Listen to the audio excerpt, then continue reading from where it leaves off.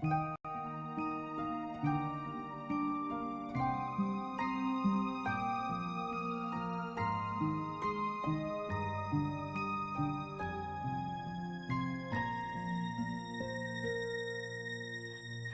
been searching for those who look upon the moonlight and the shining stars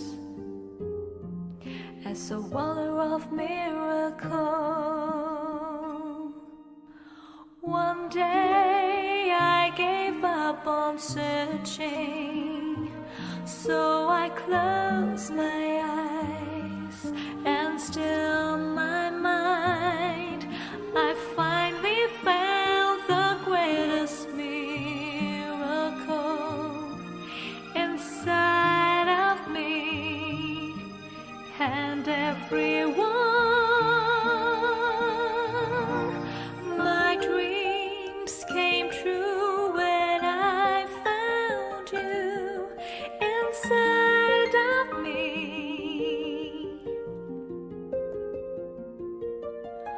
Just close your eyes and you will find another you shadowing inside and shining. The wonder of the world, it's in you.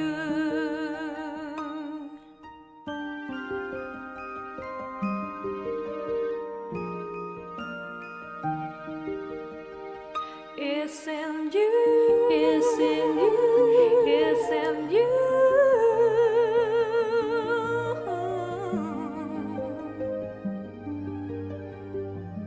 It's in you.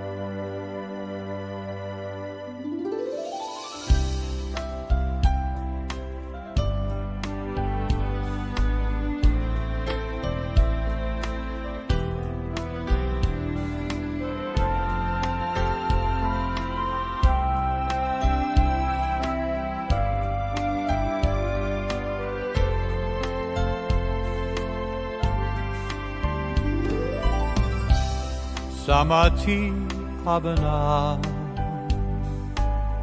is not the only way to relax,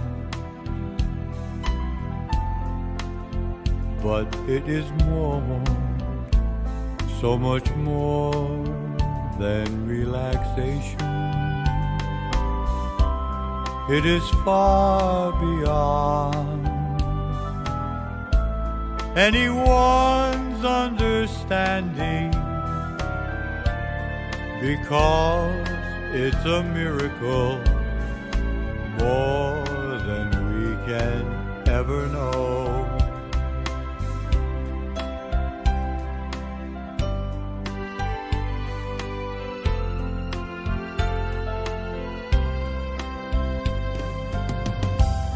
Do you know there is someone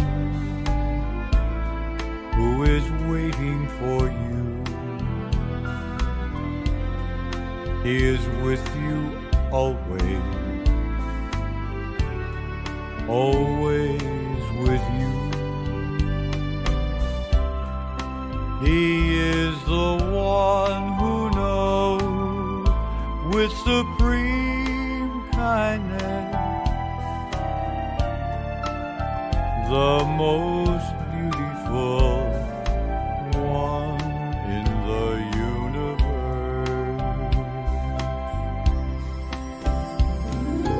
He has the knowledge that you've been searching for, the knowledge to open up your mind to happiness within, the secret of your life that's been hidden for so long. It will be clear when you become one with Him. There is no one can do it for you. Only you can do it for yourself.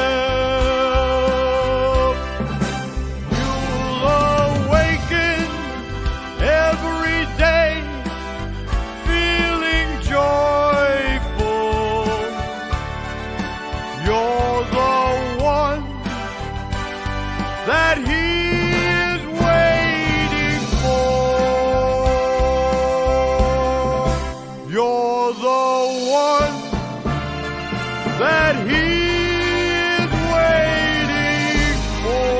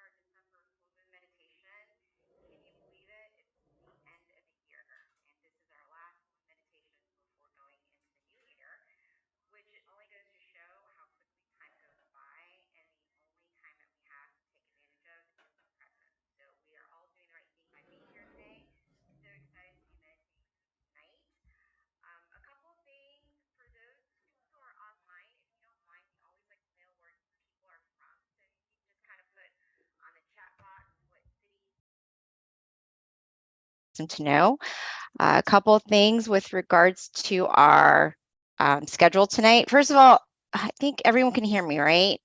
Thumbs up if you can. Okay, cool. Awesome. Yeah, because last time I was talking to myself, and when you're on these Zoom calls, you don't know. So thank you for confirming.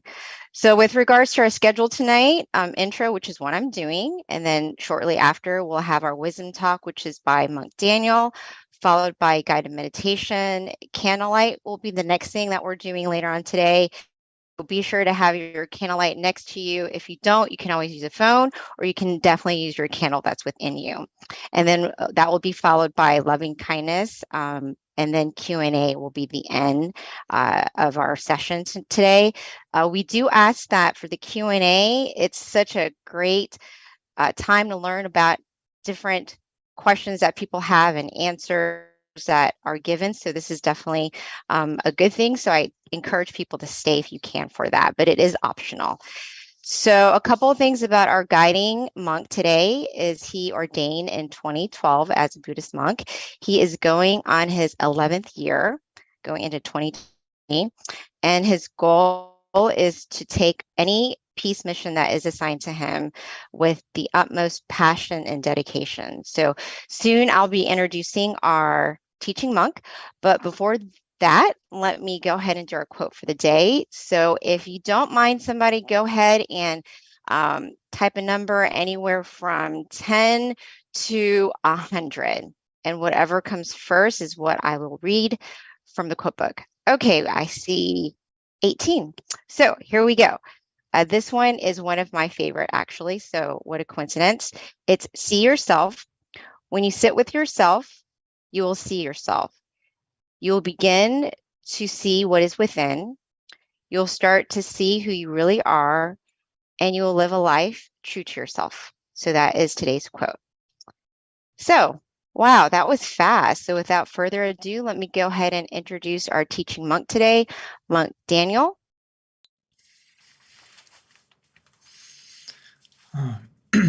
Good evening, everyone in America.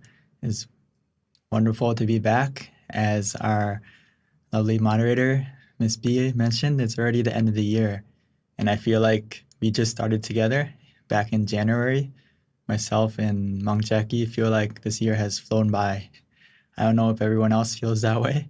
Hopefully, you can continue the rest of this year by closing it out in a peaceful way and connecting to the full moon inside tonight, as well as keeping that full energy within you from this meditation to help throughout the month, and then going into the new year to welcome in the new year with a positive and bright mind.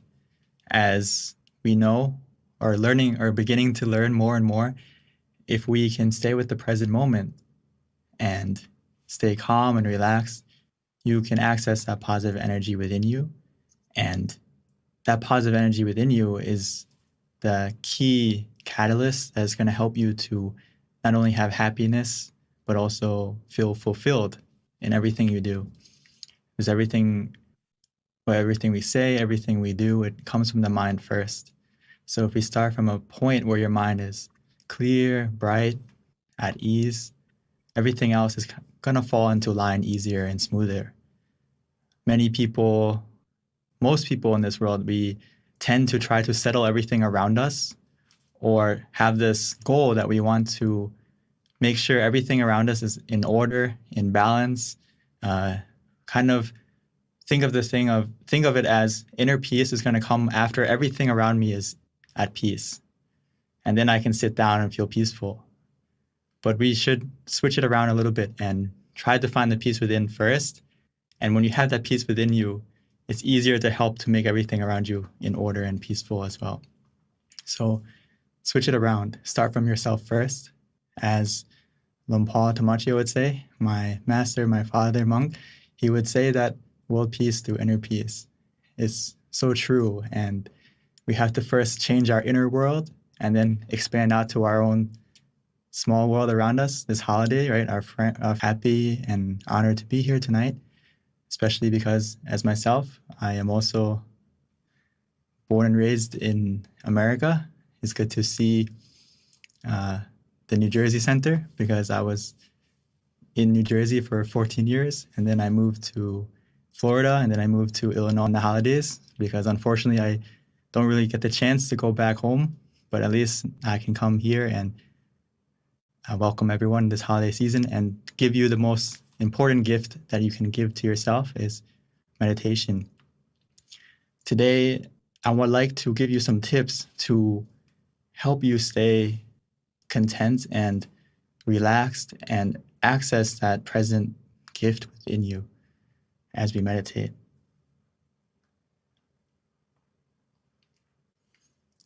So the true gift that we can give ourselves is by being content, right?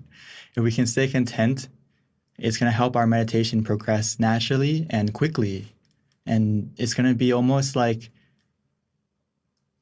the key factor that's going to make your relaxation, even though it maybe not be as much as you would expect, but it can increase without you having to use any effort or use any force or rush anything.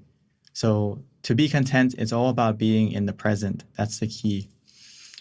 As you may have heard in the past, that happiness is a choice, right? We can choose how to react to a situation and how to view a situation, and that can make you feel happy or content depending on how you place your mind. So being present is actually very important, because a lot of times we may say like, oh, I don't feel happy, or I feel anxious, I feel worried, you have to ask yourself, are you present? I once had someone ask me that, hey, I don't feel happy in the present. But if you sit down and reflect on yourself, the reason why you don't feel happy right now is because, yes, your body is in the present, but your mind is lingering in the past or it's in the future. And that thing in the future or that moment in the past is the thing that's making you feel unhappy or discontent.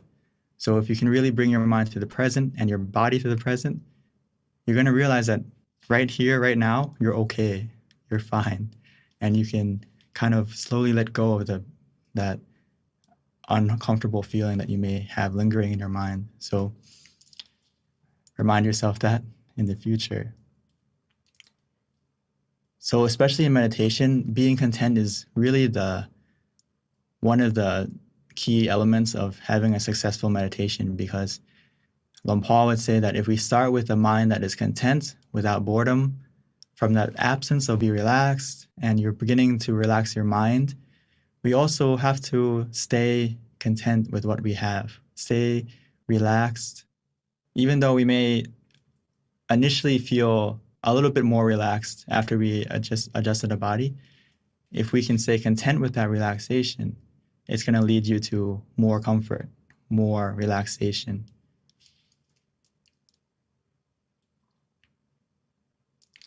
So I usually like to give this example because it's about placing your mind correctly or viewing a situation correctly.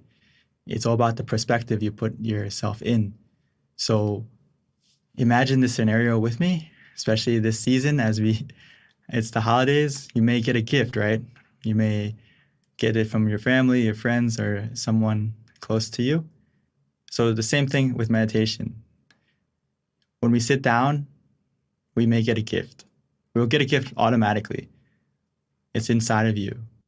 Every time you meditate, you are accessing a special gift, but it depends on how you view it, if you're going to open it or not. So you receive a gift. What happens if we aren't content with it? A lot of people fall into this trap when we meditate, is that we sit down, and even though we already have a gift inside of us, we aren't content with it because we want more than what we have. So you can imagine yourself as a kid, or even now, you look under the Christmas tree and you see, oh, there's only 1 or 2 packages. Some of us may think, I want more, right? Or you think of last year or the year before, and you remember that year or in the past, there was more than there is now. And this happens a lot in meditation when we practice often, or even though it's your first time, we have this expectation, or whether it's coming from the past or the future, and it makes us want more or expect more. And that's when we don't feel content. Or we want something bigger. You sit down, you relax, and you expect the relaxation to be more than this. Oh, it doesn't feel like I'm sitting on the sofa at home. It doesn't feel like I'm laying down what we have. And it takes our mind out of the present, and it takes our relaxation away, and it takes our contentment away. So again, our mind isn't in the present. Our mind is in the past or the future. And what we need to do is stop. Because if you do that, you're comparing. Your mind isn't accepting what you have right in front of you right now. So instead of being content with it, you are dissatisfied, and the relaxation will disappear, even though you have some relaxation. But we're not accepting it. We're not being with the present anymore. So the same situation is that the same scenario is next time this happens, or right now as we meditate in just a moment, is that feel like you're receiving a gift and just accept it without expectation and enjoy your gift. Because just having the opportunity to sit down and relax, as many of you may know, it's hard to find time to sit down and meditate. So right now, just having this opportunity is a gift in itself. And accept it rather than rejecting it right away. Like, oh, I expect something else. accept it, enjoy it, and just be content with that present. Keep yourself relaxed of both body and mind, and allow yourself to open it rather than comparing to the past or expecting to the future. Allow yourself to be in the present. Allow yourself to slowly open it by calming your body, calming your mind, and every second that you stay calm, stay relaxed, it's slowly opening that package, opening that gift inside of you. And no matter how small it is, no matter how much relaxation you start with, even though it may be small, that's not the thing that's going to stop you. If you can stay content with that small package, with that small amount of relaxation, inside that present can be something precious, more precious than any diamond, and more precious than any gem, more precious than any treasure in the world, is that moment of fulfillment, that moment of happiness that can come from a still and tranquil mind. And I hope all of us can open that gift inside of you tonight and feel that happiness within you from just simply relaxing your mind. So we can realize that the best gift you can give yourself is the stillness of mind. The stillness of mind can become the miracle that you need in the end of this year, and to help you to progress into the new year coming around the corner. So we just need to look within tonight together. And you may be wondering, like, how do I stay present if I feel that my mind is wandering or I feel distracted? So of course we need something to help us. If you can't stay in the present and you realize that you're comparing or you're expecting,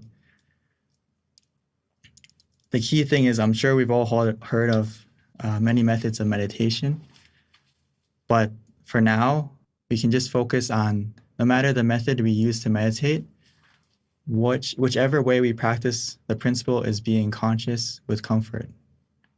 These things must go together. So in our meditation practice, we usually give 3 methods, which kind of summarize all the methods in meditation, which there's the Buddha gave about 40 examples, but in our temple, we simplified it down to 3 methods because it's basically these 3 methods cover all the other methods. So as long as you practice these 3, where you feel conscious with comfort, it will take you to that present moment. That present moment, you can think of it like an island within you, an island of peace, an island where you feel safe, and almost like you go on vacation where you can rest your body and rest your mind. But in order to get there, we need to use a boat. So the image, the mantra, or being still is that boat to take you there. Whether you visualize something, whether you use the mantra, or if you feel ready to, you can just be still. And the thing I like to remind everyone is that sometimes we'll fall off that boat. Sometimes we will get distracted or forget to stay on the boat. You may fall overboard, but that's okay. Just please remember to go back and use the method again to get back on board, to keep going to that island within you. It's a lot like traveling anywhere.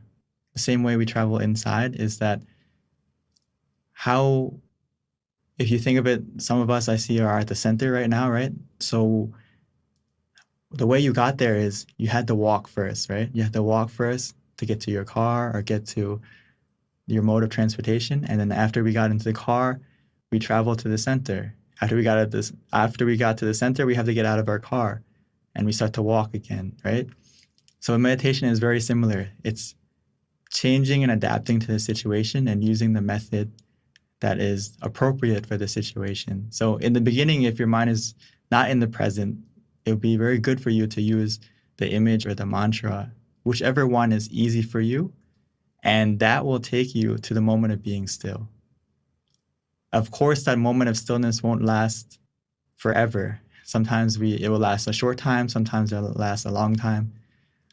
But when it disappears or when it changes to being distracted again, or you don't feel comfortable, you don't feel still again, just go back to using the mantra or the image again to help you stay still, help you to stay in the present again.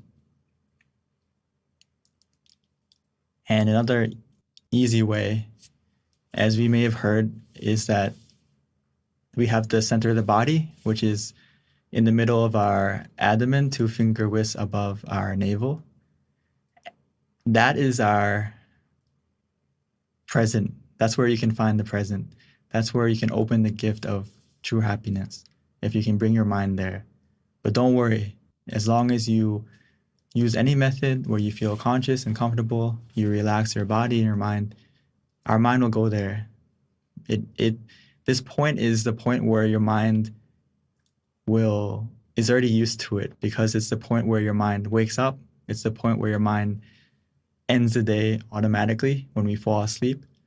So as we meditate, we can connect to this point rather than being conscious and being comfortable. And an easy way as we meditate is just to take a deep breath. Take a deep breath and follow your breath in. Follow it.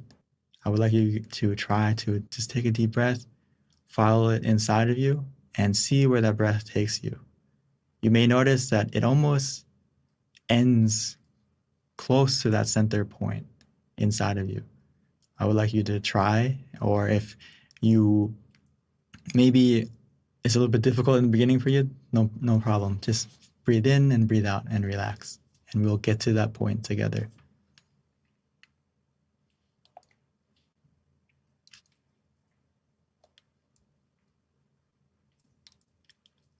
So before we meditate together, I would like us to adjust our body so we can prepare ourselves to open that present within you and stay conscious and calm together. And before you know it, the gift that's waiting for you inside will open. So before we start, please take your time to adjust your body, or if you need to stretch a little bit, please feel free to.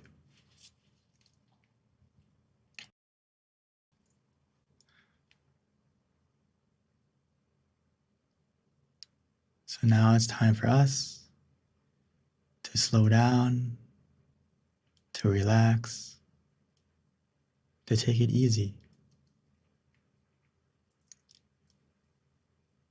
Don't rush into the meditation. Take your time to find a comfortable and relaxing position.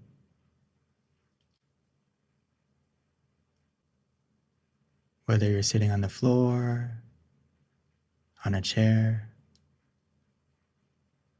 or wherever you may be.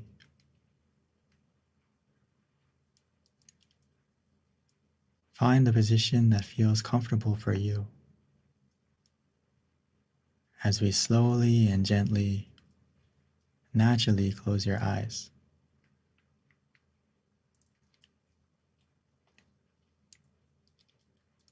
And we can begin to relax and release all the muscles in your body.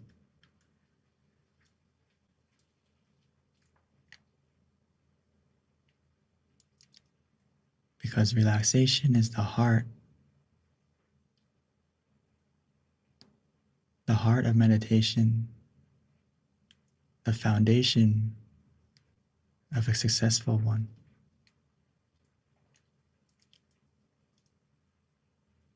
So from the moment we close our eyes and begin to relax our body, our meditation has already begun. The process of going inside to access that true happiness that can only come from the stillness of the mind has already begun.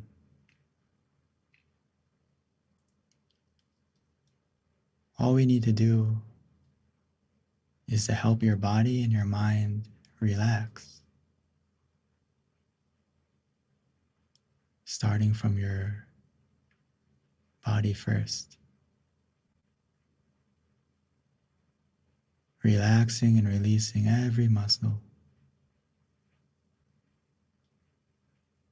by simply breathing in deeply and exhaling slowly.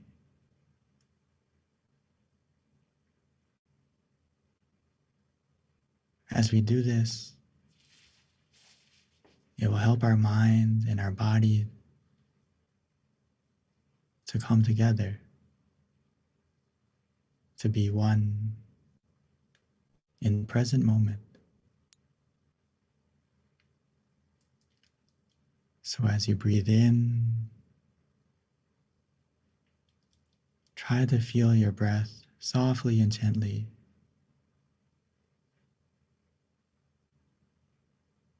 Feeling your breath as it enters your body.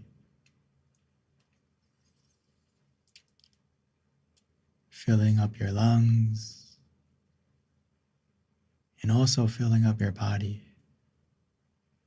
with relaxation,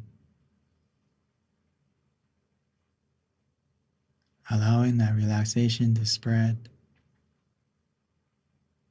to expand,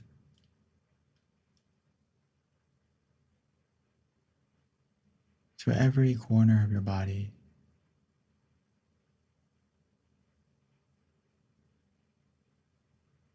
As if your breath is healing, soothing, relaxing.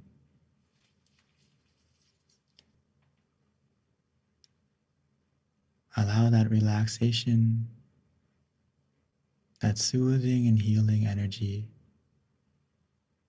to come out.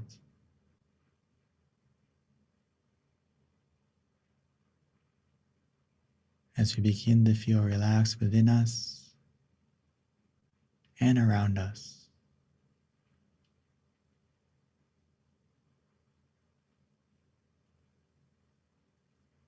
The more we relax our body, the more that relaxation will help you to let go of your physical self first.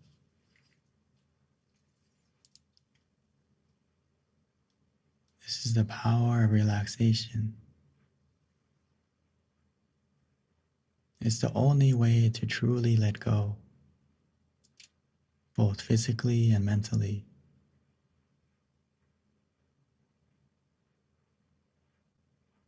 If we do it correctly, our body will begin to fade, begin to disappear, become lighter, as if it's not there anymore. As we begin to let go physically, we can continue to let go mentally.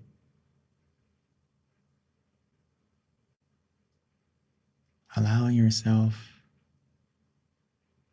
this golden opportunity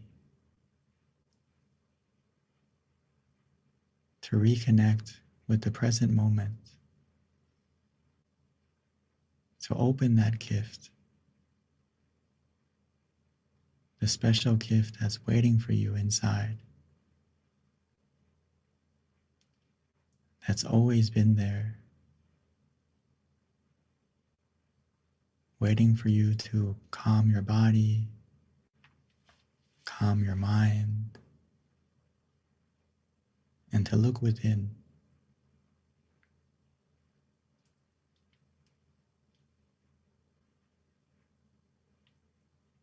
As we bring our body and our mind to the present,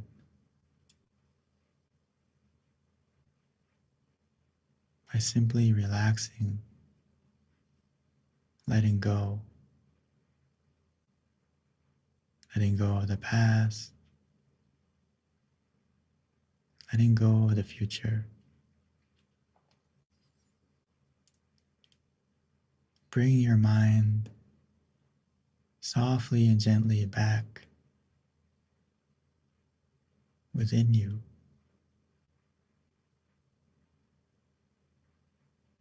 by using the method that is easy, relaxing, comforting.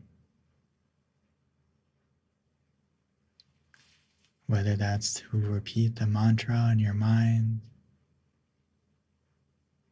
as if that sound is coming from within you, repeating in your mind softly and gently, Samma Araham, Samma Araham,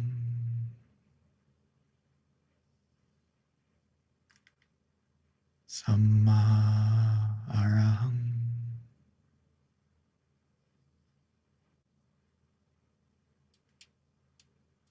Every time you repeat that mantra, it will help your mind to come back, to be in the present.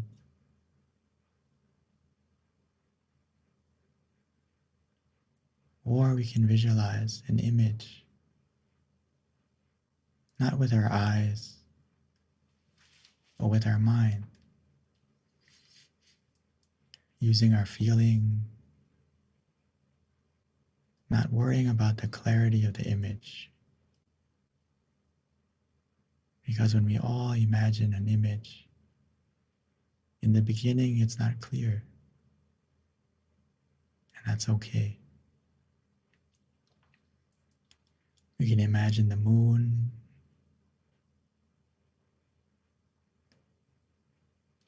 we can imagine the sun, a star, whatever you're familiar with. But try to feel the image as if it's in front of you, within you, covering you. Whatever feels natural for you. Simple and easy.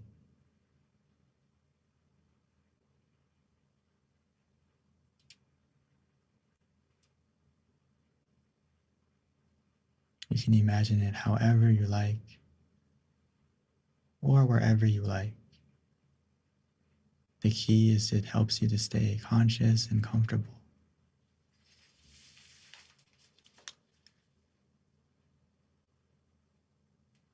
Or for some of us,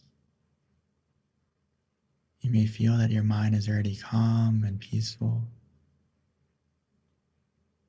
and you don't need the mantra, you don't need the visualization, and you can simply just be still and do nothing, allowing the relaxation that you feel to carry your mind, to bring your mind deeper and deeper into the meditation,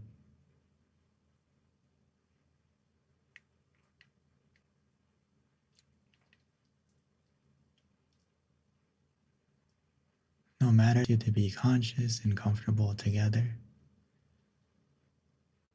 and we stay content, patiently, relaxingly,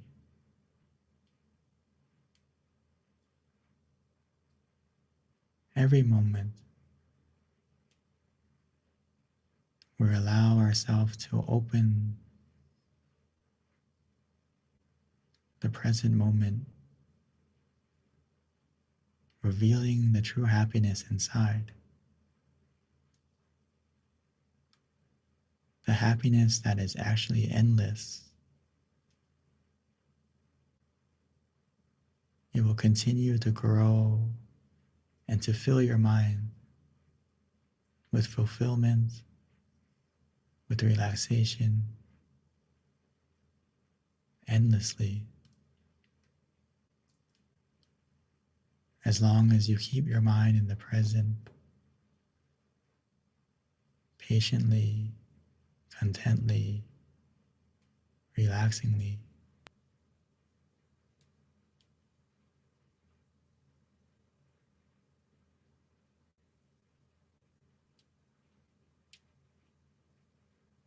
That feeling will continue to grow, to expand.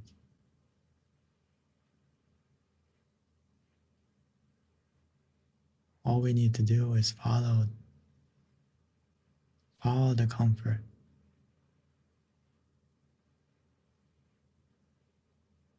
And we will naturally maintain it.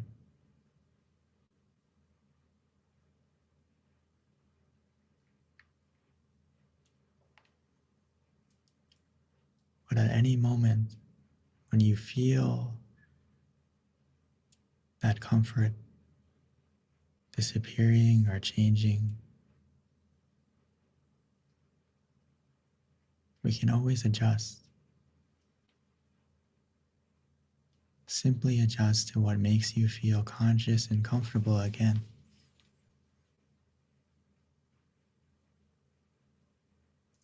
Back to the center of the body within you,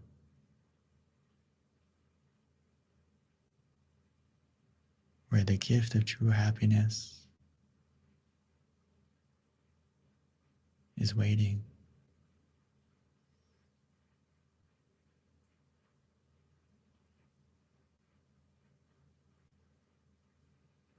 Just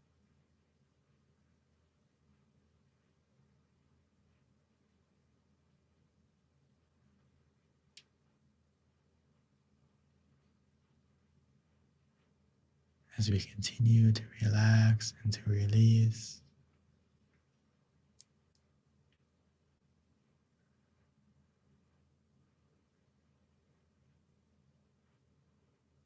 our mind will begin to settle,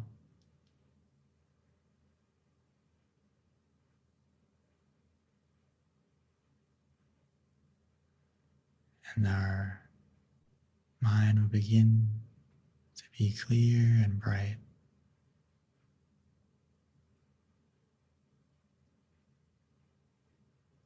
where our mind is free from any negativity, filled with happiness, peacefulness.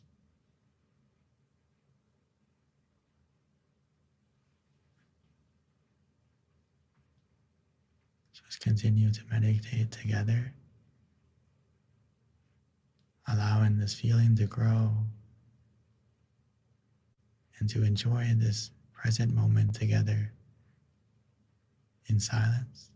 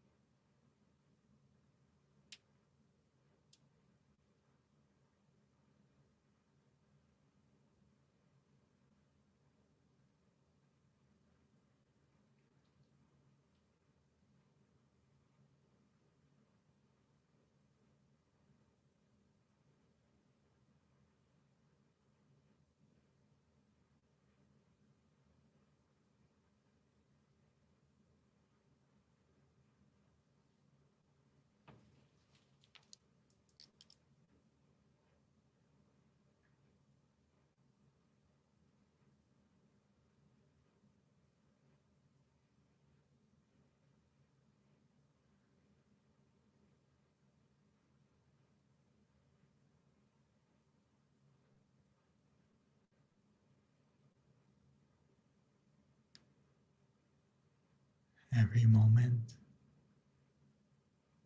that our mind is conscious and comfortable together, it helps to clear away the negativity,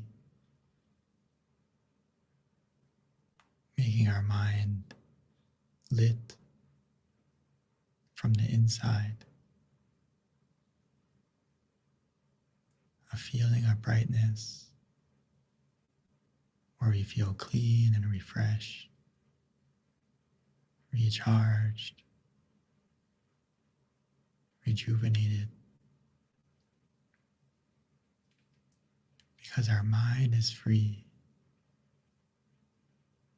from any negativity, and instead, every moment that we remain calm and relaxed, we fill our mind up with positive energy that you create from within yourself by simply relaxing your body and your mind.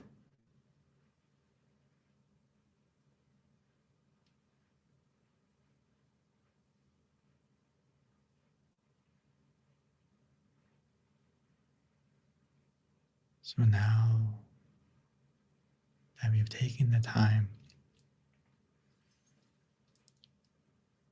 to light our mind from the inside, let's take a moment to transfer that brightness from within you that you feel from the relaxation. Transfer that positivity from within you to the candle on the outside.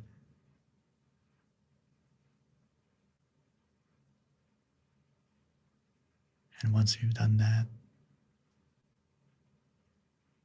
we can continue to meditate together. But now I'd like to invite everyone to softly and gently open your eyes, maintaining that feeling of relaxation, and transfer it to the light, to the candle that you have.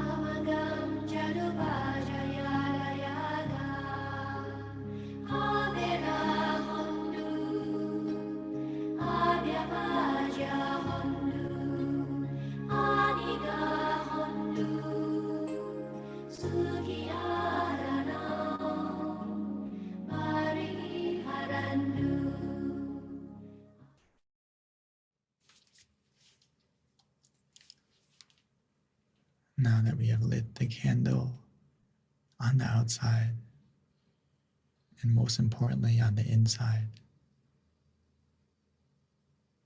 by simply relaxing our body and calming our mind,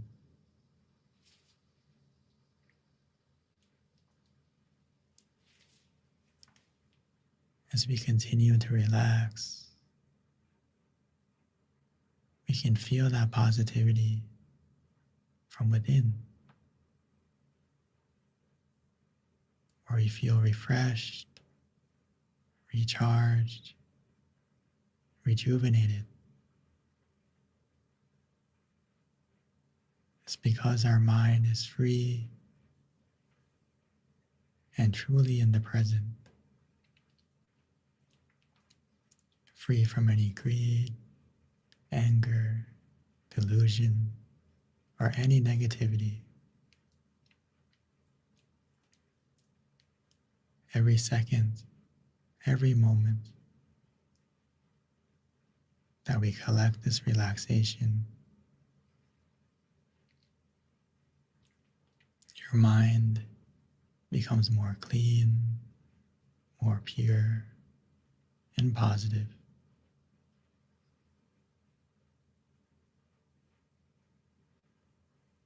So now that we feel that way from within, we can increase that feeling by sharing it, expanding it out, like the full moon that lights up the night sky, helping to illuminate the darkness for everyone and everything. We can be the same way.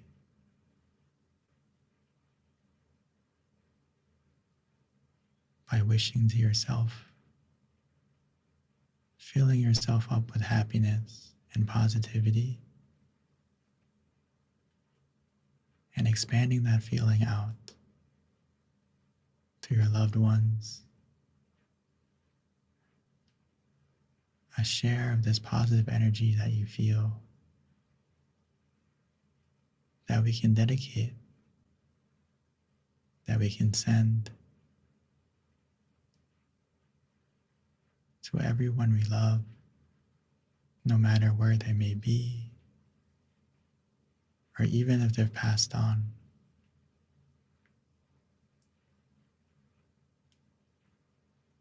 The positivity of the mind can be felt,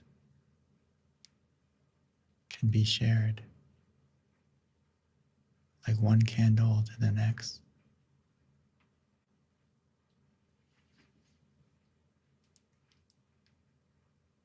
By simply visualizing them, their face, or their name,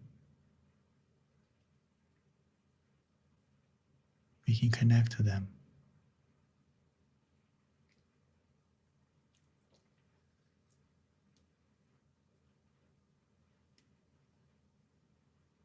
And we can expand out, opening our mind, expanding our heart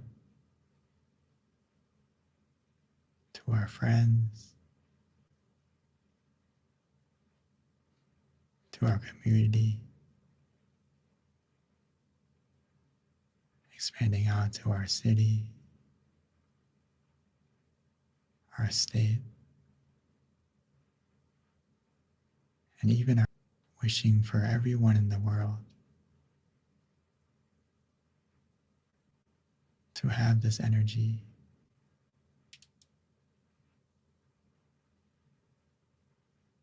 wishing well for everyone and everything, whether we know them or not. Allow the positivity you feel to shine out, helping the darkness of this world to become brighter.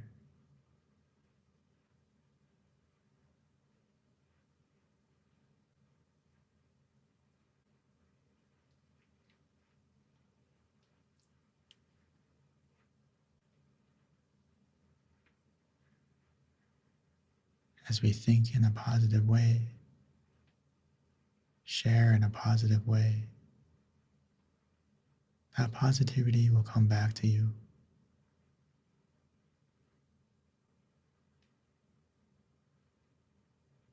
So once we've shared, we can come back to ourselves, come back to where you feel relaxed and calm. Continue to relax your body and your mind, allowing yourself to feel the relaxation and positivity from within you and receive the positivity from around you, from everyone meditating together right now. Because no matter the distance or the differences,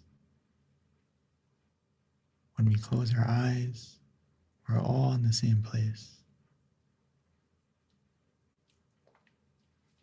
All the differences disappear, and we're all connected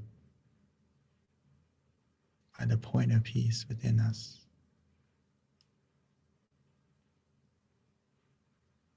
And the more we relax, the more we stay still, you'll be able to feel it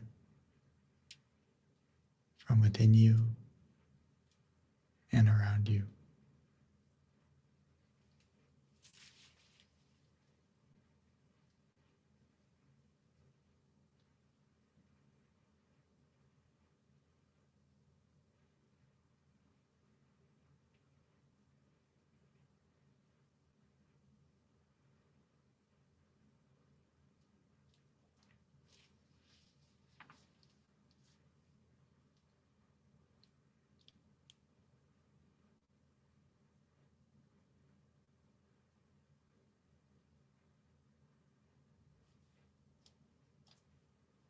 Sape Buddha Palapata Pache Kanang Chayang Palang Arahanta Nate Shirakam Pantami Sabaso Sabaputta Nupavena Sapadhamma Nupavena Sapasangha Nupavena Satasoti Pawantu Te.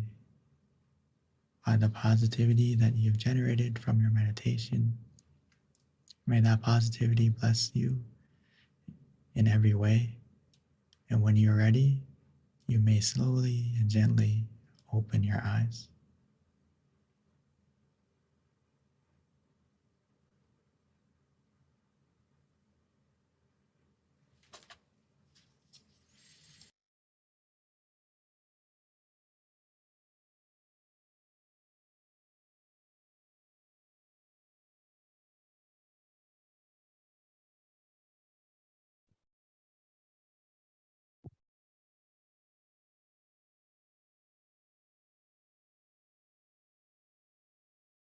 Welcome back, everyone. I hope you had a peaceful and relaxing meditation.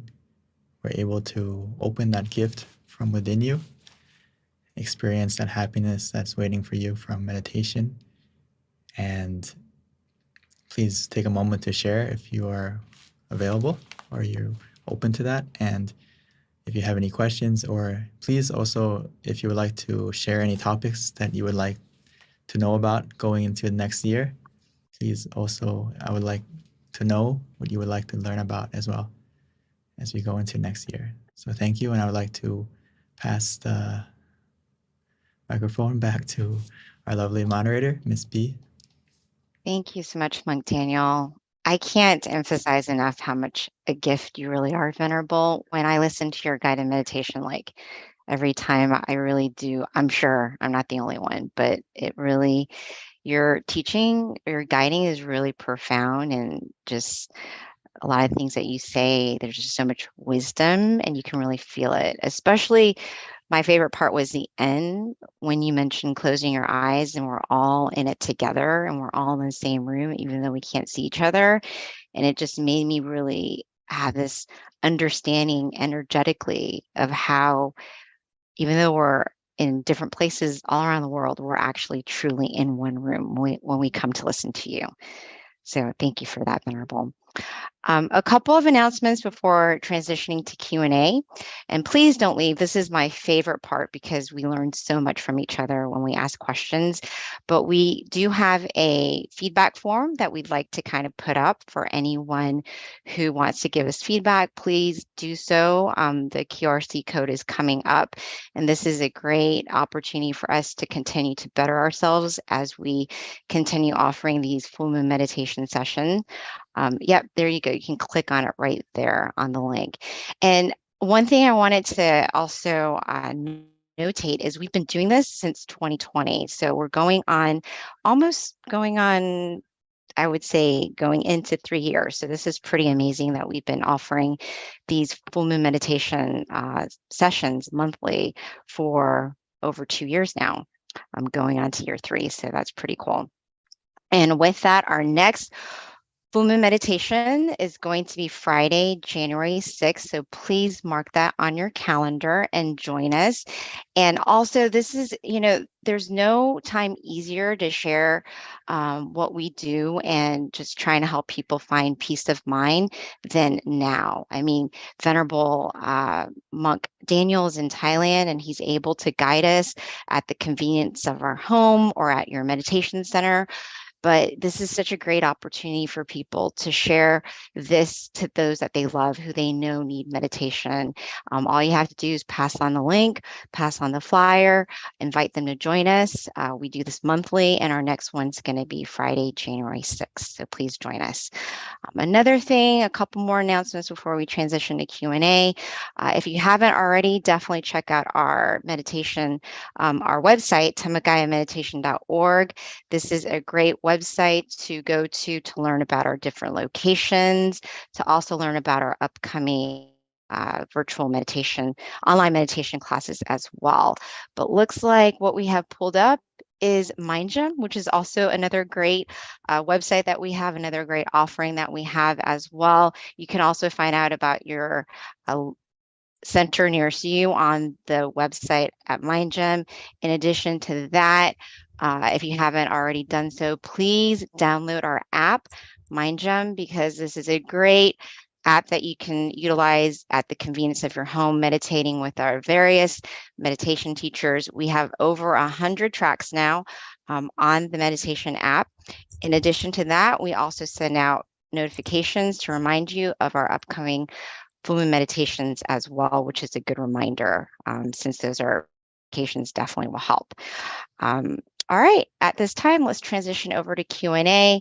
One other thing too, if you've got a location near you, simply go on one of our websites, mindgym.org, look at the location, click on the center nearest you and find out if there are live sessions there. But right now, most of our centers do have live sessions, so please do join us in person or online. So at this time, Venerable Daniel, we are ready for you. Especially for those who are at a center, this is a great time to field questions for us so that we can learn from our teacher, Monk Daniel, and get some answers to some questions with regards to meditation, how to improve your meditation, the challenges you might have, how the Venerable's experience can help you. All right. And I think it's definitely relevant for everyone who's listening to the call, which is when we have a guided meditation with you, it's very easy to meditate. But in our daily lives, what can we do to help kind of like extend that energy, that pure joy that you have when you're meditating into your next practice?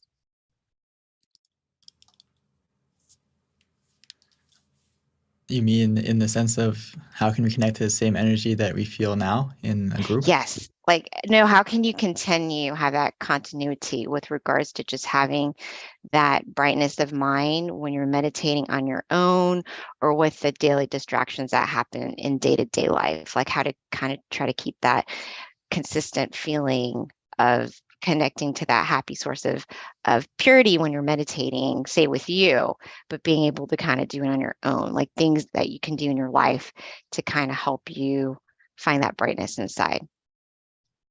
Mhm. Well, the first thing is, it's a very good sign that after the meditation, one of the things you may notice is that that positivity will stay with you or stick with you as you open your eyes and go, and the world is a little bit more bright. You may feel that way, right?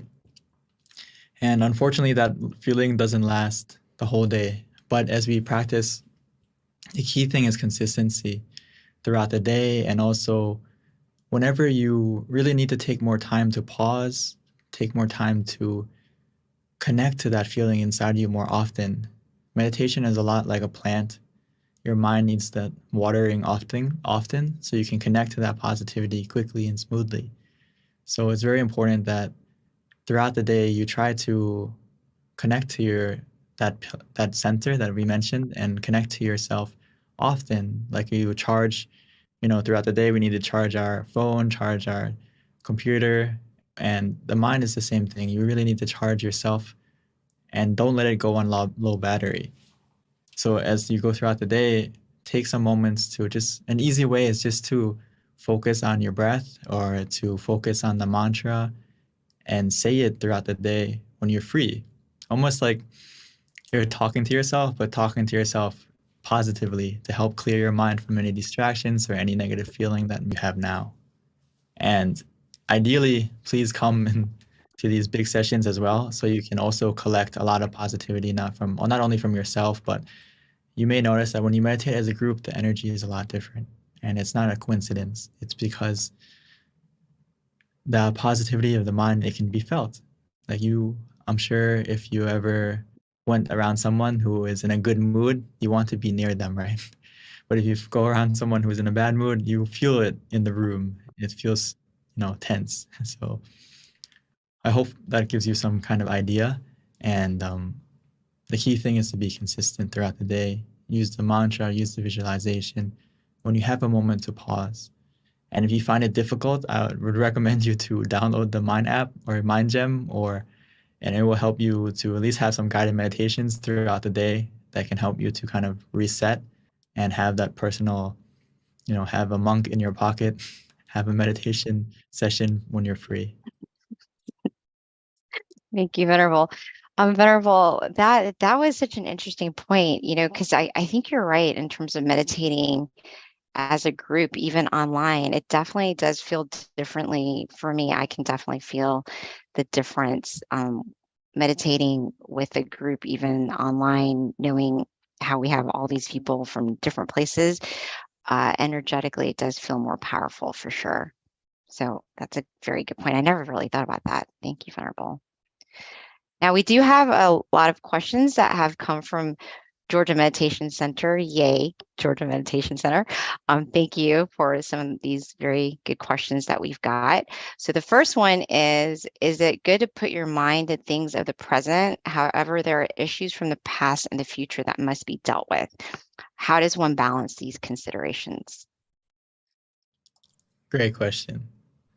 The thing I realized that, of course, we have to heal from some things in the past that may make us feel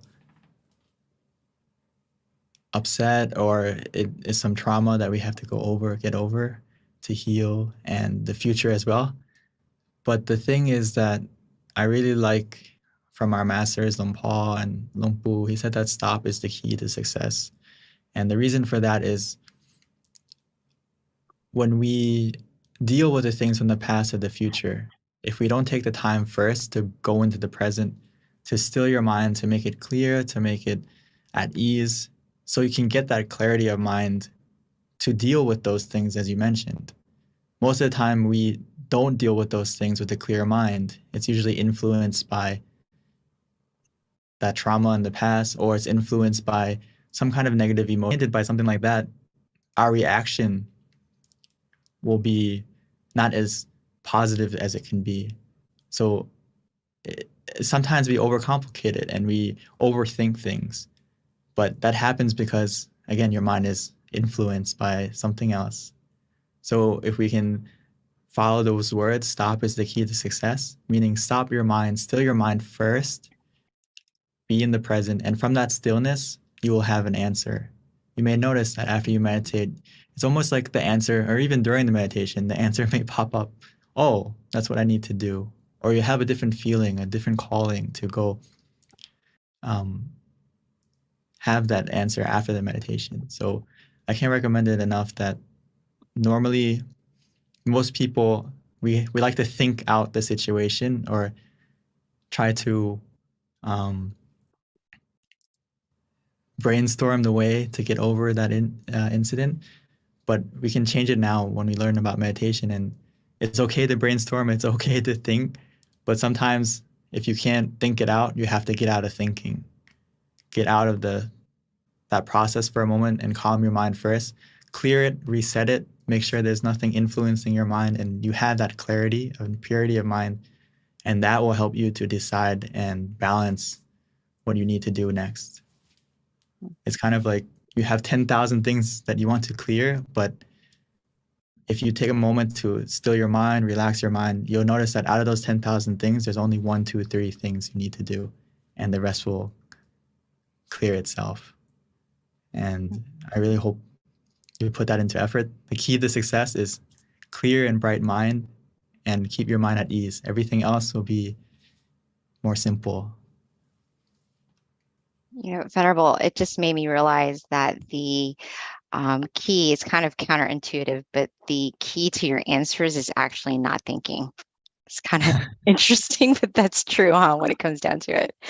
I mean, we're so used to thinking through it, and that's not a bad thing, but it's a bad thing when your mind is influenced by negativity, where you feel stress, you feel anxiety, you feel all these different pressures on yourself. So you need to get those out first by bringing your mind to the present. And then after the meditation, you will have the clarity to deal with everything else.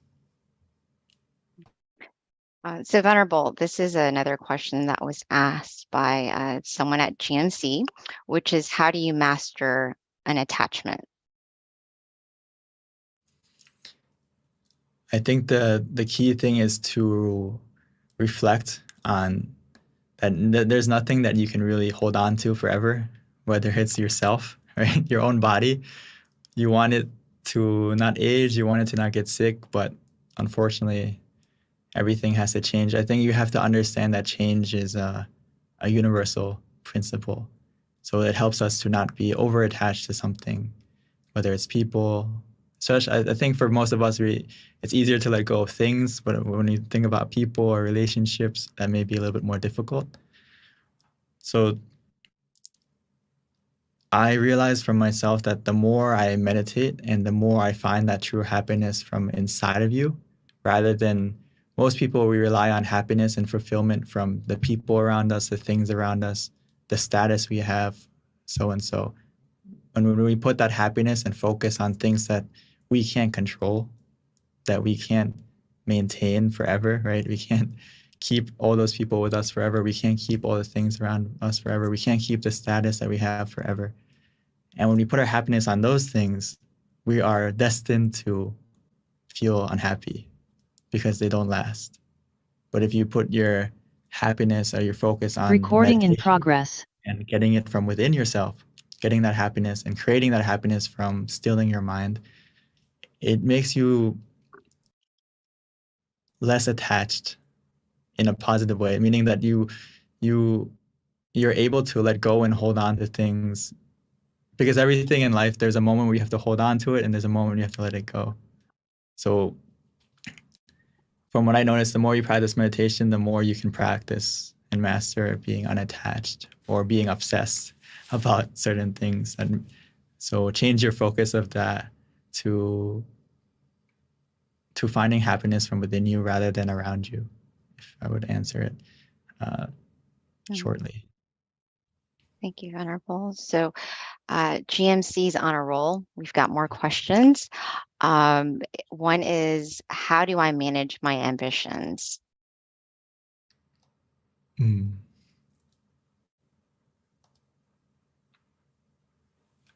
I I like it. I like this question a lot because it connects to meditation a lot because we all have ambitions or we have desire or expectation in our meditation for it to get better, or we've heard about all these maybe supernatural things that can happen from meditation, or these, enlightenment, whatever it may be. So we have these ambitions that, oh, when I meditate, I can get to that level, or will I be able to get to that level? And this also applies into life where we have ambitions and goals, right? I like to take it's same thing to monk life. Sometimes we have this goal that I'm going to ordain for the rest of my life. That's a high ambition. Right. So Lone Paul would say, don't worry that far. Worry day by day and make every day the best. And say, I'm going to ordain day by day rather than ordain for life. And what that does is you change your focus to the method rather than the result. Change the focus on how you're going to get there rather than, am I there yet? Am I there yet? So I notice if you do it that way, you won't put too much pressure or anxiety or stress on yourself, and you will live a lot happier. So it's kind of similar to being in the present. It's actually the same thing. Live in the present moment and focus on what can you do day by day, and that will take you to your ambition or to your goal or to your desire, rather than focusing on the desire and the goal or the ambition. And that will only give you a lot of pressure and expectation and make you feel stressed. So instead of that, it's good to have it, but then focus on what am I going to do to get there rather than am I there yet? And this is the same applies to meditation as well. If you sit and you focus on the method rather than the result, you're going to get the result easier because you're not putting yourself or starting your meditation with expectation and desire and want. So start from, how can I get there? What is the way? What are the methods that I can use to get there? Mm. I hope I gave you an idea. I'm not sure if that or if Yeah, if you're talking. Yeah. Yeah, Venerable. I think that actually, to me, just if I were asking that question, it does make a lot of sense, and there is a lot of correlation too with regards to just being a meditation practitioner and having ambitions as well, be it in meditation or your work life or your ambitions that you have in general, to whatever your desired outcome is. But because you're meditating, I would think you're aware of this ambition that you have, so that automatically helps you manage it. Correct, Venerable? That's to me, that's how it's really connected, is by meditating, you're seeing how ambitious you are, and then you're also being able to identify that, oh, this is actually like not making me happy, it's creating suffering. So let me try to like not be so attached to the outcome because I'm a meditator. Yes. Exactly. Thank you, Venerable. Yeah, that's kind of what I picked up as you were explaining that. So another question that we have from GMC, man, they are dominating. Come on, other centers. Okay. And by the way, I'm associated with the Georgia Meditation Center, so I'm very proud that they're asking all these questions. That's awesome. What if you feel like you can't stop thinking or being distracted by what's around you? And that's another question from GMC as well.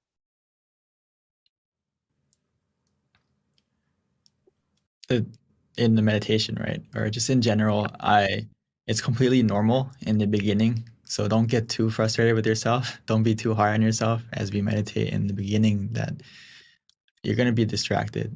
You're going to be have wandering mind in the beginning because we've been thinking our whole life.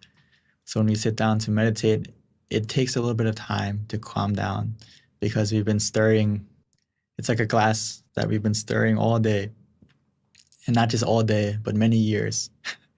So when we take the time to put our mind down and just let it calm down, it takes a moment, it takes some time. So in that time, I can't emphasize enough that you need something to help anchor your mind in the present. Like if you think of it as a boat, you don't want it to drift too far away or drift into, get lost at sea. You need an anchor to keep you in the present. So that's why we use the mantra and the visualization, or even both at the same time, to help you stay here and now. And if you find that even using those methods, excuse me, if you find that even using those methods, your mind is still really going all over the place during the meditation, just open your eyes. It's like you're a director and you're saying cut, or you're having a bad dream and you open your eyes and it'll fade away, right? So it's the same thing in the meditation. If the wandering is out of control, the visualization, the mantra is not helping, the easiest way is just to open your eyes. And that will help to cut the process of overthinking for a moment. And once that thinking is gone, we can continue to close our eyes. And as you close your eyes this time, please use the mantra and visualization again from the beginning. And this will kind of be that shield, be that anchor to protect your mind from overthinking or being distracted again. Thank you, Venerable. All right, so we've got a couple more questions before we wrap up. So let me quickly get to it. The next one is, do you think the answer to a problem comes by itself, or do you need to chase the answer? And I would suspect this is when you're meditating, Venerable. From what I've noticed is you don't need to chase after the answer or the happiness or anything that happens in meditation. You just need to be still, and the answer will come to you. The answer will come from within you.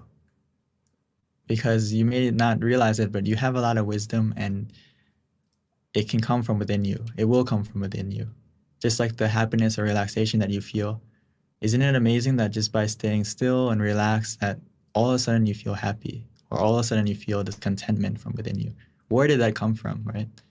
It came from you being still. It came from you just relaxing. You didn't need to run after it. You didn't need to look for it. You didn't need to do anything but be still and relaxed. And that happiness came. So it's a lot like I've mentioned, the door of happiness opens from within. And also those answers are sometimes the answer to a solution miraculously can actually come from you just being still. And it's almost like an intuition, but the more you practice the meditation, the more clear and bright your mind will become, and it'll be easier to find those answers that you're looking for. And the deeper you go, the more profound answers you'll be able to answer, because you'll find it from within you. But it's not, you're not running after it, you're not chasing after it, you're just being still, and it will come to you. Yeah, what a great benefit to meditating. All right, so the next question, Venerable, we've got two more. The next one is from Chris Amon, and the question is, what is a theoretical way to solve problems when you focus?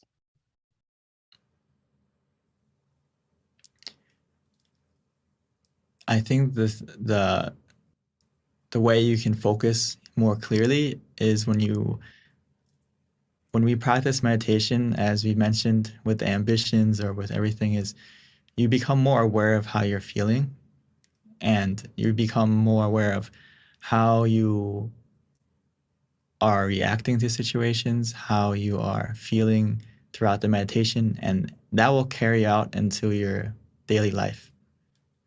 So how you focus will change. It'll be more of a central focus or a neutral focus, where you see things less without a bias and more for what they are in reality. Because again, your mind is clear and it's not tainted by any like defilements of greed, anger, delusion, or misunderstanding, all these things. When your mind is still, your mind is kind of in a pure, it's in a pure state, where next time you focus on something, it's going to be a calm and almost like a central focus, where it's in the middle. And when it's like that, you'll be able to focus on things more deeply, and not like in the sense where you're over, like when you focus on something with your eyes, you strain them, right? Because you're using the effort to stay focused. Or even mentally, if you, in the past, you may study very hard, or you may pay a lot of attention to something and you feel like a headache. This is a different kind of focus. But when you practice being conscious and comfortable together, you'll get a focus where it's clear, and the more you focus, the more calm and relaxed you also feel. Thank you, Venerable. So one last question before we wrap up. The question is, I have a hard time explaining Buddhism to people. Can you tell me how to explain it in a short, concise way, but an accurate way to people who aren't acquainted with Buddhism? I think the Buddha put it the best. He said that Buddhism is about stopping negative actions by thought, speech, and in physical action. So, and to stop doing good and cultivate purity, basically, to put it in like a short sentence, from your thought, speech, and action. So whatever harms others or harms yourself, we have to stop, and we have to start helping yourself and helping others. Be a positive influence on yourself and others. So to put it simply, to stop doing negative things and to start doing positive through your body, speech, and action. And that is the core of Buddhism. And to put it even simpler than that is stop is the key to success. This is from Luang Pu and Luang Pa. He said that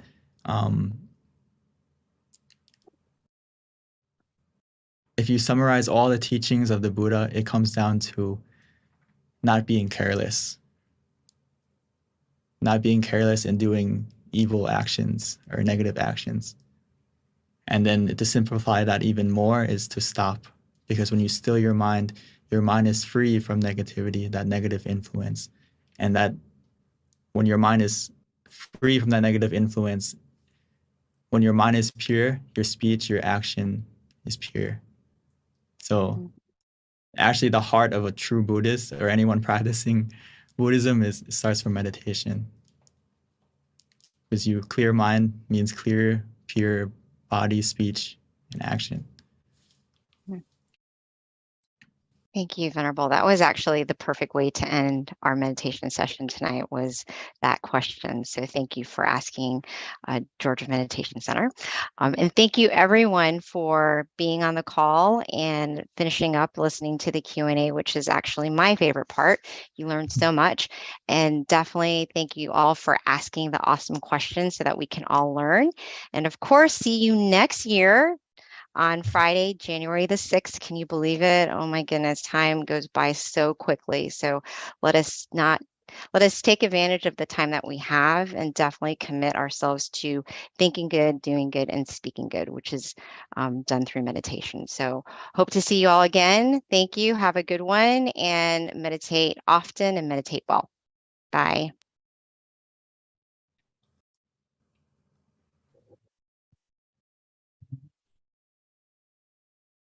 Recording stopped.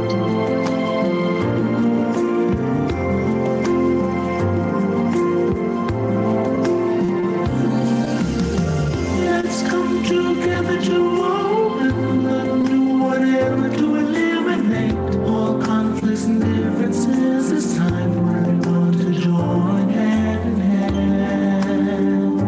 At last, now the world's beyond healing.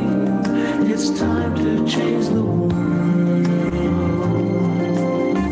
As the one who knew in the past,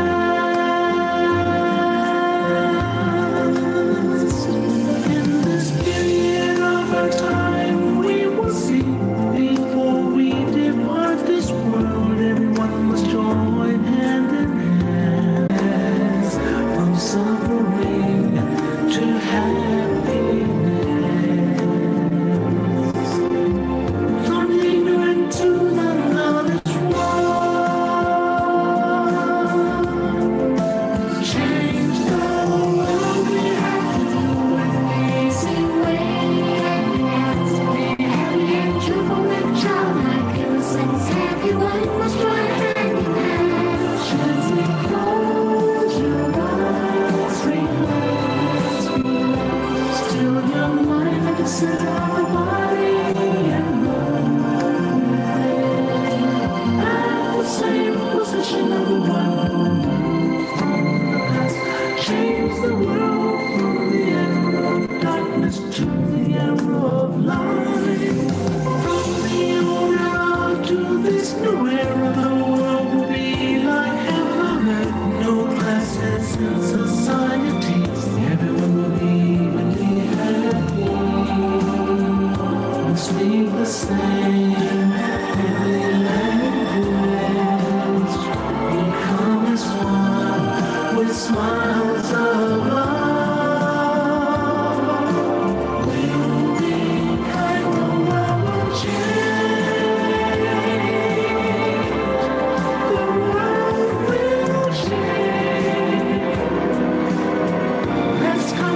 together to change the world.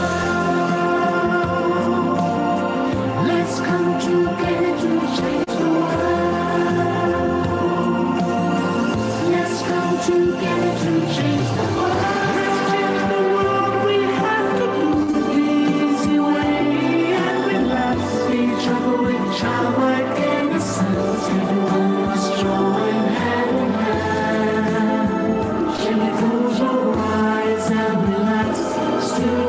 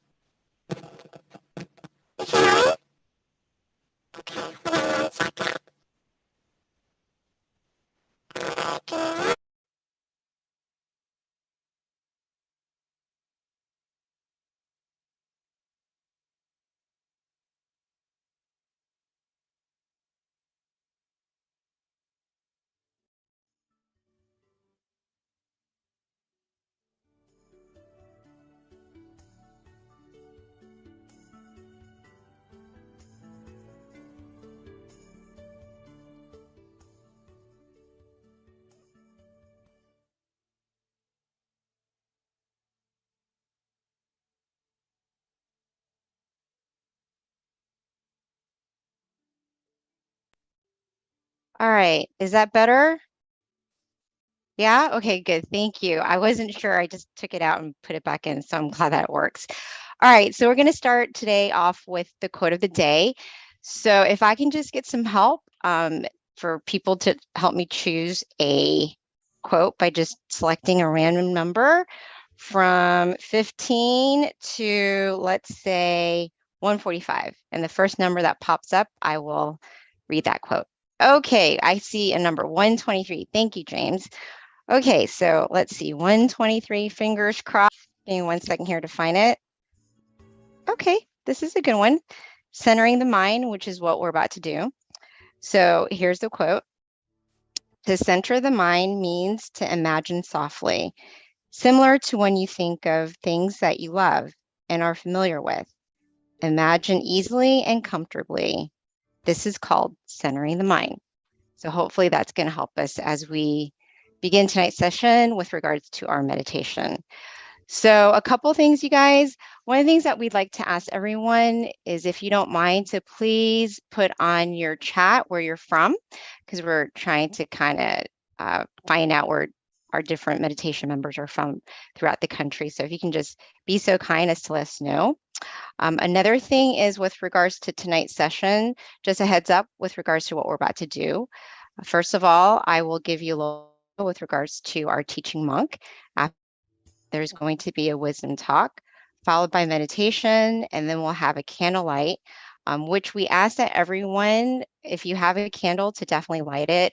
You can also use your phone as well, and that will kind of help set the pace with regards to our candlelight session, followed by loving kindness, and then a Q&A. All right, so that's going to be our session tonight. A little bit about our teaching monk. This is Monk Jackie joining us today. He's been a monk going on his 9th year. He ordained in 2014 after getting his BBA in international business. And then he found his life purpose, which is to share meditation and to spread inner peace to all. So at this time, without further ado, let me introduce Monk Jackie.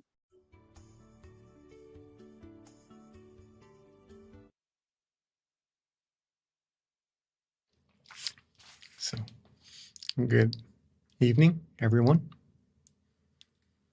Nice Right. Pete. So, good evening, everyone in the US. It's nice to get a chance to come here again to meditate with all of us. Hopefully, you all are staying healthy and staying happy in both your body and your mind. And also, greetings to all of us from all across the world, right, joining. So I'd have to say good morning, good afternoon, and good evening in that sense, right, since everyone's joining here. What we're doing, meditating, is one of the most important things a human could actually do. And I'd like to elaborate on that a little bit more further in our wisdom talk together. But since this month is November, right? It's the month of Thanksgiving. a holiday season that we all love, right? Getting our families together to sit around, enjoy the warmth, the coziness of having our loved ones together, to enjoy the dinner, talk over all the things that we've been through, and just coming together once in a while just to bring that family air, right? That family atmosphere that we all love. And family is a great thing to have. So let's talk a little bit about Thanksgiving and what's it about and what it could be about as well. Okay.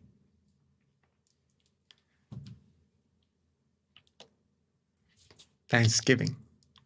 Giving thanks.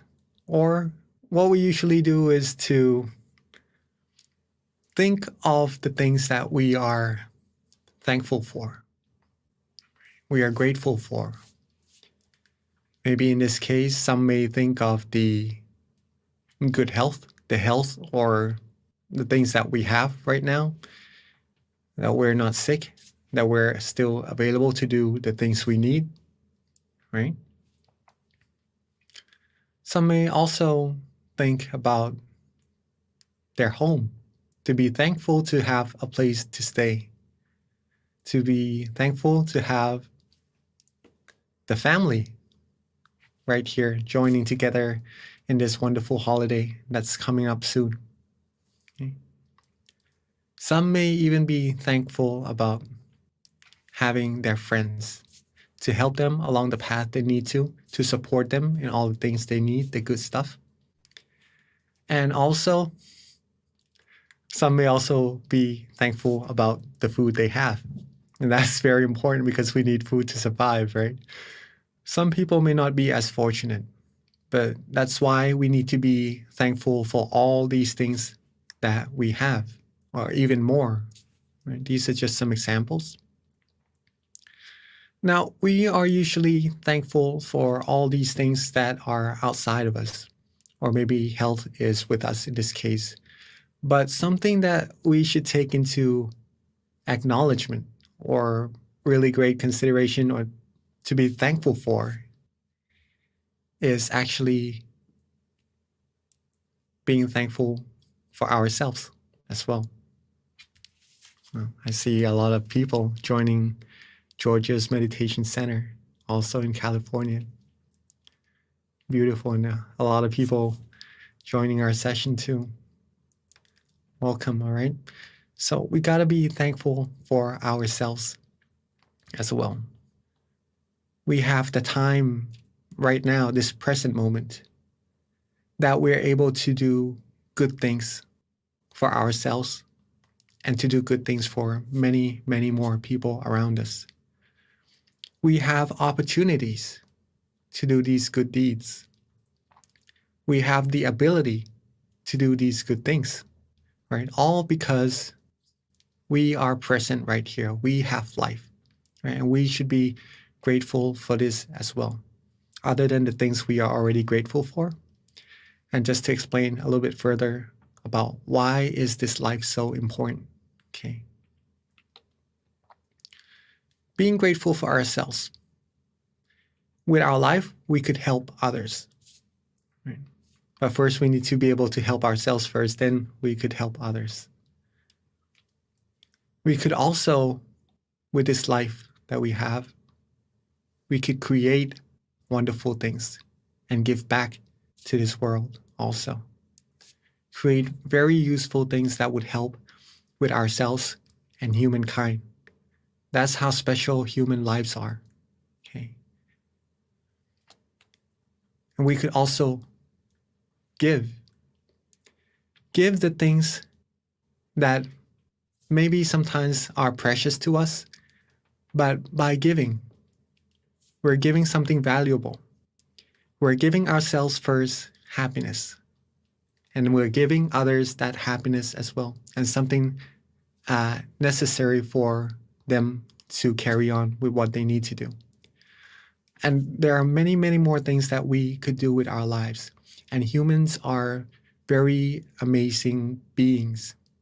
We could put big chunks of metal into a sky and fly it. Right? We could put a whole big chunk of metal on water and float it. No other beings in this world could do that. Humans are very, very amazing beings. And the best thing that humans could do actually is to take some time and find true happiness inside. Okay, with all the wonderful things that we could do with our lives, this is one of the most important things to do, to find true happiness. We're going to be able to do this by stilling our mind. Practicing to still our mind, we'll be able to find peacefulness first, a sense of relaxation and comfort. Our mind will become purer and purer. Then we will find that true happiness inside. Okay? Some of the things that would help us be able to still our mind is to adjust our body and adjust our mind. This is very, very important if you're seeking to find true happiness. Okay. If you're seeking to find peace or to find purity, to find what is actually important for humans inside of their mind, these two things must be taken into account or acknowledgement very firmly, okay, to adjust the body and the mind. If we could get our body and our mind to be, let's go to the next slide, to be relaxed and comfortable.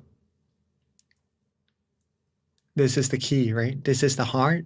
It may seem a little bit trivial because of the baby and the smile. It may look a little bit insignificant, but just to tell you that this is very, very important, right? These two slides, adjusting the body and the mind to be comfortable. If we could do this, we'll be able to still our mind very easily. And all beings in this world,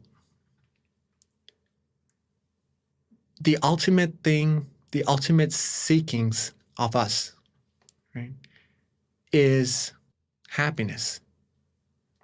Okay. Whatever we do, whatever we're pursuing, our end goal is pretty much to be happy, and everyone wants that.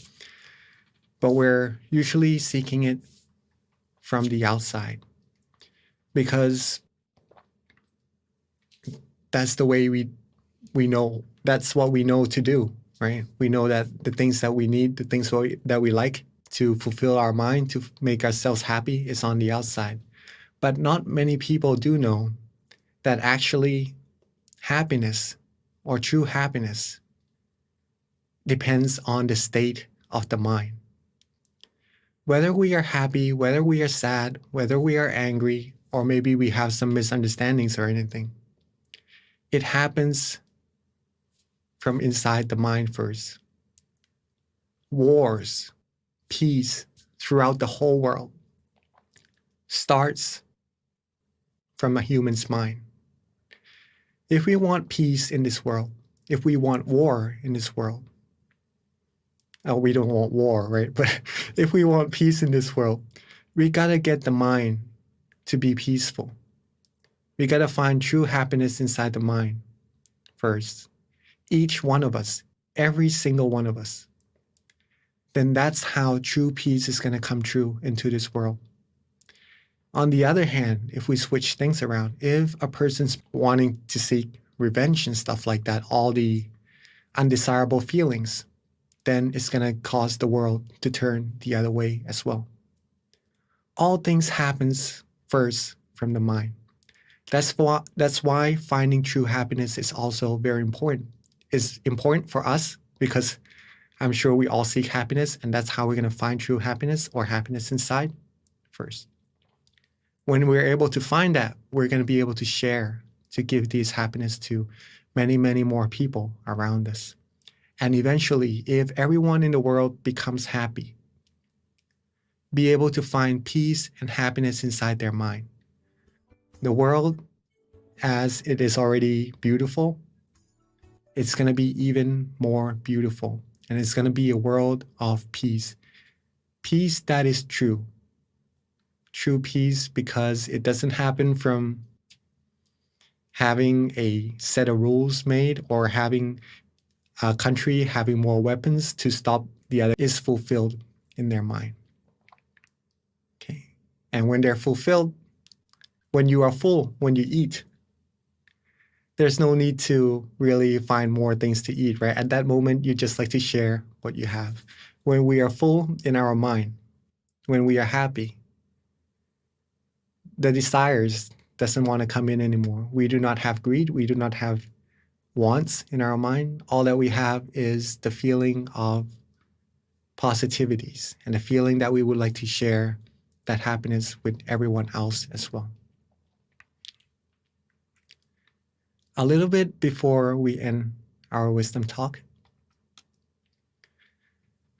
again, adjusting the body and the mind to be relaxed and comfortable. Very important. We're going to do that in our session together in a little bit. This is the key. This is the heart. But also imagine it as if it is a candle. If you're able to get your body and your mind to be relaxed and comfortable already, think of it as if you've already lit a candle inside of your mind. Okay. When you close your eyes, it may seem a little bit dark. You can't see anything. But when you've lit the candle, when you've become comfortable and relaxed, that means your mind has already become bright and light on the inside. Even though it's dark, when you have light, you'll be able to see. Okay, so this light, this feeling of comfort, is like a guidance, a guide for you to walk through this path of maybe being a little bit hard to see, but if you have this feeling of comfort, you'll be able to walk further and further on the right path inside. Don't let this light go off.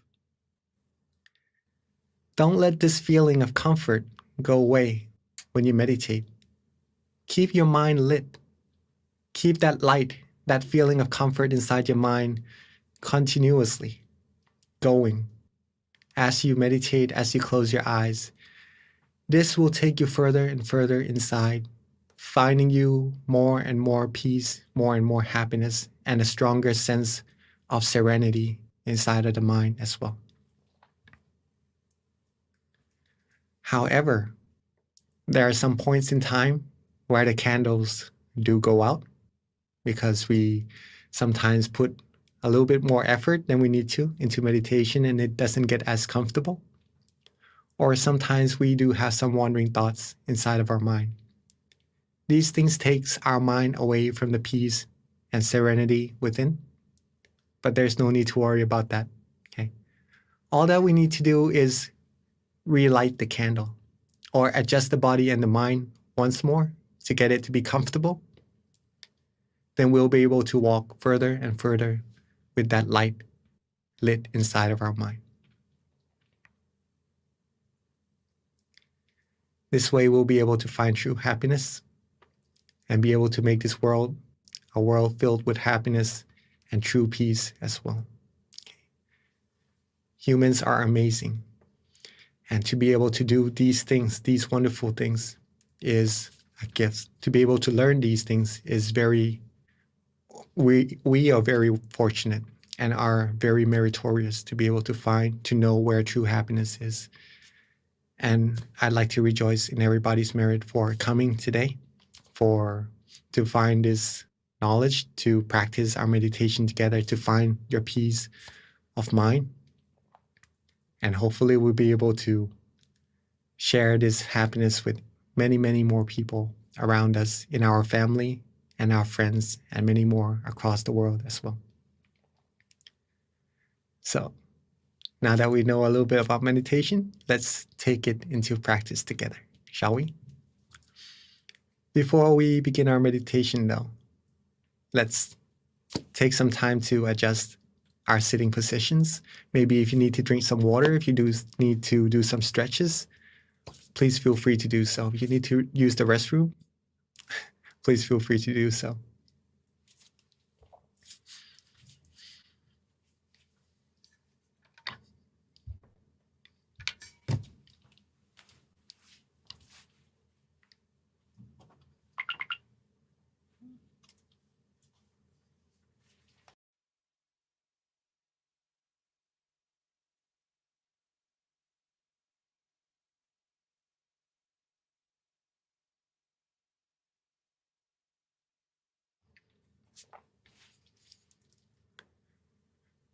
All right.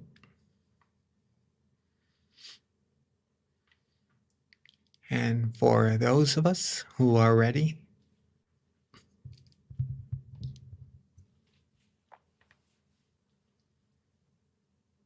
let's begin our meditation together by softly and gently closing our eyes.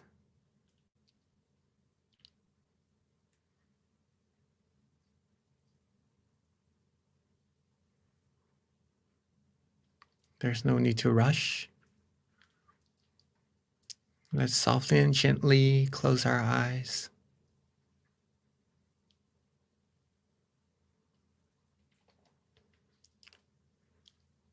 There's no need to close our eyes all the way either. Just enough so that we feel relaxed and comfortable. Leaving our slight room for light to penetrate would also help our eyes relax more. It would help us from putting the extra effort into meditation and to keep our body and mind relaxed and comfortable longer, more proficient as well. So this first step is very, very important. Make sure we close our eyes relaxingly and comfortably, the way we like it and the way we enjoy.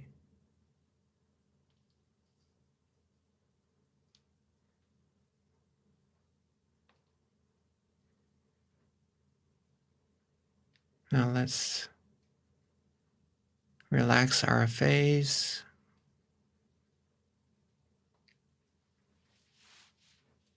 Relax our ears, our cheeks, our chin.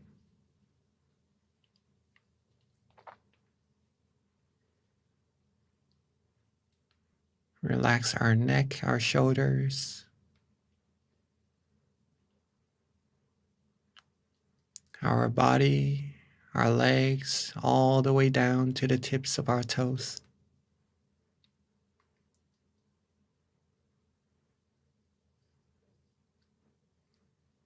Make sure every part of our body is relaxed and comfortable.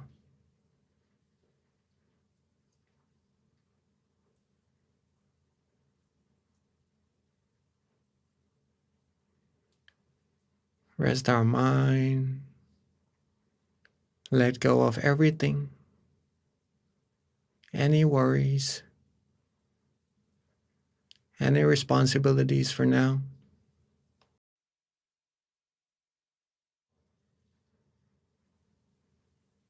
It is a time for us to rest. Rest our body, rest our mind,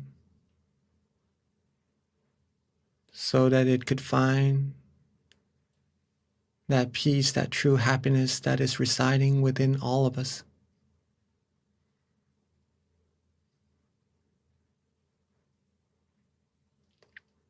If you are starting to feel relaxed and comfortable, that is a very good indication that you are meditating correctly. And at this moment, your candle inside the light inside of your mind has already been lit. All that we need to do now is just to relax and just keep this feeling going. Keep on relaxing and don't worry at all about anything.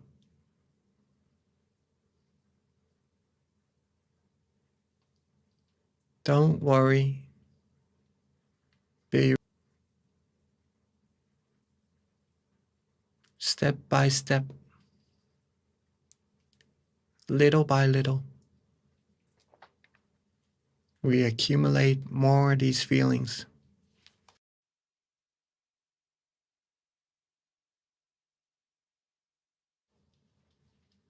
Like adding money into our piggy bank or watering a tree. Little by little, we accumulate the growth.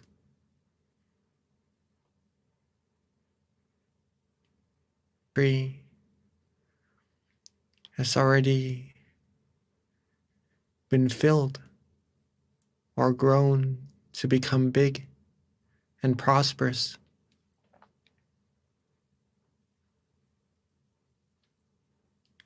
And now if we'd like to get anything, to buy anything, or to take fruit from the tree, we'll be able to do so.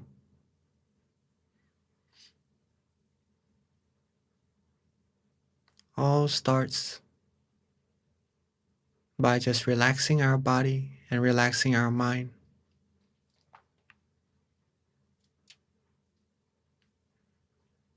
And keep that feeling of relaxation. Keep it going without having any worries.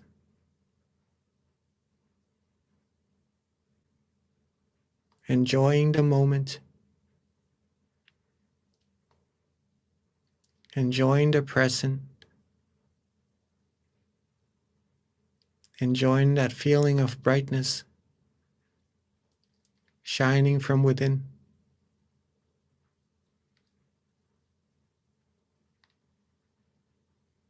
Be with this feeling. It is the most important feeling in this world.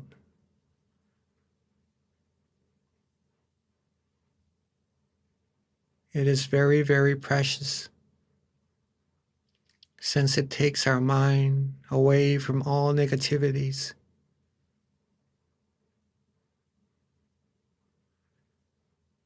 It purifies our mind.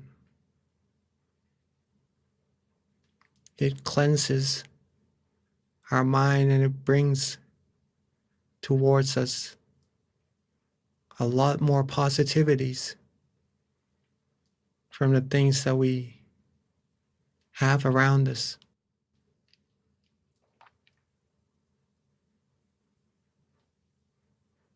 Relax, let go.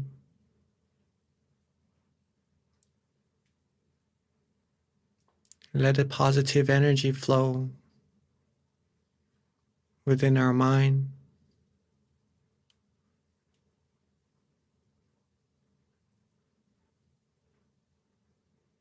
Enjoy every moment.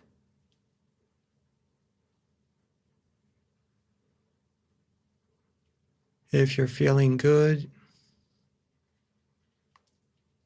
if you're feeling right, you feel that you enjoy this feeling of relaxation that you are having right now. And that shows that you are practicing correctly.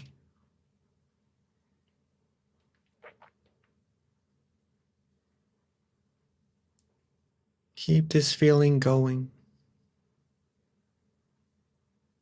And that's all that we need to do. It is like riding a train to a destination where the road is to be relaxed and comfortable. And whether the train reaches the destination or not, when we sit on it, we do not really think too much about it.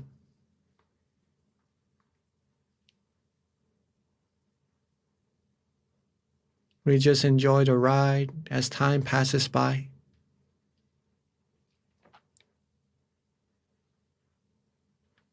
If we're able to do that same thing with our meditation, we just enjoy that ride, enjoy that feeling of comfort inside.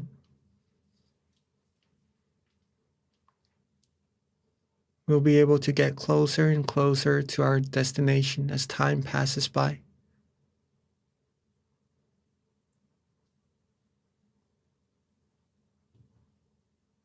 If we do not care much about what goes on inside our meditation, nothing will be able to hold us back from traveling further inside.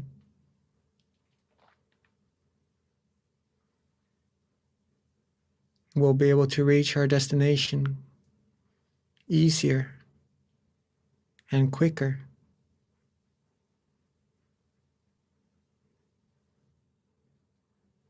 Some may start to have some meditation experiences as they're able to be relaxed and comfortable for a longer while.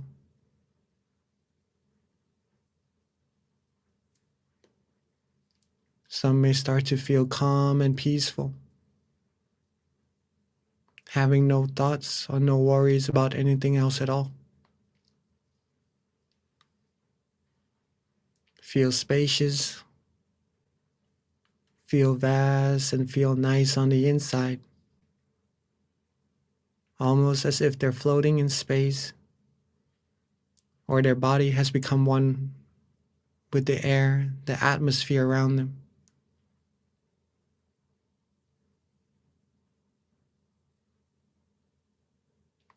Some may even start to feel some brightness inside. Feel that the mind is flourished. The mind is expanding.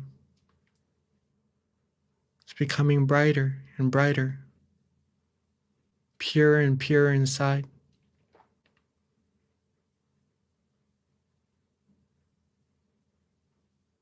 Some may even start to feel some movements. Whatever we feel, if we are still enjoying the feeling, enjoying this feeling of relaxation, whatever meditation experiences we have, don't pay any attention to them. Don't worry. If we're able to stay calm and peaceful, we'll be able to travel within even further and further, finding even more meditation experiences.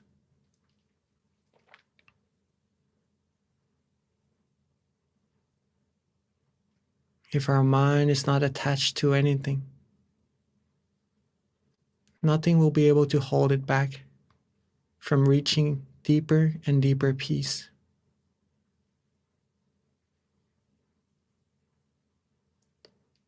So whatever happens in our meditation,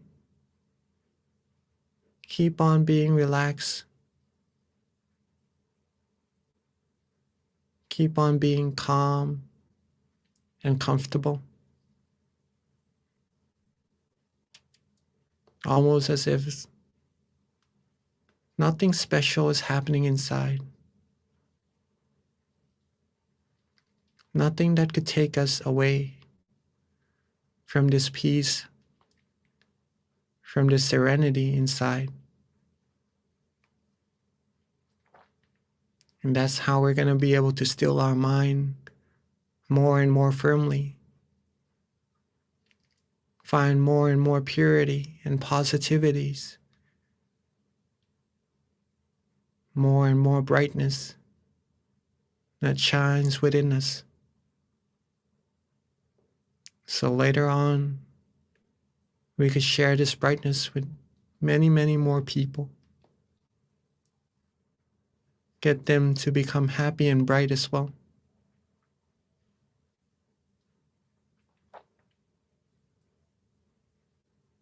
As we are traveling, as we are relaxing, as we are enjoying this feeling of peacefulness, at any moment, if you'd like to use an object of visualization, such as the moon, the star, or even a crystal sphere, please feel free to do so. But to make sure that the visualization goes along with that feeling of comfort that you had earlier, so that it takes the mind further deeper within and helps the mind be even more free from wandering thoughts.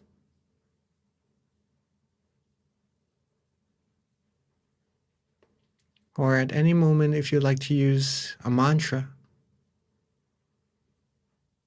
to also help the mind travel further with relaxation and comfort, please feel free to do so as well.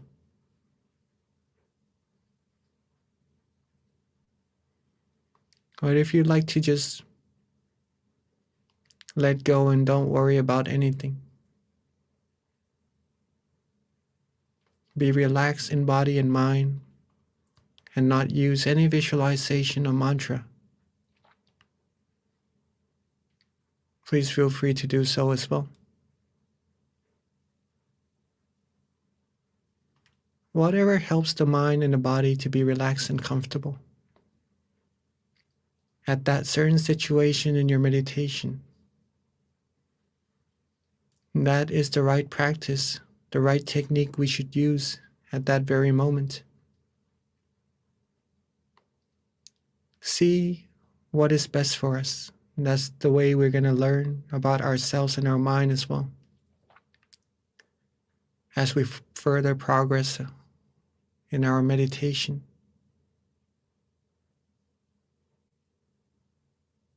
But the heart,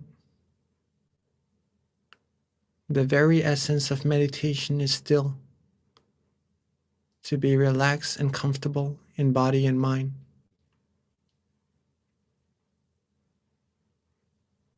So make sure whatever technique we use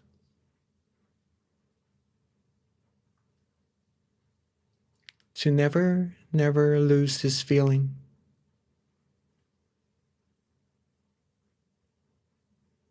Keep our body light, relaxed.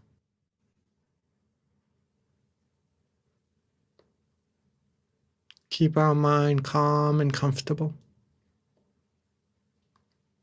Let go of all worries.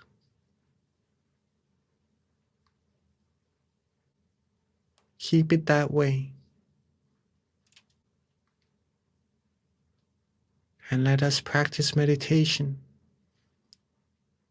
Let us keep ourselves calm and comfortable together in silence for this time being.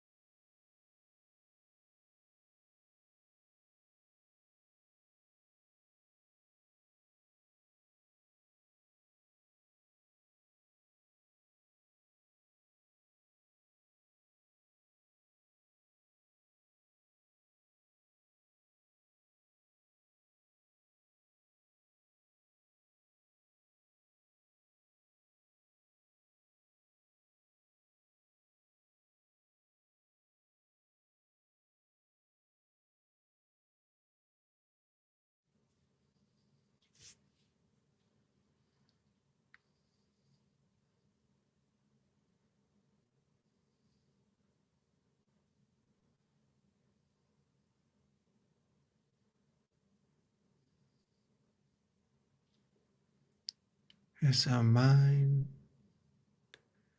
has now become more relaxed and comfortable.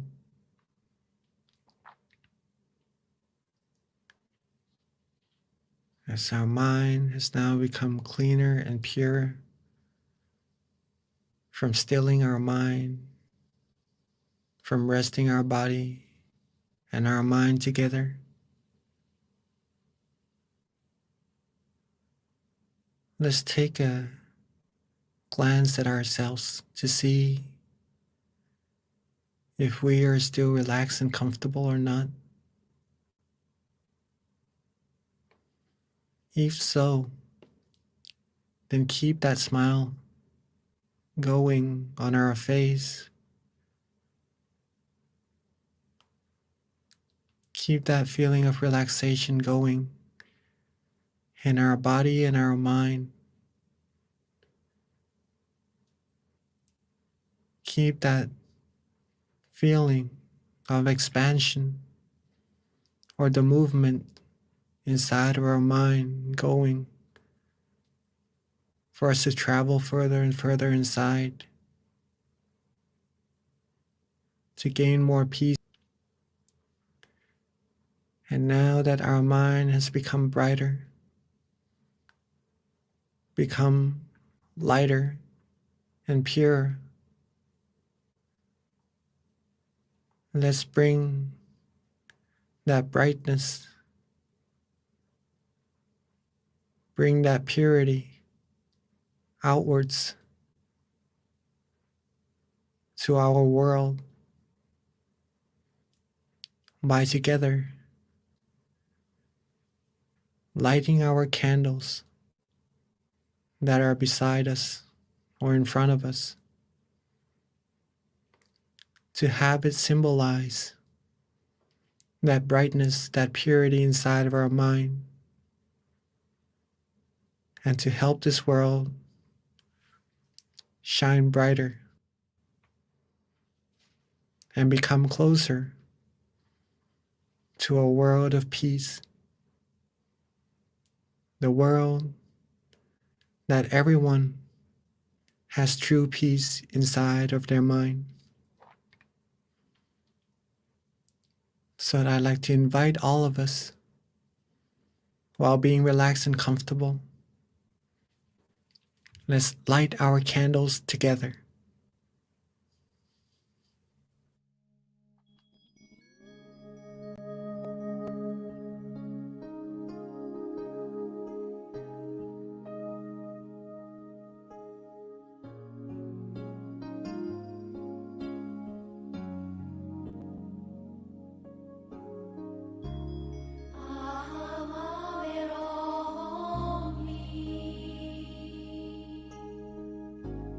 Ah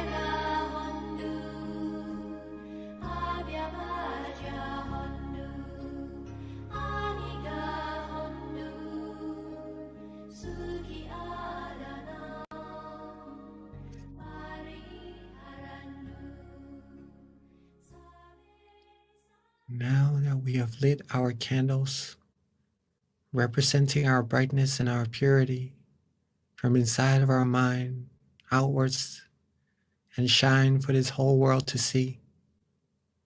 I'd like to invite all of us to sit back, relax, and close our eyes once more. Close our eyes relaxingly and comfortably, and reconnect back to that feeling of. Imagine that candle that we've just lit, or the candles together with everyone that everyone has just lit, and bring those brightness inside of our mind, making our mind shining even brighter, even purer. And let's radiate this brightness. Let's expand and spread this brightness outwards, along with our purity and our positive thoughts, our positive wills, to help all of us, all beings in this world, become happy, become free, become pure, free from sufferings and sorrows. Let's expand this brightness outwards, reaching everyone in our temple, in our meditation center, everyone around us. And let's expand it outwards even further to everyone in our community.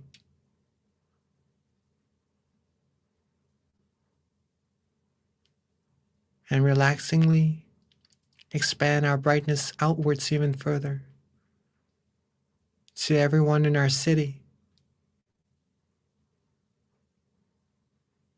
And expand it outwards further and further until reaching everyone in this country, till eventually our brightness covers this whole world.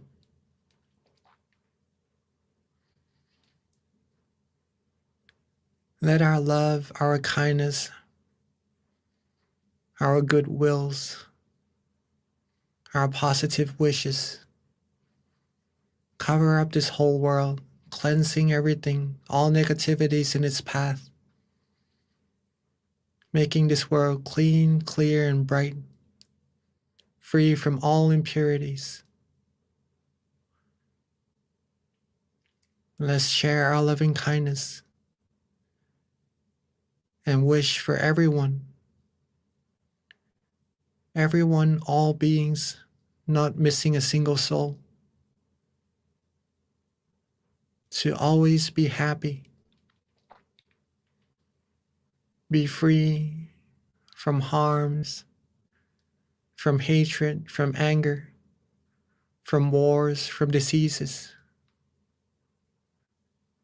Be free from all impurities, all negativities.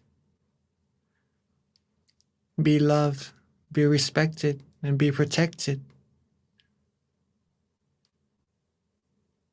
Be healthy. Be fulfilled in all their wholesome wishes. May everyone have the smile in their hearts, have purity in their souls. May this whole world be a world of peace, a world of love, a world of true happiness. May everyone be able to find true peace, true happiness easily and quickly. And may all of us, everyone, reach the utmost of happiness, the utmost of purity, as soon as possible. Let's take a few moments to share our loving kindness to everyone across the world.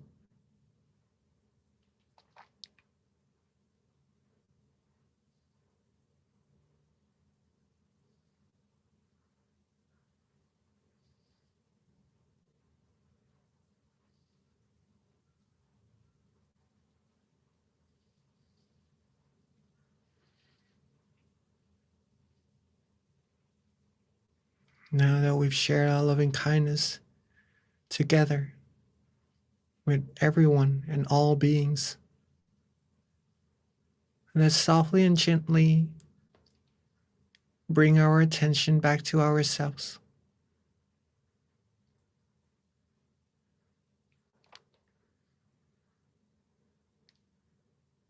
Let's softly and gently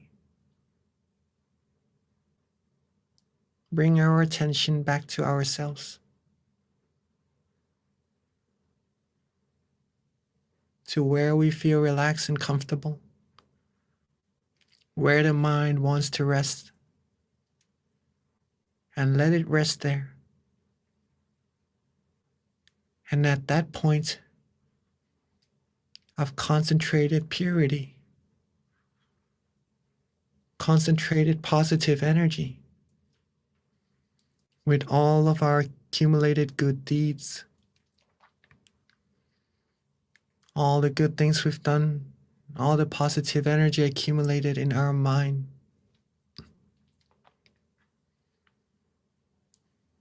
let's wish for ourselves to always be happy, always be healthy, wealthy, successful, fulfilled in all our wholesome wishes, free from all harms, dangers, sufferings, negativities, and impurities, free from anyone who would take us onto the path of ruin, surrounded by good, virtuous, wise people that would help support us, help us reach our goal of happiness quicker and sooner, to support us along the road of righteousness always.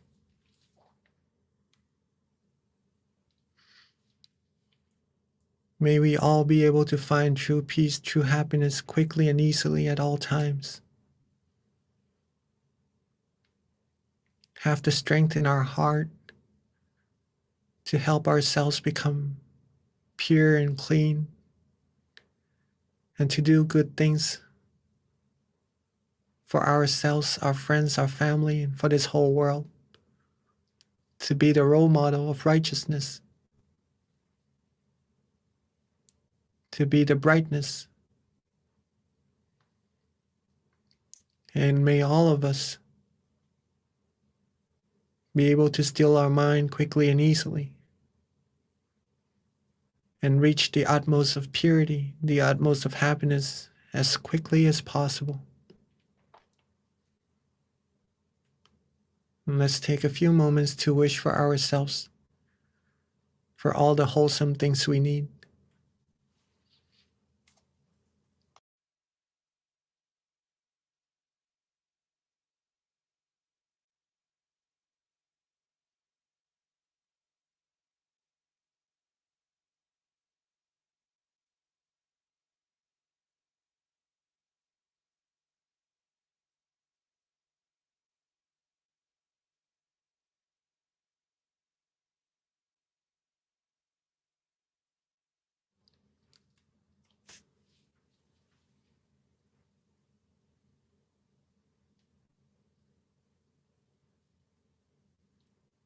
Now that we are coming towards the end of our session together, let's make sure that we are still relaxed and comfortable in our body and our mind. If not, then we could do a little readjustments to get ourselves right where we like.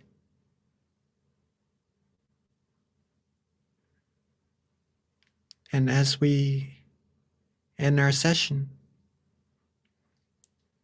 make sure that we still have this feeling with us, to maintain this feeling as long as possible, and to reconnect back to it as often as possible throughout our days. And if we are ready, let's end our session together And softly and gently open our eyes.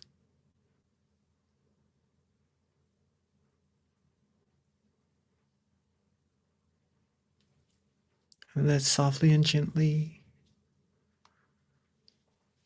open our eyes.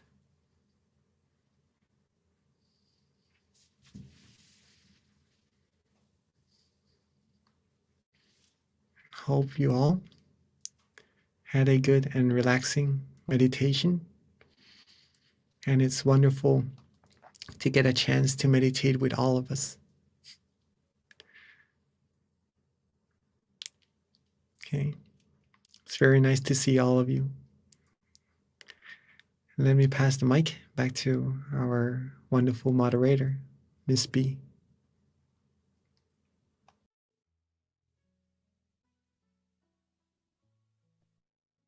Okay, I'm struggling a little bit today with the mute button. So sorry about that, you guys, but I'm glad it worked. Hopefully you can hear me okay. I'm having some technical issues. That does happen sometimes. Thank you. So this about wraps up our meditation session tonight for November. Before transitioning to Q&A, just a couple of announcements. First of all, we do have a survey that we prepared. So if you are online, please do look at the chat. We've got a little link for you to click so that you can fill out the survey and let us know how we're doing. Definitely the feedback's going to help us have future sessions that we can improve on. If you are not online, no worries.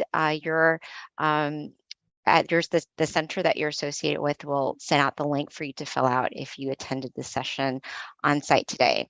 Also, please mark your calendar for Wednesday, December 7th.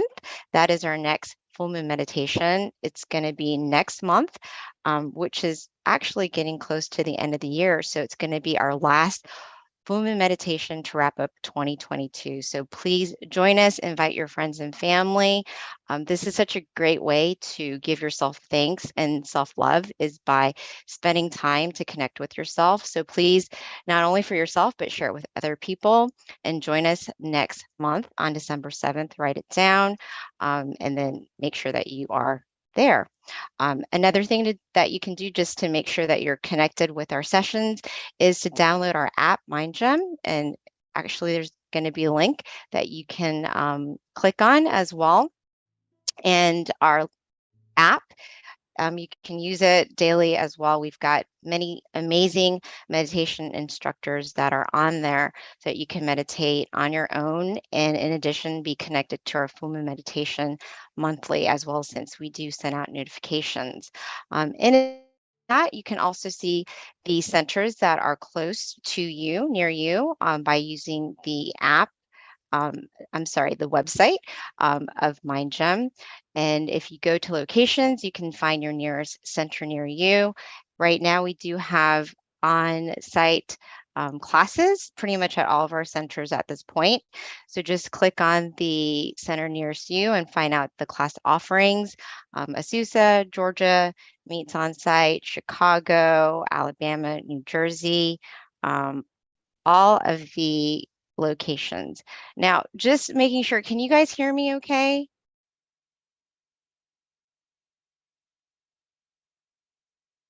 Okay, good.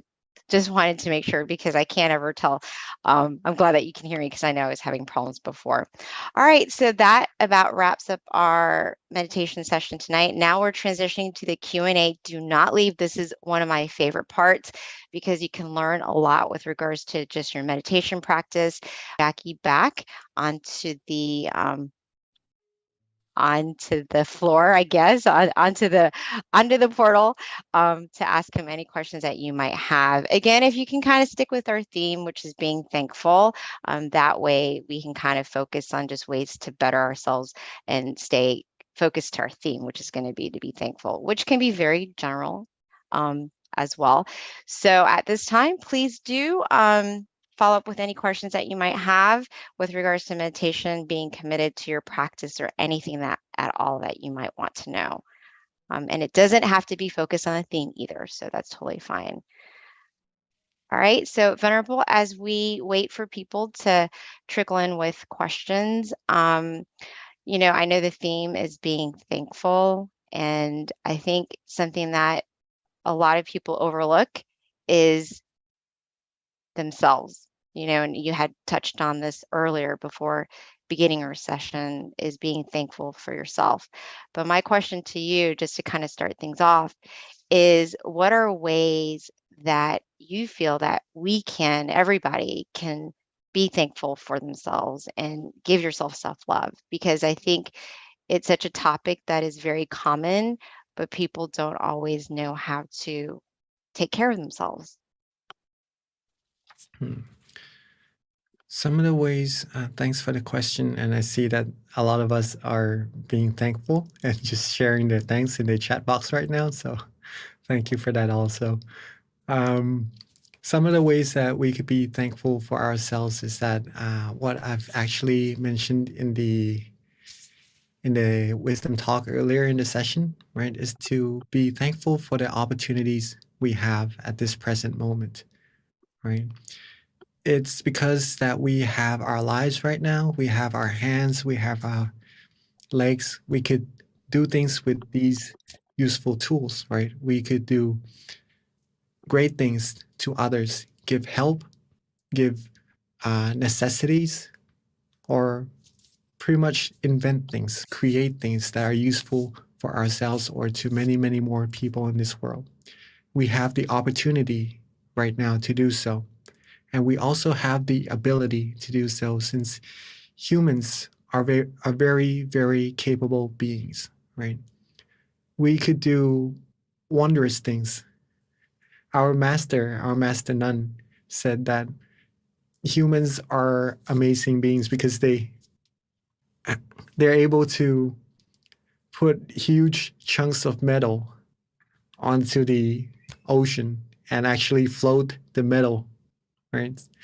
Some of the things that fascinates me is pretty much putting metal in the sky, making airplanes, and creating all wonderful things for humankind's sake, right? For everyone to live easier, live more happily. All these things shows how very capable humans are, and that we could, if we wanted world peace, we are capable of doing so as well. So these are the opportunities we have, the abilities we have to do so. It's the matter of if we're going to be doing it or not. So to appreciate our lives, to be thankful for what we have, we could use these opportunities, these abilities to do so, to create world peace, to create peace for ourselves first, and for everyone in our family, and then later on to the world. These are some of the ideas that we could do so, could take into account or take into practice if you'd like to, or if you have some even greater ideas, then please feel free to elaborate on it or maybe to take it into practice as well. Yeah, Venerable. So you do have a lot of people definitely commenting and giving thanks for the session in general. So, there are a lot of thankful people. So with regards to just being thankful in general, Venerable, like what about people who have just a little bit more darkness in their mind? Because, realistically, there are so many different people going through different things, and sometimes it is hard to appreciate that you've got the human form, that you have like everything, because no matter what, it's so easy to kind of compare yourself to other people and then feel like, oh, they seem so much happier than me or whatever. So I guess with people like that, how do you kind of help give them a little bit more insight to train yourself to just be thankful with what you have, be content with what you have, and kind of just more focus on your lane instead of just trying to like look at other people? It's always easier, I think, said than done. I do think it's training your mind as well, but it's not always easy to do that either. These things do take understandings and the openness of the mind also. The person has to be willing to take into their acknowledgement some of the the knowledge that we have to be able to clear all these negativities inside of the mind. If this mind is shut from these things, then it is hard to reach in and help to take all these negativities out. So these are where friends, good friends, come into play very crucially, right? Sometimes it is hard. For myself, it took my very virtuous friend. Actually, she's my mom, right? Took her over 20 years to be able to open up my mind towards this path of righteousness, to clear the negativities out of my mind. And I know it's very difficult, but we can't avoid it, right? It takes friends, it takes virtuous friends, the people who know what to do to clear out the negativities in the mind, to help those who aren't yet able to do so. Okay.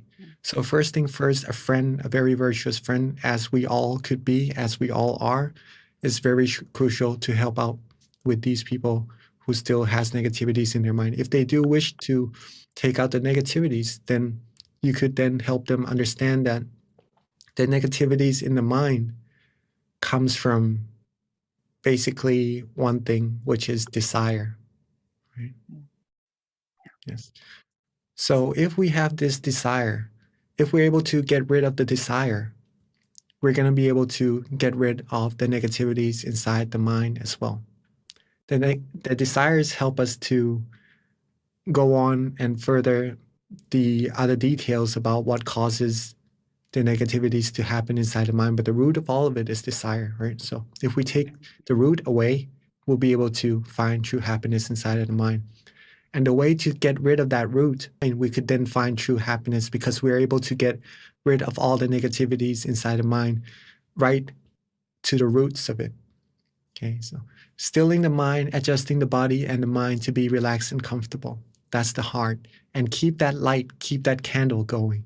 Keep that brightness, that comfortable feeling inside of our mind going continuously. We'll be able to get closer and closer to that purity inside of the mind. At first, it may be hard to understand of why do we need to still our mind. If we truly like to help people be happy, right? And some of the things that we could start by doing is just to invite them to come to our full moon meditation together. Get them to sit and just to relax for a little bit. Our teaching monks here who comes to guide you meditation, Monk Daniel and all the other monks in your center, are very skilled in meditation. So they could give you some knowledge into how to meditate, right? But first thing first, get them to be relaxed. And when they're relaxed, when they're able to find peace inside their mind, who knows, they might be able to find even more than just peace inside their mind once their mind becomes still. And when they're able to find more than just peace, or to know what is actually inside of their mind, that's how their mind gonna open up to more knowledge to help get rid of all negativities and to find peace inside. And then they could become virtuous friends for many, many more people around as well. Hopefully that makes sense. Yeah, Venerable, that was so good, actually. I feel like, I was trying to take notes because I think it's very profound. And one of the things that you mentioned, and I know that there's a question, so I'll get to that too. But one of the things that you mentioned that I thought was very just insightful is the delusion part, because I do feel like there's a lot of people that don't even always have an interest to still their mind. Like they don't even take the time to stop because they are kind of in a rat race. How do you help people like that, Venerable, in terms of people that, they don't even know it, that they need to still their mind? And their days are just kind of ticking by. And you just want to be that virtuous friend. Do you just kind of wait until they get, just figure it out? Or because to each his own time, right? It may take some work to do so, but one of the things that could help is to help them find the significance of getting some time to relax instead of just working all the time, right? Because even our phones, when working all the time, it needs recharging. So our body, when working all the time, our mind, when working all the time, we need recharging as well. Some of the things we do to recharge is to sleep, right? Or maybe to rest. But meditation, sleeping is just to rest the body. Maybe the mind is not at a fully rested state when we go to sleep. Meditation is what really helps rest the body and the mind simultaneously. So that's going to be a better rest, a better recharge for the body to help on with whatever tasks those need to be done, right? So you could explain, actually your own practice would be the best proof towards why meditation is so important, why you see it is significance. You could help share that significance with the people who you wish you'd like to help also. And that's going to be more powerful, right? Because it's from your own practice. So that's why coming together to this full moon meditation to practice, to find your own peace and to find the significance for yourself of why we need to rest and to still our mind would be very beneficial to help others as well. Okay, thank you, Venerable. So we've got a really good question that came from Panavi, and her question is, could you please comment on how the feeling of thankfulness or keeping a gratitude journal can help deepen our meditation practice? That's a very good question. Yes, thank you, Dr. Panyawi, and rejoice in your merit as well. Right? So being thankful, keeping gratitude journal.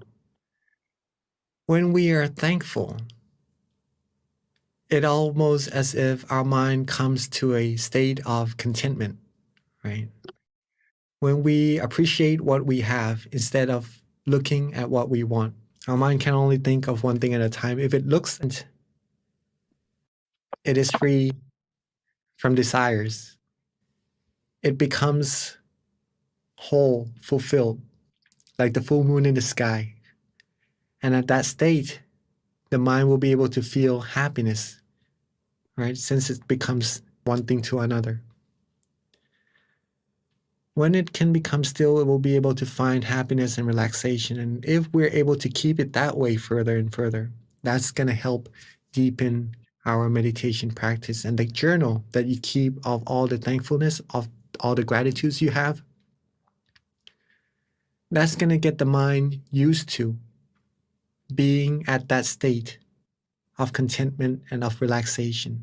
Right? The more you think about good things, the more you think about positivities, the more the mind will be free from all negativities. It's about habits.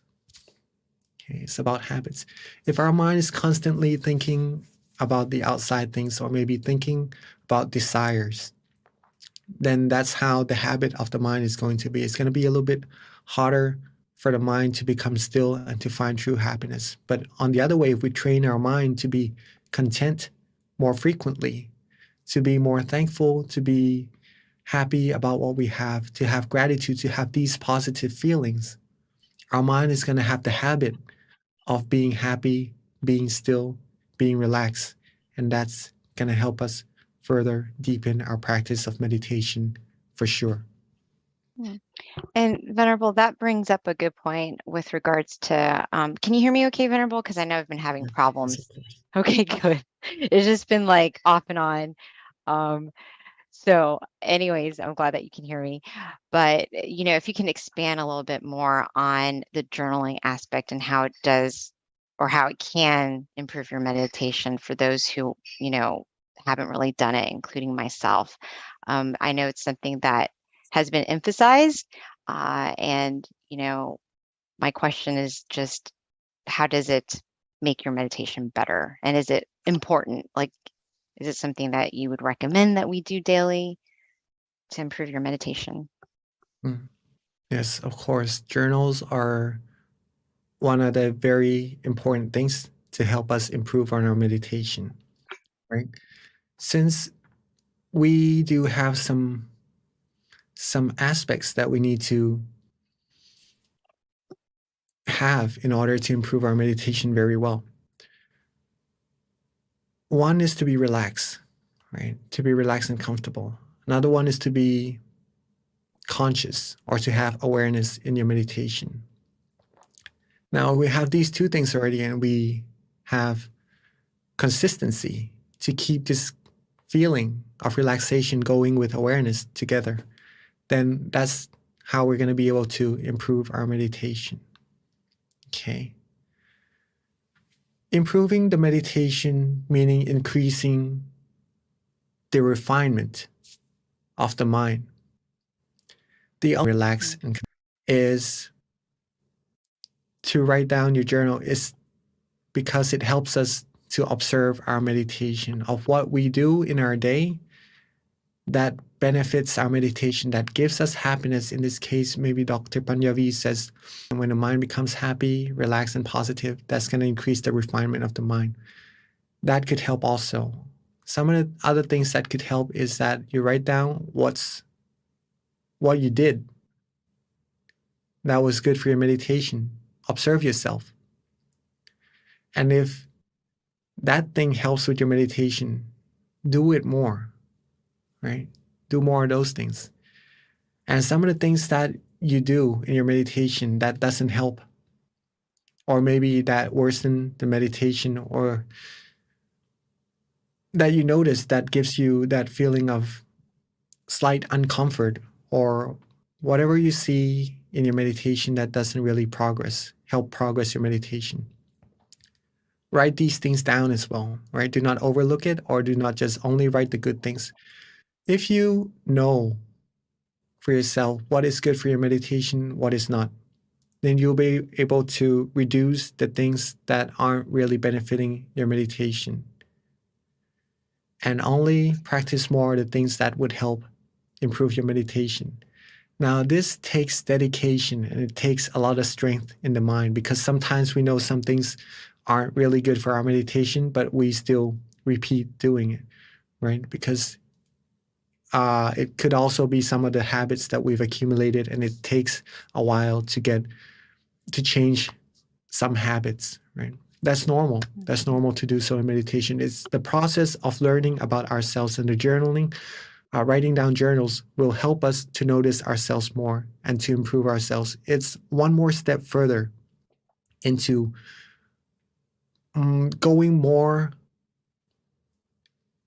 putting more effort into the practice of meditation, being more real towards meditation, shows how much you really want to get better in meditation, right? Some people just meditate to relax, to be happy, to be calm. That's good enough. You want to go further, want to go deeper, study more about meditation. That's one step to help you get even deeper, right? Is to do journals. Thank you, Venerable. So that leaves me to the last question, Venerable, which is, when you do meditate, I feel like that is a way that you're giving yourself self-love. You're spending time with yourself, right? My question to you, especially with regards to the journaling, which you've emphasized can help you, what are some things that you should, I guess, focus on when you're writing the journal, like a little template of just how to keep track of your meditation? Is it just kind of like journaling, like when you journal about anything, you're just kind of rambling on, or are there maybe like 3 points that you should focus on each time you write the journal? And I guess that would be a great last question, since it is almost 10:30, and that way we can all try to write it and keep a daily journal ourselves, including me. Okay. Journals are different from each individual. Okay, let's put it that way first. See what suits your meditation at that moment the best. See what journaling styles that would help you, in your opinion, that would help you improve on your meditation, right? But some of the things that I'd like to share that help with mine, some of the things that you could do, okay? Within a session, maybe an hour session, just to make a timeline and to see how much time we're able to be relaxed and comfortable within that session, and how much time that we have lost to having our mind wander off, or maybe having some tension or some sleepiness in our meditation. If we are able to do that, just roughly, right? It doesn't have to be exact until it comes to be a worry inside of our meditation so that we can't really focus on being relaxed. But if we're able to do that roughly, we'll be able to see ourselves of how much time that we're actually refining our mind, or how much time our mind could be still, and how much time we need to improve or lessen the wandering thoughts or the tension inside our meditation. That's one way to write down your journals about. Some of the things that I also do is to write down how many times I'm able to get to the meditation experience inside of my meditation, right? For example, maybe this session, I'm able to go to the meditation experience that is my goal, right? 10 times or 20 times, right? I'll write that down. Or maybe today I have a goal to do it more times. Then I journal, write down the journals that would help me reach my goal, to see where I am and how much I need to do more to reach that goal. That also helps improve the meditation. If we want to go more relaxingly towards journaling, we could simply see in your meditation of what you did. For example, if this time you close down your eyes, you relax and let go. And just by doing this, you're able to reach your meditation experience or to be happy. Then you simply write that down. What you did, pretty much just to relax and let go. Write that down. Or maybe at some point in your meditation, you're able to use an object of visualization and get in even deeper in your meditation. Maybe you write that down also. Okay. Or if you use an object of visualization and it doesn't help you go deeper, you write that down also. And maybe you could figure out of why does this happen at that situation? Why does this happen in this situation? Then you can contemplate on these things and help reduce the errors, improve more on what is done well, and then that would help you improve on your meditation also. So these are some of the ideas that you could use. Thank you so much, Venerable. I definitely am committed to trying to improve my meditation. So I'm, everything that you're saying, I'm taking very seriously, because I do want to. Not seriously, I shouldn't say that, because you don't want to take meditation too serious. But one of the things is, and I think that this is probably a common thing for a lot of people who do meditate daily, is, you kind of reach a plateau and you want to get better, and of course it's hard when you want anything. So having a little bit of guidance and kind of self-reflecting, I think, is going to be beneficial, not just to me, but to anyone who's trying to improve. So thank you so much, Venerable. All right, so Venerable, at this time, we are wrapping everything up. If you can just give us a blessing before we head out. And everyone, if we can just put our palms together to accept this blessing from our teaching monk, Jackie. All right, so let's reconnect back to that feeling of comfort inside of our mind. And thank you for everyone for joining. Hopefully you all are relaxed and happy inside of the mind and are more pure and cleaner. With all these positivities accumulated in our session, all our good deeds, let them all come together into a clean, clear crystal sphere. May we always be fulfilled when we meditate. May we be able to still our mind quickly and easily.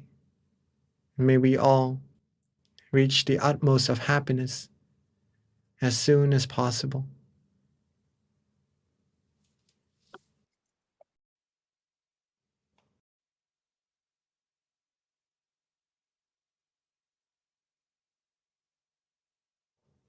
And rejoice in everybody's merit. Thank you again, Monk Jackie, and see you at the beginning of 2023. But for everyone else, don't forget December 7th, Wednesday is our next meditation session. And please don't forget to fill out our survey, which we'll put on the chat one more time so that you can give us some feedback so that we can continue to improve on these sessions, these full moon sessions. Thank you again. And as always, meditate often and meditate well. Bye. See you next month.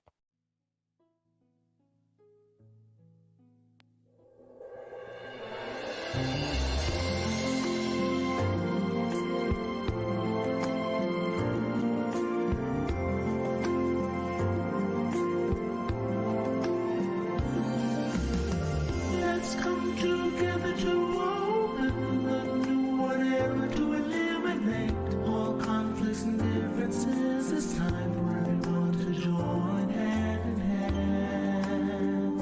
At last, now the world's beyond healing. It's time to change the world. As the one who knew in the past,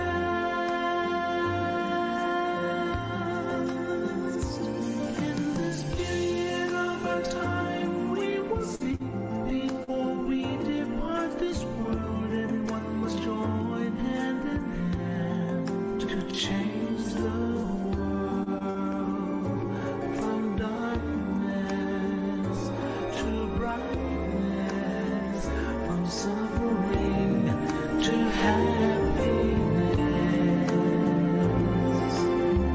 from ignorant to the knowledge world.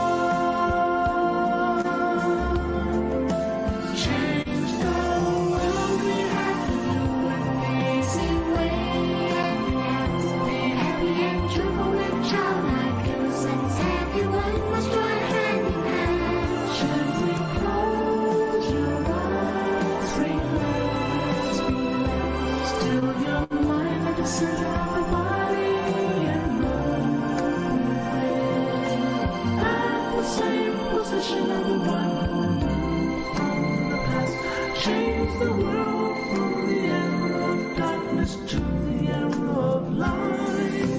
From the old era to this new era, the world will be like heaven on earth. No classes in society.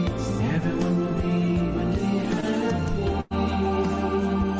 We speak the same really language. Become as one with smiles of love.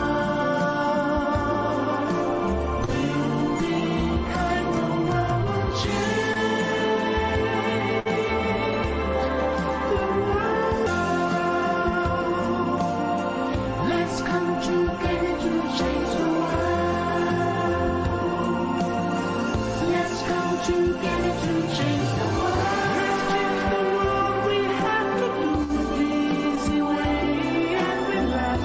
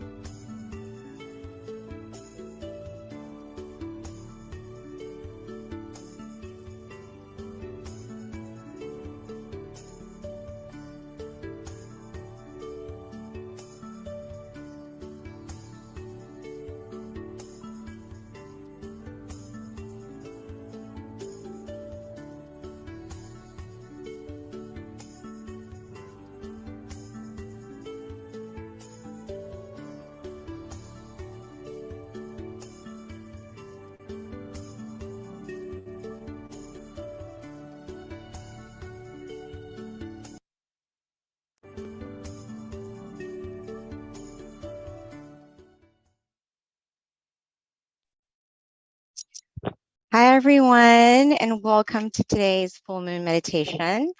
Today is October 10th, and for those who don't know, today is considered World Mental Health Day, which is actually marked every year on this day, which is October 10th. So it's pretty special that we're all here today to meditate together.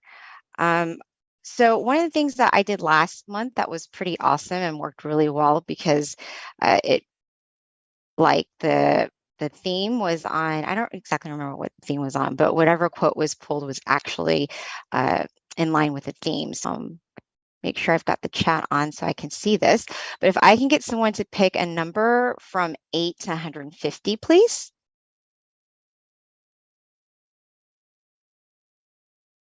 All right. Thank you. All right, 32. Got it. 32. I'm just going to get the first one. Okay, so we're going to do 32. And this is our quote of the day, which is going to ideally help inspire us to meditate because all these quotes are pretty profound and can help us meditate. So we're going to do 32. And I have no idea what you picked, so let's hope it goes in line with the theme. So today's quote is universal suffering. Someone may want this, but get that. We choose our spouse because we think we will love each other forever. At the beginning, it is sweet, but then it changes through time. Everyone has to face something is universal for every living being. The Buddha found that the way out, and whoever follows this practice will attain the ultimate peace and will become acknowledged, awakened, and overwhelmed. When we know our own story, awake from the matrix, the mind will be joyful and peaceful as a result. So that was today's quote. So thank you so much for picking that number, 32. Another thing that we did in the past 3 months is, if you don't recall, we've been doing this thing called a mind challenge, which is an opportunity for us to build on a habit that we've been wanting to improve during this special time. And this actually marks the end of that challenge. So I'm going to share my challenge and what I did, and hopefully we can get some insight in what you hopefully experience and that you're able to build on during this 3-month mind challenge. So for me, I actually tried to increase my meditation more, and I did that throughout the past 3 months. So I'm proud to say that I actually did that. So if anyone has a story that they want to share with regards to something that they were able to commit to, please share it on the chat so that we can all see it, and it'll help inspire somebody else. But don't forget, it doesn't matter, even though this mind challenge is complete, it's still something that you can continue to do on your own every day, is to improve yourself. So with that, I'm going to introduce our teaching monk, Monk Daniel. A little bit about Monk Daniel is that he's been a practicing Buddhist monk for over 10 years now. His dedication is to meditate, and he's been dedicated to this practice and trying to do it passionately for over 10 years. His goal is to spread meditation to the world so that everyone can find true happiness inside. So at this time, without further ado, let me introduce Monk Daniel.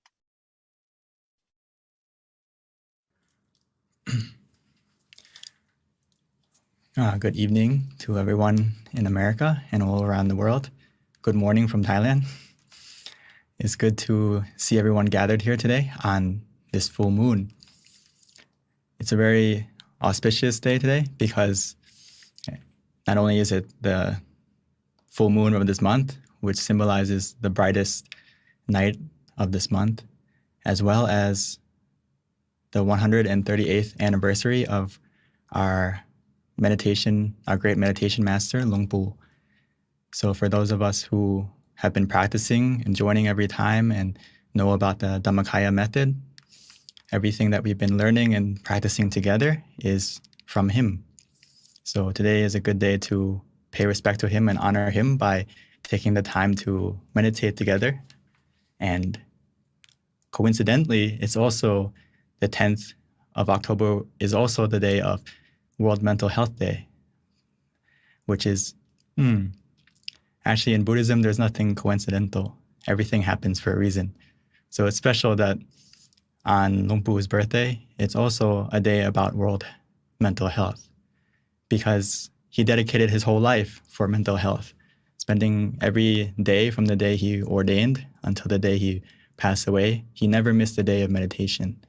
And he dedicated his life to understanding it and teaching it and giving us the knowledge to now, over 138 years later. So we are taking the steps in the right direction for ourselves to look after our mental health, which, as we know, nowadays, now than ever, we really need to look after that. As we are starting to learn about it more in the Western world, maybe in the East, we've known about it for a little bit. But in the West, we're still learning step by step on how can we develop our mental health and look after it. As our lovely monitor, Miss B, mentioned a moment ago, right?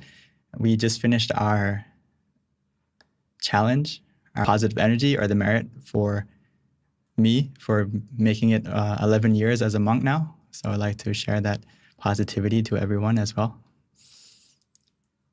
Anyway, let's learn today about how can we take care of our mental health.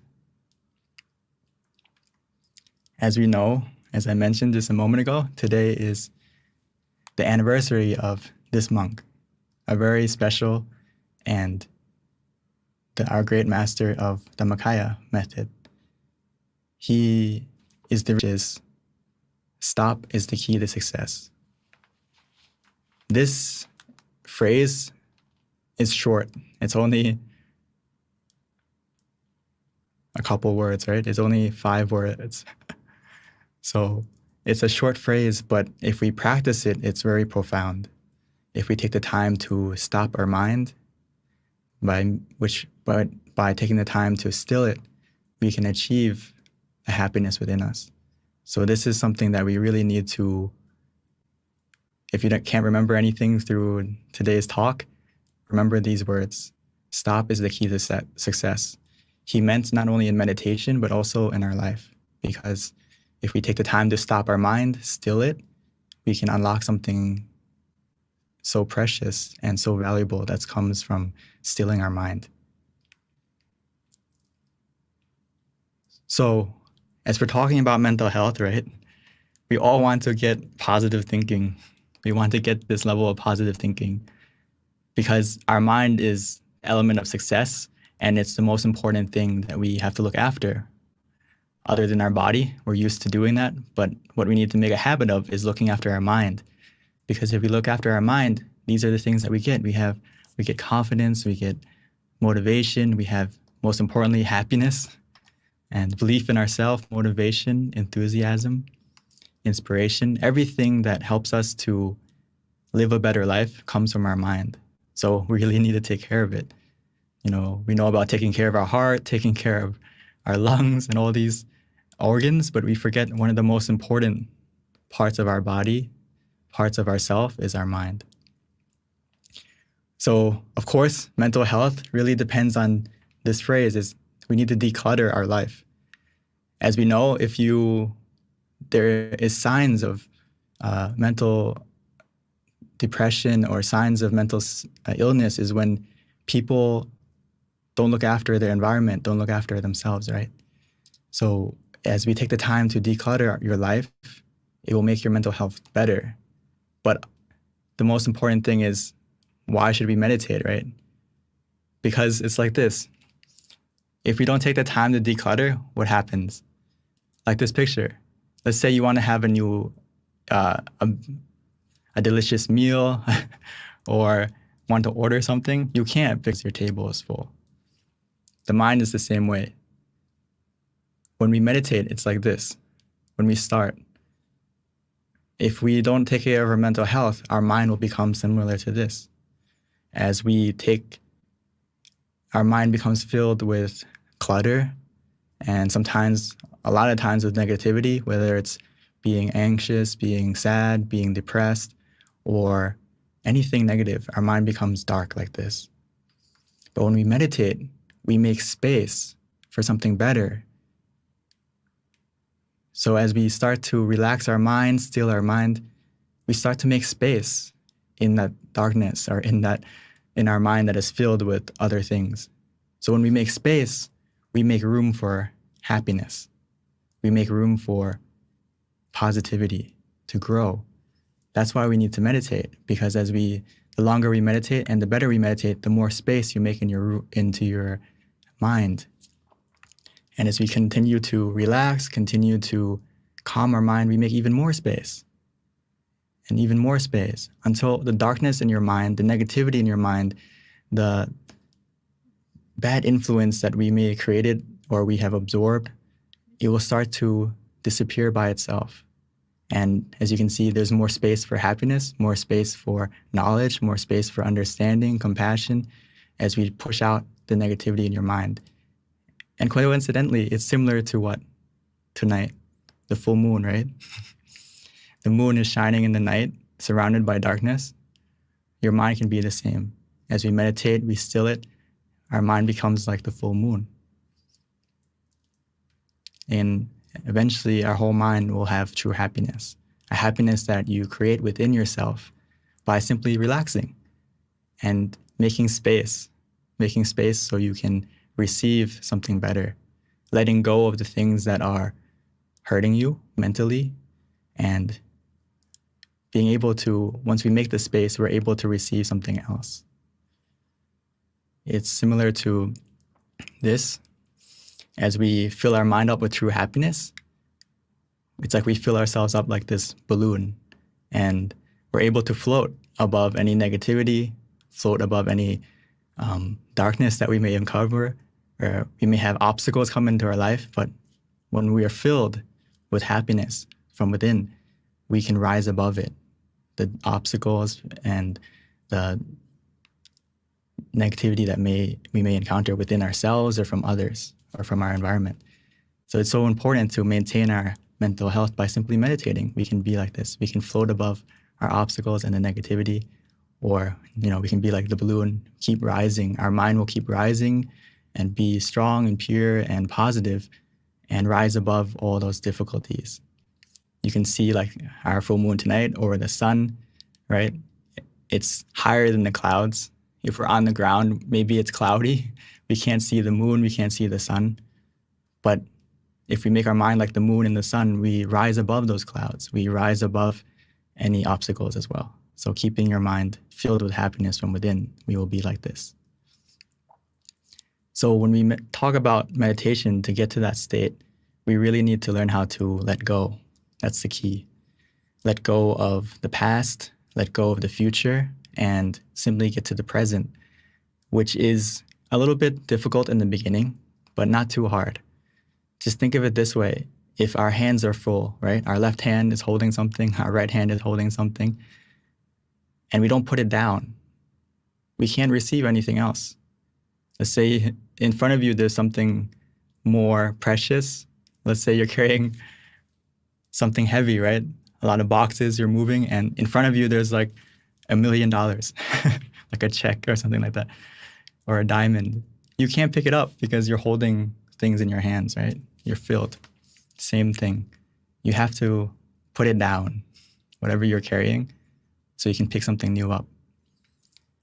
And the way to put it down, and you just have to put everything aside for a moment mentally, or be able to relax our hand, relax our fist. You can't open your fist by using more effort, right? You have to relax, and you can slowly open your hand. Your mind is the same thing. A lot of times throughout our day, as we use our mind and we think a lot, our mind is closed like this, sometimes very tight. But as we relax our body, relax our mind, it starts to open up naturally.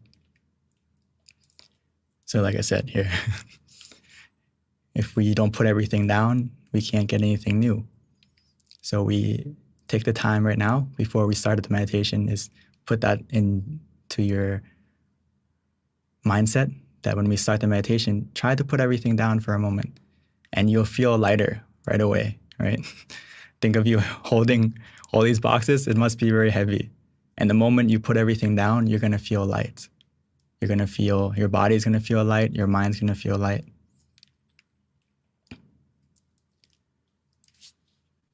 So as Luang Pu said, right, stop is the key to success. And when we do that, our mind becomes to be still. So when we still the mind, we begin the change within yourself to look after your mental health, right? And to make your life positive. We may think that, hey, how can making my mind still or stopping my mind be the key to success? You can look at it like this. When you still the mind, your mind becomes positive, right? It fills up with happiness, like we mentioned. And when your mind is positive, your speech will be positive.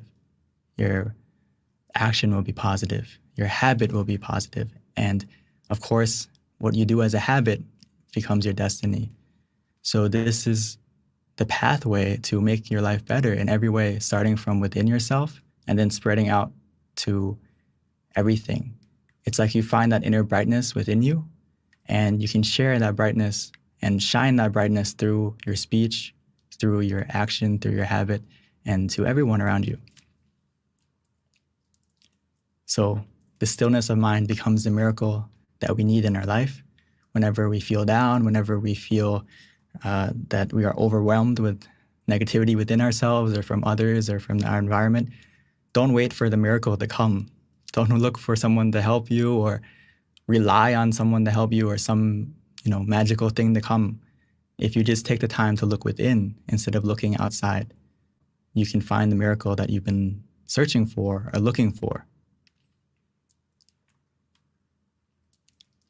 Just remember this recipe. It's not a secret. Most recipes, we like to keep it in the family or keep it as a secret. We don't want to spread it. But this recipe, I would like to share to everyone, and please write it down mentally and maybe physically so you don't forget and use it every time, is that this. With a mind that is clear and at ease, we can achieve anything. If our mind is at the seventh base, which is at the center of the body, anything can be achieved. This is a translation from Luang Por, which is another great master of ours, which he connects to Luang Pu. So remember this recipe, and we will have success in everything we do. And I always use this as when I feel overwhelmed, when I feel stressed, I feel uneasy. I always remind myself, hey, I need to clear my mind, make it at ease, keep it bright, and then everything else, we're going to be able to see the solution and know what to do next. Because unfortunately, we can't, go and buy the essence of positivity in some store or, on Amazon. Unfortunately, there's no deal to buy it, but you can create it within yourself following that recipe. And every time you meditate, every second that you calm your mind down more, it's like you're filling yourself up with this positive essence. And once you have that full essence, you can not only use it for yourself, but you can also share it.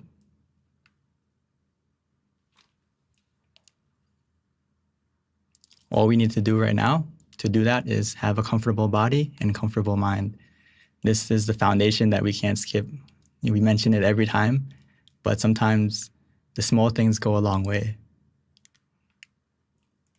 Remember that before we start the meditation now, keep your body comfortable the best you can. You can stretch a moment or adjust yourself to a comfortable position that works for you. So it's very important to adjust the body to prepare yourself. So, sometimes we have to take a sip of tea, some coffee, some water to freshen you up. Maybe in the future, before you come to meditate, you can take a shower. And most of us tonight, we've already taken a shower, so we're probably fresh and alert and ready to meditate. And of course, a small stretching can go a long way. And the comfortable mind part, this is a little bit more difficult, but actually easy if we just do in the beginning. Just learn how to put everything down mentally by just talk to yourself. Today's this moment for the next 30 minutes that we're going to meditate together is, and learn to let go. Learn to let go, like this picture. If you hold on to the lantern, everything in life, there's a moment for us to hold on to it and let go. Nothing in life, like the quote in the beginning, right? Universal suffering. It may sound a little bit pessimistic, but it's the truth. Everything we encounter, we have separation. But that doesn't mean it has to be negative. There's a time for everything that we have to hold on to and let go, right? The bird has to leave the nest eventually, right? Your children have to grow up. your parents have to pass away. This is reality. But as you can see, like the lantern, if you hold on to it too long, what happens? It burns, right? It burns up and it hurts you. So eventually, when the lantern fills up with the energy, with the oxygen, right, with the gas, we have to let it go. And when we let it go, it floats up and it lights up the night, right? So as we let go, it actually creates something more beautiful as well, making the light, spreading the light to the sky, and we get to see that event happen. So sometimes so right now, all we need to do is change our focus to comfort. And we can do that by using the mantra, using the visualization to help you change your focus. And now all we need to do is follow the comfort. Follow the comfort. That's it. If you can't remember anything, just follow what makes you feel comfortable. And if you don't feel comfortable mentally or physically, just adjust. Don't use force. Don't use any effort. In Thai, sabai, relaxing and comfortable. That's all we need to do. So without further ado, let's take the time to meditate together and look after our mental health and take the steps to develop ourselves mentally, and then we will see that success happen in our life. So before we start the meditation, like always, let's take the time to relax physically first. If you are ready, you can start. If you're not, take the time to adjust until you feel comfortable.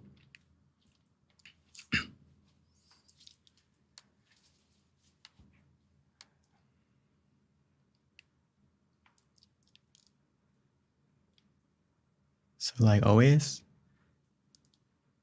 no matter how many times we meditate, or especially if this is your first time, take it easy, take it slow. No need to rush. Right now, it's time for us to rest. Right now, it's time for us to look after ourselves, to look after our mental health. As we try to follow and understand the wisdom from Luang Pu, the great meditation master, where he said, stop is the key to success. That process begins right now, as we take the time to adjust our body, finding a position that is comfortable, relaxing.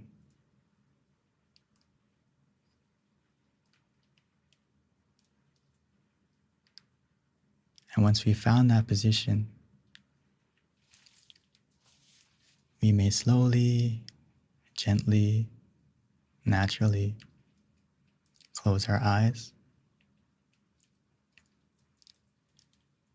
Closing our eyes in a way where we feel relaxed. The same way we would when we go to sleep. Because right now is a time for us to rest. But a special kind of rest, where we feel conscious and comfortable together. So once we've adjusted our body to be comfortable, we've closed our eyes to be comfortable, we can begin to let go. Starting from our eyes, we can let go of them. We can forget about them completely. Because in meditation, we don't need to use our eyes. It comes from our feeling. The feeling of relaxation and comfort is the heart of meditation. It's the only thing that we need to use. as we relax and release every part of our body. Taking the time to make sure that every muscle is free from any tension, any tightness. Whether it's our face, our eyebrows, our eyes. Relaxing and releasing our shoulders, arms, placing our hands comfortably on our lap.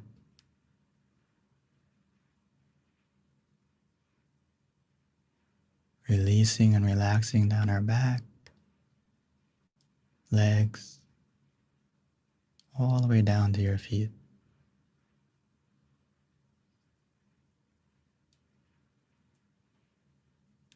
And just to make sure that you're completely relaxed, we can take a few deep breaths,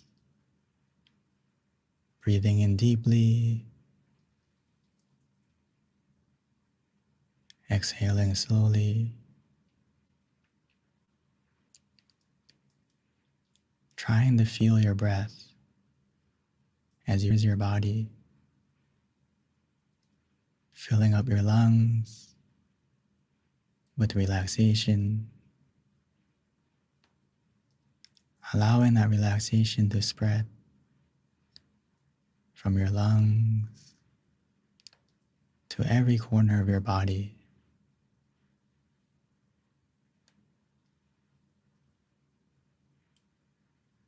As the sensation of relaxation soothes,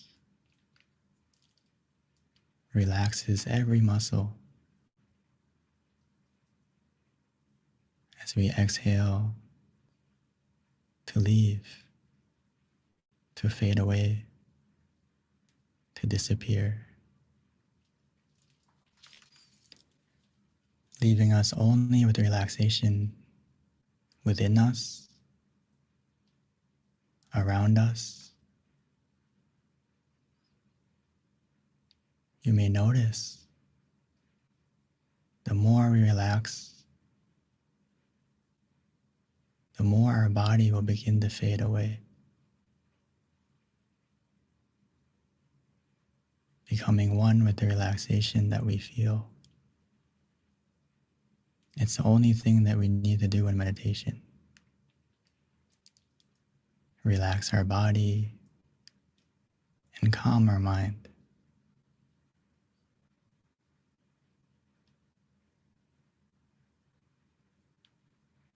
As we relax our body, our mind will have the foundation to begin the process to become. Now all we need to do is let go mentally. We need to stop carrying all our burdens, all our worries, and even our responsibilities. Put everything aside. Right now, the only responsibility we have is to ourselves, to everything. But now it's time to give that love to yourself.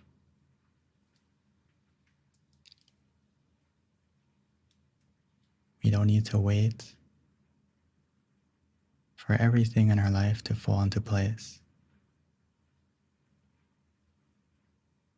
We need to make sure that our mind is in the right place first, in the positive place within you. We can connect to that space easily and simply by following the words of Luang Pu. Stop is the key to success.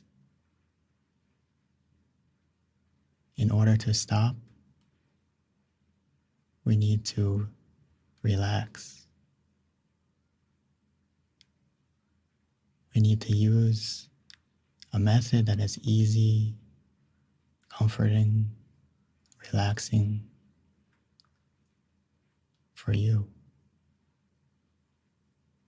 Whether it's to use the mantra, repeating in our mind the special, powerful mantra from Lungpo, Samma Arahang, Samma Arahang, Samma Arahang. Samma meaning purity, Arahang meaning freedom. So as we use that mantra, our mind is becoming more pure, more free, as we make space, clearing out the clutter, clearing out the darkness and negativity within our mind.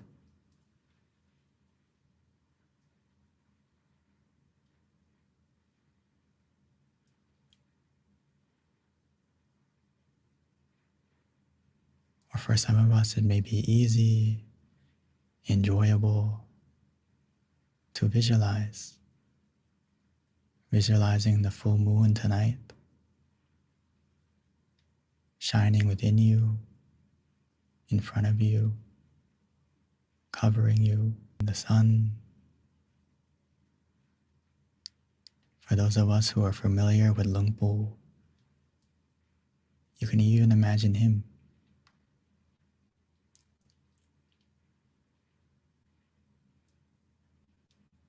We can do it however you like, not worrying about the clarity. As long as it feels relaxing, the image will get clear by itself. Whether we use the mantra or the visualization, we need to follow our feeling, follow the comfort. We will know for ourselves if we're practicing correctly, because we will feel more comfortable. It will feel easy, calming, relaxing, refreshing.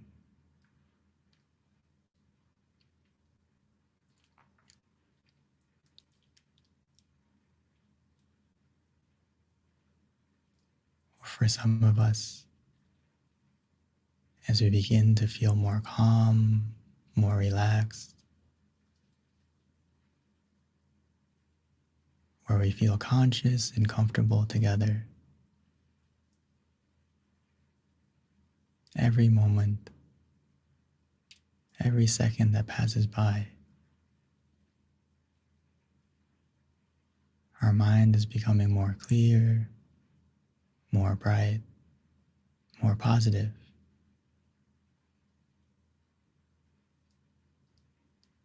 As we clear the space in our mind, we make room for the happiness to grow. We make room for the positivity, which will begin to enter our mind.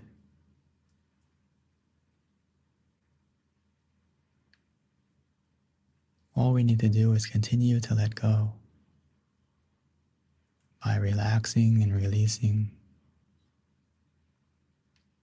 Self that we just want to do nothing. We just want to let go and allow the comfort to carry us, to bring us to the point of peace within you that we all share, that we all have, that we can access anytime, anywhere.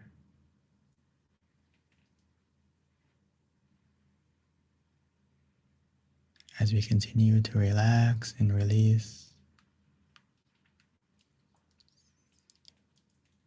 the negativity in our mind or any darkness that we may feel, it won't be able to stay.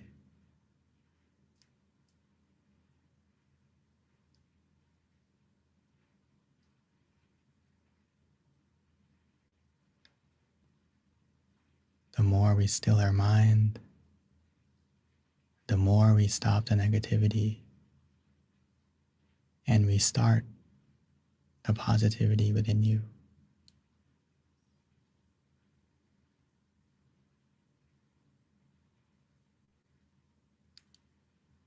All we need to do now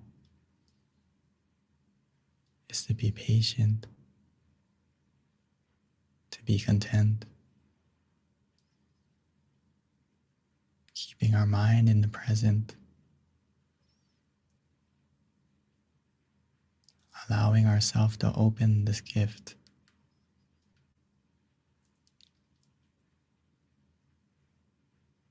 And the happiness within you will come naturally on its own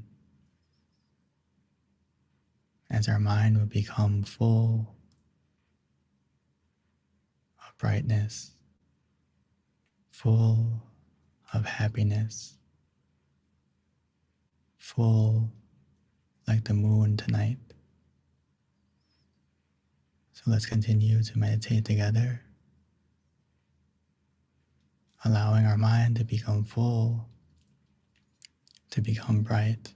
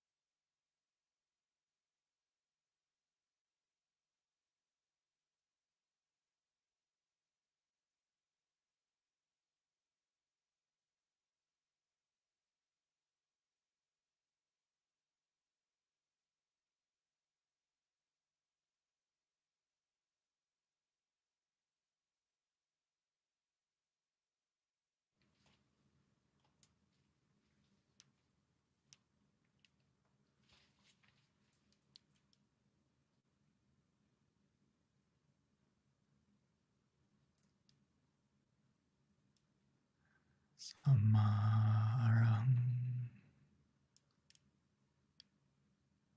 Samma Arahang. Every moment,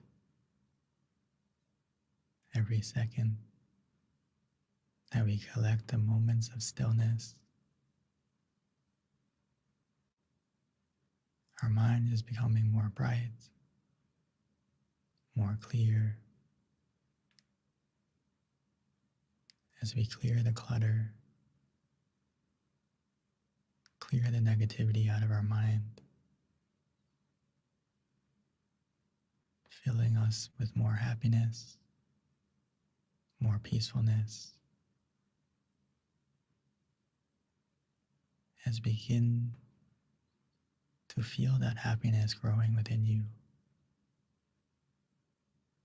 Feel the relaxation, glowing, shining. It's a brightness that we can feel for ourselves.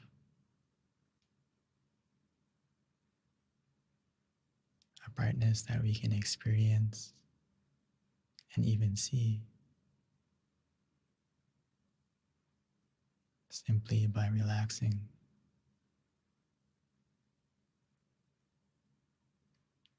And now that we have taken the time to light that brightness within you, which is the most important step that we should practice before we do anything, making sure that the brightness of our mind is always lit.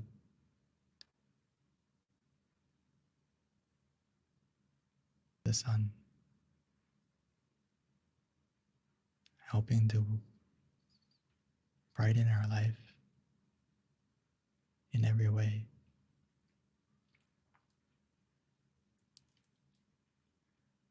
And now that we have lit that brightness within us, it's time for us to softly and gently light the candle on the outside.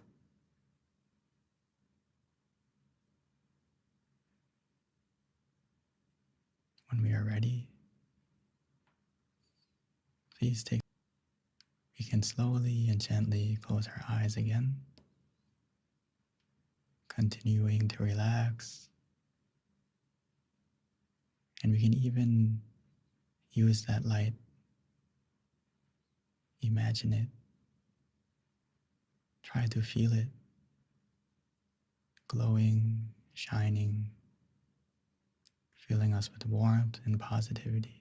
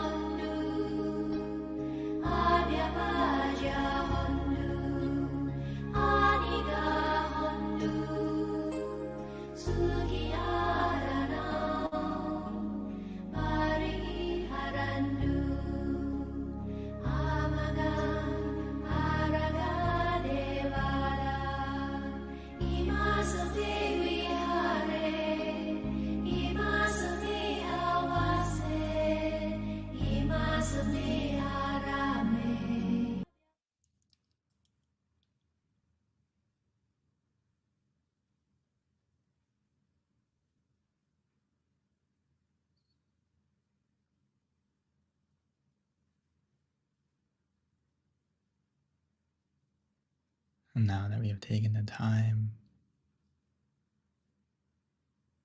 to still our mind, making space for the true happiness to grow. As we fill our mind up with positivity,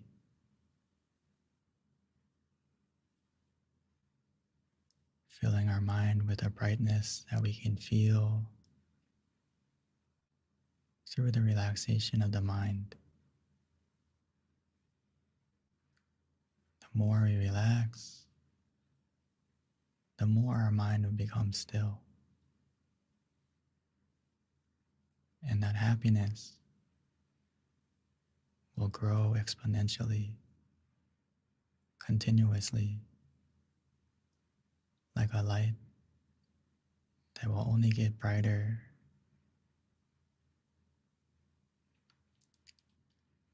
And that brightness is a purity of mind that is free from all negativity, free from greed, anger, delusion.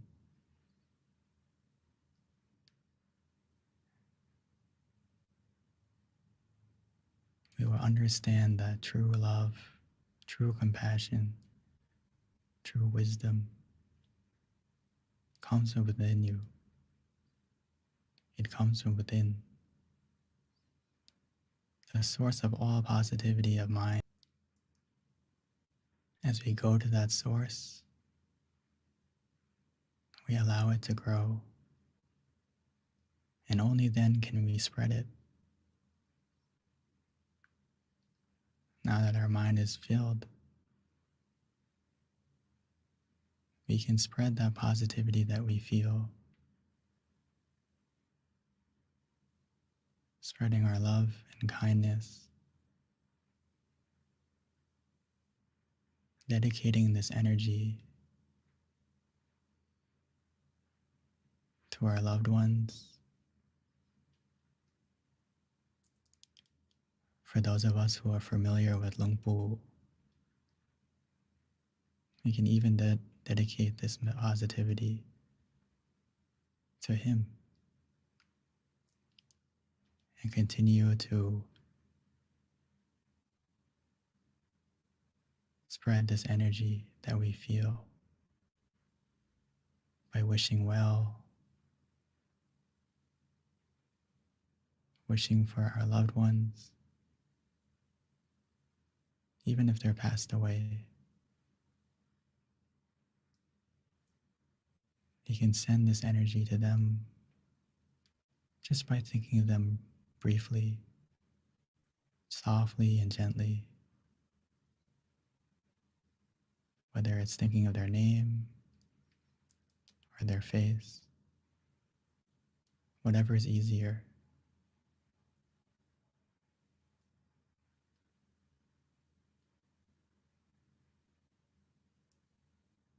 Allowing that positive feeling within you to grow, to expand, covering us with the sensation of relaxation radiating from you.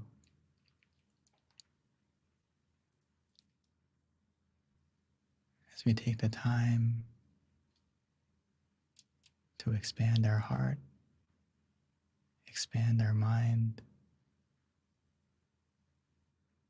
wishing for everyone, our friends,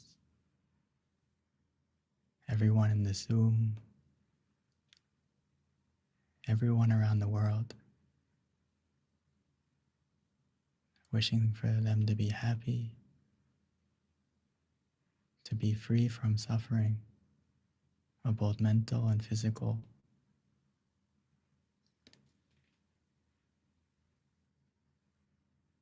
As we think in a positive way and we send out this feeling, that positivity will come back to you, making our mind feel more bright, just like one candle, as it lights the next, it continues to light the next candle and the next candle. Not only do we spread that brightness to others, our path also becomes more bright.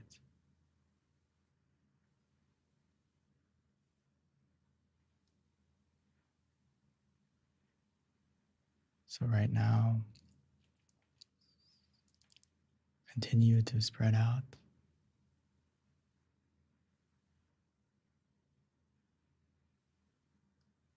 Now that our mind is more positive,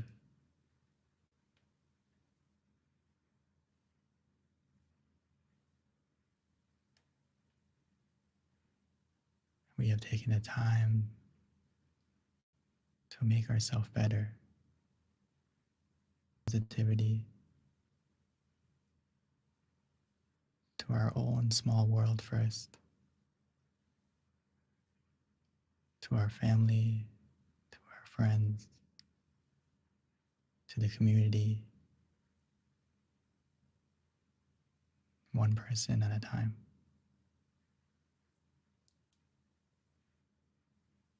And once we have spread out,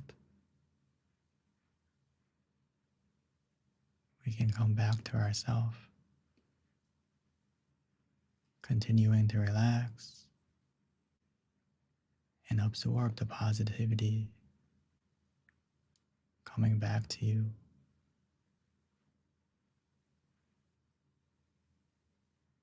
And just enjoy the stillness and relaxation for a moment again.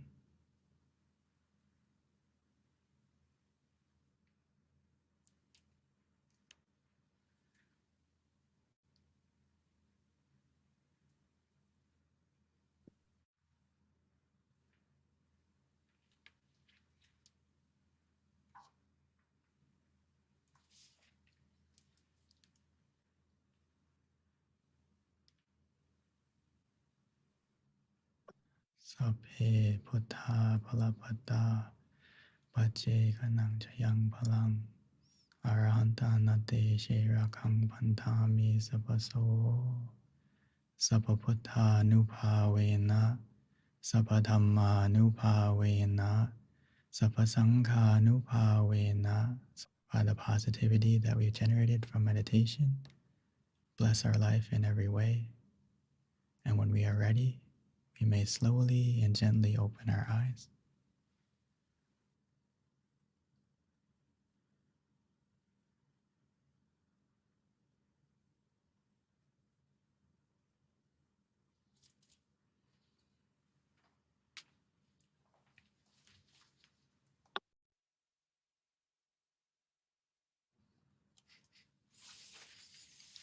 Welcome back, everyone. Hopefully everyone can get in touch with your own full moon within yourself first. And then tonight you can go out and enjoy the full moon in the sky. The most important full moon is the one within you that you can connect to anytime, anywhere. So I'd like to pass the mic back to Miss B. Thank you so much, Venerable. That was so peaceful. And especially on a day like today being World Mental Health Day, that meditation was just very profound, at least for me. So thank you. I really enjoyed it. We do want to ask everyone, if you don't mind putting in the chat your experience and let us know how you felt about today's meditation. And also if you can include your city state as well. We like to know where our members are from. In addition, we do want to continue to improve our sessions. So please enter. We're going to have a link shortly pop up. Thank you for sharing that, Sumana. With regards to feedback, there's going to be a barcode that you can click on and then share your feedback with us. Now, this does wrap up our session tonight. First, our next full moon meditation is going to be on November 8th, which is a Tuesday. So please mark that down on your calendar and join us. And then also, if you haven't already, please check out our website, mindgem tentative.org. This is a great place where you can stay in touch with us. Download our app, either on iOS or Android. And again, we send notifications when we have upcoming full moon meditations. So it's a great way to keep in touch with us and join our sessions monthly.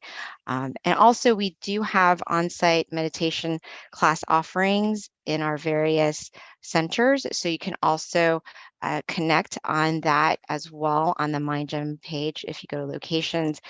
Pretty much most of our centers are meeting, so just click on your respective center and then find out kind of what their class offering is. So this wraps up our the announcements, and next we're going to transition over to Q&A. So Venerable Monk Daniel will be joining us, and then we open the floor up to questions from everyone with regards to your meditation experience. Today's theme is World Mental Health Day. So, maybe if we can kind of stick to the theme, that'd be great. And this is a great opportunity to learn from each other, and questions really kind of help you have more insight. You might not even think about it, but when someone else asks that question, you actually learn something. So at this time, we'd love to open it to the floor to see if you have any questions that our teaching monk can answer. All right. Don't have any questions yet, Venerable, but I'm sure that they will trickle in. I can also go back to the questions that we had on hold from last month as well. So I'll have that handy. But while we're waiting for others to ask questions, I do have one that pertains to today's, and just want to get a perspective from you, Venerable, in terms of like the stress and pressures of work that make mental health not so easy, in terms of the anxiety that happens and trying to like meet deadlines and what have you. I know meditation is supposed to help you in terms of just like trying to have more balance, but outside of that, how do you kind of lessen the pressure and the anxiety, even though you know that your world isn't going to collapse? Even if you are a meditator, sometimes it's hard to really kind of take a step back and not let these pressures and responsibilities kind of weigh you down. Okay, great question. I think everyone experiences this, myself included. I'm not immune to anxiety or pressure as well. But what I've noticed is that a lot of the times as we practice meditation, we kind of only use it when we come to meditate. We don't use it all the time, which is the next step that can really help us, is applying meditation into your daily life, not just like a time to meditate, which is, right now, maybe once a month, once a week. But what I apply our technique in meditation, meaning that the reason why we feel anxiety, the reason why we feel stressed is because we're not really present. Does that make sense? What I mean by that is the anxiety is coming from the expectation or the deadline, right? Or the stress is coming from your mind is in the future or your mind is in the past. And is also worrying and feeling the pressure because you're not focusing on what you're doing, but you're focusing also on the deadline. So that makes you feel the way where we feel really like overwhelmed. So what I recommend is try to, just like in meditation, when we meditate and we expect the experience, or we think, or we put our mind in the future, we compare from the past, our meditation doesn't increase, our meditation doesn't progress because we're not in the present. And the same thing with work. If we apply the same reasoning, is if we're in the present and focus on what you're doing, focus on the method, you will get the result without the stress, without the anxiety, without the pressure, because you're focusing on what to do. And when you focus on what to do, you can go through the motions more. That's why being present is so powerful. Focusing on what you have and what's missing. A lot of times we're focusing on what's missing rather than what we're doing. Mm-hmm. And that's what makes us feel that anxiety. And so if you feel that way, again, take a deep breath, bring your mind back to yourself for a moment, center yourself for a moment. It will go a long way, even a second, 1 minute. Sometimes you don't feel like it will help, but as you do it more often, you'll see it that just like we're running a marathon, you ran for, and all of a sudden you take a moment to stop and breathe, you'll feel better, right? Your mind is the same thing, especially if you're working all day, trying to get that, you're going to feel overwhelmed. But if you take a moment to stop and relax and bring your mind back to yourself, you're going to feel that weight. Like I mentioned in the beginning, right? When you don't feel that weight get released bit by bit. It's like you're carrying a bunch of things, and the moment you put it, take a deep breath, center yourself, use the mantra, use the visualization to bring you back to the present, and you're going to feel better right away or Yeah. gradually as well. Thank you, Lumpy. I think it's really important not to overlook something like just anxiety because, it can actually have a physical effect on you as well if you're not like dealing with your mental well-being. Like you can have a breakdown that will actually affect your physical body and even like potentially something worse like a stroke. So it's really important to have these tools to really like help yourself when you need it. So thank you so much, Venerable. Now we did have questions trickle in, Venerable. One question that came in, actually a few. Let me go ahead and get to it. So this is a question that came from the Georgia Meditation Center. Thank you guys for representing. So as much as I focus and let go in meditation, all of my responsibilities are constantly coming up. How do I truly let go? That's a very relevant question to the theme as well. Our first responsibility is to ourselves, to calm ourselves first. And then as we do that, we have that positive mindset to look after the rest of our responsibilities better. So, of course, when the responsibilities come up, we have to use the method that helps to shield your mind, meaning that sometimes just relaxing isn't enough in the beginning of the session. In meditation, the end goal is to do nothing. But in the beginning, we have to do something for some of us to get to that state of nothingness, where your mind is blank, when your mind is still. So if you feel that the responsibilities are coming up, there's a couple of things that we can do. The first one, especially if it's distracting, is try to use the mantra or use the visualization to kind of block out your mind from thinking about those responsibilities. Because the good thing about our mind is that it can only focus on one thing at a time. Even though it may feel like we can think of 1,000 things, it's only because it's jumping from one thing to the next thing to the next thing.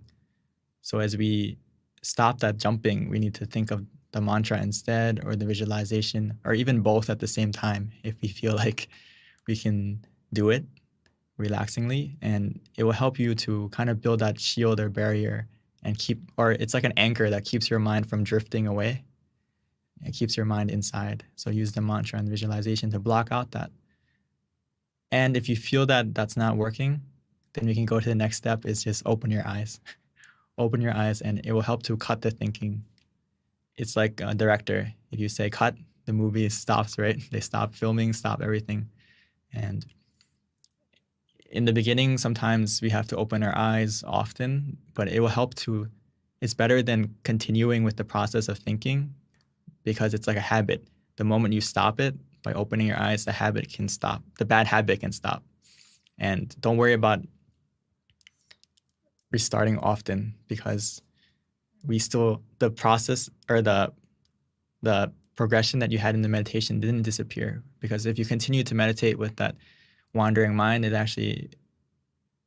we're not really progressing. So the best thing to do is just to cut it out as soon as possible. So those are two things that you can try and it will get better gradually. And before it's going to exponentially get better.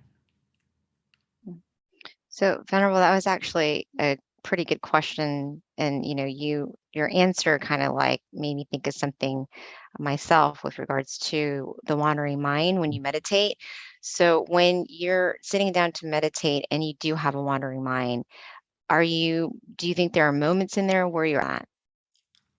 There is moments between the wandering that are moments of more calm. And those are moments that we are progressing.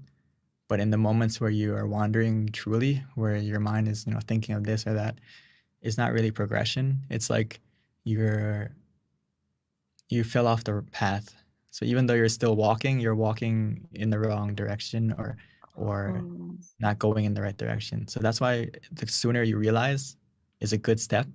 You realize so you can adjust, and the sooner you adjust, the sooner you come back on the right path and start walking in the right direction again. Oh, wow. That makes a lot of sense. So you're still walking, but you're just not walking in the path to the destination. Yes. Oh, that's pretty awesome. Thank you for that analogy, Venerable. All right. So our next question comes from New Jersey, and I think this is a good question too, quite relevant to our theme. Thank you guys for these awesome questions. How to create a positive mindset and make a good connection between body and mind for people who are suffering mental disability. This is it depends on how severe the mental disability is, but in most states,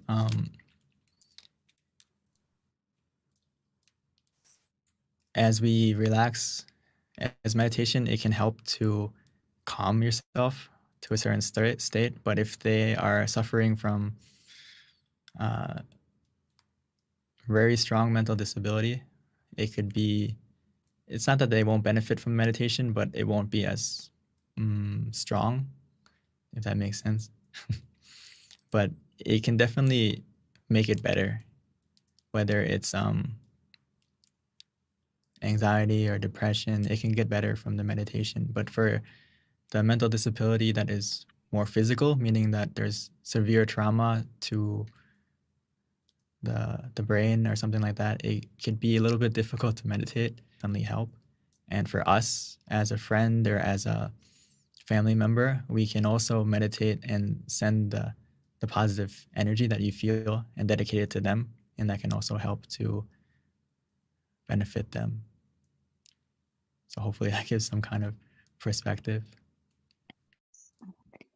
Thank you, Venerable.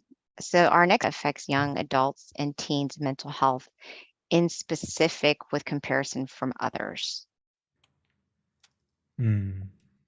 This is the biggest challenge right now in our generation and in the future generations is as technology grows and develops, our mental health goes down. If we rely on it for our happiness, they're only going to suffer because in Buddhist philosophy or just in general, nothing lasts forever. Everything is impermanent. The follows don't always come. The likes don't always come. Sometimes they come, sometimes they go. So it's not a constant happiness. And most of the time, it's suffering that we feel. And so for those of us who, the more we can use social media in a positive way, but as I said, if we use it as our main source of happiness, our main source of fulfillment, it's only going to make us suffer mentally. So we really need to take a break from it. If it's, detox from social media, a lot of people feel better, right? If anyone's ever been on a meditation retreat for 7 days, 5 days, or even longer than that, even a day where you just put your phone away and don't look at it for a day, you feel better, right? And I would recommend try to reduce your usage of that. True happiness can come from meditation. I think many of us were able to experience it tonight, at least a glimpse of it. And it'll get even better the more you meditate, the more you practice, and you make your source of happiness not from social media, but from within yourself, and make true connections with yourself, true connections with the people that are close to you, that you love, your friends and your family, that, your true social media should be the people that are close to you and around you and help you to look after you and make yourself feel better. So those simply, if social media, it does have an effect on your mental health, more negative than in most cases. Yeah. I think Venerable, you're spot on about that. One thing is, I think if you're going to use social media, you also have to train yourself not to get too attached to it and kind of like use it responsibly. Otherwise, you can kind of like fall through like a rabbit hole where you just get consumed. And, there's so many negative things that can come out of it, really, from being attached to having desires to want to have these likes, to having gratification from outside of yourself, to being sad when you don't get it. So I feel like there's so many different components of like defilements that kind of get in there, that it can be quite unhealthy if you're not trying to be responsible with it. We definitely, it's hard to avoid, but at the same time, you also have to realize how it can be negative, like the positive and the negative, and just try to like use it responsibly. So, Venerable, another question that we have, this is from last month that we can bring up to try to get some of the ones that we had that we weren't able to address. This one is how to have a peaceful resolution to meditation. A timer isn't pleasant when it sounds. If I try to time myself, then my mind will not be fully meditating, but thinking about how much time I have left to meditate. Great question. I think first, you shouldn't use a timer exactly. What I use, or what you should do, is basically fill yourself up with relaxation first, fill yourself up with happiness first, and then you can use the resolution, do the resolution, or do the love and kindness, meaning that feel for yourself. Don't worry about when am I going to make the resolution. When you feel still, when you feel calm, and at that moment, you should try to use the visualize, or to do the resolution. When you feel for yourself that, okay, I'm okay, I'm ready, I feel calm, I feel still, and you feel for yourself that this is the right time. And then at that time, you can do the resolution. So it doesn't necessarily need to be at the end. It doesn't necessarily be, it can be at any time that you feel comfortable. Or you feel for yourself that, okay, I feel good now. Ideally, after you feel more good, you feel more calm, you feel more positive, that's a good time to make a resolution, because your mind. Do you have like a suggested amount of time you recommend for people to meditate in terms of when, on average, your mind might still? Is there kind of like a standard on that by any chance? It depends on how quickly you can let go. So if you can let go easily and quickly, you can really get deep in your meditation. And again, it's not necessarily about the time you meditate, but the time that your mind is still, which is the essence of a good meditation. So if it's 1 second of stillness, that's a long way. Some people meditate for an hour, but they don't even get a second. So even though you meditated for a minute and you got a second of stillness, that's a huge step. But ideally, if you can meditate more, of course, it gives you more opportunity to get moments of stillness. So if you can meditate, at least 30 minutes to an hour a day, I think that can really go a long way to help you collect more moments of stillness. But that doesn't necessarily mean that you have to 10 minutes there, 10 minutes here, depending on your feeling. Again, go by your comfort, go by what makes you feel relaxed. And again, don't set a timer. Kind of just sit according to how long you feel comfortable. And when you feel like, okay, I no longer physically comfortable, no longer, then maybe you can take a break and come back later and collect some more time in the future. So there's no real standard, but ideally go according to what makes you feel comfortable. And if it still feel comfortable, just keep going and it will get better. So, Venerable, what about for those people who've been meditating daily for a very long time and you start to feel like it's quite routine and you almost feel like, it's just kind of mechanical? How do you encourage them to, I feel like in the beginning when you're meditating, you get excited or you're really into it and it's easier to meditate and you feel very happy and content because it's still so new. But then when you've been doing it for a long time, it gets, like I said, mechanical that you don't even know if you're really progressing. How would you be able to, like, what would you recommend people who've been meditating a long time in terms of how to just be on the right track, I guess? Or if are they on the right track?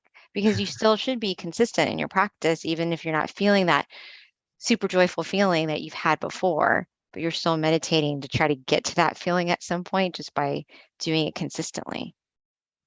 Hmm. This is the different obstacle that people get as you practice meditation consistently. And Oh, it's good. So it's normal. I'm so glad because you're not the only I one. kind of feel like that's what's happening to me these days. Everyone experiences this, myself included. As we meditate 5 hours a day, 6 hours a day, if you turn it into a mechanical, it may feel strange. And the reason why it feels mechanical or feels like a routine,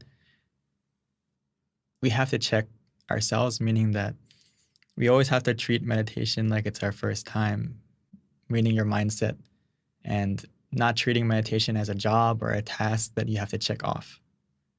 And that's the problem that we kind of get into that mindset. But in the beginning, as a new practitioner, we treat meditation as a time to rest, a time to relax, a time to sleep, similar to that, to rest your body, rest your mind. But if you start to feel mechanical or feel like it's a routine and doesn't feel that relaxing or as deep as before, it's usually because our mindset is it's time to work.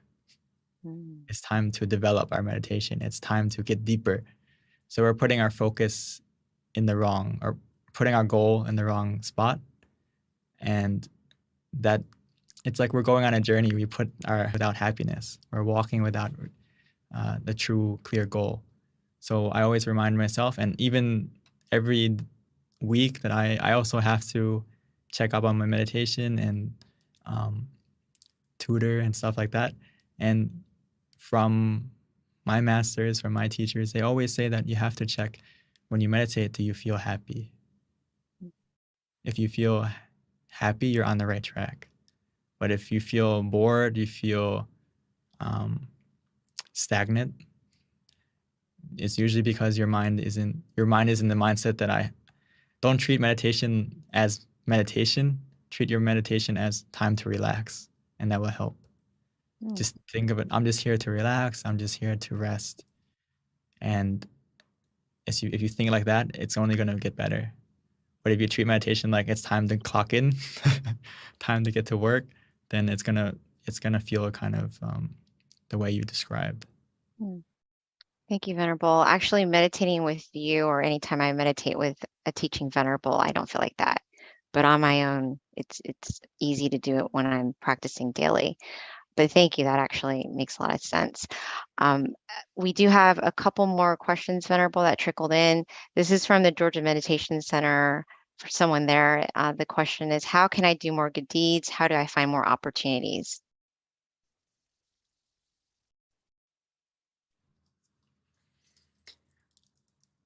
One of the best good deeds you can do is your mind first.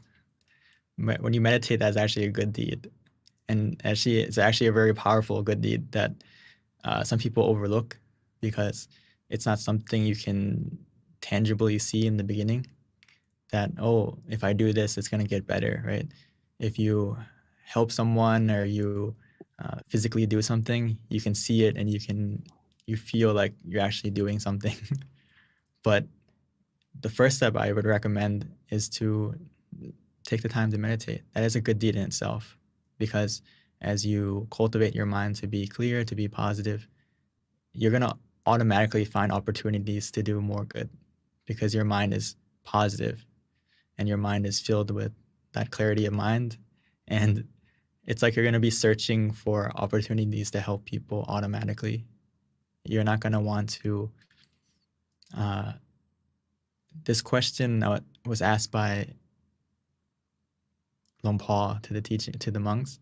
He asked everyone that one is calm and you get to that point of stillness and you feel happy within you. How do you describe that happiness? How does that make you feel? He asked us that. And when you notice that, when you get to that stillness and that happiness within you, it feels like you don't want to do any negative. You don't want to think any negative. You don't want to, especially when you leave the meditation, you're going to feel like automatically that you don't want to lose that feeling of positivity. You don't want to harm anyone. You don't want to harm anything, whether it's by speech, by thought, by action. So that's why one of the best good deeds is looking after your mind. And through that, you're going to find more opportunities to do good and continue to do good deeds. Wow, Venerable, that was such a good explanation for that question. I really like that. Thank you for sharing that. It resonated with me for sure. So one last question, Venerable, before we wrap up. Sylvia, she says that, and this is a good point too, in terms of feeling anxious during meditation, hoping it finishes quicker. What is your recommendation for people when they sit and that happens to them? Do you feel like you want the meditation to end quicker? Sorry? Yeah. So when she's meditating, in the meditation, it's like, when is it going to end? Like you're meditating, and if you're thinking about doing it at a certain amount of time, you're waiting for that time, and you're kind of like anticipating it and being anxious. And how do you deal with that? Again, it's because your mind is in the future worrying about the deadline of when the timer goes off. So when you focus on, it's like you're sitting in the car and are we there yet? Are we there yet? Of course, the journey is going to feel longer than it is because you're focusing on the destination and not enjoying the experience, not enjoying the journey, right? So you have to bring your mind to the present with the mantra or the visualization, or if that doesn't work, just open your eyes. The moment you start to feel really bored, really stagnant, or feel like that, where when is it going to end? It's usually because you've already fallen off the path of being conscious and calm together, being comfortable. So at that point, I would just recommend to start over. Open your eyes, stretch your body, relax physically again, take a drink of water, go wash your face, whatever you feel to kind of reset yourself, and then come back to the meditation when you feel refreshed, rather than continuing with that feeling of when is it going to end? When is it going to end? Thank you, Venerable. So this wraps up our full moon meditation tonight. Venerable, this was a great session. The Q&A was awesome. Thank you so much. I definitely learned a couple of things that's going to help me with my practice, and I hope everyone else did too. Again, don't forget about our next full moon meditation on Tuesday, November 8th. And at this time, don't forget to please fill out the feedback form. There's a link on the chat for people to fill it out so that we can know how we're doing and how we can get better. So at this time, let us pay respect to our teaching Venerable, who will give us blessing. And oh yes, there's the QR code for the feedback. All right. So Monk Daniel. Okay. All right. By the positivity that you have generated within you by taking the time to meditate, and all the positive deeds that you have done in the past, filling your life with happiness, success, helping us to stay healthy of both body and mind, free from any danger, free from any obstacles, or even if we encounter any obstacles, may be able to overcome them easily with the positivity that we have. May that positivity follow you, protect you always. And most importantly, when you come to meditate, may you be able to still your mind and connect to the source of true happiness within you quickly and easily and very soon. Thank you so much, Venerable, again, for your guided meditation and your wisdom. Really appreciate it. It was a beautiful meditation tonight. And again, everyone, hope to see you again next month. Stay connected to us. Continue to come back, invite your friends, and please don't forget to fill out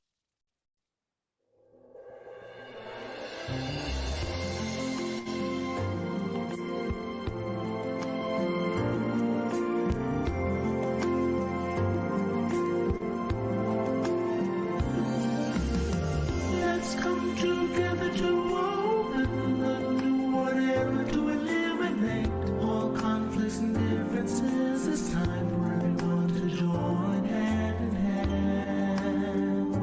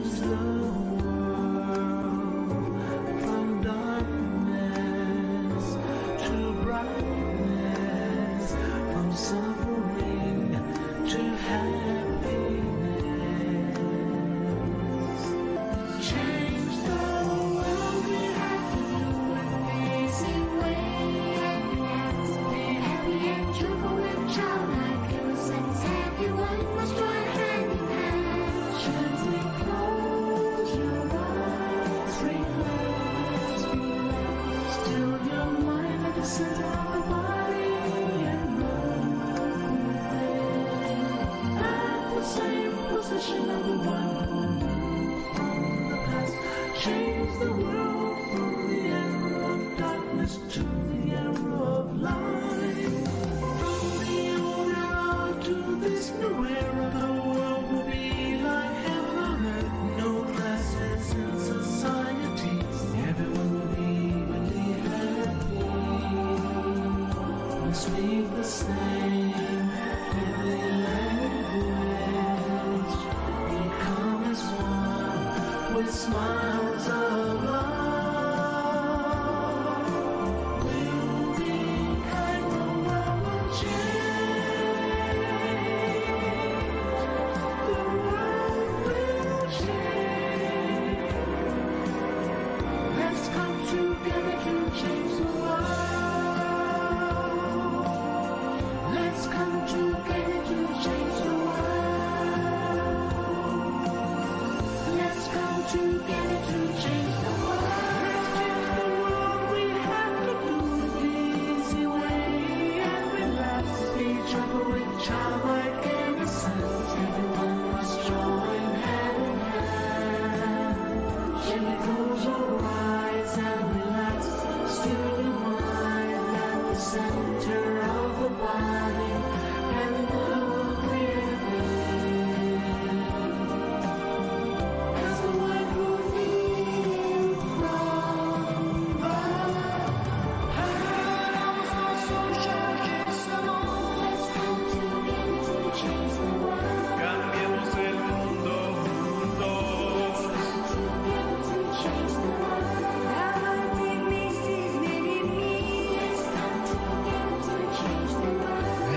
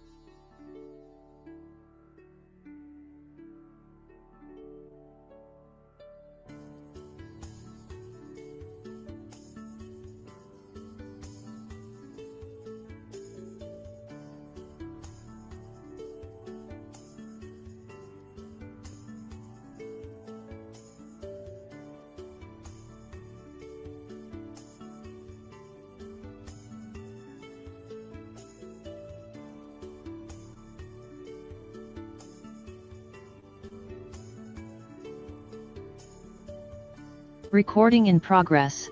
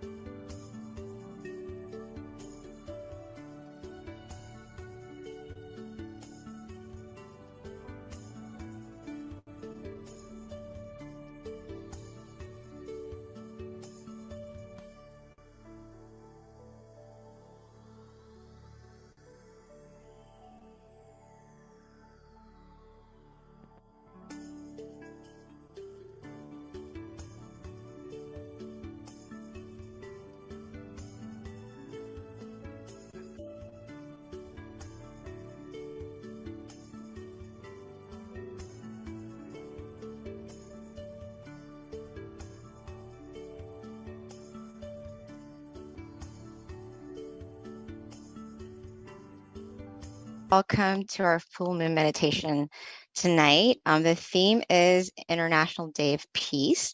And I'm going to do something a little different today. Hopefully, I'll get some participation. But I normally read out of Paipo, which is an awesome meditation quotes from our teacher, Lompa Tamachayo. And normally I have one already picked out, but I was hoping to field it from the audience. So if you can pick a number, whatever number I get, the very first one, I'm going to read the quote in the book. So if you can just pick a number from 1 to, let's just say 130. So if I can get someone to just throw in a number out there. Oh, thank you. I saw 53. Okay, so we're good. Thank you so much. There are so many numbers coming. Okay, so this is very random, 53. And this is from Paipo, and thank you so much for your participation. All right, 53.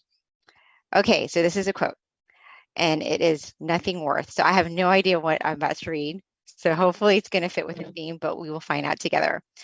So many times we waste our time and emotion to trouble and pressure when it's not worth the lost energy. There is nothing more worthy of our time than stilling the mind to a stop. Stopping is the key to success, making us more satisfied with our life, making us enjoy every moment, and helping us attain true happiness. Stopping helps us to spread the purest, most powerful, loving kindness to all beings, regardless of race, religion, and nationality. All right, so thank you so much for your help. All right, so that is our quote for the day. So hopefully that's going to help inspire you as we come together to still our mind. Thank you. One other thing, don't forget that right now we are still in our mind challenge, which we've been doing for about 2 months now, going into 3, and it is a 3-month challenge.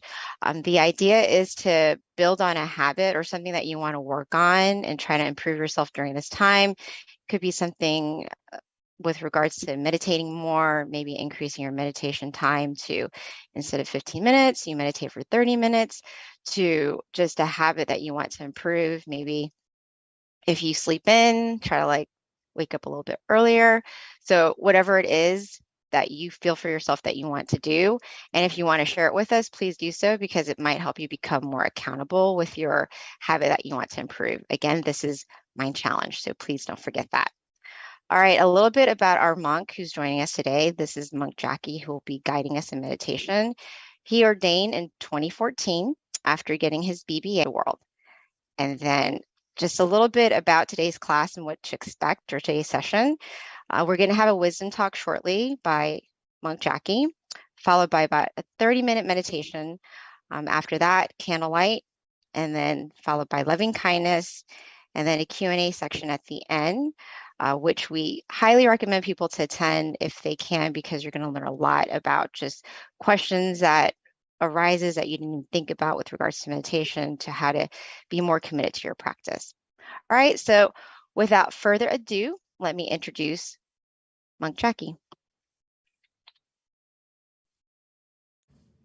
Hello. Good morning. Oh. Good evening to everyone in the US. All right. It's morning time here.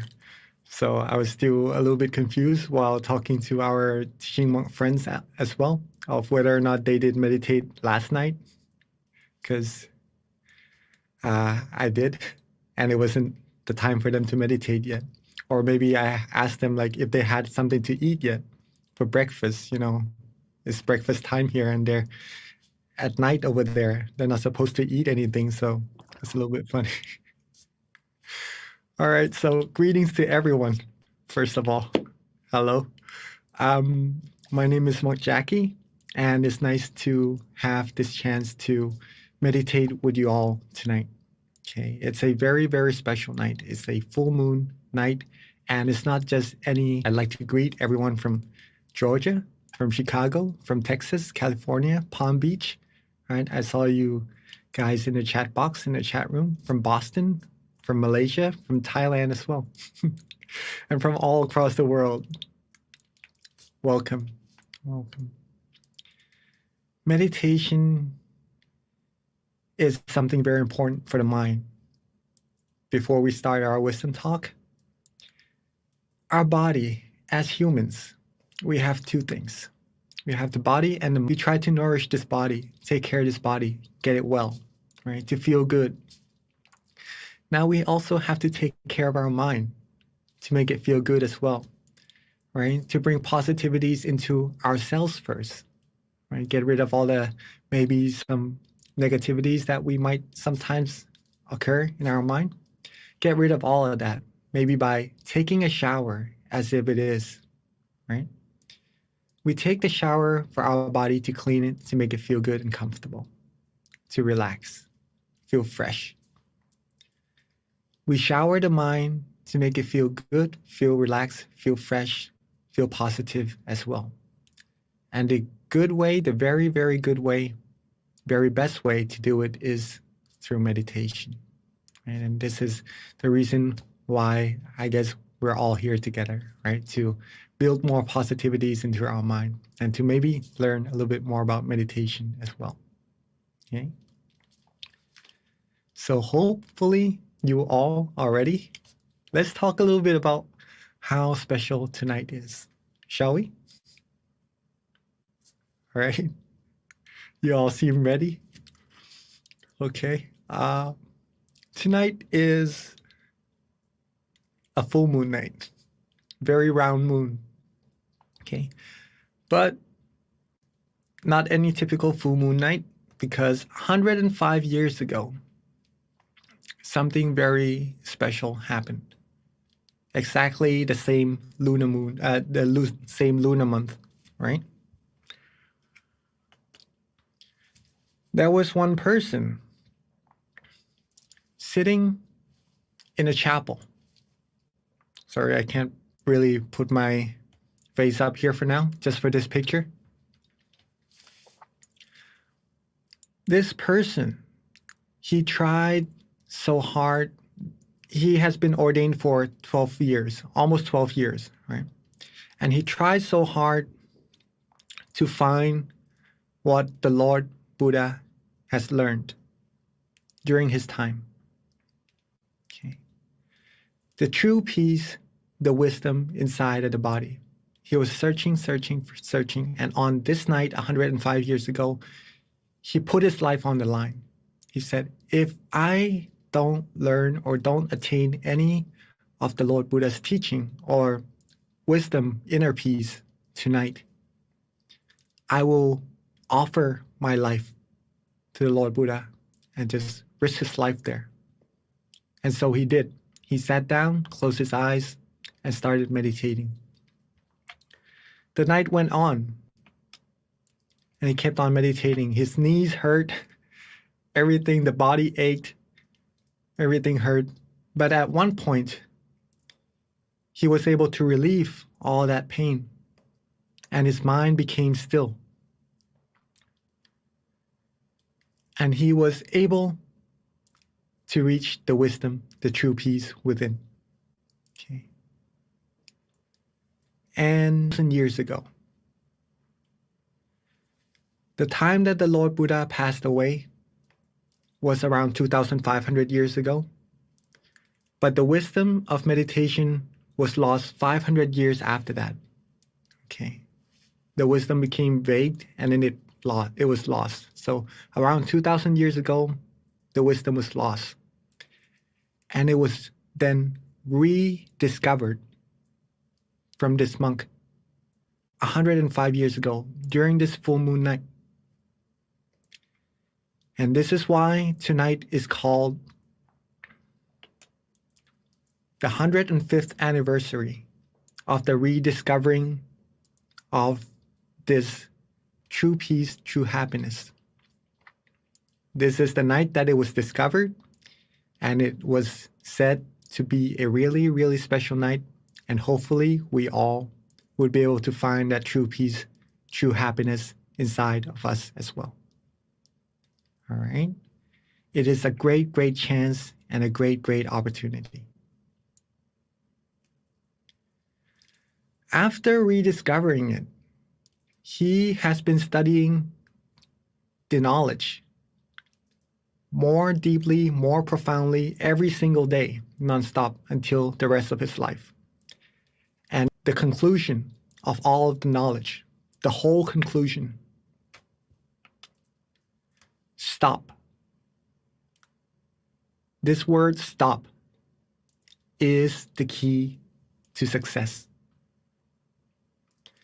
Stop means stopping the mind, all right? Stopping the mind is the key to success. Now, I'd like to ask if any of us know already how to stop the mind. Yes, I'm sure for some of us who has been meditating for some time now. Stopping the mind sometimes seems difficult because our mind always runs around, always goes wandering, always goes thinking of things. It's like a monkey sometimes, right? Jumping from one branch to another and bringing it to a standstill. Maybe needs some artistic skills, right? Maybe giving the monkey a banana or something just to lure it and just to sit it still. Give it something to play with, something it likes, right? Instead of just trying to cage it, it wouldn't feel good. If we try to still our mind, it would try so hard to just break free from that situation, and it won't feel comfortable for you. Okay? So in order to stop the mind, we have to be a little bit artistic, right? How do we do that then? Does any of us here likes to be comfortable and relaxed? Yes, I see some noddings. Yes, thank you, Pat. Thank you, Dawn. And hopefully we all at Georgia as well. I can't really see each one of us, but sure we all like to be comfortable, right? To be able to stop the mind, being comfortable is the heart of it. You see the heart behind it? It's the very heart of meditation. In order to still the mind, to stop the mind, you have to be comfortable. Be relaxed. Nurture yourself. Both your body and your mind, right? As simple as that. If you're able to do this, your mind will come to a standstill very, very stay there. If you're able to keep it comfortable and relaxed, it will go deeper and deeper. You'll find deeper happiness as well. Just a little bit to share on how we could get our body and mind to be comfortable, if that is interesting to all of us. Okay, let's talk a little bit about the body first. We all are different, right? Some of us may like to sit on a couch, a sofa, a chair, right? A comfortable seat. Feel free to do so if it feels comfortable for your body, all right? Some of us may like to sit on the floor, on a cushion on the floor, an asana. Feel free to do that as well if that makes you feel comfortable, all right? Now, here are some of the things we could also do to adjust our body to be comfortable. Some stretches, some exercises during our free time, maybe, or even before meditation, just so we can sit for a longer period of time. find some comfortable seats, as we've mentioned a little bit earlier, and your sitting positions as well. Going to improve your meditation. That's going to get your mind to become still, right? Just for your information. Also, the way we close our eyes, meditation will be very easy as well. Close it just enough so that we feel relaxed and comfortable in our whole facial area. And then it will relax our body automatically as well, and the rest of our body. And then later it relaxes our mind automatically as well, only by closing our eyes correctly, if you're able to do that, right? Hopefully this is not too difficult for all of us, right? Relaxing our body. Next, let's talk a little bit about the mind. How do we relax our mind? Some people that I've met likes to think of nature. Maybe even walk around in the nature before coming to meditate. Just to think of nature makes them feel relaxed. They like it, right? You can do that. Or maybe you like to think that you're at the beach, just relaxing, having no worries at all. My teaching monk told me to do this because my house was close by to the beach, right? So I guess he learned where I'm from, so he taught me to think of the beach. Think what you do when you go to relax at the beach, and just use that feeling to improve your meditation. These things you're able to do so as well. You could even practice letting go. Letting go means to let go of anything that is within the mind at that moment. Okay? Let go, be detached. Some of the things that we could do to help let go is realize that nothing really lasts. Nothing really lasts. It comes, it stays for a while. One day or another, either us or the things that we love, right? Maybe a tree that we love, that we grew, would be detached from each other, for sure. Okay, so there's nothing to really hang on to. Therefore, we can let go. If we're able to do this, our mind, from holding something, maybe even if we know it or not, holding something light or heavy, maybe some burdens that we accidentally acquired during the day. If we're able to let go, our mind will be light, soft. And when that happens, it becomes still, and it travels to the source of purity within automatically as well. Now, all these things are called methods. Simple, right? Each of us, everyone here, would probably have your own method to get your body comfortable and to get your mind comfortable. Do what you like. Do what your mind feels comfortable doing. That is important. Learn more about ourselves. That's meditation.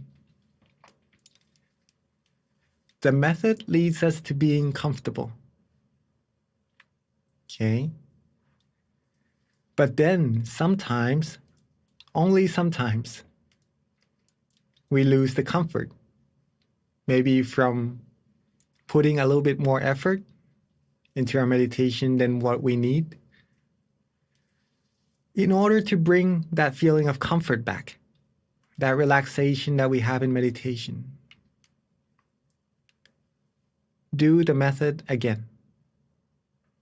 Do the method once more, you get the comfort back. Right? Then when we start to feel that we're losing the comfort again, use that method once more. Bring the comfort back. When this happens, our mind will become more used to being comfortable rather than working, thinking about things. It will become more and more still. We will receive more and more happiness.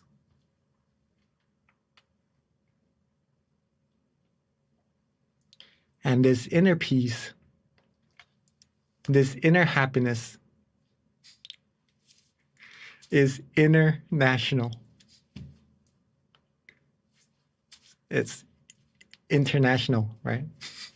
But it's also inside of everyone. So it's international. Even though we are different on the outside, but we all have this place in common. No matter who, no matter where, no matter when, you can all access.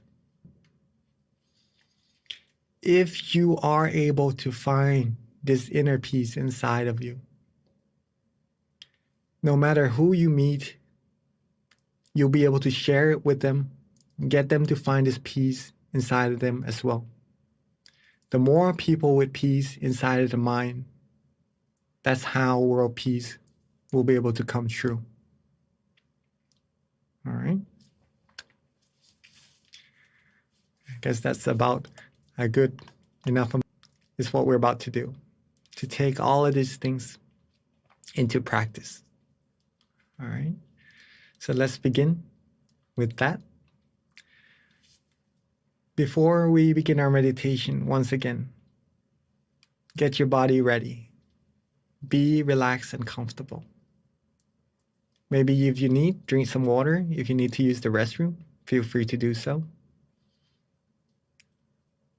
If you need to move around, find yourself a comfortable position, please do so as well. Let's take a few moments to adjust our body before we begin, right?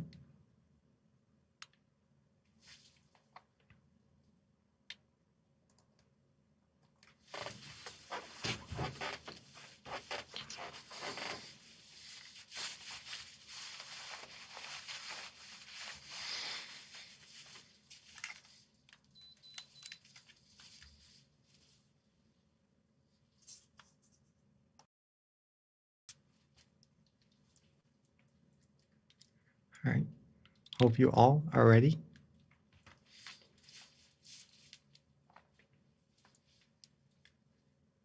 When we are ready, we can softly and gently begin by slowly closing our eyes.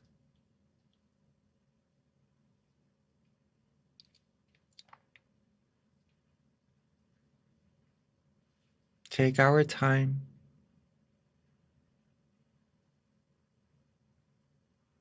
There's no need to rush at all. Softly and gently close our eyes.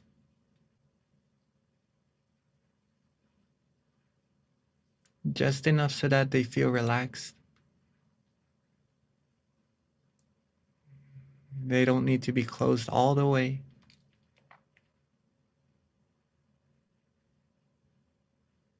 Just enough so that you feel relaxed, easy, and comfortable.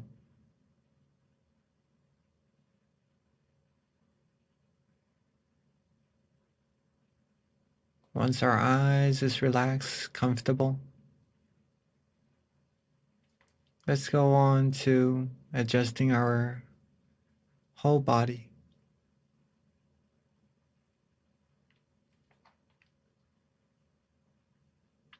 Let's take our time, relax our head, our forehead,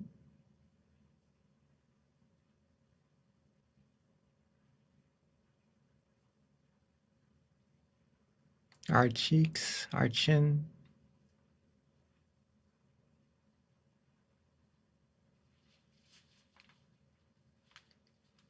relax our neck, our shoulders, our whole body, all the way down to the tips of our toes.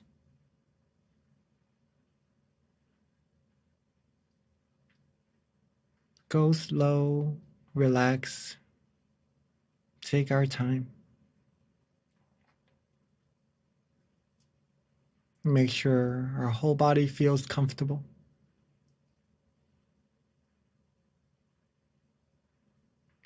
There is no tension whatsoever.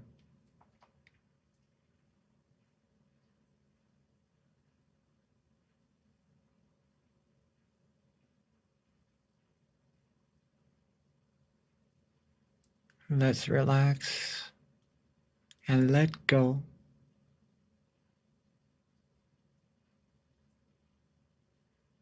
Let go of all.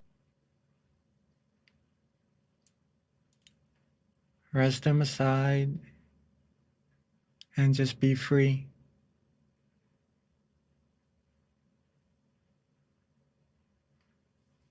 We can go back to our responsibilities after our meditation. But for now, let's let them all go.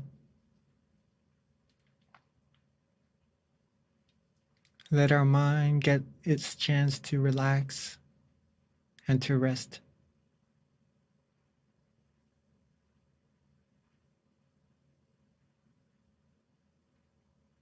If any of us would like to think of a place you like, such as nature,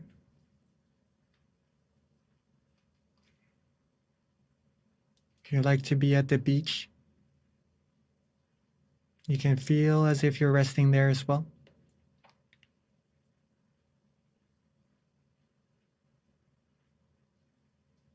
Maybe some of us would like to be in the mountains.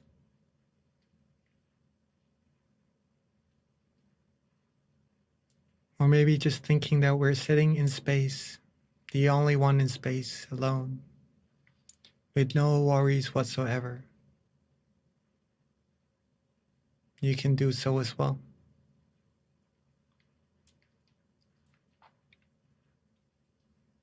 Simply let everything go.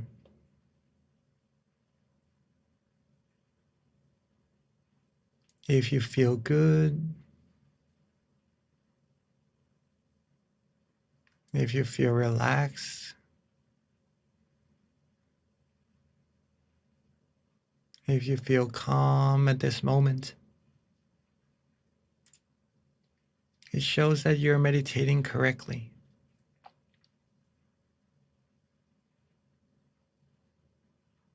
If not, then take your time. Do some more adjustments. Adjust the body, adjust the mind. See what we like. See what's suitable for yourselves. And just take our time and do what is right for yourselves.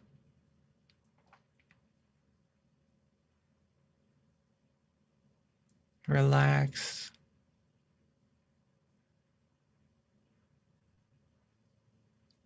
There's no need to rush at all in meditation.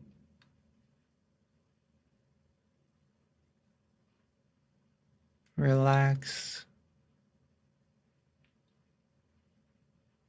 Let go. And have no worries at all.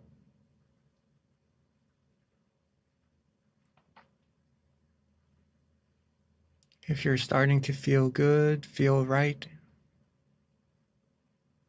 keep yourselves relaxed and don't worry about the feeling as well. You're doing really, really great.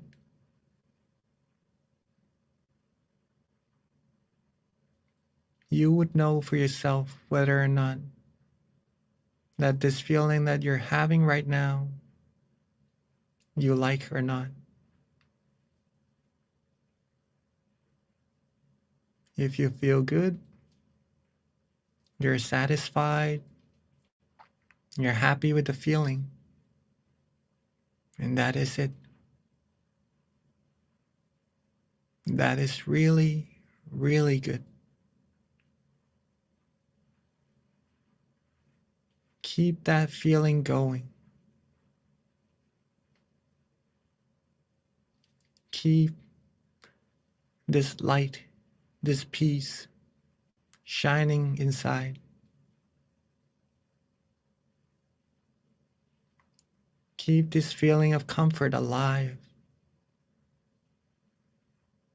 by just being relaxed and letting our mind free. That's all that we need to do.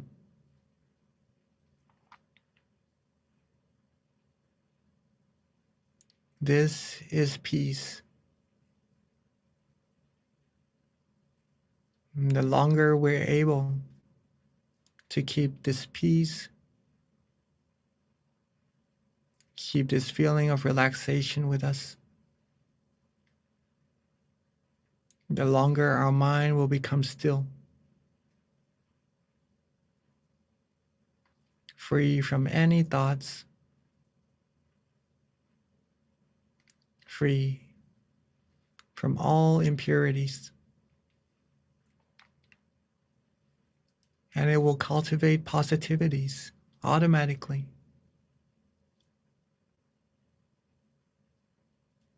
We will start to feel fresher, cleaner, purer. As time passes by, without us having to do any more.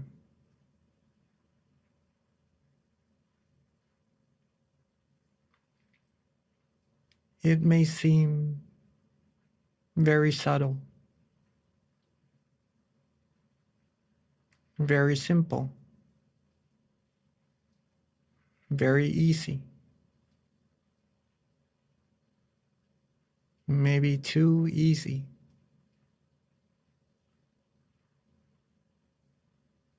But that's what meditation's supposed to be, simple and easy. If your practice is simple, relaxing, and feels easy for you,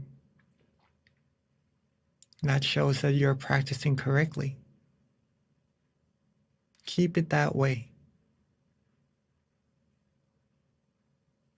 We've been through so many hard things in life. Now it's time to nurture ourselves. Feel relaxed, feel peaceful, feel easy.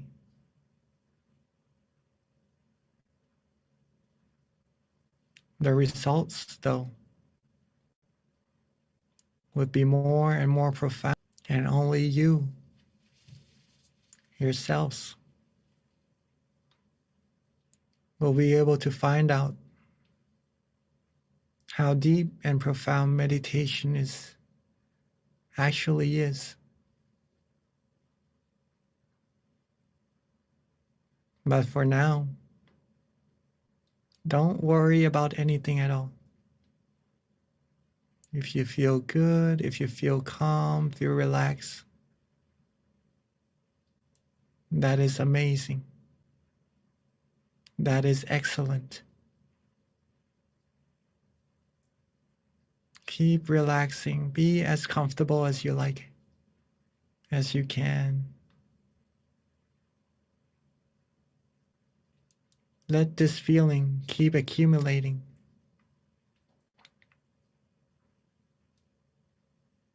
Let our mind become pure, cleaner, as time passes by, all on its own.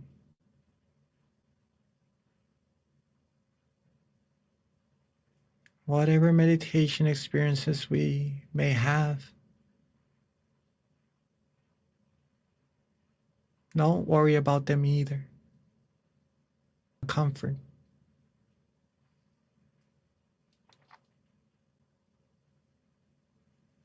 This comfort, this relaxation is the heart of meditation. So in order to proceed further and further, it is necessary to keep on being relaxed and comfortable, to keep the heart of meditation beating. And the methods to doing so is all your own. It is learning about ourselves of what feels good, what our body likes, what our mind likes.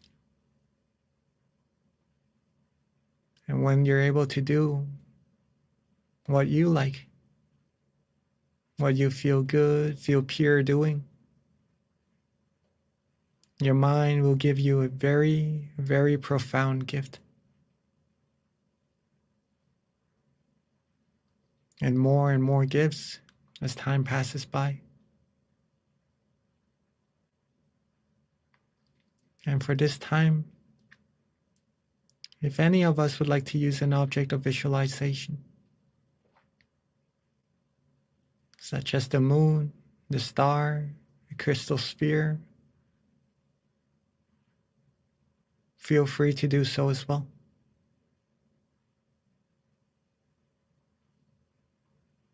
But make sure that your visualization is relaxing and comfortable as well.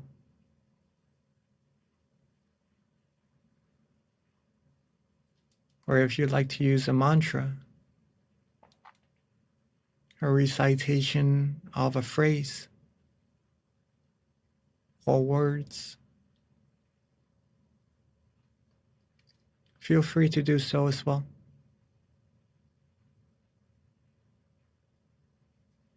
And if you like to just let go, don't worry about the visualization or mantra. Already feeling content, satisfied with just relaxing. And feel free to do so as well.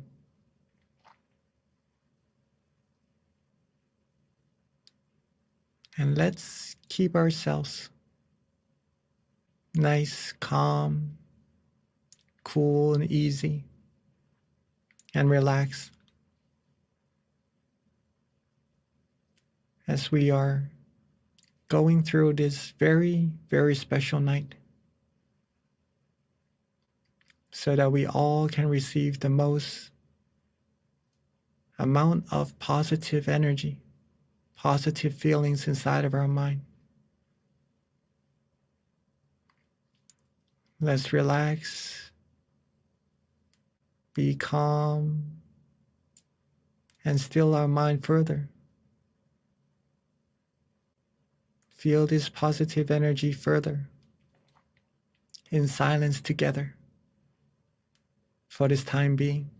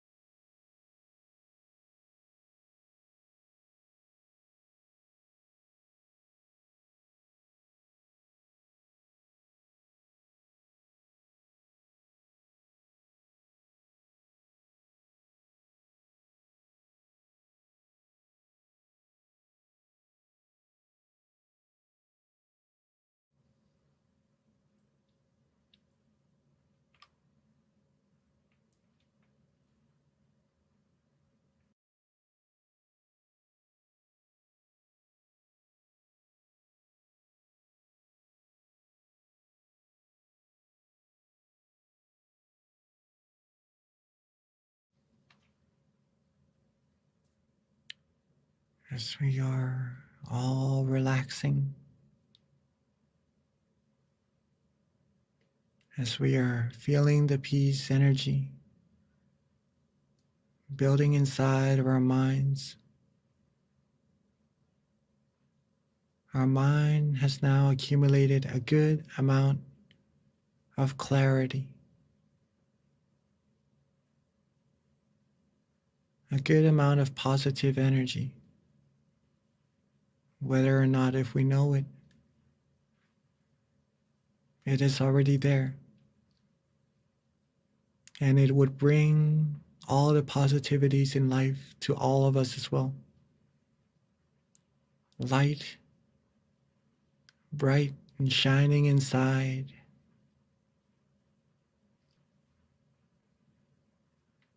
To light our candles, for it to symbolize that our mind now has become clean, clear, and bright on the inside. And to let this candle shine outwards, bringing brightness and peace into this world as well. So if you all are ready, let me invite all of us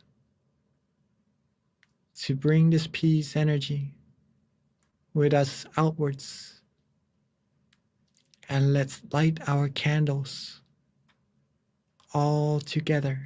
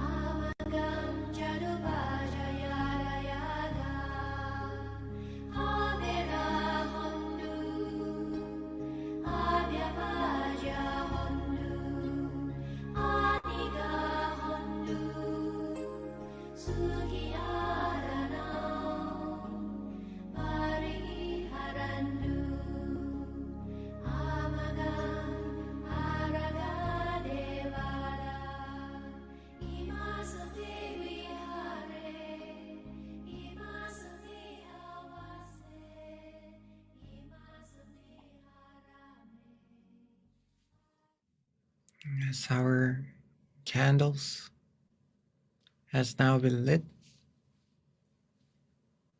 Our inner brightness, inner peace. Let's softly and gently relax our body, relax our mind back to where we feel comfortable.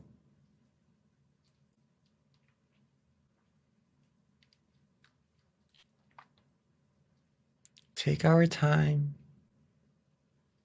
relax our body and mind.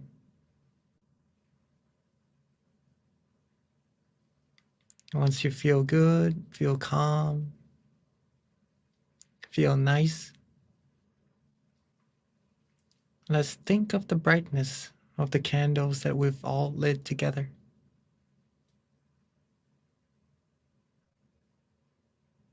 Think of these candles and bring them inside,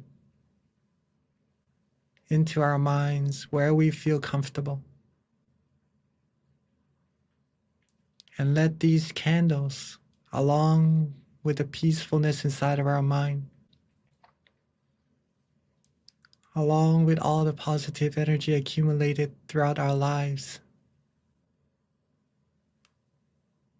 let it come together into a clean, clear crystal sphere, a bright, shining crystal sphere, a crystal sphere of peace, of love, of compassion, and relaxingly, let's radiate its brilliance outwards.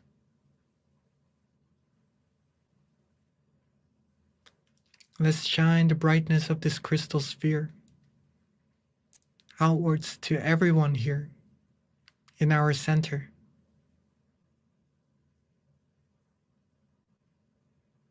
Share the brightness, share the love, the kindness with everyone here in our Zoom room.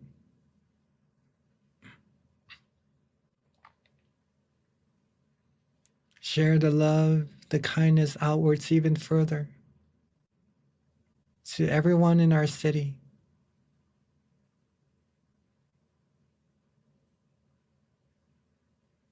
And let's radiate our brilliance outwards even more. Outwards, reaching everyone in our country.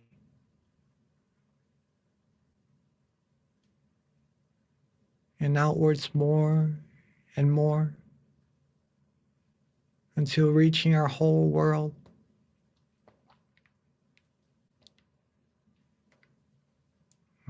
Radiate outwards even further. Share our loving kindness, our positive energy outwards into space, into the whole universe, everywhere. May every space, every particles be filled with our positive energy, our loving kindness, our good wills, our good thoughts. And with these positive energy, let's wish for our family, our friends, our loved ones, along with everyone in our center, our Zoom meeting room, and in this world. May everyone always be happy, be healthy, be fulfilled in all their wholesome wishes, be free from all harms, dangers, be free from war, from diseases, from all sufferings.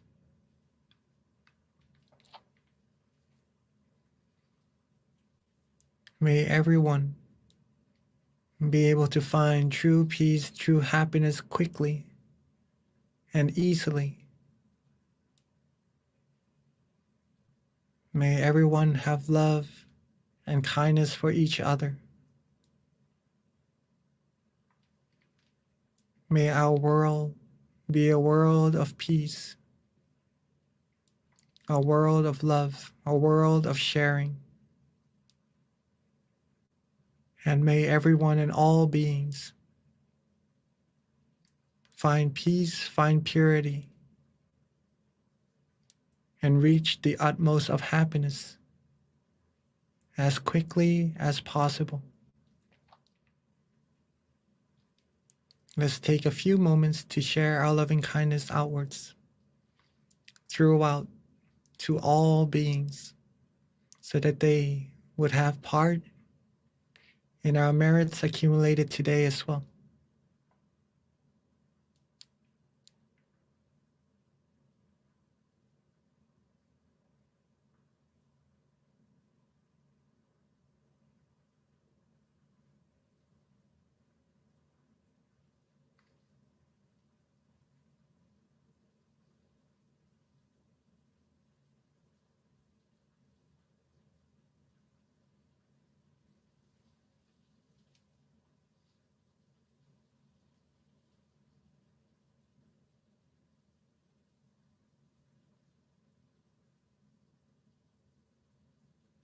Now that we've shared our loving kindness to all beings together, let's softly and gently bring our attention back to ourselves.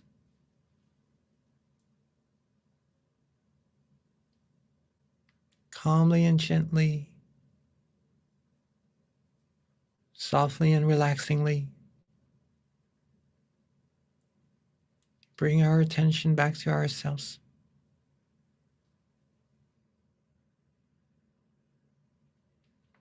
And right at that place where we feel nice and relaxed and comfortable, where we feel bright and shining, with our accumulated positive energy, let's wish for all of us, for ourselves, to always be happy, healthy, wealthy, and successful. Be fulfilled in all our wholesome wishes.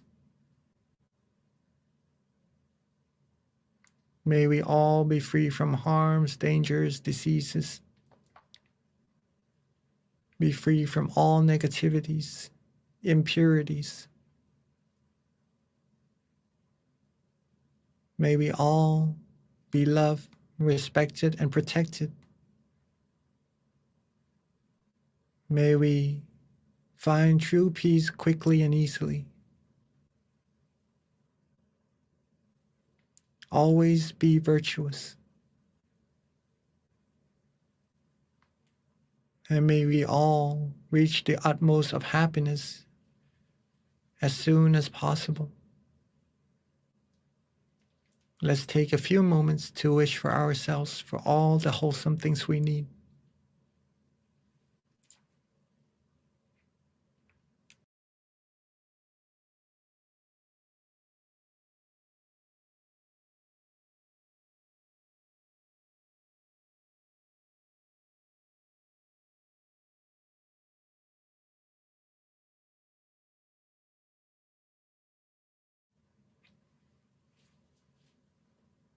Now that we are reaching the end of our session together, let's make sure that we are still calm, relaxed, and comfortable. Our body is still feeling nice, feeling the way we like. And our mind is enjoying that peace energy from within. And while being nice, relaxed, and comfortable, let's recall that this feeling is very, very important. It will bring us positivities into our lives. It will bring happiness to all of us. Ourselves first, and then we could share it with everyone around us as well. And as we are ending this session,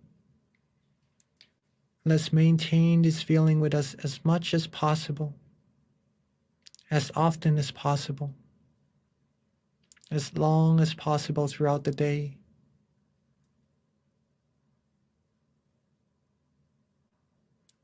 And then when we are ready, we could end this meditation session together by softly and gently opening our eyes.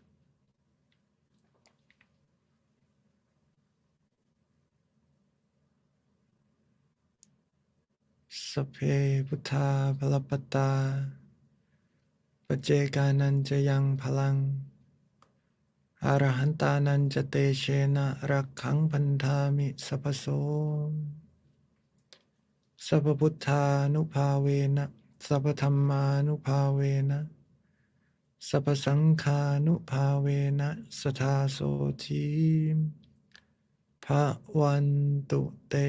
So beautiful and peaceful. I actually had a very good meditation. I hope everyone else did too.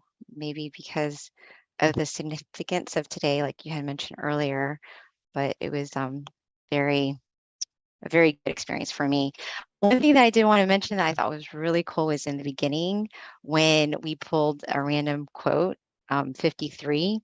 I mean, how perfect was that? I had no idea what I would be reading, but then you actually had it on the slide. So yes, it was meant to be. So thank you for the person who suggested 53.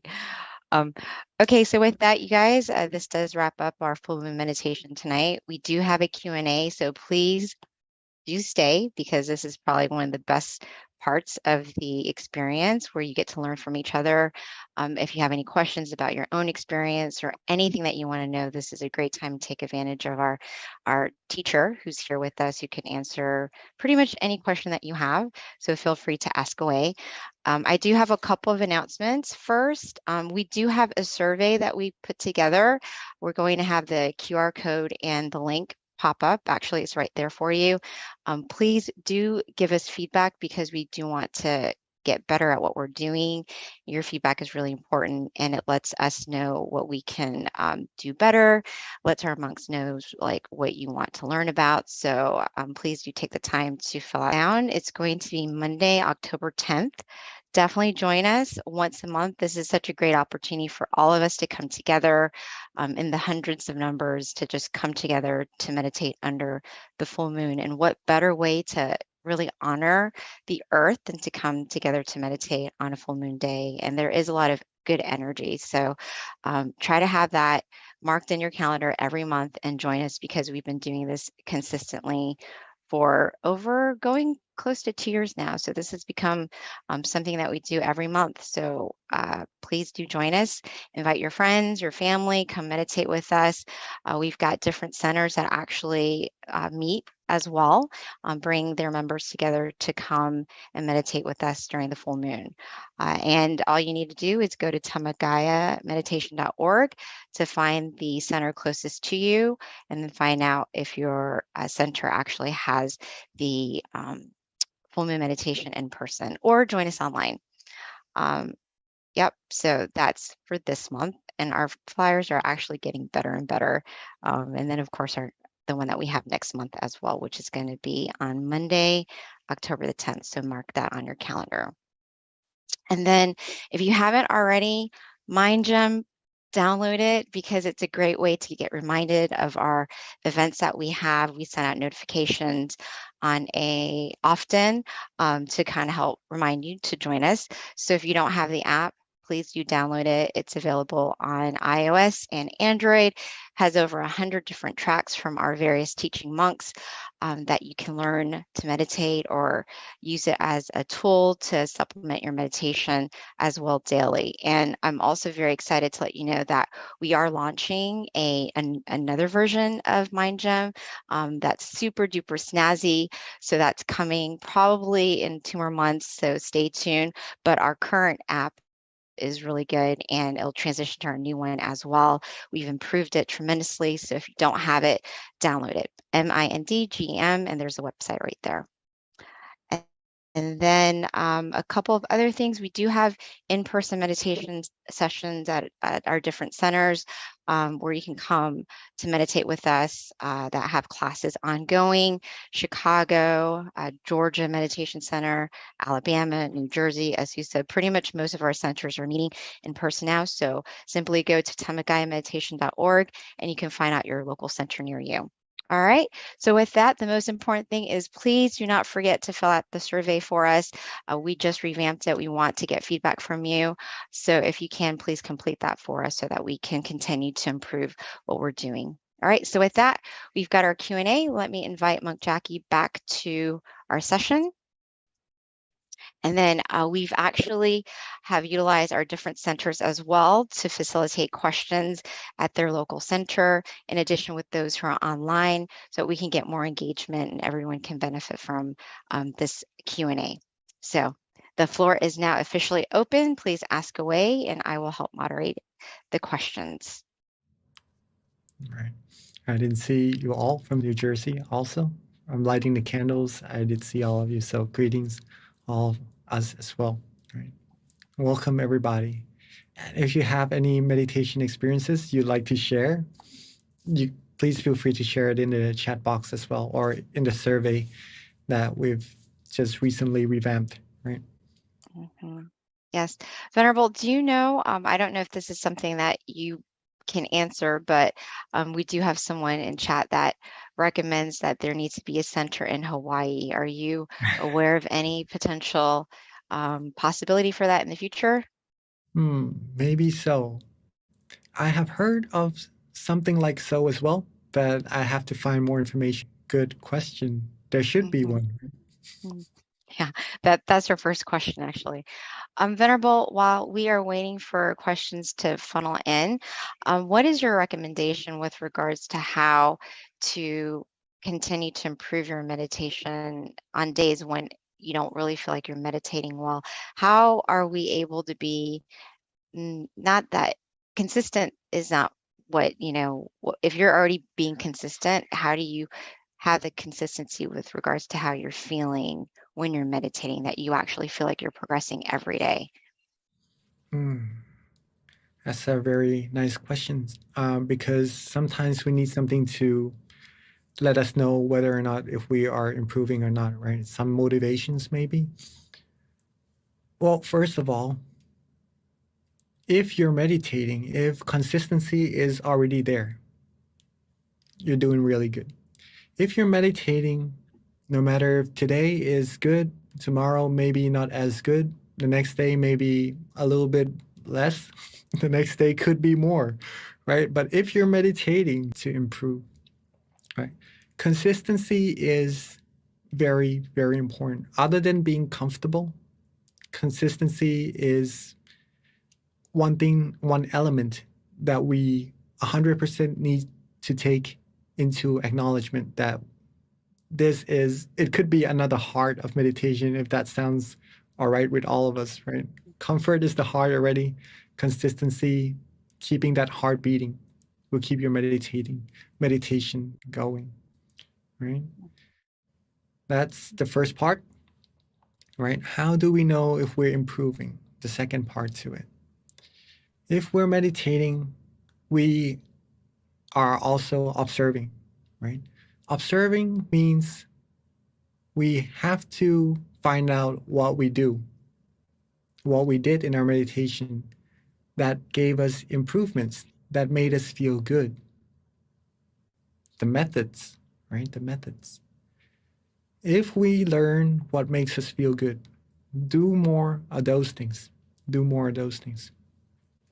Now, sometimes we may do something in our meditation also that may be not as correct as the previous ones and causes us to feel somewhat a little tension, or maybe sometimes have even more wandering thoughts. In this case, also observe. Observe what caused that and reduce some of those things that we do. that we did. If we observe what we did in our meditation, whether it gives us positive results or not so positive results, we'll be able to learn from our practice and then improve more and more. Some indications that would let you know whether or not you're improving is that if you are feeling that meditation is easier or not. If you feel it is easier than before, I'm able to get to that feeling of relaxation more quickly, right? Without as much effort, with less effort, that means your meditation is improving. Writing down your meditation experiences, like what we're sharing here in our chat box, is also another very important thing to observe ourselves whether or not we're improving. Okay. If we meditate today together right now, maybe we have some feelings of lightness, of relaxation. We could write these meditation experiences down, right? Maybe tomorrow we meditate again, and maybe we have some other meditation experiences. Write those down as well. And then you'll be able to come back, take a look at what experiences in meditation that you had. And first of all, be proud of yourselves that you're able to get there. And then we could learn what we have and what we could do to improve. And maybe we get more things and we could learn what we did on that day that led our meditation to being a little bit more special. And we notice that, we improve on that. That's how we notice our improvements, and that's how we're going to be able to improve more in our meditation. Thank you, Venerable. Venerable, so in addition to that question, just to kind of add to that a little bit further, is how do you know, like, when you're dozing off in meditation? For someone who's new, maybe, they're not really sure if they're sleeping or if they're actually meditating. Actually, very, very good. It's very funny as well for me, for myself, because during my first years of meditation, I didn't know at all. We had a meditation session after lunch around 1 o'clock to 4 o'clock, so 3 hours of meditation. My method was to keep my mind at the center of the body. I didn't really learn about being comfortable yet at that moment, just to keep my mind there as much as possible. When I meditated, I felt good. And then when the end of the meditation session comes, I had good meditation experiences. But in between, I had no idea of what happened at all. But I thought that I was doing good, right? Until my teaching monks started to come and do some tutoring, right? They taught me how to observe myself. And one of the things that should be noticed is the indication that we might have dozed off a little bit in our meditation.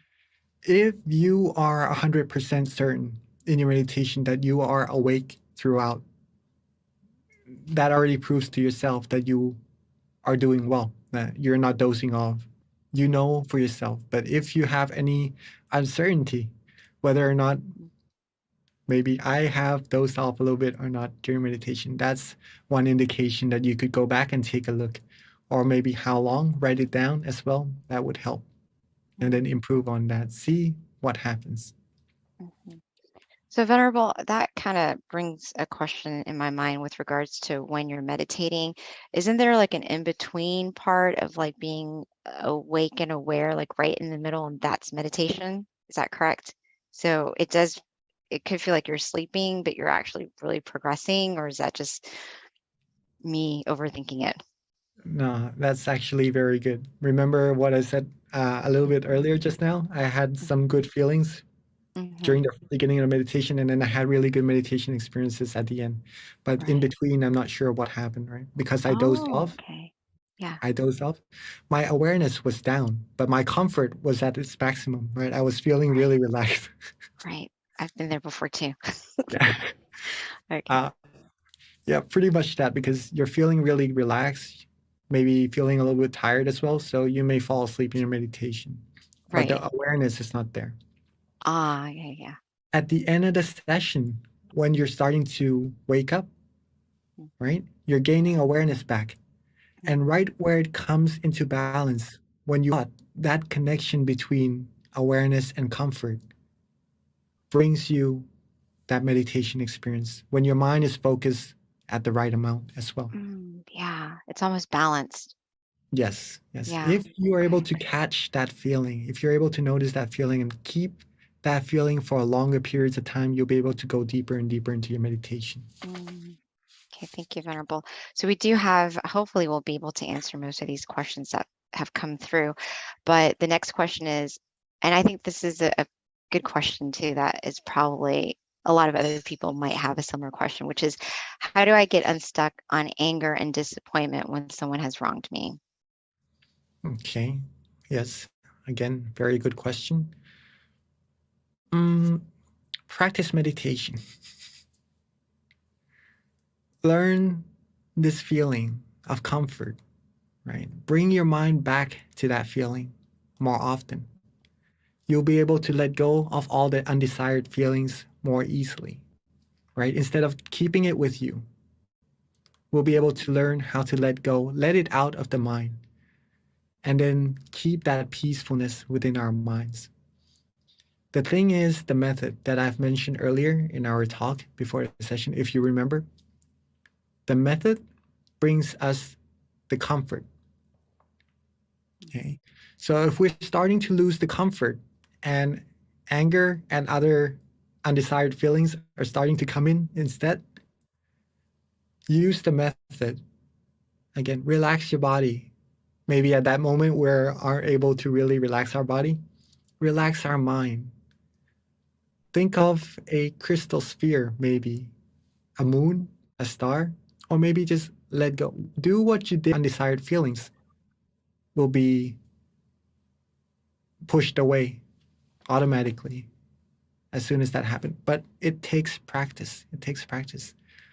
And be proud of yourselves that you're able to not burst out, be able to still maintain that calmness inside of your mind. That's a good indication that you have trained your mind well already and that you have high morale. Keep that with you and extend your practice of your mind further and further.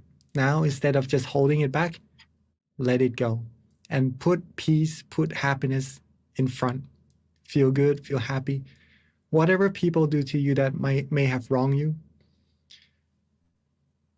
one thing you could do also is share loving kindness, right? Our teaching monk, our master taught to think of it as if may everyone on earth be happy, right? Every time we wake up, share loving kindness. We are lucky that we're still breathing. We're lucky that we're still alive. May everyone be happy. Don't be angry at them, right? May they all be happy. And we one day will sure depart from all of this. And before that happens, accumulate as much happiness or as much purity inside of our minds as possible. Okay? Do this. This is our main mission. Try that. And nothing else will be a burden. Keep ourselves happy. Thank you, Venerable. So I'm going to kind of bounce around in terms of some of the questions, and hopefully we can get to all of them. This one is really interesting. We'd like to get some insight from you on this, Venerable. So it's how can I keep this positive experience going long after finishing my meditation? You're doing really well already. You're keeping that even though with your eyes opened already. To be able to keep it further, keep on being relaxed. Right? Don't worry about the experience. Don't worry about the experience. If it comes, that's really good. That shows that you're meditating meditation.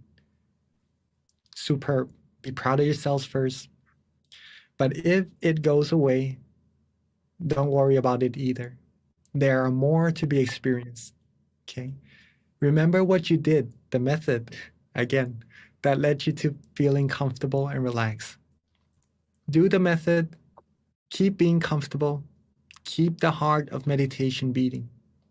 Don't worry about the experiences. Keep being relaxed. That will lead you further and deeper. Thank you, Venerable.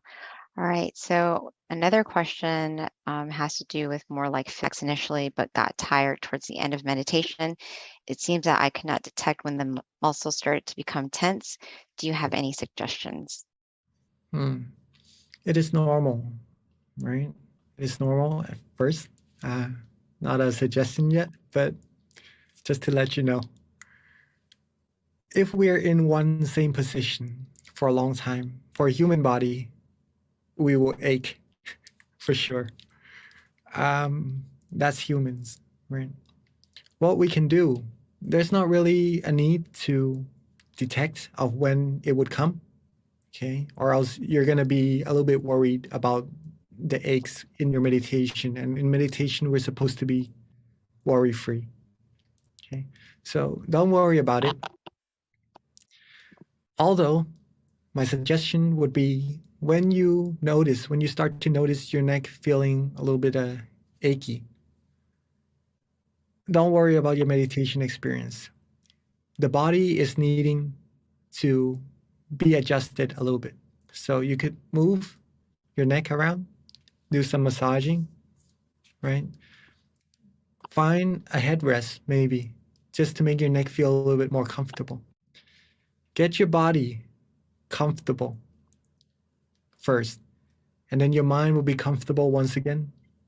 Readjust, get back on track, and then continue from there. Don't worry when it's gonna ache again. When it happens, readjust, do some stretching. Then we can always start again in meditation. Resetting, starting again doesn't mean starting back right from the beginning. It's like we're on our journey to our destination, but when maybe we're riding our bicycle, right? But when something happens to our tires further, without the tire being how it's supposed to be, it will just destroy the bicycle even more, right? So rest for a little bit, fix up that ache, fix up that tire.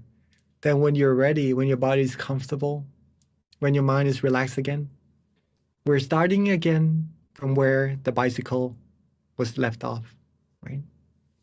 Then we continue our journey from there. It's not starting back from our home. We still have our distance accumulated. We're just continuing from there, but stopping and readjusting is just fixing up a little bit, and then we continue from there. All right, hopefully that answers your question. So, Venerable, what do you say to those of us who have this like fixation in our mind that like resetting kind of takes you to the beginning? Like how do you change that mentality? Even though teachers tell you reset, it's like still continuing from right where you left off. I think it's like logically you just think that you're starting all over again, so you don't want to like open your eyes. If I had something to write on right now with me, I think it would be even better. But for now, I'm going to share with you what I did, right?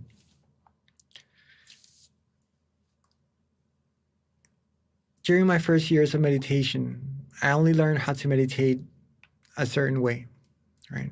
It's good. It's really good. It gave me really good meditation experiences, but it didn't give me the observation I needed to be able to meditate for the whole session and just to improve my meditation experience, to make it more stable. Then my teaching monk came and he taught me to reset. Whenever you feel drowsy, whenever you feel aches, whenever you feel tension, whenever you feel you have wandering thoughts, reset. And at first, the monks who were learning, or including me, were a little bit confused of doesn't start us from the very beginning. It continues us from where we left off and takes us further. I experienced this myself by writing down what I did in my meditation. Whenever I am able to be relaxed, to be comfortable, I put one line down in my notebook, right? When I put one line down, I had to open my eyes, right? I had to reset. And then when I go back to meditating again, try to get back to that relaxation. When I got to another one, I put another line down in my notebook. That's another reset. I kept repeating this 100 times, 200 times for days, for weeks. I started to know some difference in my meditation experience. Every time I reset, it becomes easier. I become more skillful at getting to that relaxation, right? I'm practicing how to meditate. Instead of just one whole hour, I practice one time and try to maintain. I'm practicing hundreds of times now in one session. That improves me a whole lot quicker. Also, my meditation experience didn't just stay at being relaxed and comfortable. It improved. After a few hundred times, I started to notice some differences in my meditation experiences. For sure, 100%, but do it when you need it, okay? Along with my friends, they're practicing the same things, and they are improving as well. And no matter how many people we share, resetting and being comfortable with, they're able to improve their meditation as well. Try it for yourself. See how many times you are able to, first of all, keep your relaxation for a good period of time, but when you need to, reset, relax, and come back to that feeling of comfort. Keep going. See how your meditation experience improve.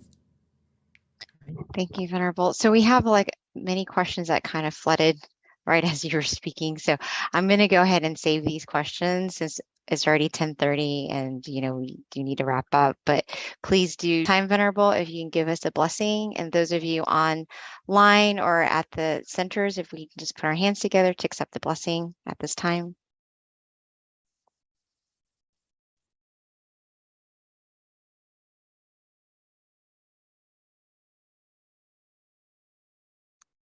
Oh, unfortunately, the Venerable is on mute. Okay, thank you, Venerable. All right, I was saying thank you.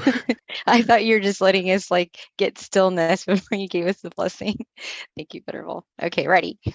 All right, I was saying thank you to all of us for coming, for joining, right? Rejoice in all of our merits. And hopefully it's been a wonderful time with that positive energy of ours throughout our whole lifetime. Let them all come together and bear fruit to all of us, giving us the utmost of positivities, everything. And may we all wholesome wishes, be free from all negativities at all times. May we all find true peace, true happiness, inner brightness quickly and easily, and reach the utmost of happiness, of purity, as soon as possible.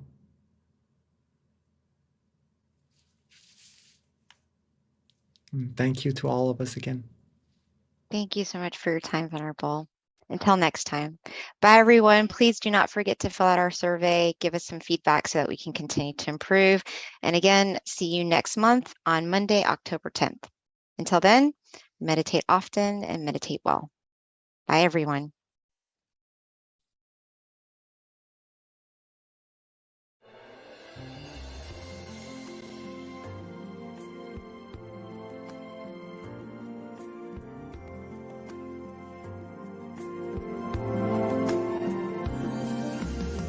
Let's come together to open and do whatever to eliminate all conflicts and differences. It's time for everyone to join hand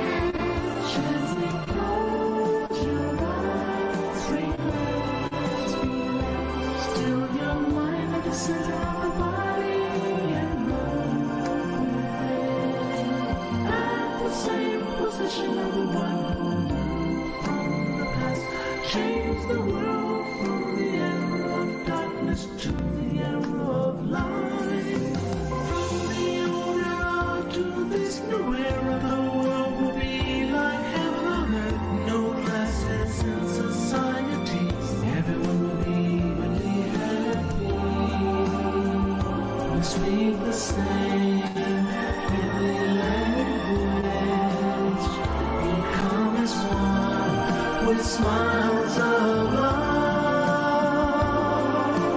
We'll be kind, the world will change. The world will change. Let's come together to change the world. Let's come together to change the world. Let's come together to change the world. Change the world, we have to do it the easy way and relax each other with childlike innocence. Everyone must join hand in hand. Gently close your eyes and relax. Still your mind at the center of the body and look within. As the white moon in from the heavens, the social salon. Let's come together to change the world. Cambiemos el mundo juntos. Come together to change the world. Let's come together to change the world. هيا معا نغير العالم. Let's come together to change the world. يا الشناير هؤلاء 让我们来一起改变世界，连他们都咱们für die Welt. Vamos a ver modamos mondo. 一緒に世界を変えよう。เรามารวมใจกันเปลี่ยนโลกใบนี้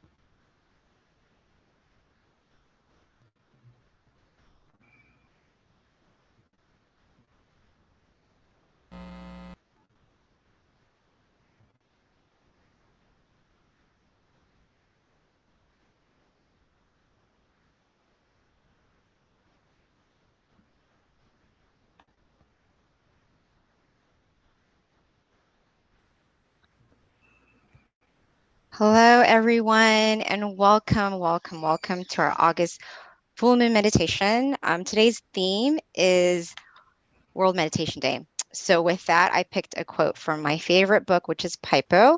I don't know if I ever mentioned this before. I think I have in the past, but Paipo stands for peace in, peace out, just for anyone who might be curious. So the quote is fitting to the theme, and the quote is, "We are the light." So when we become the light, the world will be brighter. We are lucky to have seen the light before many, so we must share it with them, starting from the smallest world we know, our family. Then expand to our workplace and be bright and brighter wherever we go.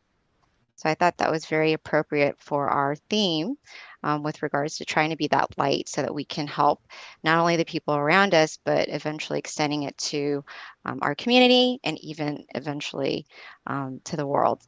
So that is the quote today. A couple of things before we get started with our meditation tonight.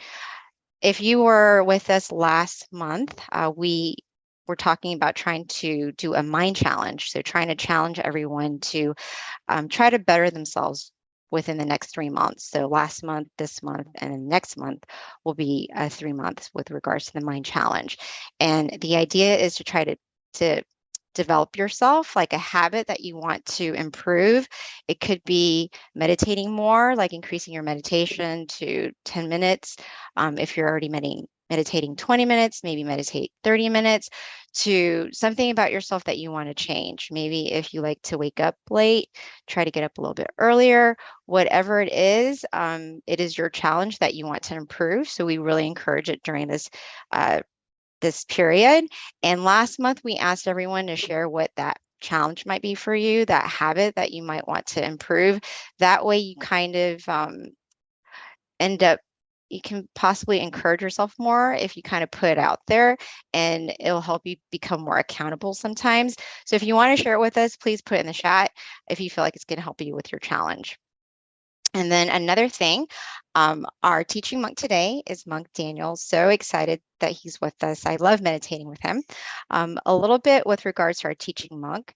He's been a Buddhist monk since 2012 to present. He has been with the goal to spread meditation to the world, and that's kind of what he's doing now with us today. And also to whatever inner peace mission that he's given, to do it with his whole heart. So he is definitely an awesome teacher. I'm so excited that we have him here today. And at this time, we'd like to transition it over to our teaching venerable, Monk Daniel.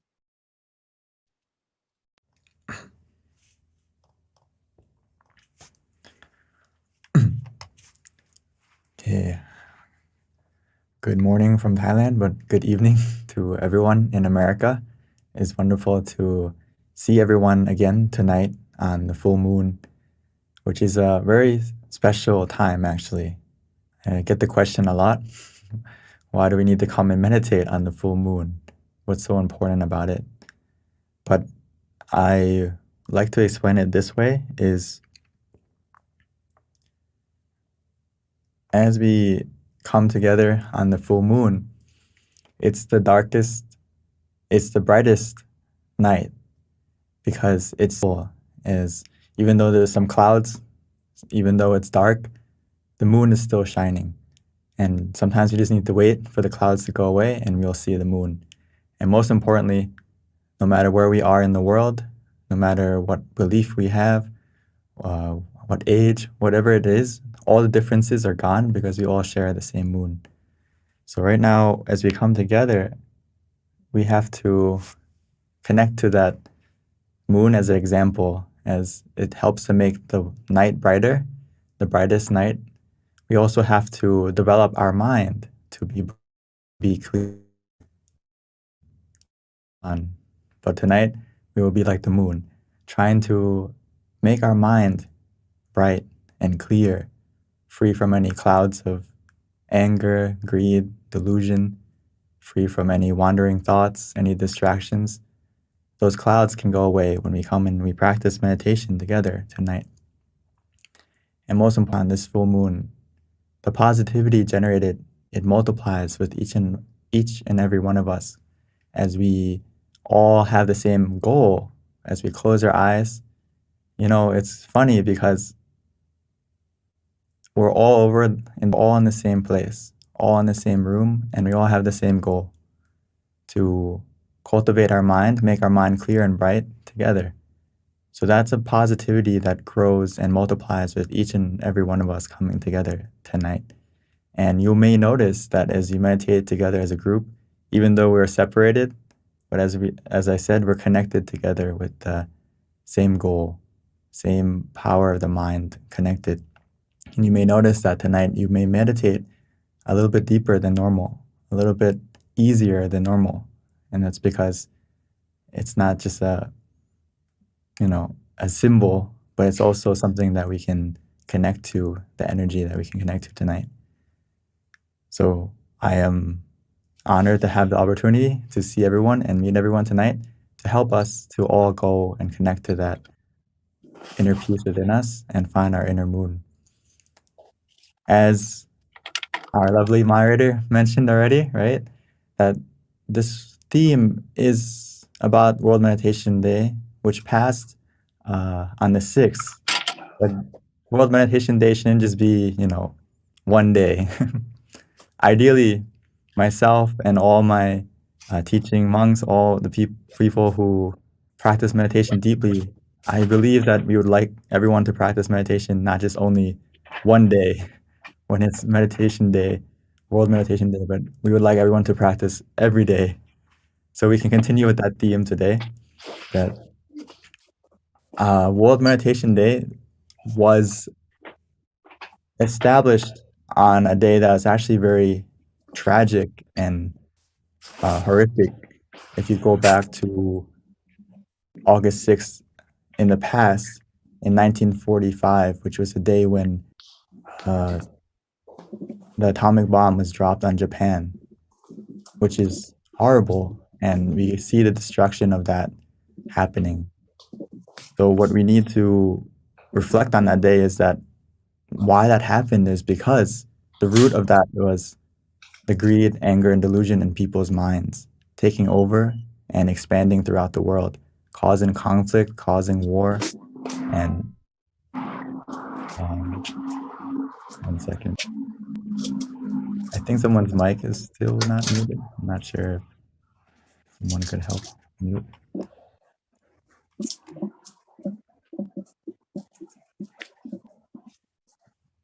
As we can help to change and conquer the root of the problem, which is human mind, right? That day happened, that tragic event happened back in August 6th because the mind wasn't in control. It was taken over by greed, anger, and delusion, and it causes this conflict that we see. As I've mentioned before, but I always like this example because as children, or especially in the West, we're taught that under our bed there's monsters. We have greed, we have anger, we have delusion. We have to check to make sure that they're not there and go to sleep and feel good. But as we grow up, we realize that okay, the monsters aren't under our bed, the monsters aren't in the closet. The true monsters are in our mind. It comes from, as I mentioned, the greed, the anger, and delusion.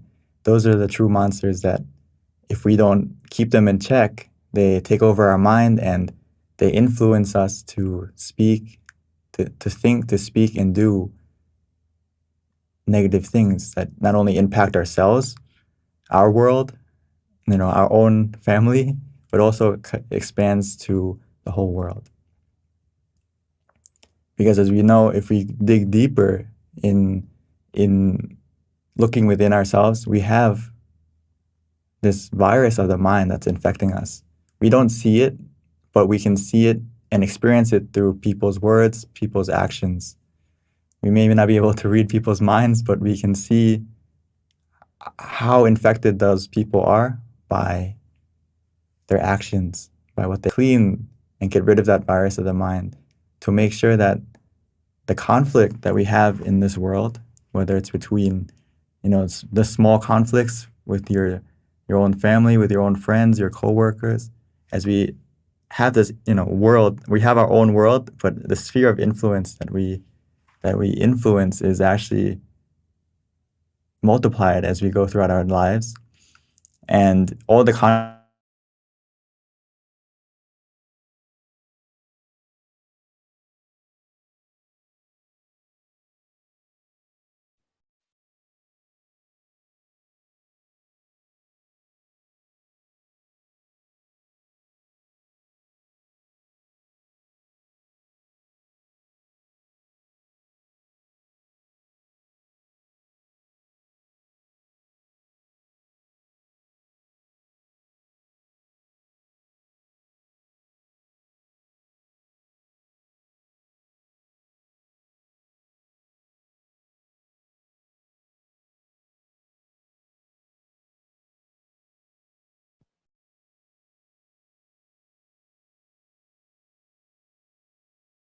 I am not sure, but can someone put in chat if you Oh, can hear? sorry. Okay, excellent. Thank you, Venerable. I wasn't sure if it was just me.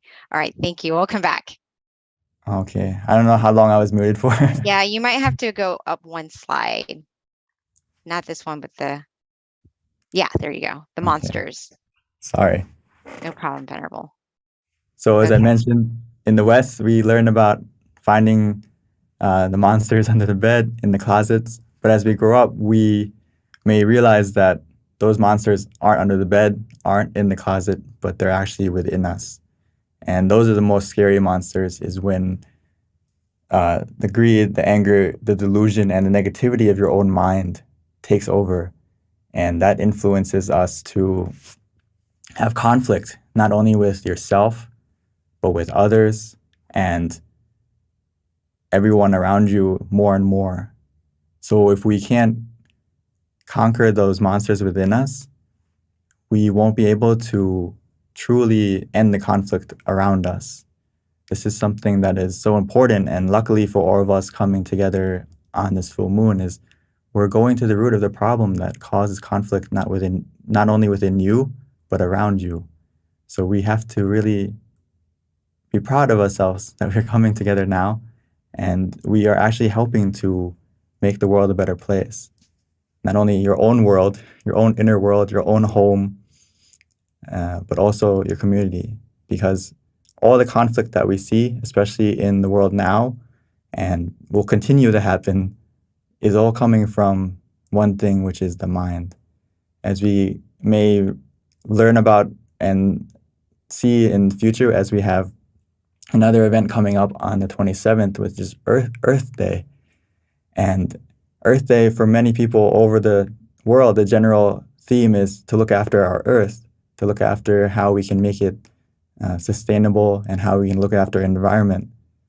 But those are huge goals.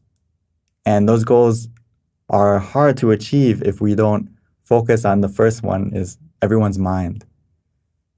Whether it's World Meditation Day or that day, the whole theme should also always come back to how can we cultivate our mind to get rid of the negativity within us, to clean it out, which is the only way we can do that is as we're coming together to meditate right now. Because each and every one of us, we're like a candle. Like tonight, we're going to light a candle, right? It's not just it's symbolic, but also something that we can cultivate, as we heard from the quote in the beginning, is finding your own inner light, right? Finding or becoming the light that we need in times of darkness, which can only come from a mind that is clear and bright, which we can develop through meditation. So even though we may just be one candle, one light, as you can see in this picture, that one light shines very bright. No, it may be very dark, but the darker it is, the brighter your light. The darker the sky, the brighter the star, right? So just one little bit of light that you can create within yourself is powerful.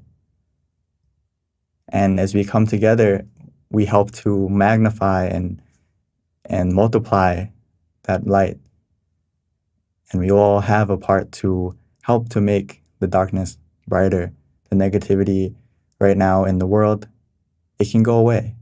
It will get worse. It may get worse, but as our brightness of the mind comes, it will help to lessen it until eventually it will go away. Because as we come together, we help to shine together, just like all the stars that we have at night. If there's only one star, it won't be as beautiful, but it takes millions of stars in the sky to make the sky at night beautiful and inspiring and not as dark as we would expect. So the most important theme tonight is to navigate the darkness that we all will encounter in life, because there's many negative situations that are happening, as I mentioned, because everyone in the world is infected with greed, anger, and delusion. And as people don't know how to deal with that negativity within themselves, of course, we will encounter negativity. But as we come and practice meditation, we now have the power to navigate that darkness with the right source of light, which can only come from meditation. So even though there is darkness, negativity, obstacles, don't let that darkness hide the brightness within you. We can keep ourselves lit by doing what we're doing now, is coming together, meditating, helping to relax your body, calm your mind, and that's how you can relight yourself and find that light and source of light within you.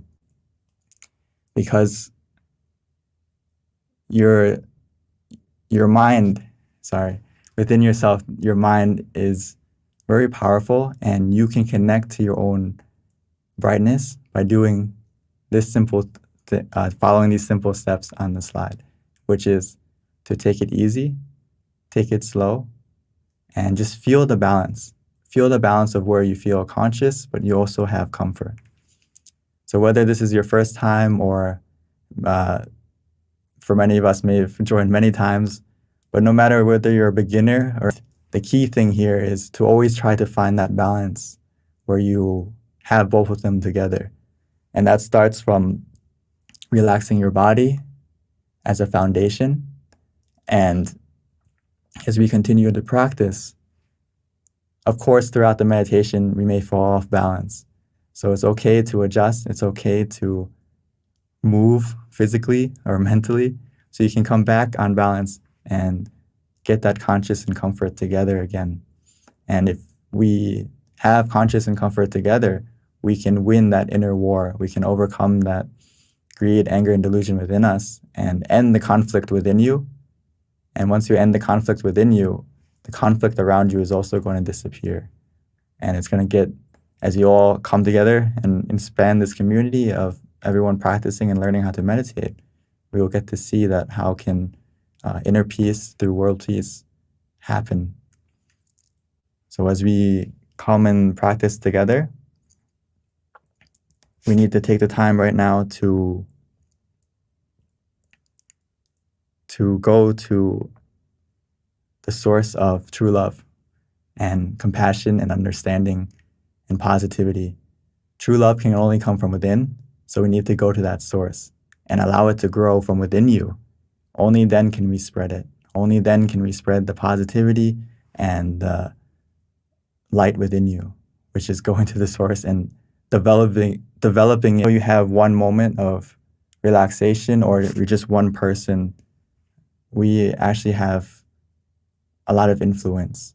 You just maybe not realize it, but as we go throughout the day, as we go throughout our life, there's thousands of people that we encounter, that we influence, whether we know it or not. So just by us coming here to still your mind, practice relaxing and cultivating your mind, you are really making a difference together right now to cultivate our mind and go to that source of light within you and find that happiness that is waiting for you. So let's take some time right now to still and calm your mind. So before we start, I would like to invite everyone to take it easy, take it slow, and let's start by adjusting our body together. For those of you who need to stretch a little bit or move around a little bit, please feel free right now.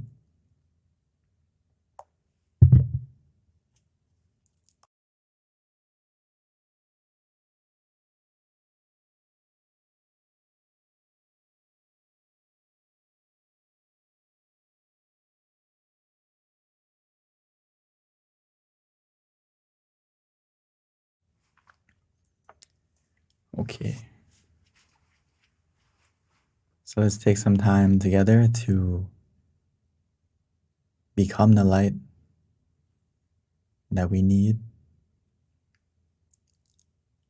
which we can attain easily and simply. All we need to do is start by adjusting our body first. There's no need to rush, no need to hurry. As we take our time, taking the time to find a comfortable and relaxing position. Whether we're sitting on the floor, on a chair, wherever we may be. Find a comfortable position that works for you, that helps you to be comfortable and relaxed. And once you've found that position,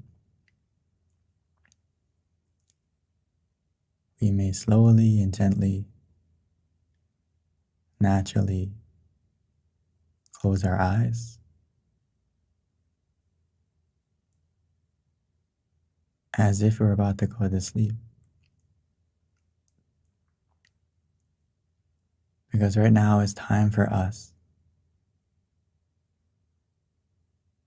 to rest our body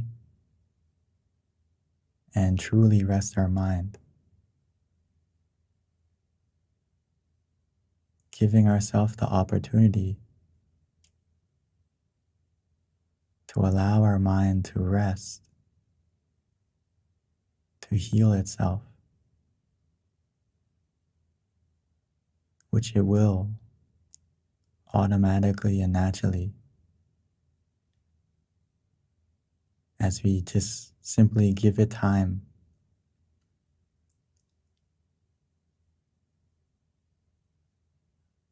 And as we continue to create a foundation of relaxation, physically first, taking the time to relax and release every single part of your body.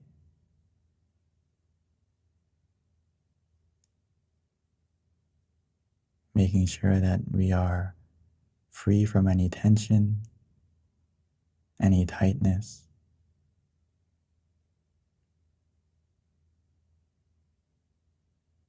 By simply checking, making sure every part, whether it's our face, our eyes, eyebrows,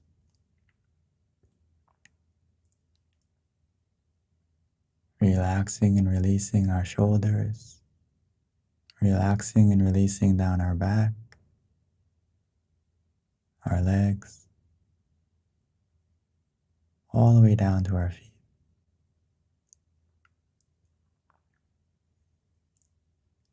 And just put a small, content smile on your face, as if we're welcoming, accepting, embracing the relaxation that is beginning to grow.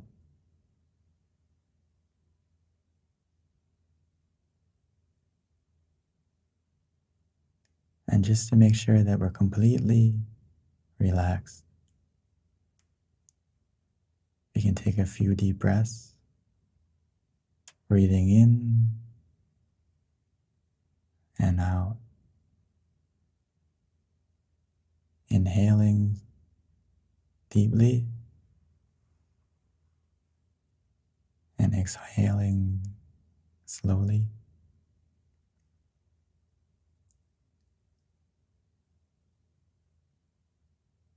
Try to put your attention softly and gently as your breath enters your body, filling it with relaxation as it expands throughout your body.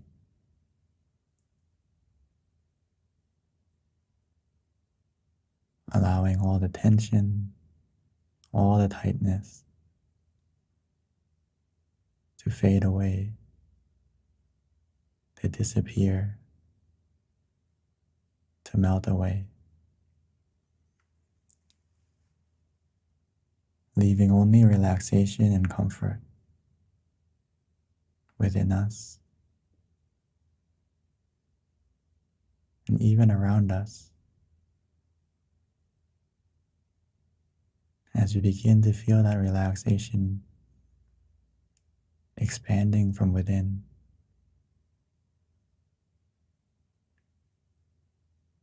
the the more we relax our body, the easier it is for our mind to calm down.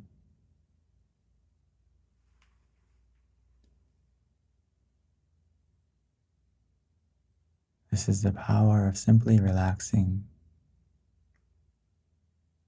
trying to find that balance between being conscious and comfortable.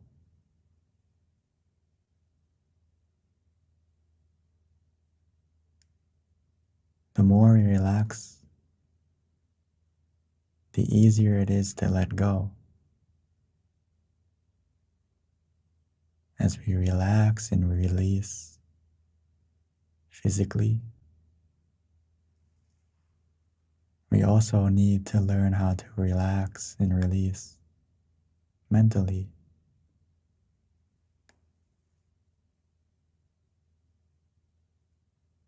Which we can do naturally and gently, bringing our mind back to the present,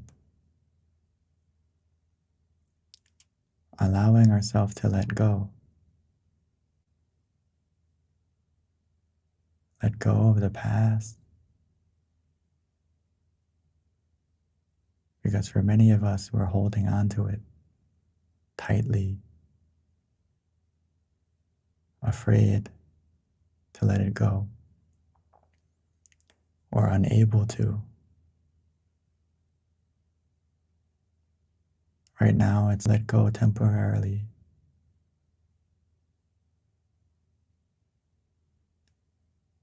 Whether we're holding on to the past, grasping for the future, now it's time for us to just let go so we can receive something better that is waiting for you, within you. It's always been there.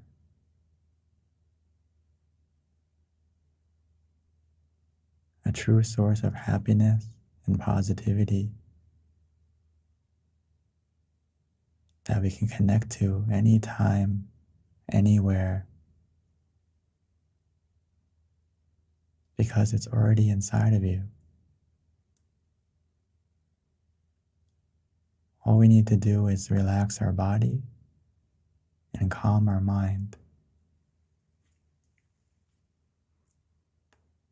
allowing your mind to fall into the right place.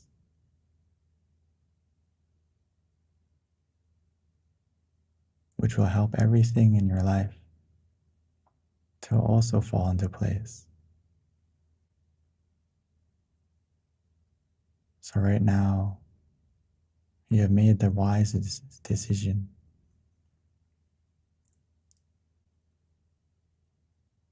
to let go of everything so we can receive peace of mind. We can connect to that peace by using whatever method that you find easy and relaxing. Repeating softly and gently in your mind as if it's coming from within you, resonating, repeating softly in your mind. Samma arahang, Samma arahang, Samma arahang.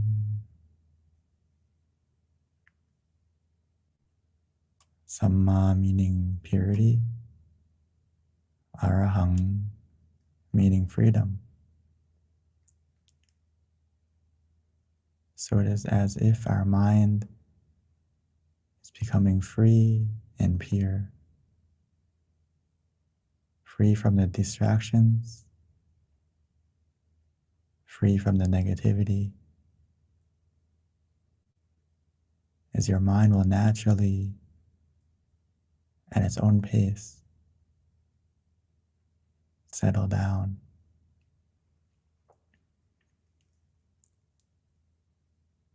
Or for some of us, it's easy and simple, relaxing, to visualize the moon, or tonight, the full moon. We can use it as an example, imagining it within you the best you can.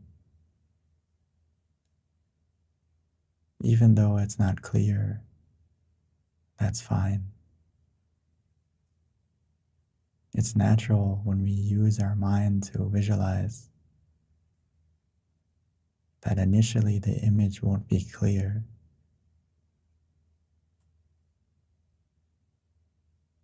As long as it's calming and relaxing, that's the key. The image will get clear and it will change on its own.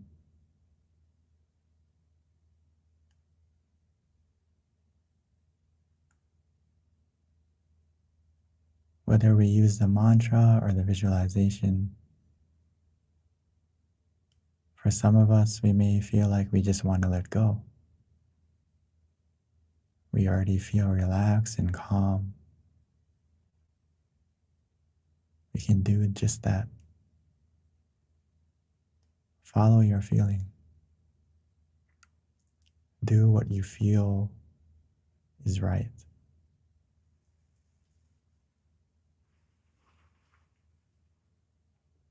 We can just let go.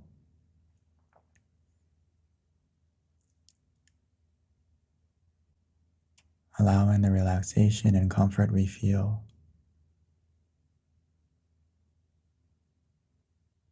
to take our mind inside.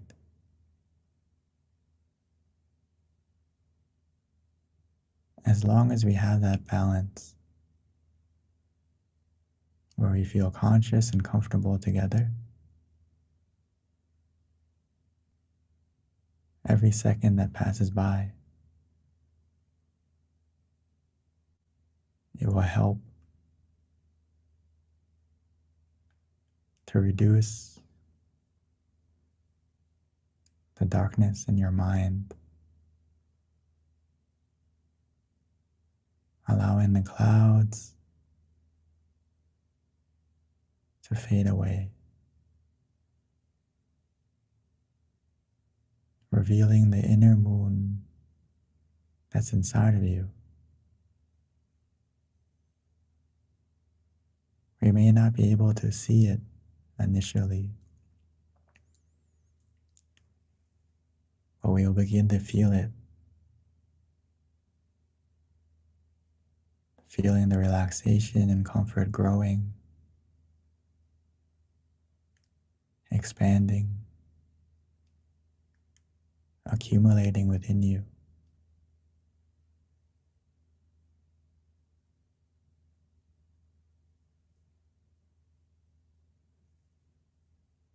It will continue to grow, to gather,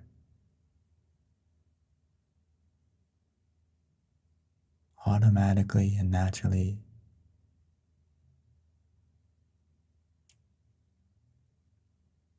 As long as we have that balance where we feel conscious and comfortable together.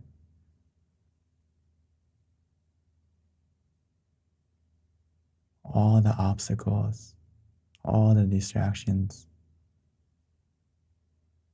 won't be able to bother us.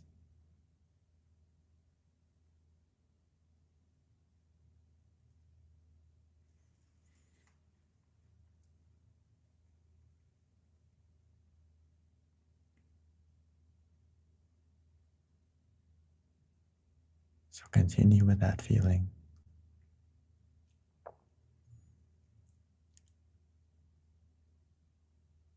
Continue with the relaxation and comfort.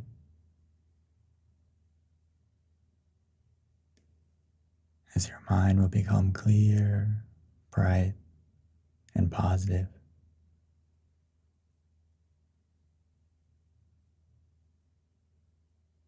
As our mind becomes still, and eventually our mind will stop.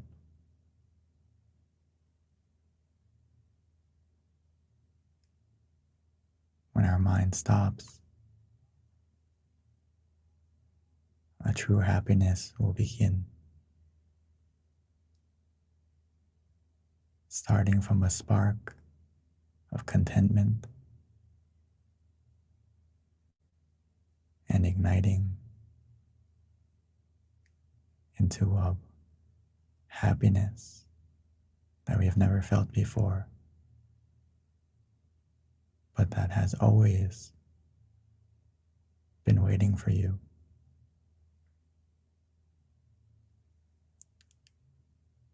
It will come as long as we stay relaxed and calm. We don't need to go looking for it. All we need to do is to look within, keeping your mind relaxed and comfortable. Before you know it,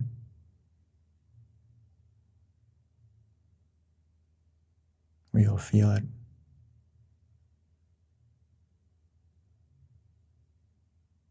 So for now, let's continue to meditate together.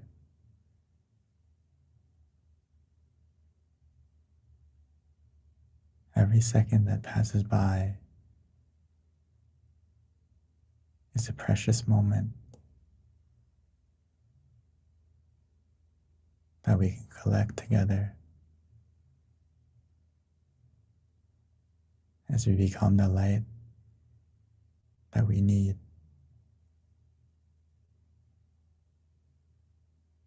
So let's enjoy the meditation together in silence.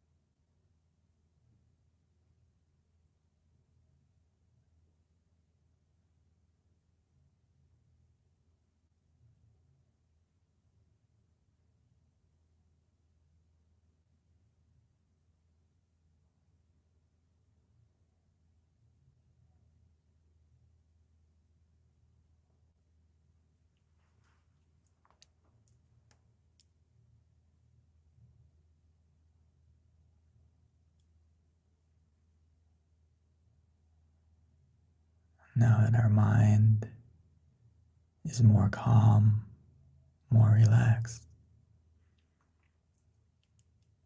that we taken the time to light our inner brightness, lighting it with relaxation and comfort. Now that we have lit our inner candle, our inner brightness, let's take this opportunity to transfer that brightness, that positivity within you, transferring it from within to light our candle in front of us.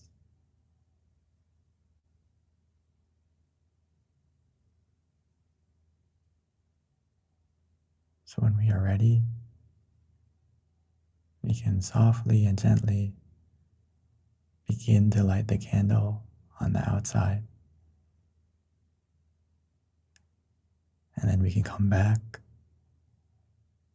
and continue to maintain our inner light, our inner candle together.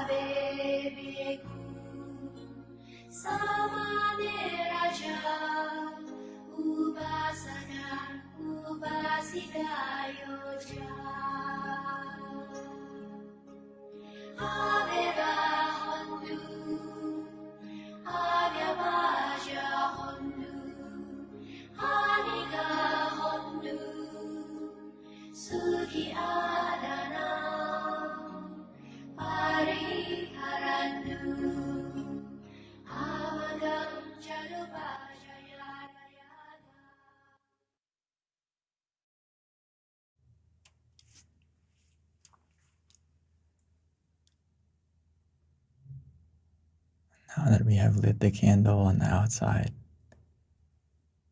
as well as lit the candle within us, let's continue to spread our positivity like we have spread our light,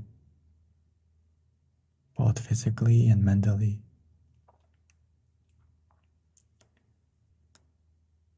to still our mind. We have collected moments of brightness, of positivity within us. Because every moment that your mind is still, every moment that your mind stops, the greed, the anger, delusion, and negativity within you, it also stops, being replaced with relaxation, with positivity. So now that we have collected that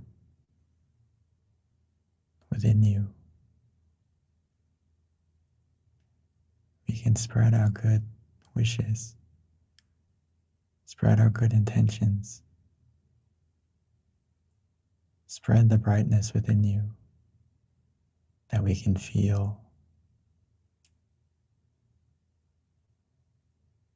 Allow it to spread from within onto your face, forming into a smile of true happiness, of contentment, a smile that can change the world, not only for yourself. It is a powerful thing. Your mind is an element of success.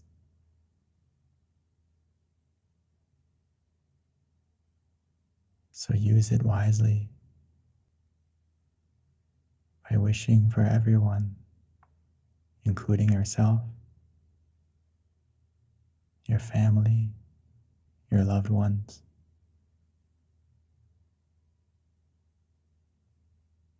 slowly expanding out to your friends,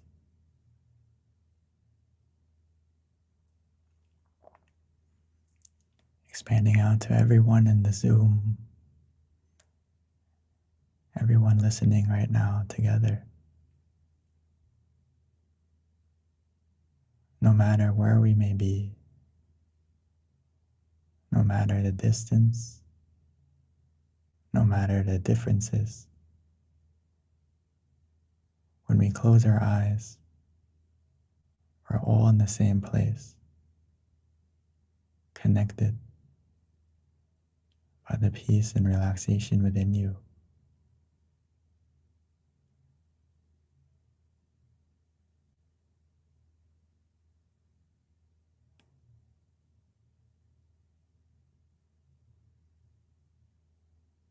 As we share our good wishes, wishing for everyone to be healthy,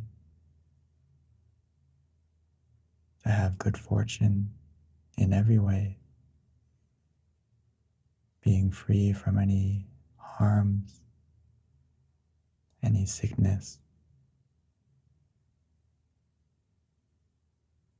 and most importantly, wishing for everyone to have the opportunity to cultivate their mind, to conquer the negativity within their mind, and find the happiness and relaxation that we feel.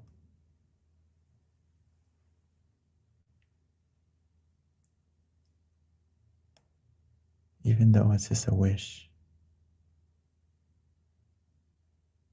it's helping to change the way we think, which will help to change the way we speak, the way we act, as we spread the positivity within us. That positivity will come back to you.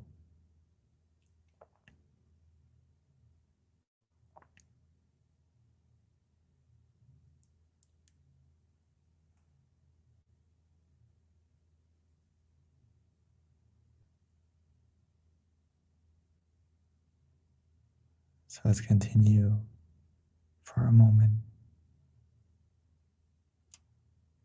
Allowing that positivity to shine, expanding out.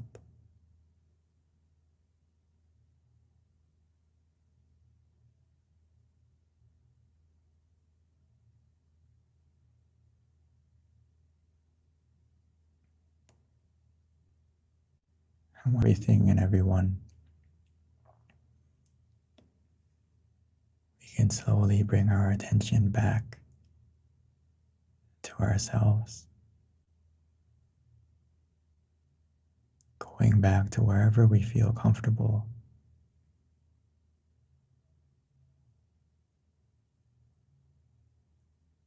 Feeling that comfort and relaxation within you again.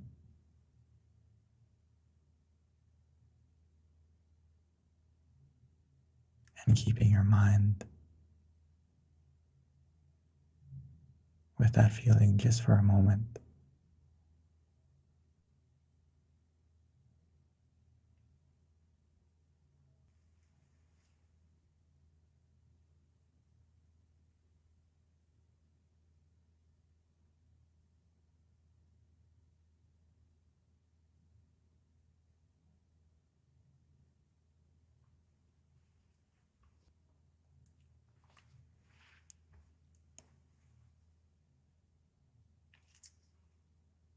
Sabbe Buddha Balabhata Vajje Ganang Jayang Balang Arahanta Nate Sherakang Pantami Sabaso Sababuddha Nupavena Sabadhamma Nupavena Sabasangha Nupavena Sata Soti Pawandu Te.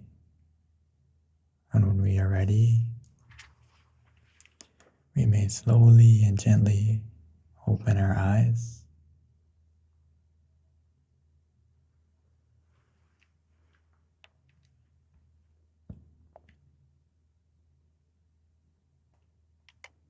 Thank you, Venerable Daniel. So everyone, we do have a couple of announcements before we transition to Q&A. Just to let you know, for those who need to hop off, that's totally fine, we understand, but the Q&A is actually one of the best parts of the session, so you don't want to miss it. You can learn so much. So already this is a great time to ask our teaching monk with regards to your experience or anything that you want to know with regards to meditation. In terms of our announcements, please jot down our next full moon meditation.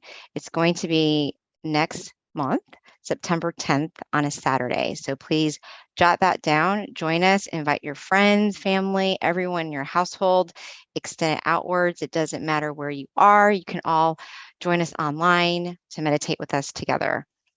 Again, September 10th, which is on a Saturday. Also, if you haven't been on it yet, our tamagayameditation.org website, different centers that are located if you're looking for one close to you. In addition, we also have another website I like to share, which is MindGem. And here you can learn more about our app. You can download it. We've got over 100 tracks from our teaching monks. It's a great way to supplement your meditation when we're not meditating together. And then also we do have on-site meditation classes. In fact, I think many of our centers are offering the full moon meditation session at their center. I know my center is, which is Georgia. So hello, everyone. I'll see you guys next Wednesday, if not Sunday. And yes, we do have our centers that are open with in-person sessions, our California location, Chicago, and also Georgia. And you can visit the websites to find out the local times and the class offerings. And then next, we're going to transition to my favorite part, which is the Q&A. So if we can get Monk Daniel back on, please. Thank you. Hello, Venerable. All right, so, oh, look, we already have a question coming in. So this is the part where if you've got a question, please enter it in chat. And those of you in Georgia, please represent us. If you have a question, let John know and he will facilitate it.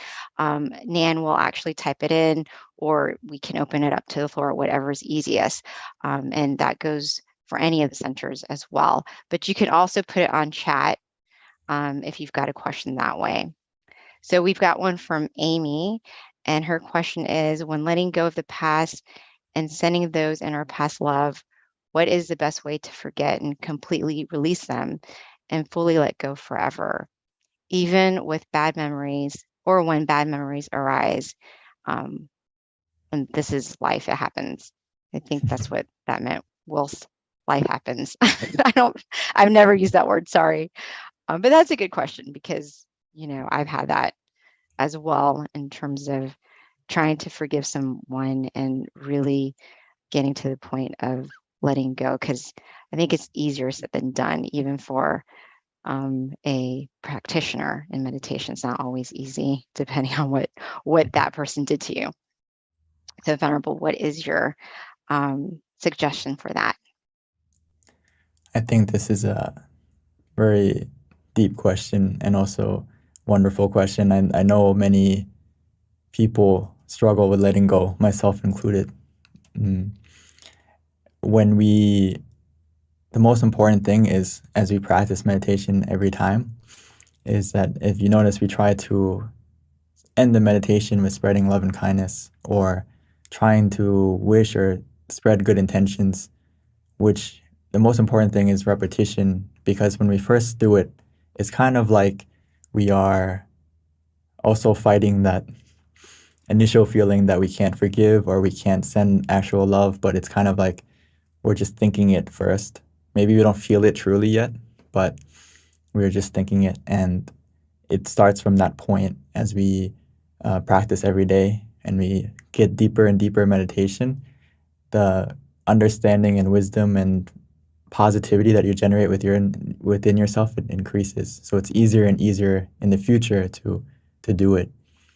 But in the sense of that, how can we forget or completely release those people, is that I like to put it this way, that we have people that whether it's good memories, whether it's, people that we love, or sometimes it's bad experiences.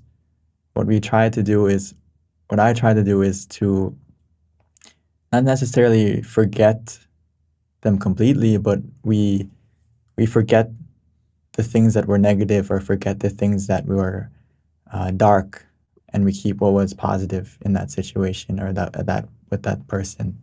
Try to focus on the good and let go of the bad of it.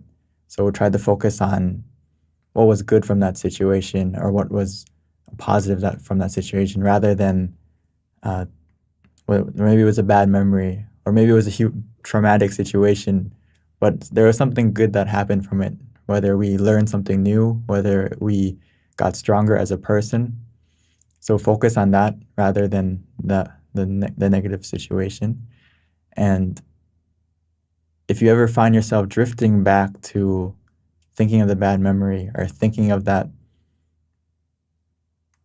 negativity again, we also need to realize it as quickly as possible and switch modes, change the channel to whether it's to use the mantra or the visualization, just to take your mind off it as quickly as possible. Because it's kind of strange that physically, when something hurts us, let's say something's hot, we automatically recoil. We don't keep our hand on the hot thing. But mentally, for some reason, we like to keep our mind mentally on something that's hurting you. So if we practice meditation more deeply, when I say to have conscious and comfort in balance, when we practice, we should transfer that kind of understanding to your daily life, that you have conscious and comfort as you're walking through your life. And when the comfort starts to go down, we need to adjust as quickly as possible to get it back on track. So in that sense, you can practice doing that, and also just to hopefully that gives you some kind of answer. I'm not sure. If not, please continue to write in the chat. So Amy did say that it's easy during meditation, but back in reality, it's a little harder. So that was just a comment. So the next question we have, Venerable, is first of all, he wanted to thank you for a wonderful meditation session. And the question is, how do you clear your mind completely to allow meditation to help you find your path in life when you feel like there are too many distractions and too many different paths? Sorry, one more time. I saw that comment. Okay. The question is, how do you clear your mind completely to allow meditation to help you find your path in life when you feel that there are too many paths and too many distractions? The most important thing is to still and calm your mind first and allow your mind to, it will, in the beginning, of course, there's a lot of clutter, a lot of distractions. But as we use the mantra, use the visualization, and just give it time, your mind will begin to settle naturally. And as it does that, gradually you'll get to the point where you feel calm. And in that calmness, in that stillness, there will be more understanding and wisdom as you get out of the meditation. Or even in the meditation, you may have that moment of clarity. And there's many paths. Oh, of course, there's many paths that we have to choose in life, which may be confusing. But from my practice and from Lumpur and all the great meditation masters, they always emphasize that you need to, the easiest recipe for success or the easiest way to help guide you through all that, what we feel is difficult and, you know, all these different decisions, is the first decision we need to make is to still and calm your mind. Make sure that your mind is calm and at ease. When your mind is calm and at ease, it'll become bright. And with that brightness, if you can't think it out, get out of thinking. If you don't know what I should do, what I should decide, a good tool you can use right now is to sit down and meditate and try to calm your mind first before you do anything. If you make that a habit, you're going to start to see that all the difficult situations or the different paths, it's going to narrow it down. Maybe it'll be only one left. So it takes a little bit of effort in the beginning, but as you continue to meditate, it's only going to get easier, because I know in the beginning, initially, it's hard to clear the clutter and calm your mind down because we haven't done it in many years. You know, many people, maybe this may be your first time even meditating. So if you can only get a moment of calm, a moment of peace, that's a good start. And it's a moment that, you know, people have been waiting for their whole life.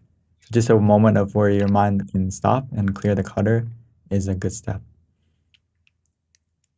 Thank you, Venerable. So the next question is, what does peace feel like?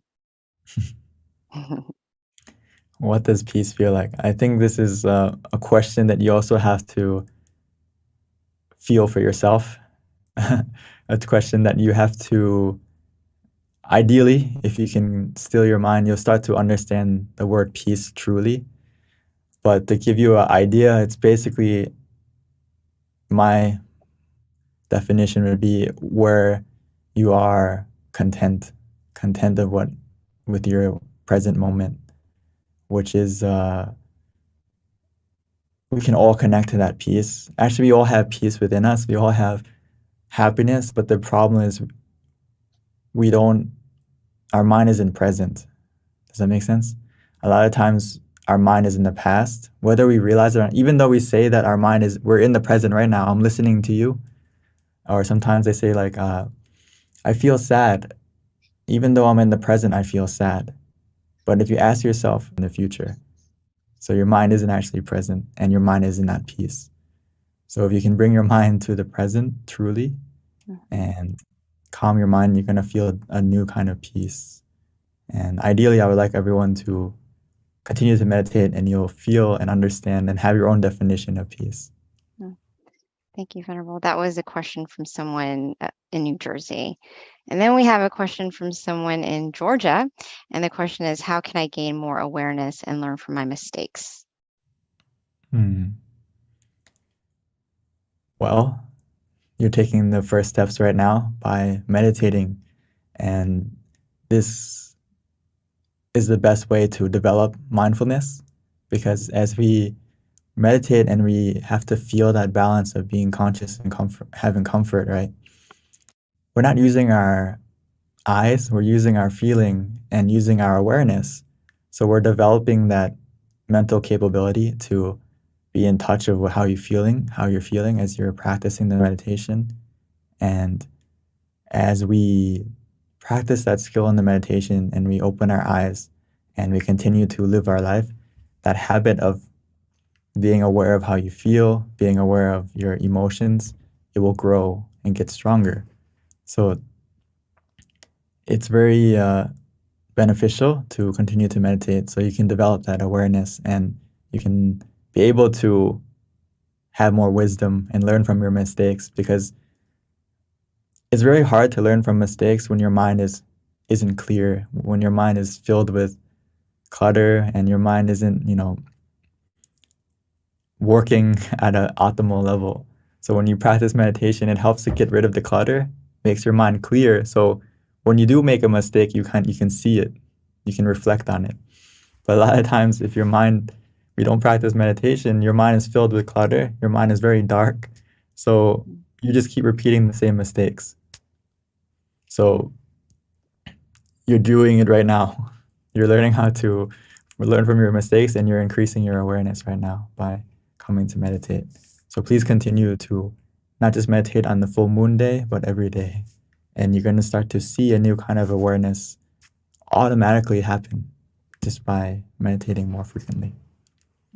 Venerable, so we have so many good questions flowing through. I hope we have a chance to answer them all today. But here's a good question too, and it's what is your definition of the human connection, and what advice do you have in obtaining it? This can be answered many ways. The human connection. I would say that from our practice, from my master Lumpata Machio, my father monk, he would always say that, no matter the person, no matter the differences, the beliefs, we all have this kind of common ground, which is the center of the body. We all have this point within us, which is, the exact point. You may not have to focus exactly right now where it is, but generally that center of the body is, at the 2 finger widths above your navel in the center of your abdomen. But in practice, we can connect to that point by just relaxing and allowing your mind to settle down. It will go there automatically. But when talking about human connection is that no matter where you are in the world, we all have that point. No matter who you are, what age you are, as long as you are a human, you have that point. So as we all practice, as we're doing now, meditation, we can connect to that point. And as we cultivate meditation more deeply, we understand ourselves more. And we can realize that we all share that same point. We all share that same peace and happiness. And also there is more that you can feel from that connection. So as you can put it, let's say it simply, if we all take the time to go to the center of the body together, that will create a human connection stronger and stronger.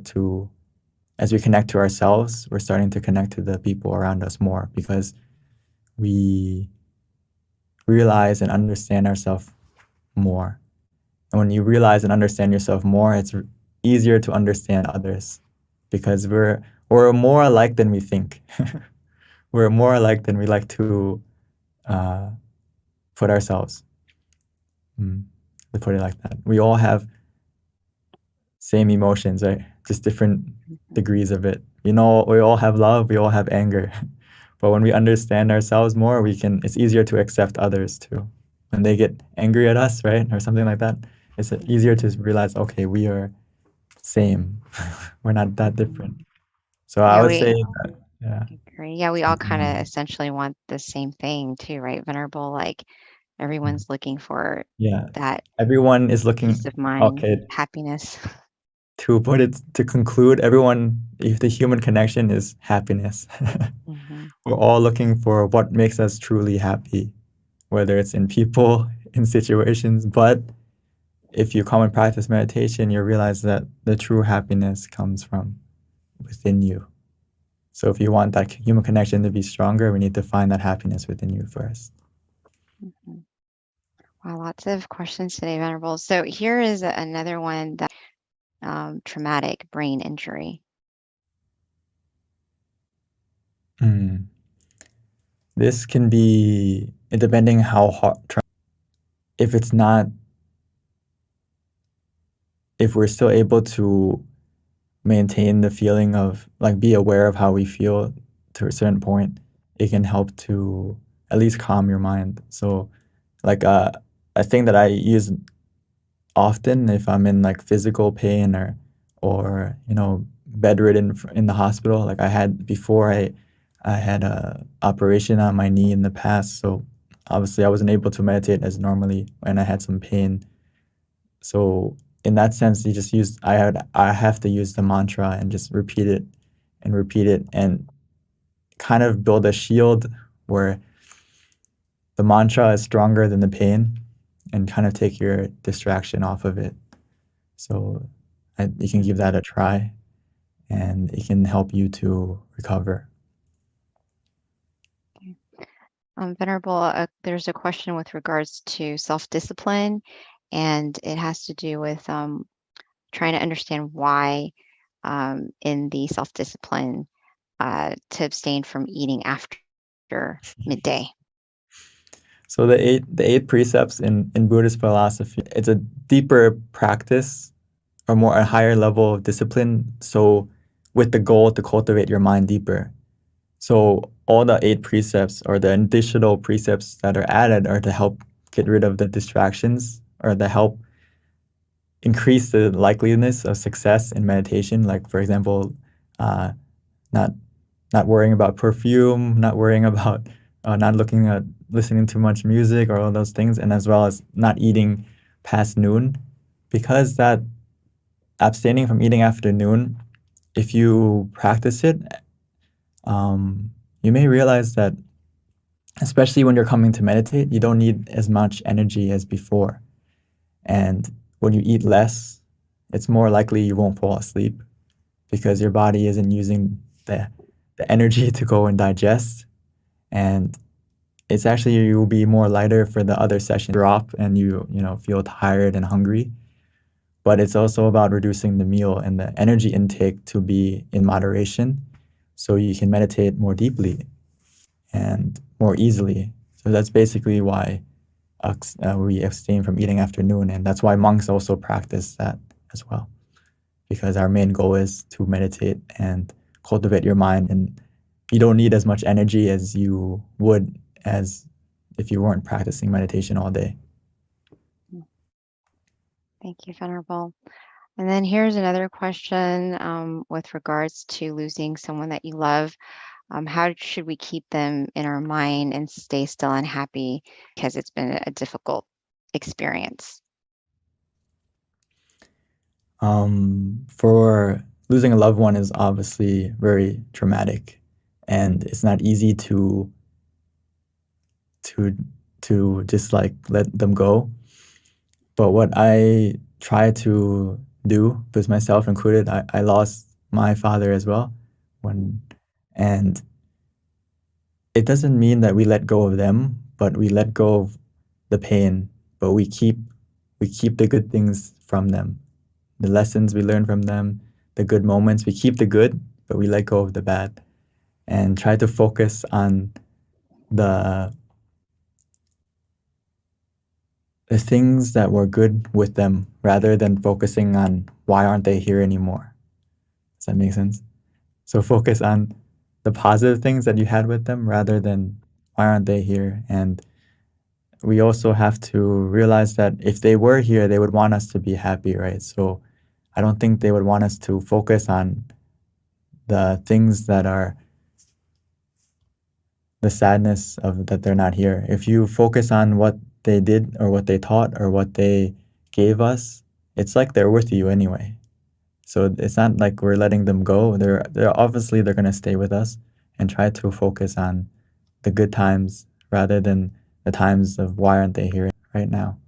So focus on the people that are still here that love you. They're all around you, and love the people and care about the people that are still here as well.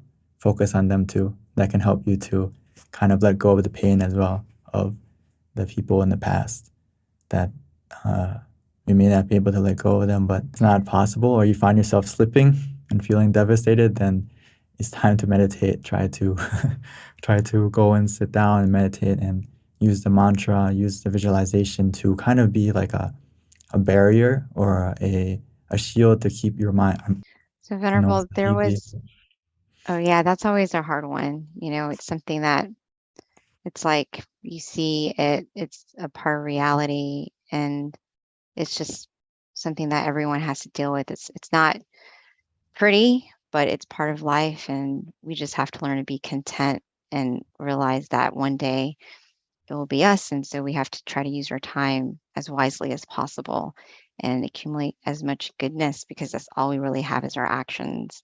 And do those good things and think about the person that is no longer here and its energy, they can actually receive it. Right, Venerable Daniel? Yeah. Okay. So here's a question. It's a little lengthy, so I'm just going to kind of summarize it. But this person feels that she's been trying to share her light to her mother, but it seems like her mom and her are having, her mom's refusing it or not really accepting it. And she says, why is it so difficult for you to be able to share it with your parents, but yet it's easy to do it with your, she's having an easier time sharing it with her coworkers and friends, but not her family members. And maybe in this sense, maybe the light means just good deeds. I don't know. She didn't really specify, but she just said she's having a hard time sharing her light with the people that she loves. I would say that you shouldn't have to worry too much about are we actually spreading it to them, because we are physically here because of them. So like your blood, your body is from them.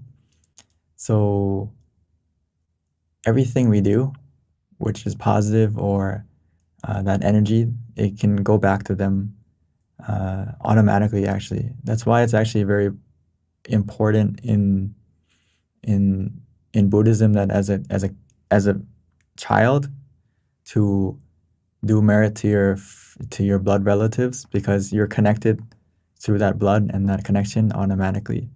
And even though you may feel that the connection isn't strong, it's actually strong. It is strong. So don't worry too much about it. Hey, I can't, am I connecting to them? Just try to get in range. If you get into range, you'll connect automatically. And the way to get into range is just to have a little hint to connect to them, whether it's their name or if you can think of their face. Imagine their face. Thank you, Venerable. So that wraps up our meditation session tonight. It is 10:30. We would like to invite everyone who is still on the call to please take a couple minutes to fill out our survey. It's going to show up in the link shortly, at least it's supposed to, fingers crossed. And if you can fill out the link, the survey, and let us know what you felt about today's session so that we can improve it. For everyone else, goodbye. Please mark down September 11th next month, and we will see you again then. And also, we do have a couple people that are staying on to actually meet with Monk Daniel to give feedback to him directly. For anyone who'd like to participate, please let us know. We'd love to have feedback from everyone who has a time to do it. But other than that, at this time, let us accept a blessing from our teaching Venerable before we wrap up the session. So Venerable. And I like to put my hands together and my palms together and accept the blessing. With the positivity that you have generated within yourself by taking the time to still and calm your mind. Every moment that you do that, your mind creates a positivity within you. It's like a sphere of positivity glowing within you that will help to collect and accumulate all the positive things that you have done in the past. And may that positive energy within you help to bless your life in every way, to be healthy, to be fortunate, to be happy. May you be able to overcome all the obstacles that you encounter with this positivity, with this brightness within you. May this brightness help to guide you, to protect you in every way. And most importantly, may it help you to attain deeper and more profound meditation experiences within you easily and quickly very soon. Thank you so much, Venerable Monk Daniel. And at this time, the link is on the chat. So if you can take some time to fill it out. Again, we will see you next month on the 10th. Bye, everyone. Have a nice night.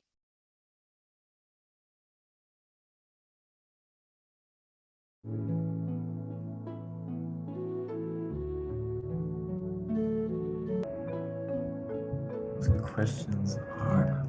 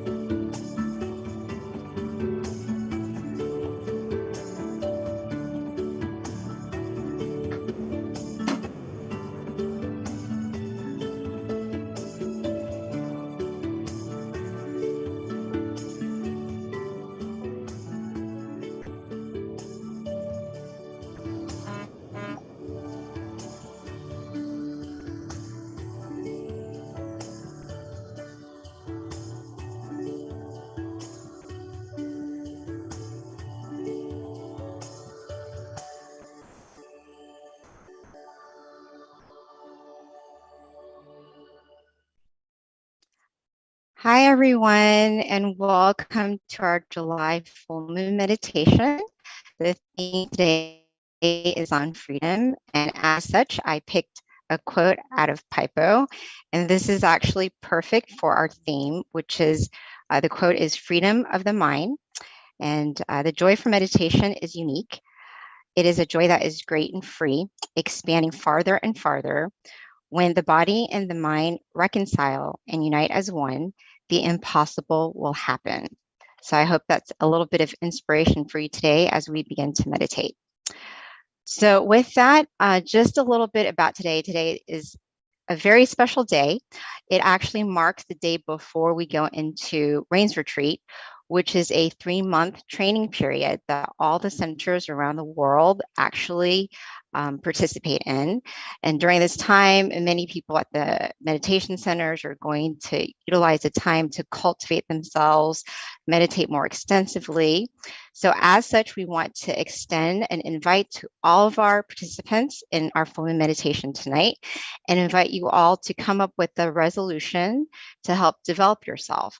So it can be something as easy as working on a habit that you want to improve on, such as maybe if you sleep late in the morning, like you wake up late, possibly you can train yourself to wake up a little bit early during this 3-month if that's your resolution that you want to develop. Or if you want to meditate more, say you're meditating 15 minutes a day, twice a day, maybe it is something that we would like to extend an invite for you to cultivate yourself. If you have something in mind and you want to go ahead and share it with us so that you feel a little bit more accountable for your resolution, then feel free to do so. All right. So with that, just a little bit about our teaching monk, Monk Jackie. He is a Buddhist monk. He ordained in 2014 after graduating college, with his passion being to cultivate himself through daily practice of meditation and sharing this knowledge with all of his students. So at this time, let me introduce Monk Jackie.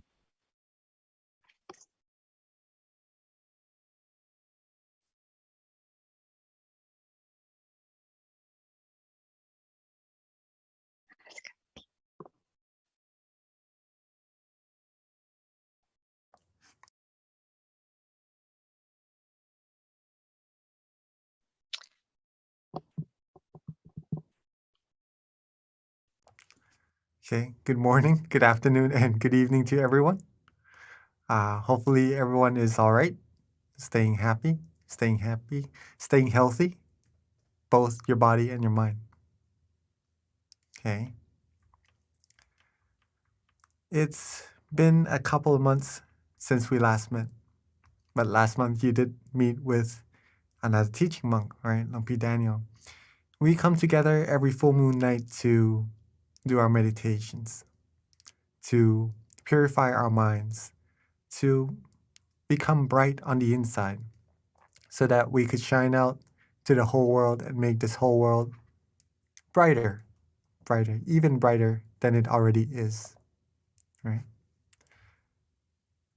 Today is another full moon day, a full moon night over there in the US. But this month is related to Independence Day, right? The 4th of July in America. So why not let us talk a little bit about freedom? Okay.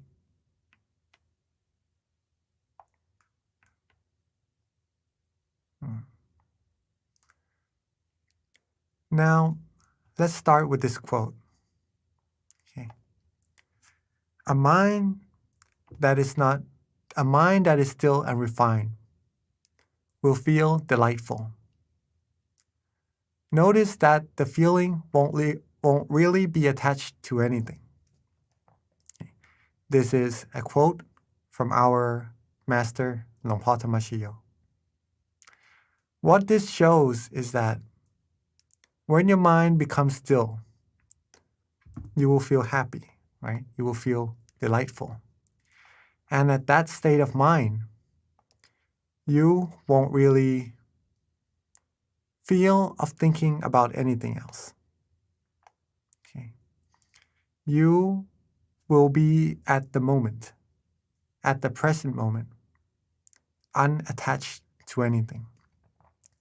And that is true freedom. Let me elaborate on that a little bit. Give me a second.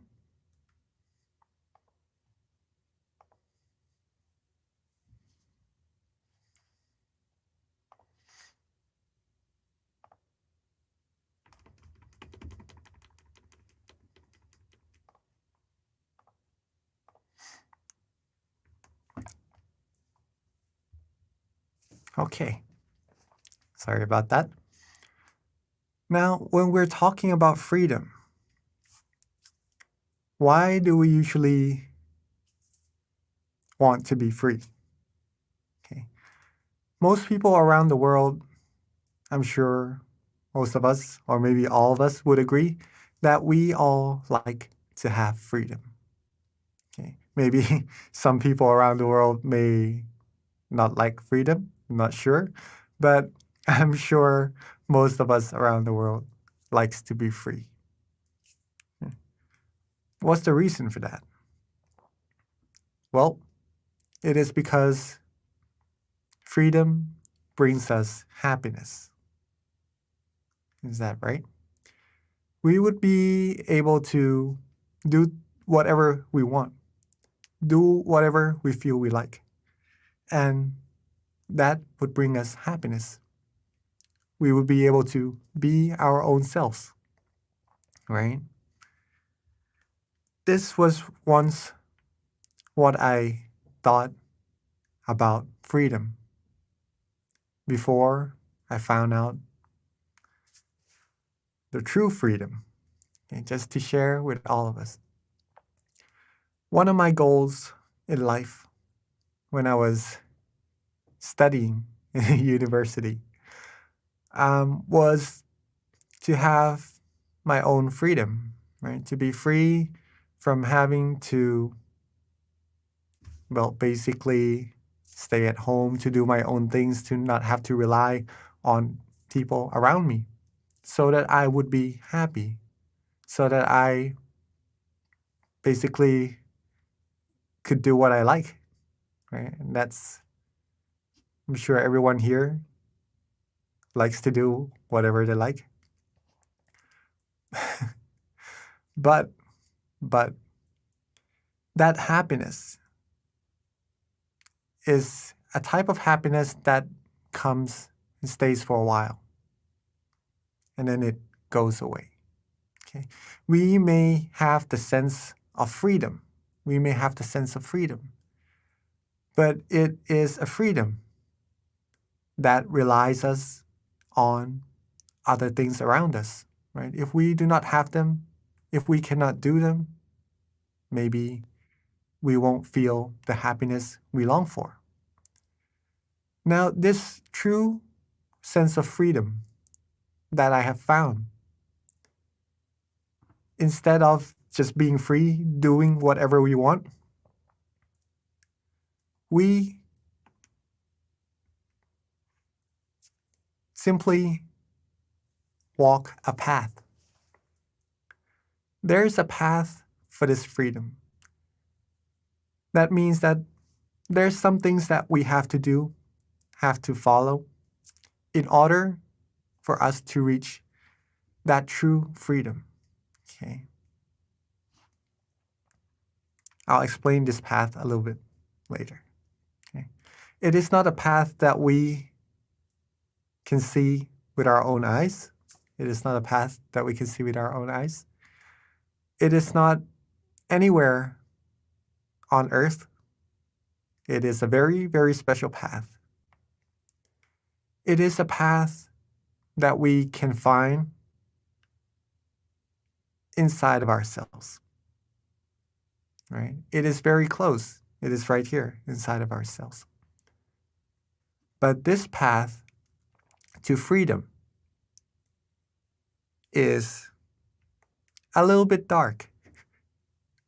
I don't know if you like darkness, but it's a little bit hard to see where to go in this path. Okay. Now, if it's not really visible, or is there nothing we can see, what can we do to go through or to walk correctly along this path and not go off course, right? Well, like walking into a dark room, you might swing your legs around, see what's in front of you so that you don't hit anything, right? Or maybe just pretty much feel your way through this path. This is very important, right? Because we can't see. We have to use our senses. This inner path requires the same thing, which is for us to really feel it, to really work our way through, at first, maybe without seeing anything. It may seem a little bit difficult, but it is not. Okay? But it is not. What feeling are we talking about also? That's important. To walk this path to freedom, we must feel comfortable. Okay?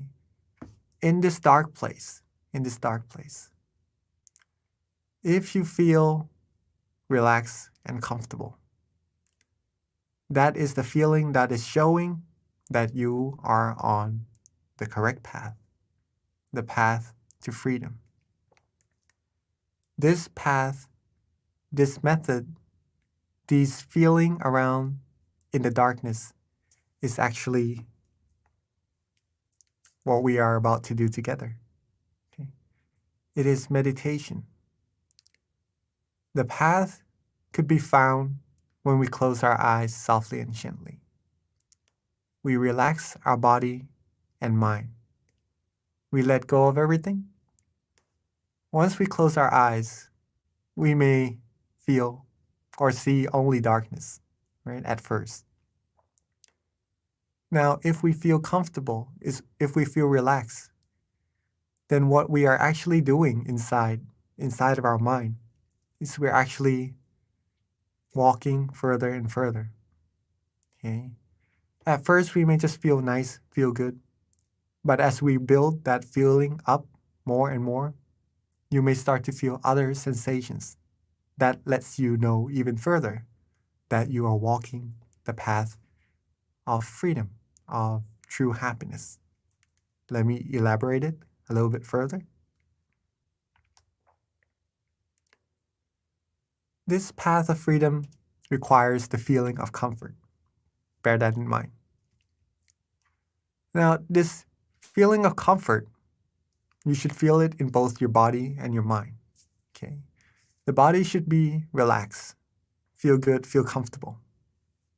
Your sitting position, anything that makes you feel comfortable, that's good. All right? For the mind to be relaxed and comfortable is a mind that lets everything go, that is not attached to anything whatsoever, right? You heard the word not attached, right? That's a signal of the fundamental level of freedom already. Okay. As you can see, there is a heart behind the word comfortable as well. It has a meaning to it, though. It's not just there for no reason. It's because this feeling, comfort, when you close your eyes, you relax, and you find this feeling. This feeling is the heart of meditation, the heart of meditation. If you're walking in the dark room, right, you gotta use your senses to work your way around. This is the same. If you feel comfortable, then you know you're walking correctly. So if you want to walk further, we must keep the heart of meditation beating, okay, to be comfortable, to know we are walking correctly, to go further and further.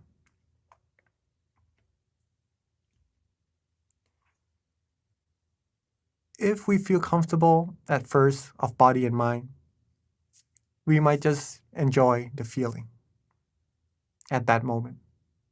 Maybe it's not too good, not too flourish, or it's not tough on us either, just to sit there. Okay. But as we progress a little bit further, we may start to feel light. Okay. This comfortable feeling, we may describe it as being light instead of just normal.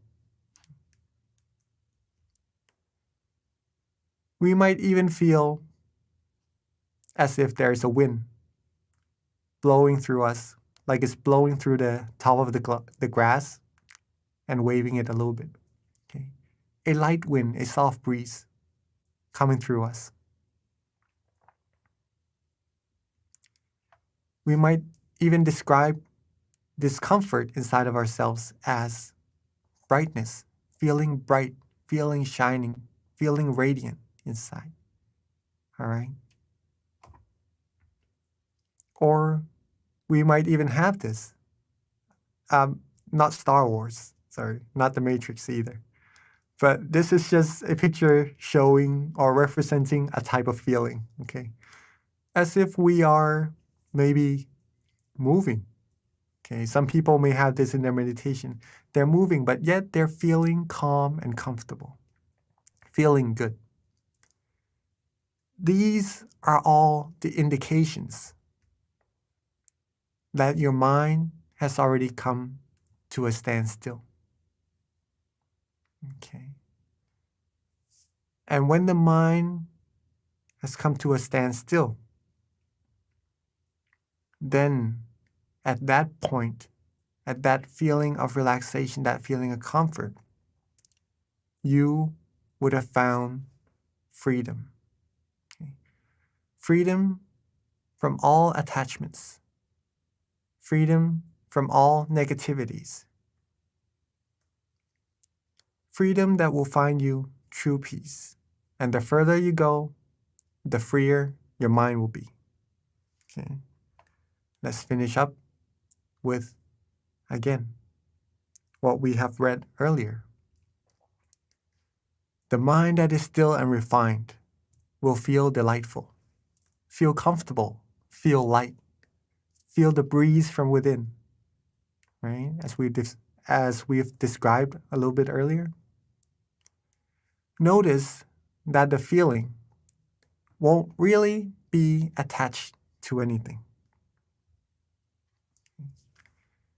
That is the teaching of our master. If you have been meditating for a while now, you may start to have this sense of comfort, of relaxation, of feeling really good in your meditation. Try noticing yourself at that point. Whether you want to do anything else, whether you think of anything else, whether anything else seems more significant to you at that moment, or do you like to just be with that feeling, to feel relaxed, to feel the flourishness from within? It is likely that the mind would just like to be there inside. We like to be where we are comfortable. Same as our mind. When it has that place of comfort inside, it just wants to stay there. And then it becomes still automatically. And you will receive the true freedom. The mind will keep traveling further and further along this path that we are talking about until finally reaching its destination. Okay. Tonight is a very special night also. It is the night that the first teaching of this freedom was talked about. Okay. It was taught to a group of people, and one was able to go inside and find freedom for himself. All right.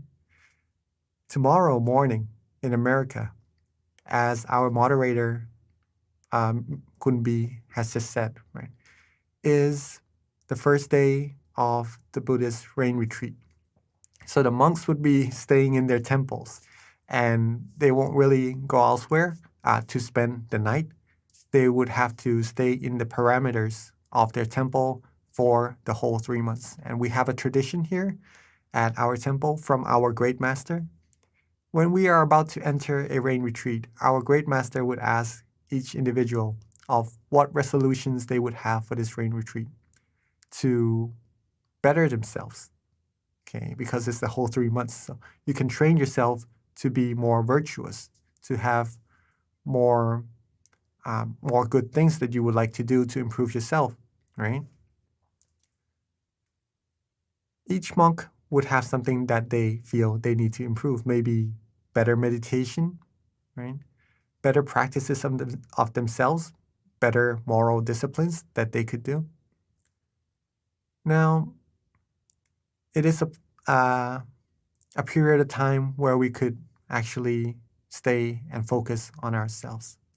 As Kunbi has just said as well, if any of us here joining the full moon meditation would be joyful to join with the resolution for yourselves, you don't have to come to the temple to spend the night or to not leave the temple the same as the monks, but within your own parameters, within your own work area, your home, you can also, within this 3 months, right, find something that you'd like to improve for yourself, if there is any. Okay. And then try working on that. See what would happen within these 3 months. Would we be able to improve ourselves even better? If so, that would be amazing. Okay. We've just done a whole bunch of knowledge sharing right now. Hopefully, you all are ready to join that path of freedom inside. So, before we get ready to clean our mind and to find true happiness inside, remember that the heart of meditation is to be comfortable in both body and mind. Okay. So, let's get our body relaxed and comfortable. Find your most comfortable sittings, right? Get your body right. Maybe drink some water even. Move around a little bit if you need. And then we'll start our meditation shortly.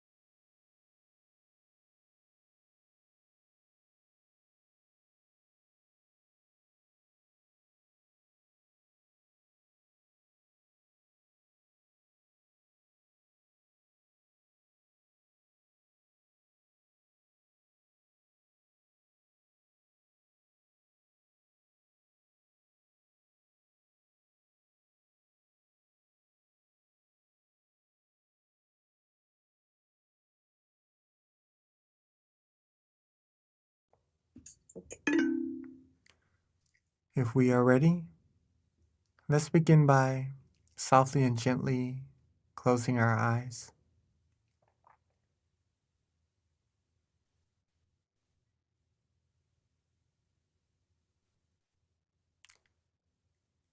Softly and gently rest our eyes.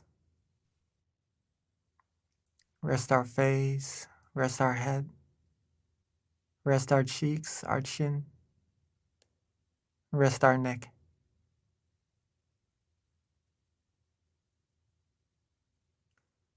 Rest our shoulders, rest our body,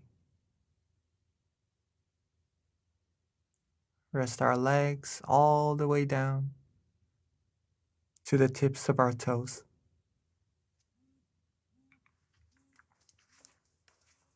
Relax every part of our body. Make sure there's no tension whatsoever in any part of our body at all.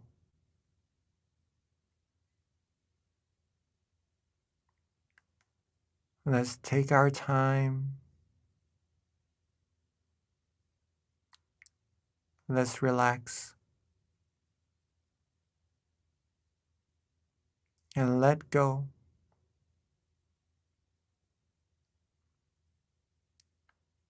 Let go of all worries. Let go of all responsibilities.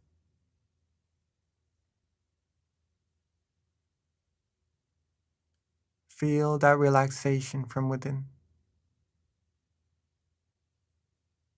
Make sure our eyes are closed properly. Make sure we are relaxed the way we rest our eyelids.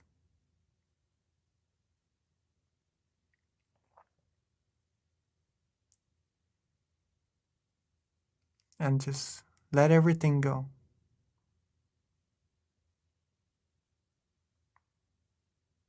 Be relaxed. Be calm. Be restful.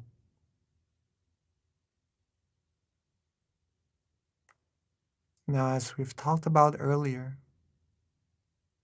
this path inside could be a little bit dark at first. But as long as you feel good, you feel relaxed, you are good. You are walking the path correctly. You are becoming free from all things, from all attachments, from all worries, all burdens, and from things that one day we would depart from.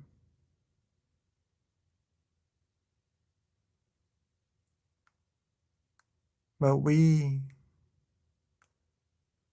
would be able to walk this path of light, of brightness from within,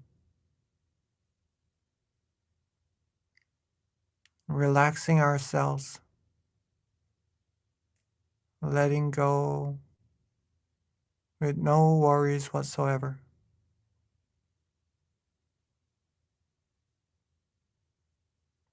And at this point, you can notice yourself,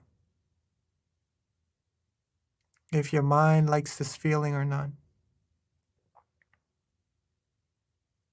If your mind enjoy this relaxation or not. And whether or not you are thinking of other things. If you feel good, you feel right, you feel relaxed, you like this feeling, you like this moment, not really wanting to do anything else. And that shows that you have found a sense of true happiness already.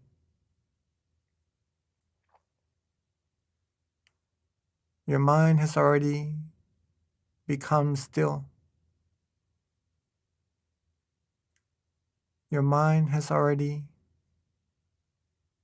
been free from things that could take the happiness away from us.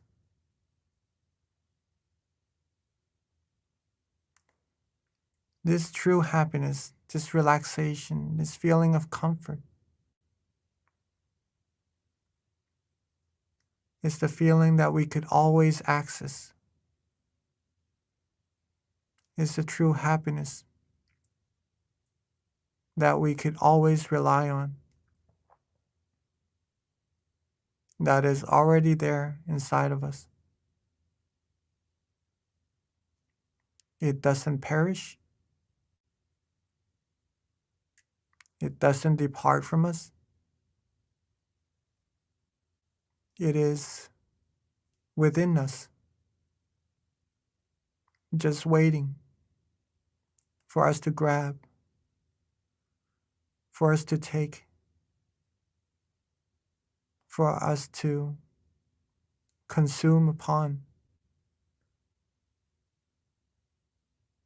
like a well of pure positive energy, just sitting there. Whenever we need to drink, whenever we need true happiness, all there is to do is just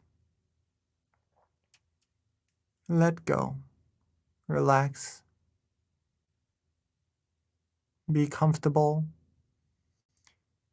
and our mind will travel to this source of positive energy automatically.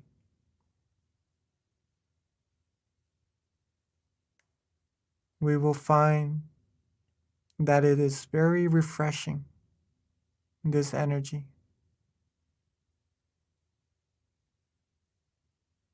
We will find that it feels cool, it feels nice, it feels rejuvenating.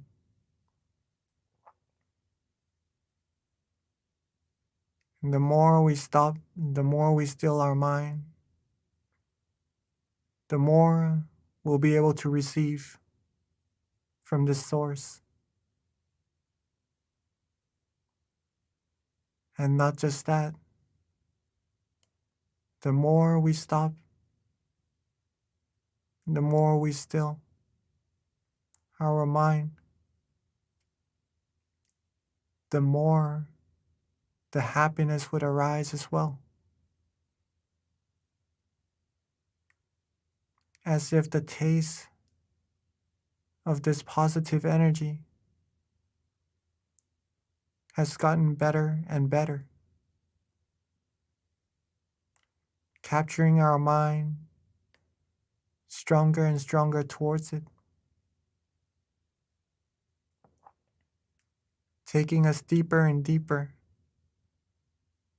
more happier,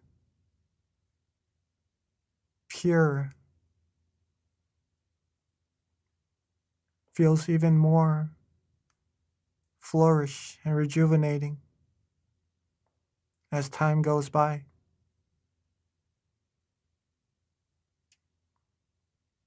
And when this happens, all that we need to do is simply be neutral.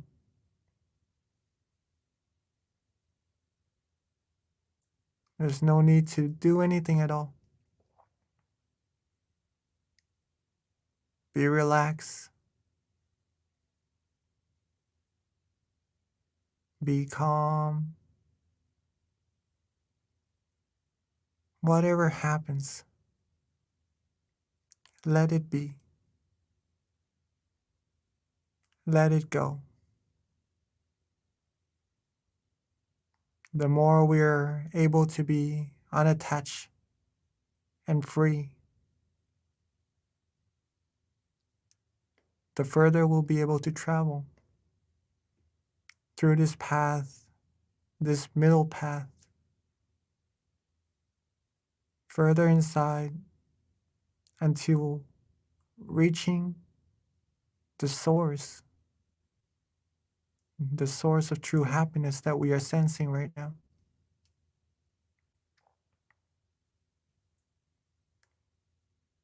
And the closer we are to that source, the more happiness we will receive automatically. It will be like a magnet drawing our attention, drawing our mind, and giving us purity and blocking out all the negativities, not letting anything impure penetrate our mind.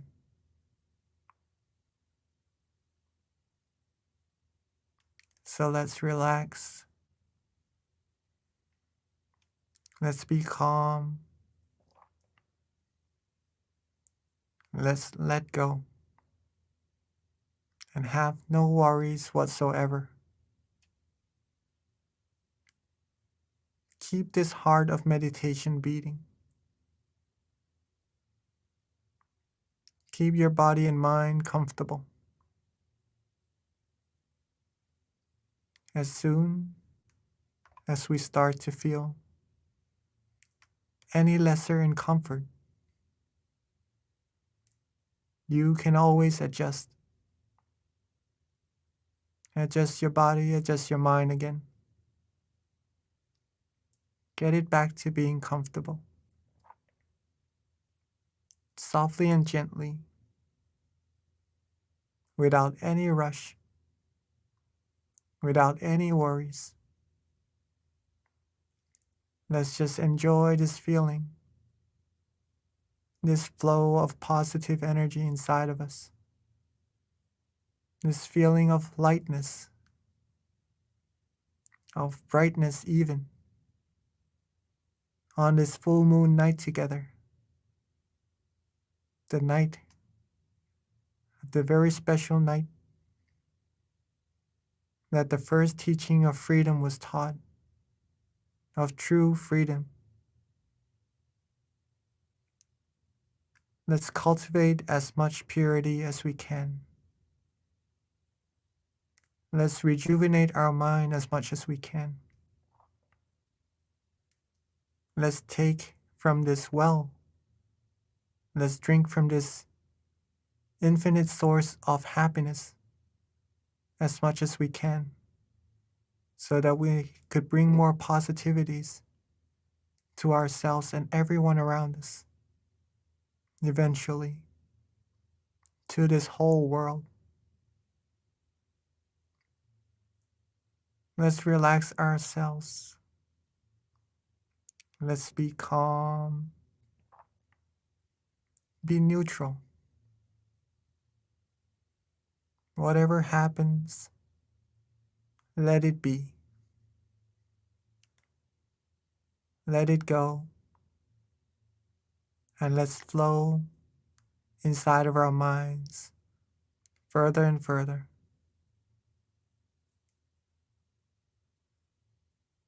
Let's stay calm and relaxed together in silence for this time being.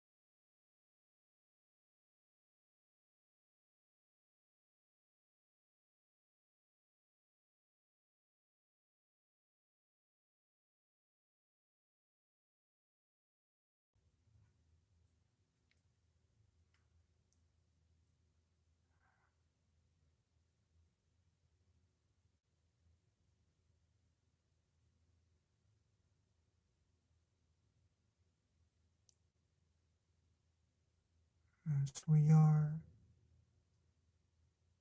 relaxing, as we are releasing, letting go. At some point along our journey,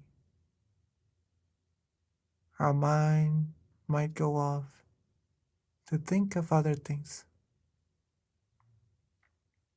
go off to wander just a little bit. It is completely normal. We might even feel slight tension, or maybe some drowsiness even in our meditation. In this case, there's no need to worry.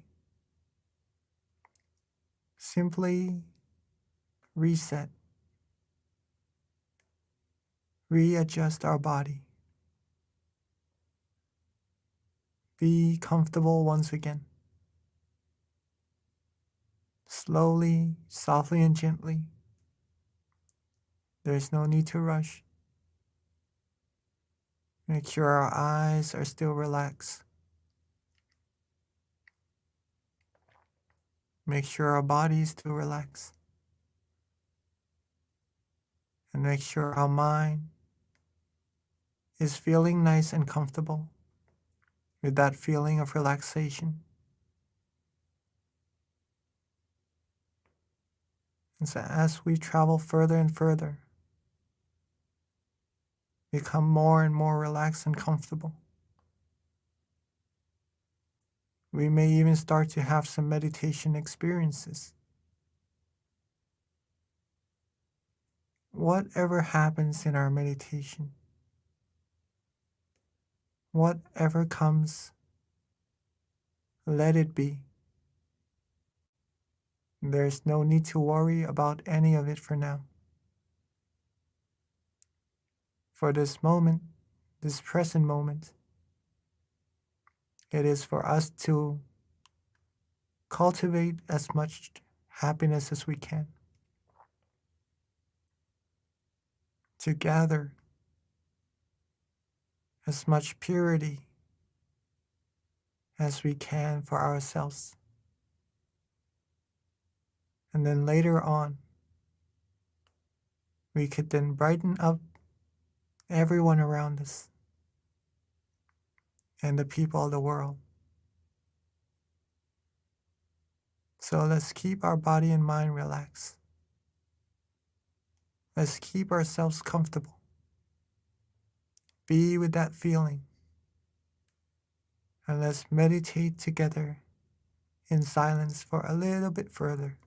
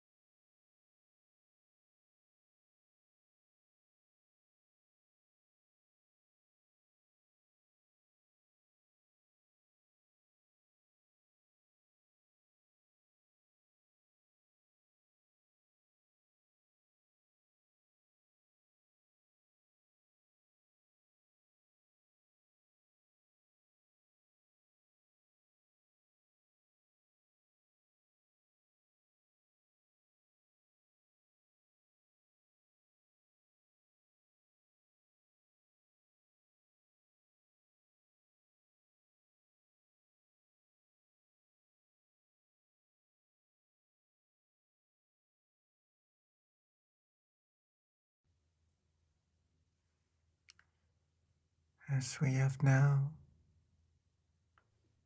accumulated a good amount of positive energy inside of our minds, feeling calm, feeling relaxed, feeling light, maybe even being bright. Let's together bring that positive energy forward. Bring that brightness outwards, calmly and gently. Be relaxed, be restful. Let's softly and gently open our eyes to light the candles in front of us, to represent the brightness within our minds, to represent the purity of our minds together.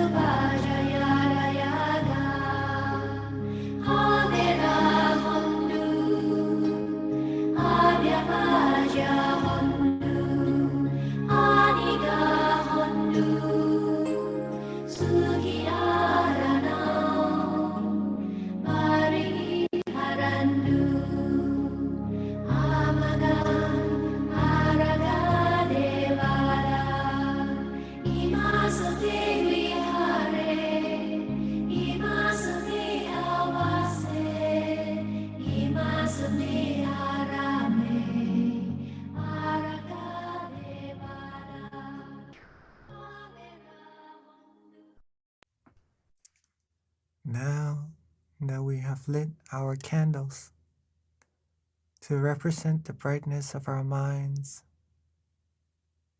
to shine out to this whole world, showing the brightness and making this world brighter together. Let's sit back, relax, close our eyes softly and gently, and reconnect ourselves back to that feeling of comfort.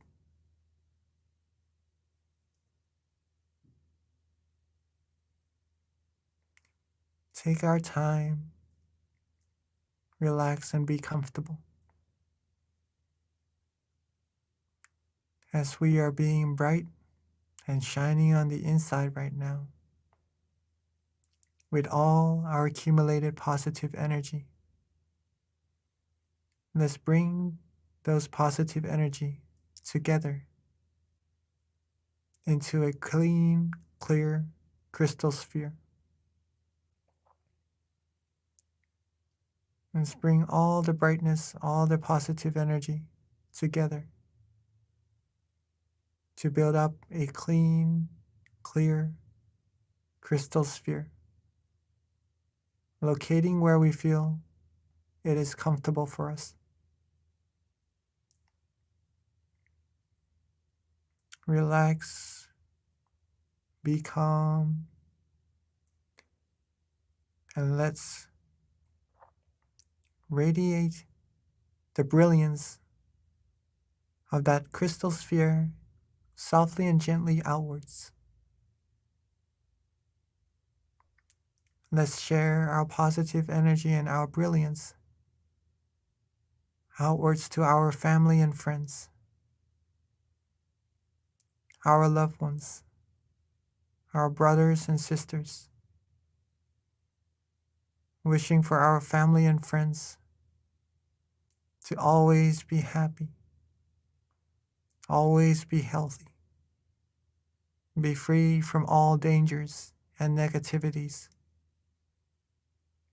be able to find true peace, true happiness quickly, and reach the utmost of purity as soon as possible. Let's share our loving kindness outwards a little bit further. Radiate our brilliance outwards to our whole community. Radiate it outwards further, reaching our city. Outwards further, reaching our country. And outwards further, covering our whole world. Seeing this world clean, clear, and bright, and shining. Seeing everyone in this world clean, clear, and bright, and shining as well. And with all of our accumulated positive energy, let's wish for everyone to always be happy, always be healthy, be free from all dangers and negativities, be free from harms, diseases, wars, be free from all disputes. May everyone on earth be able to find true happiness quickly and reach the utmost of freedom, the utmost of purity as soon as possible. And let's take a few moments to share our loving kindness outwards, infinitely, reaching all beings, wishing for all beings, all the wholesome things, in silence.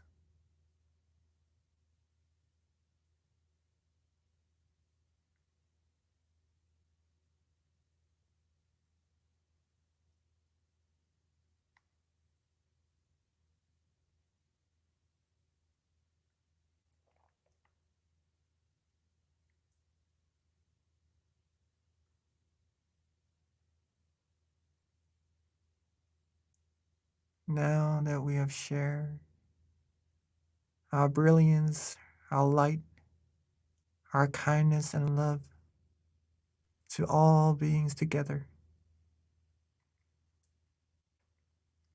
Let's softly and gently bring our attention back to ourselves.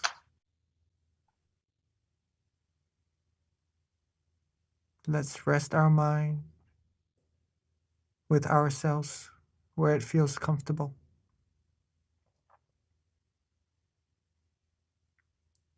And at that point of comfort,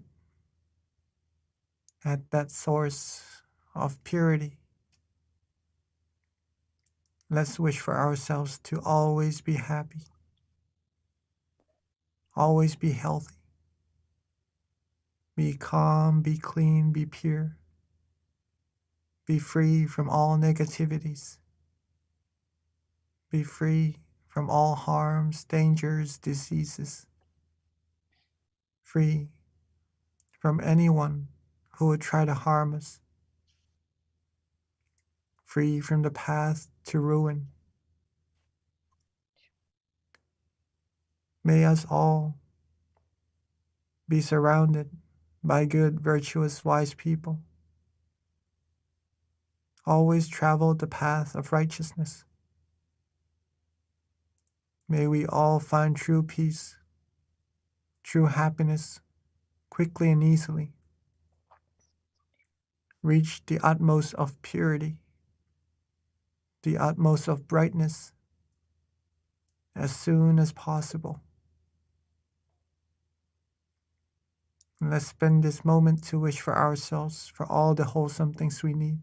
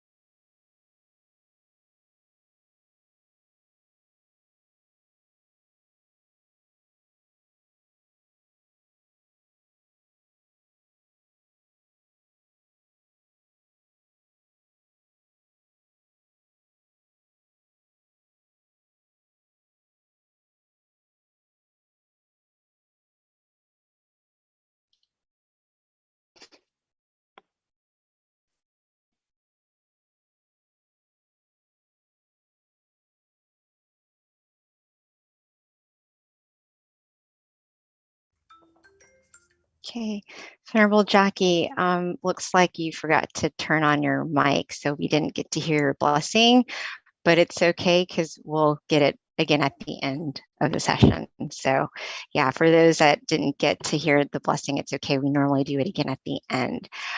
So with that, I do have a couple of announcements before transitioning to our Q&A. And this does wrap up our July full moon meditation for those who need to hop off. The announcements, there's a few, so bear with me. First of all, our next full moon meditation is going to be on August 11th. That's on a Thursday, so please jot that down. Please do join us and definitely invite your friends and family to discover this inner happiness within as well.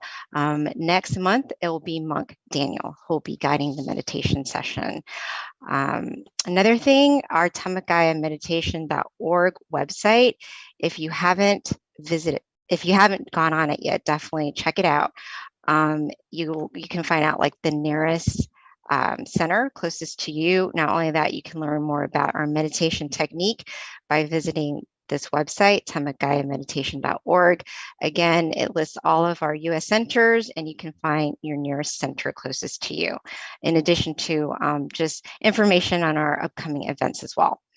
Our next website is MindGem, which is very close to my heart. If you haven't already done so, please download our app, MindGem. It's on iOS and Android, and this is a great tool to supplement your meditation when you're at home, and also to stay in touch with our meditation events that we have upcoming as well. And then as of right now, all of our centers are meeting and having on-site meditation classes. So check out your center nearest you to find out the calendar of those online on-site meditation classes. We do have a special event that's happening in California. It is going to be on July 30th. It's a candlelight meditation and vigil. I actually got to experience this in Georgia myself with Venerable Michael and Venerable Nick. Amazing experience. You're not going to want to miss it. It's actually one of the last events that Venerable Michael and Nick will have before returning to Thailand. So if you're in California, definitely you don't want to miss this event. So please mark that down on your calendar and join. In addition to that, those who are in Georgia, we will have an intensive meditation training for 2 weeks from July 18th through the 30th, where you can meditate with our monks every day from 7:30 to 8:30. In addition to that, on our Wednesday classes, we will be meeting at 7 o'clock, even though we will meditate with our monks at 7:30. And that's going to be Wednesday, the 24th and the 31st. And then also, just a few more announcements. We do have a Guinness World Record that we're trying to make, which is to participate, just send a picture of yourself meditating. And then if you can go to meditationphoto.com to submit your photo. And then we are now ready for our Q&A, which is actually one of my favorite parts of our sessions, because you can learn so much from people's questions, and our monks who are extremely knowledgeable when it comes to answering questions with regards to meditation or any challenges that you have. So at this time, Venerable Jackie. Hello, Venerable. And also, this is a engaging opportunity, so please do submit your questions via chat, or if you're on site, you can ask the moderator and they will type it in or ask the question on your behalf. By the way, So let's see. Yes, Venerable? yes.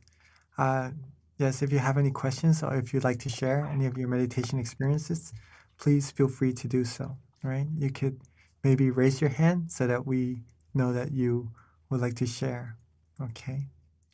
Just to share with you a little bit during that maybe silent moment that we had after lighting the candles. If you felt good in your meditation, if you feel relaxed and calm, that is really good. Reconnecting with your inner light, right? When you feel that, you can share that with everyone around the earth, your family and friends, your loved ones, okay? So that they could have part in that energy as well, that positive energy. Do we have any questions? Kunbi?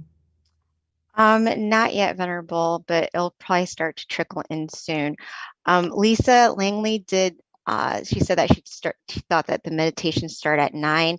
It just depends on where you're at, because we have all time zones essentially. So you'd have to check your location, but we've got people all over the world actually who join this. But if you're in Eastern Standard Time, it is at 9 o'clock. Yes.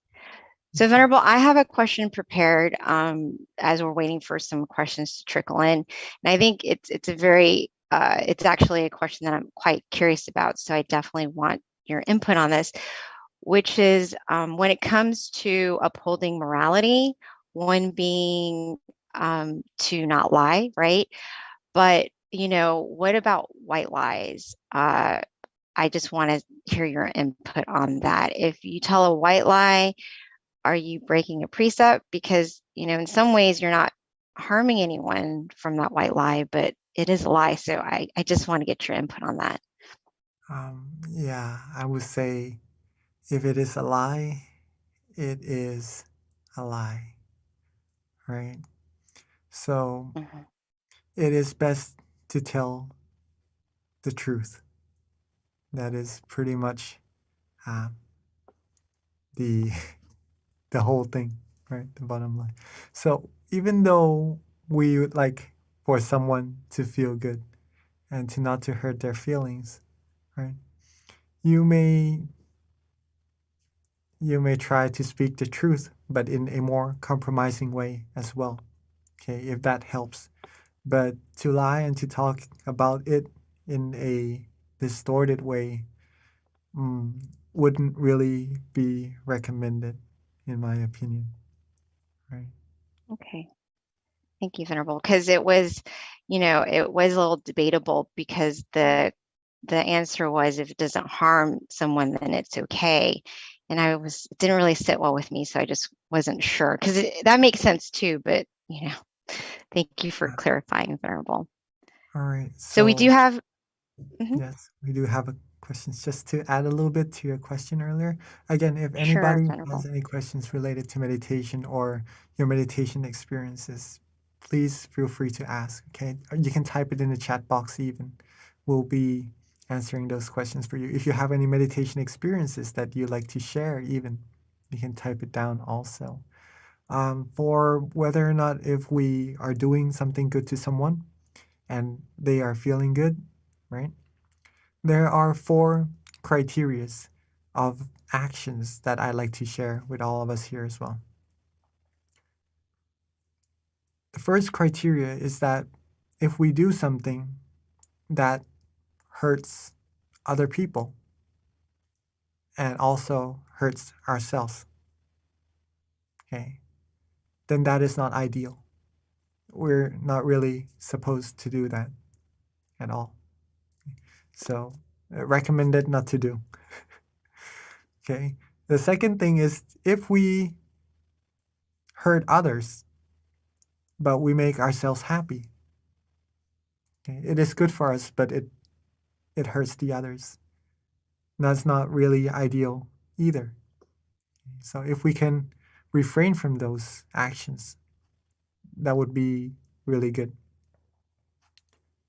Number 3, if we make other people happy, but we hurt ourselves, maybe in this term, there are many ways, right? Sometimes we may feel that it is all right for us, but in fact, it could be diminishing our morality or something like that.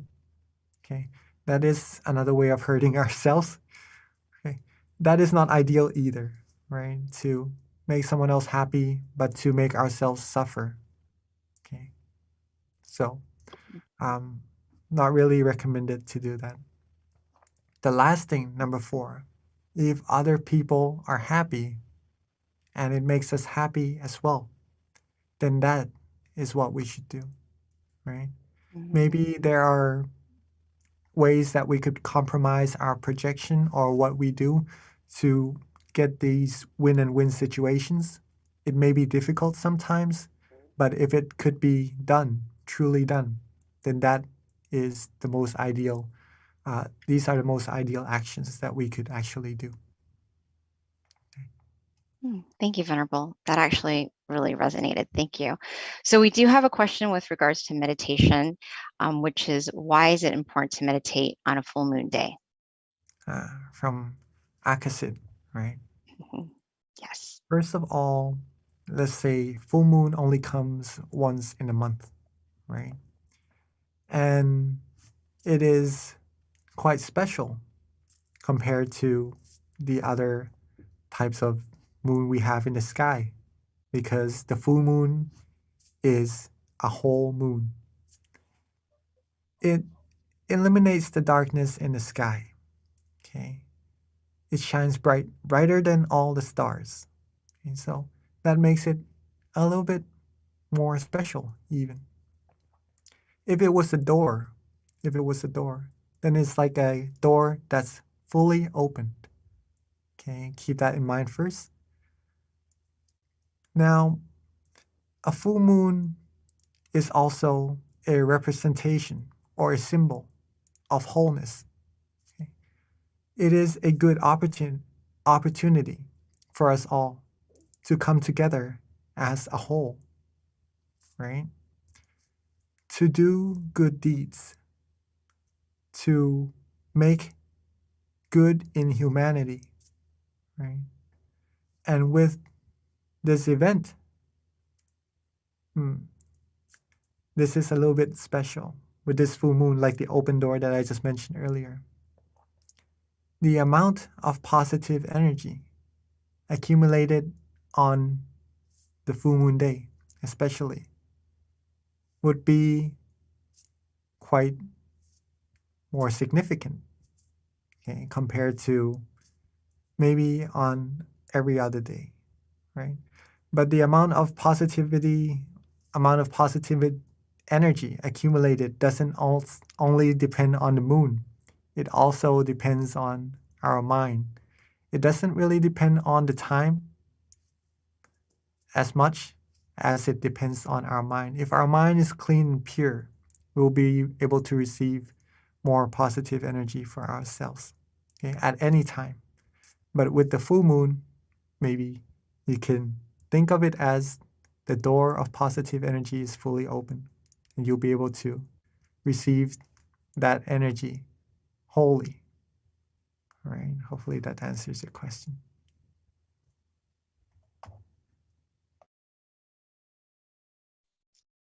Thank you, Venerable. I think that's a common question. So that's, it's important to know why as well. So there is another question that has come through, not really pertaining to meditation, but more about beliefs, and your opinion on this. But how do you stay with somebody if you're in a partnership with someone who has a different belief system than you?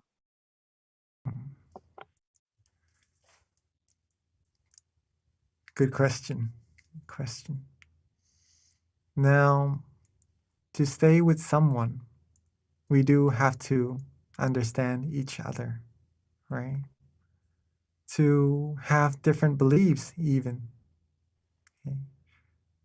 If you could stay with each other, it shows that you have love, or have not passion in this case, but compassion for each other. And that is what counts. That compassion will prolong your relationship even further. We are all humans, right? So in this case, compassion is universal as well. So it doesn't really depend on beliefs at this moment. If we could understand each other, maybe one has a belief and the other one has another belief. With love, with understanding, then these two would be able to be with each other. Sometimes being with each other, there could be some disputes though, like wearing two wristbands or two amulets on your wrist, right? If you have one, there won't be any collisions between the two. But if you have two, one day or one time or another, there will likely be a collision for sure. When that happens, a good way to deal with those situations would come in very useful. One way is to act like lions, actually, like what our master, Nongpa Samashio, taught.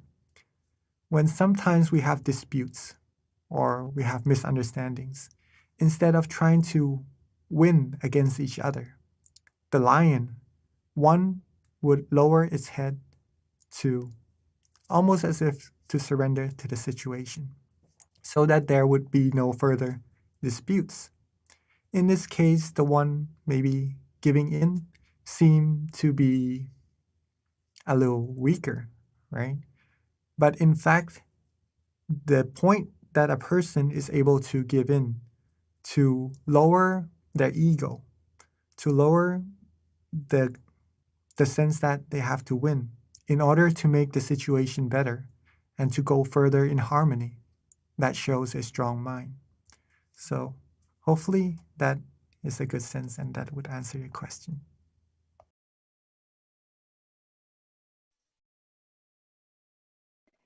Thank you, Venerable. Yes, that was I think that's quite a relevant question for many people in our world, and who are members of our center. So does anyone else have any remaining questions before we wrap up tonight's session? We do have time for one more question if you have one. No? All right, Venerable. If not, we can transition it back over to you if you want to expand on anything further for those of us on the call. Food for thought until our next meditation session.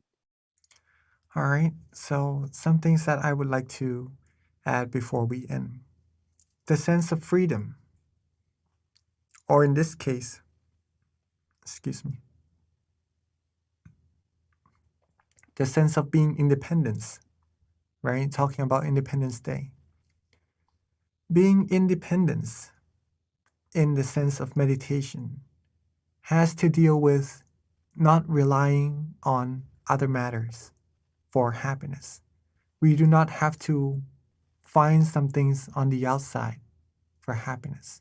Then we would not really be truly free, right? Even though we can do anything that we want, but we would still need a reliance on something on the outside to make us happy.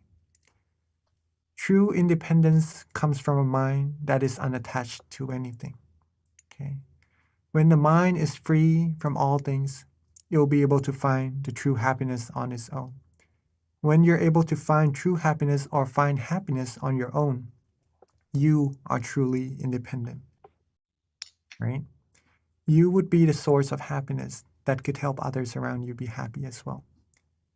Practice your meditation. Practice being calm, being relaxed, being happy. That is very important. Hopefully you enjoy the meditation session and continue to be happy throughout the days and to be the light to the whole world also. Right? And with all our accumulated merit, let these positive energy come together and bear fruit to all of us, giving us the best of health, wealth, success, the wholesomeness, and all the virtuous and all the virtualities. May we all be fulfilled in all our wholesome wishes. May we find true peace quickly and easily, and reach the utmost of purity as soon as possible.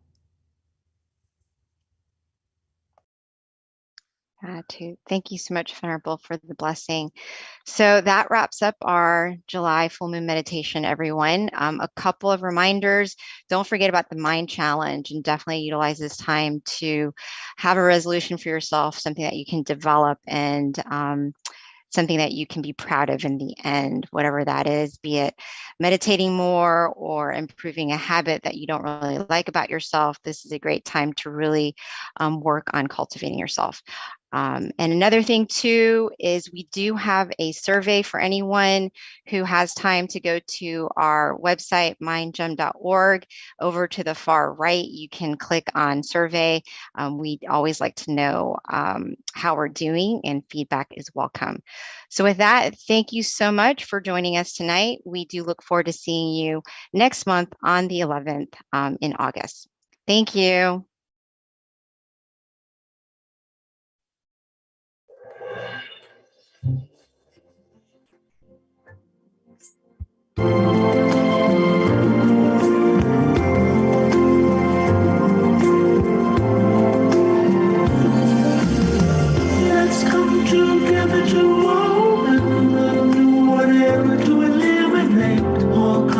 and differences. It's time for everyone to join hand in hand.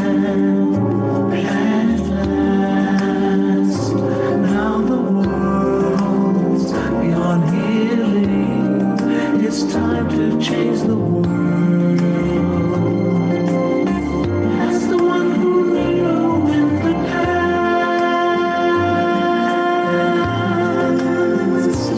in this period of our time, we will see before we depart this world. Everyone must join hand in hand to change the world from darkness to brightness, from suffering to happiness, from ignorant to the knowledge one. Change the world, we have to do it easy way. Be happy and cheerful with childlike innocence. Everyone must join hand in hand. Gently close your eyes, relax, relax. Still your mind at the center of the body and move at the same position of the one who knew from the past. Change the world from the era of darkness to the era of light. From the old era to this new era, the world will be like heaven on earth. No classes and societies. Everyone will be really happy. And speak the same daily language. Become as one with smiles of love. We'll be kind, the world will change.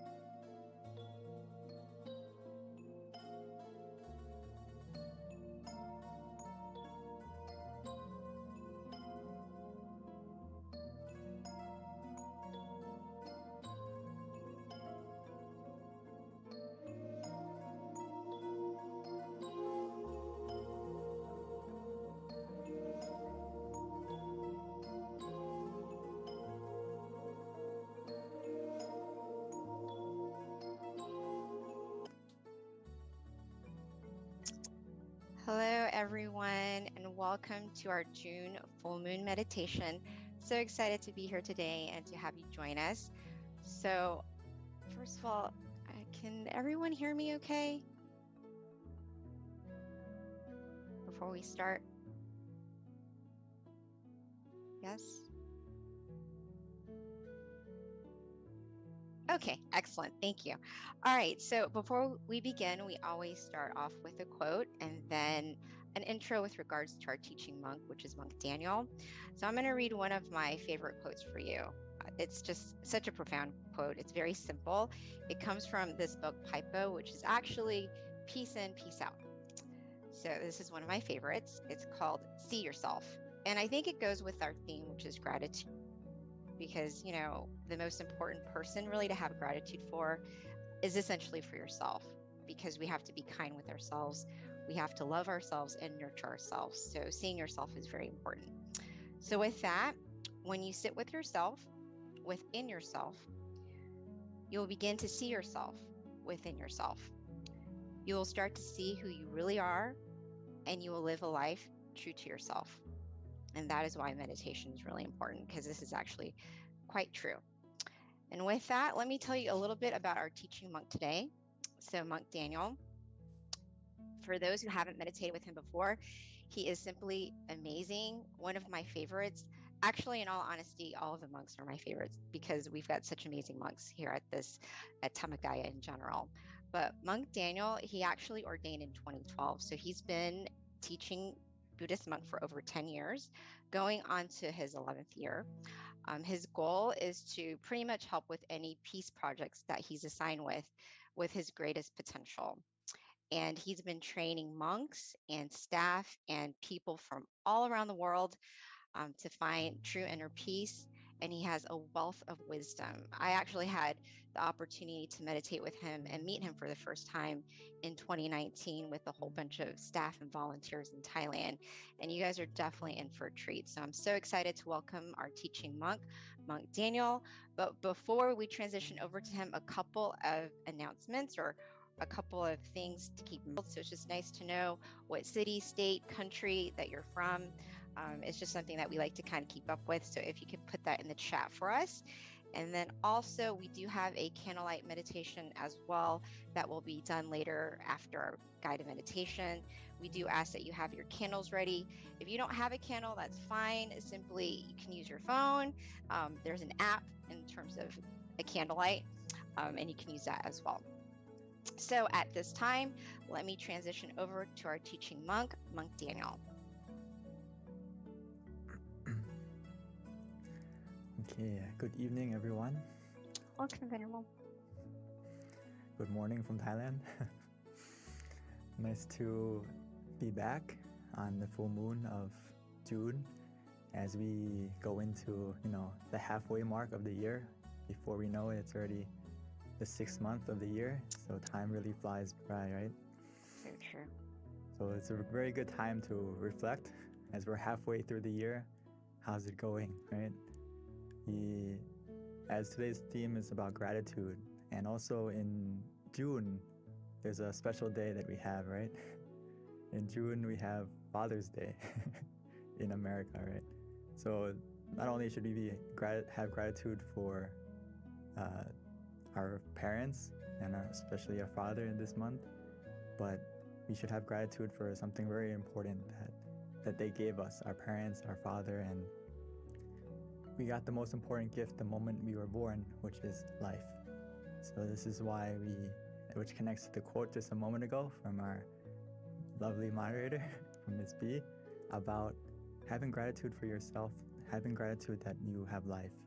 This is the most precious thing we have, right? Time, and we have life. So we still have an opportunity to make things better. We still have opportunity, as my master would say, Lom Paul, is have opportunity to train your mind, to get to know yourself, understand yourself truly, and acquire this true happiness that's waiting for you within you. So this is something that is so precious, even though not everything is perfect, but we still have life to make things better. So this is something that we should be so grateful for, that even though and it's something that we practice as a homework from Lampal. Is like when you wake up in the morning, the first thing you should do is reflect and meditate for a moment and just appreciate that I have another day, I have another morning. You know, every morning we're born again, we have another chance to keep doing good and another chance to cultivate our mind, to unlock that hidden potential within you. So I'm very happy that everyone's here tonight on full moon, because we can be just like the full moon and shine. Even though we're surrounded by darkness, we can be the full moon and shine to illuminate that night, make it, you know, such a beautiful and auspicious time. We can be just like the full moon.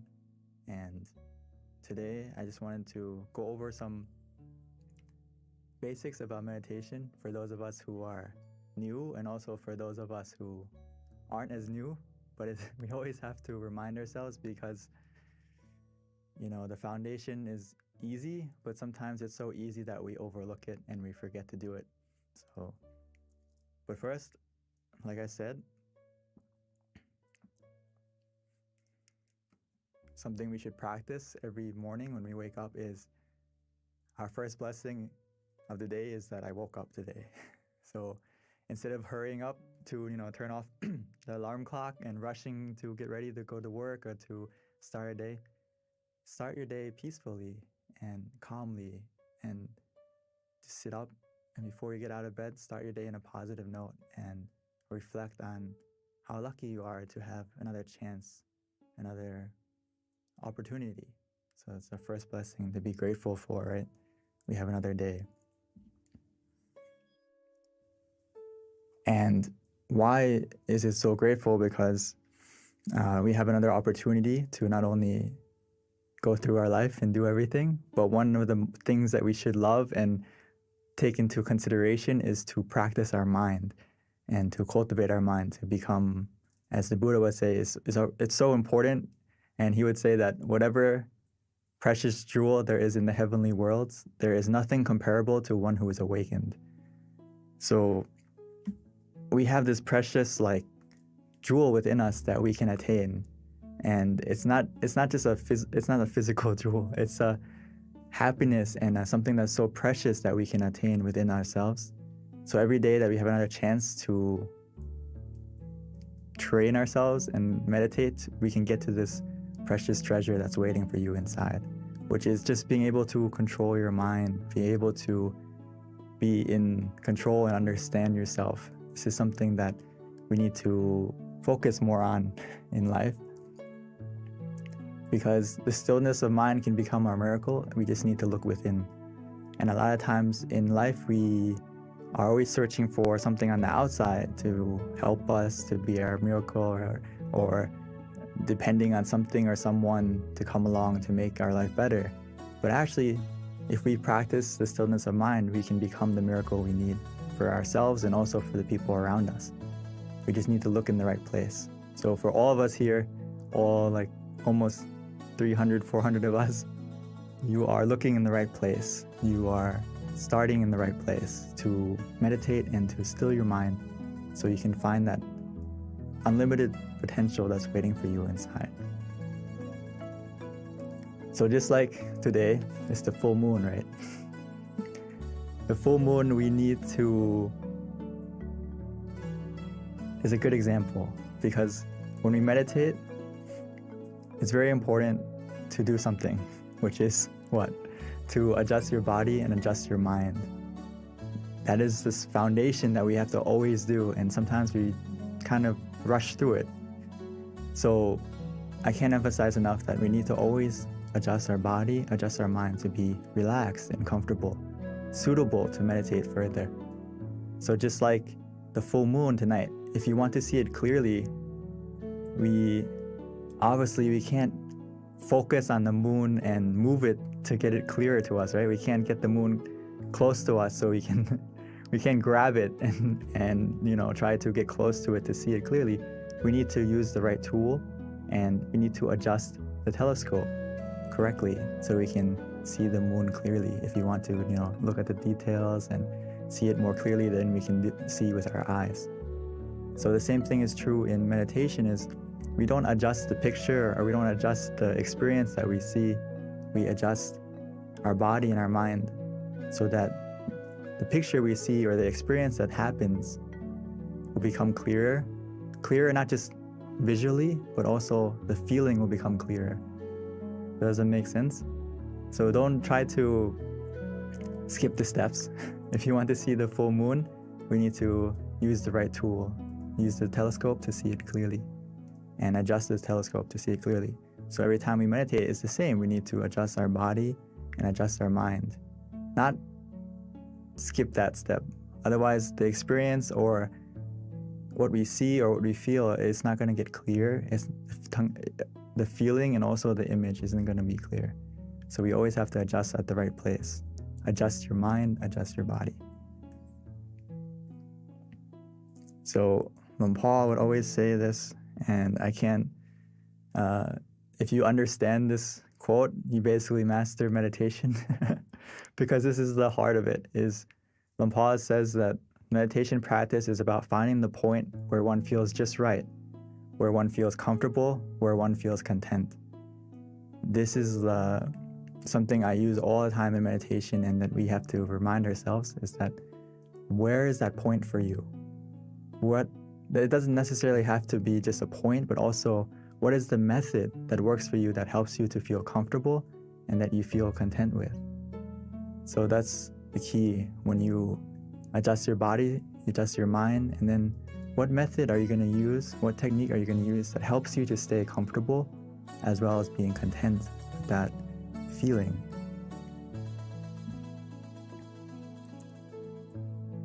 So as we find that point of where we feel comfortable, where we feel relaxed, where we feel physically and mentally comfortable, and we stay at that point contently, what's going to happen is your mind is going to slowly declutter itself.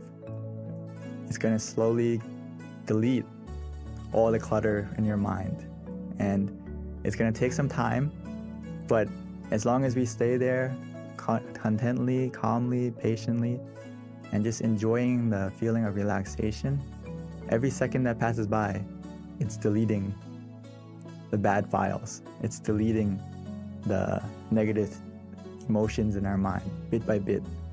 So just stay at that point calmly and contently, and your mind is actually healing itself every second that you stay at that point. It's actually doing two things at once. It's deleting the bad, removing the clutter, and also it's uninstalling all the bad emotions, all the negativity within us, the greed, the anger, the delusion, and also everything that is negative. It's going to slowly get deleted, as well as at the same time it's downloading a happiness within you and making your mind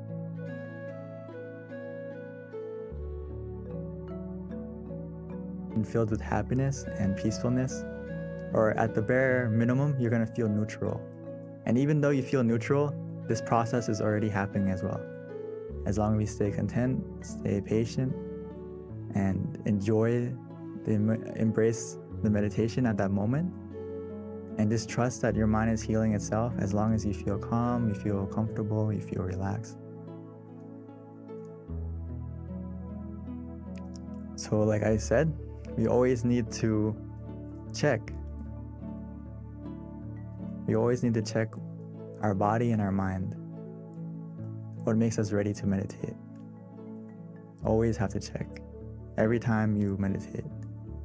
And how we do that is physically, we always have to make sure that we feel calm, relaxed, and comfortable.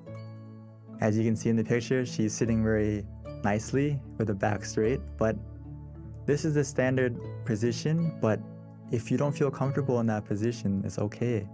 Start from what position works for you, and we can always adjust according to how you feel, and just go with your own flow. Go with how you feel. If you feel relaxed, you feel comfortable, you need to adjust, feel free, because it's the foundation of making your mind calm and relaxed as well.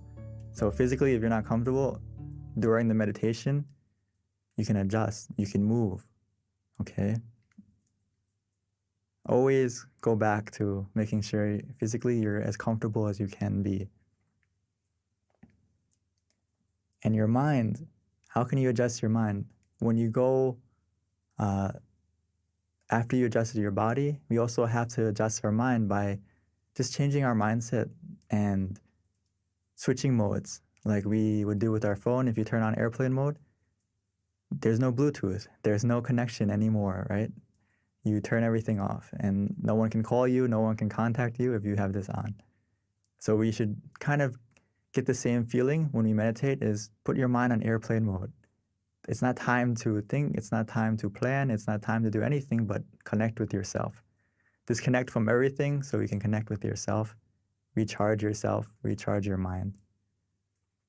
And it's just about starting from that mindset. And then, of course, we need something else to help us to stay in that mindset, is why we use the visualization and the mantra to adjust the mind bit by bit.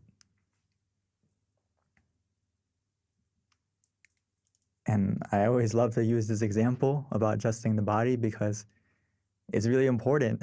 It's really important that you don't rush to start your meditation. You know, when I say let's start to meditate, it doesn't mean you need to start as a sprint to get to the peacefulness. You need to see what works for you, what position works for you, what method works for you at this moment.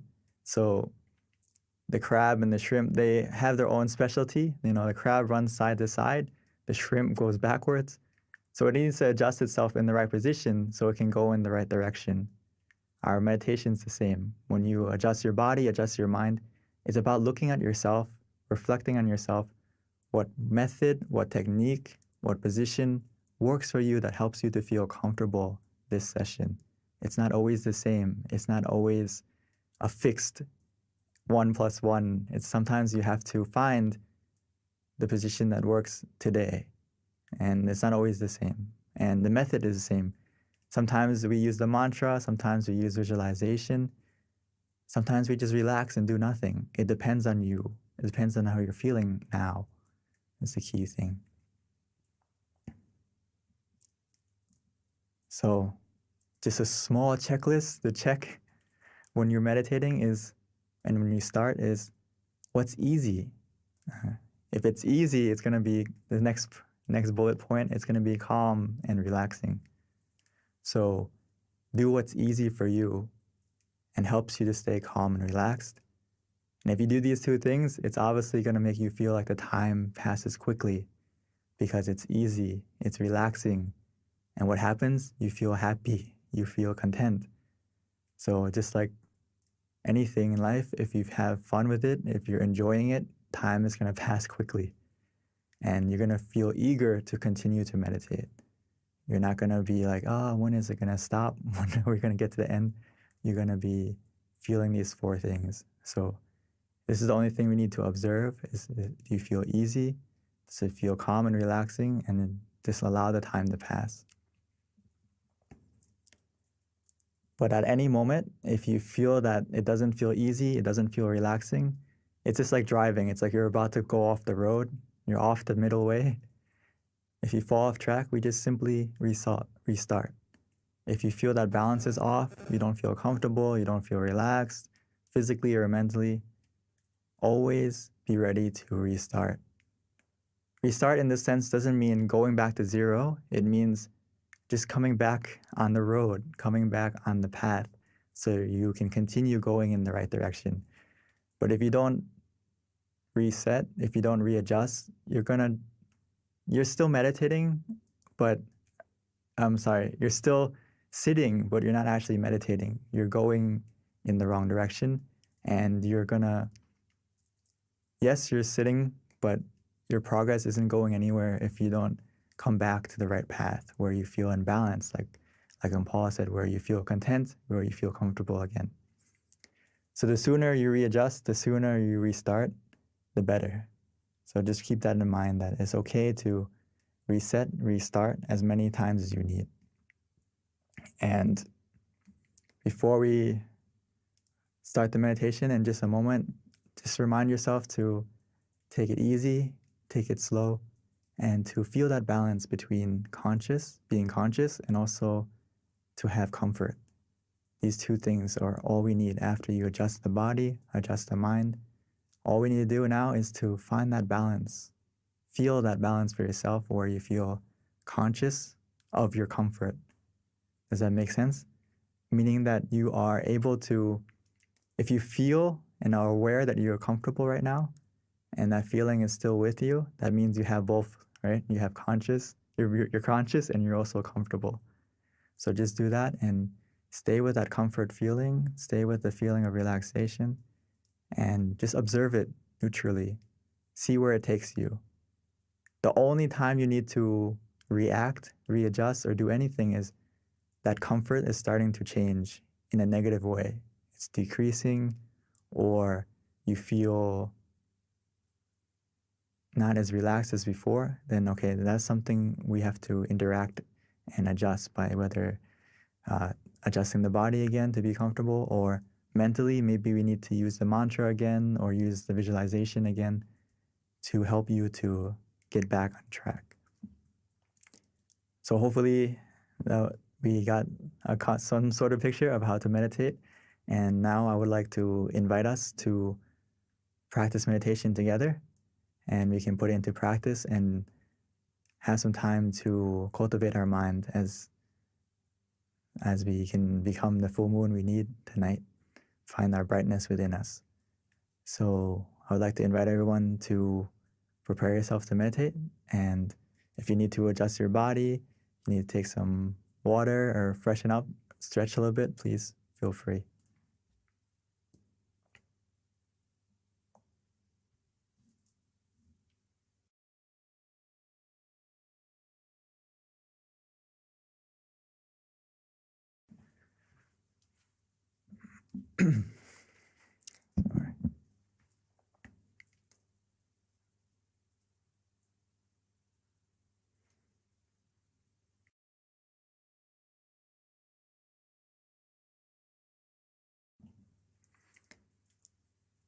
So let's take some time to switch modes. Now it's time for us to meditate. Time for us to find the miracle waiting inside. All we need to do now is to look within, easily and simply.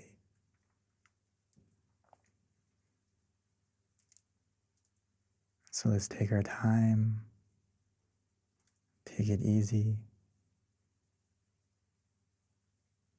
No need to rush. As we softly and gently, naturally close our eyes,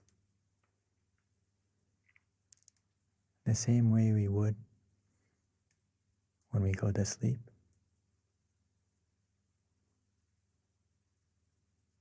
Because now is a time for us to rest, to reconnect, to recharge, to rest our body, and to truly rest our mind.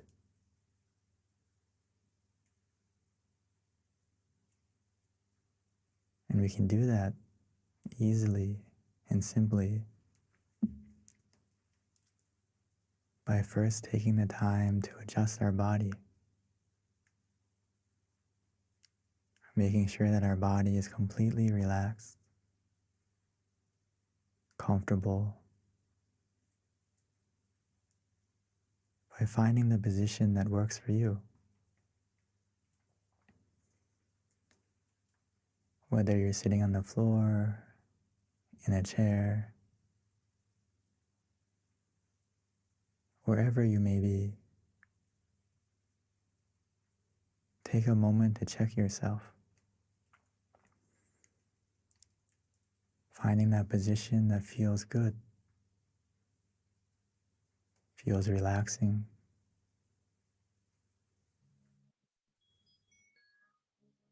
As you continue to relax and release, every single part of your body.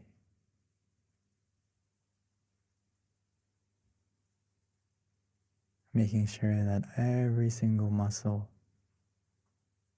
from your eyes, your face, your shoulders, arms and hands is relaxed and released.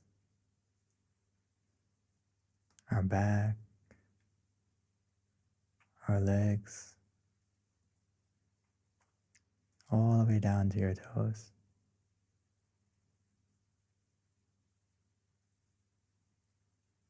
Relaxing and releasing.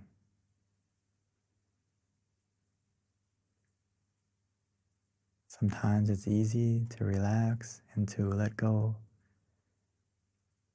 by taking a deep breath. Breathing in deeply, exhaling slowly, bringing your mind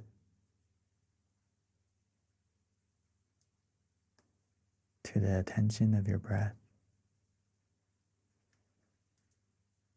feeling the relaxation, the coolness as it enters your body,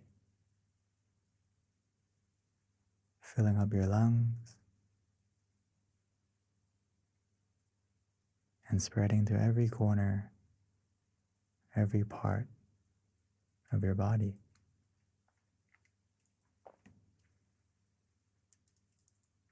Even as we exhale, allow all the tension, all the tightness to leave, to melt away, to fade, leaving only relaxation and comfort within you, around you, as if we're embraced, surrounded in a cloud of comfort where we feel safe, where we feel free.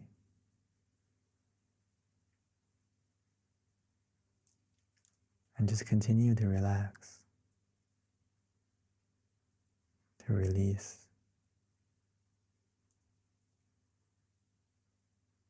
And gradually our body will begin to fade away, almost as if it's not there.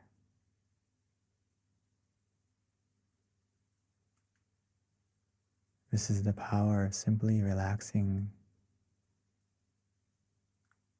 where we feel comfortable physically and mentally.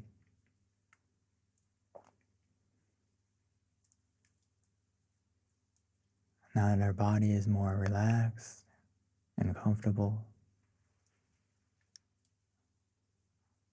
we just need to continue with this feeling,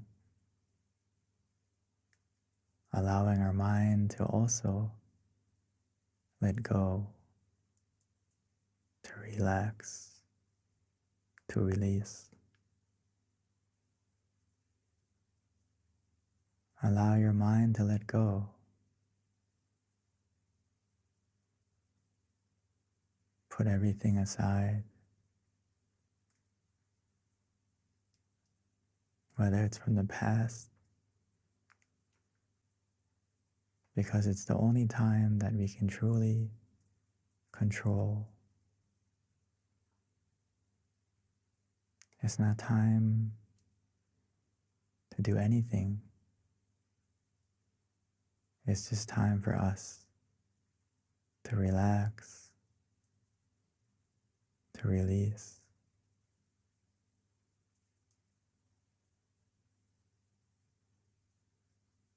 Allow your mind to be free.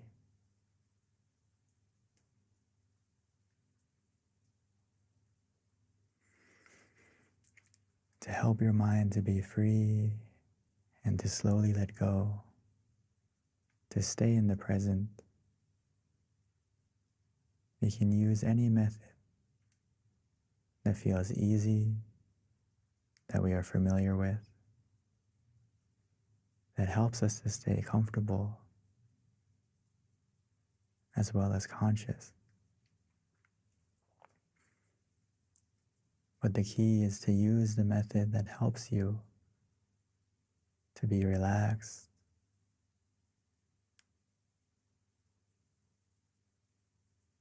so whether we use the mantra Samma Arahang, Samma Arahang, Samma meaning purity, Arahang meaning freedom. So every time we repeat that mantra,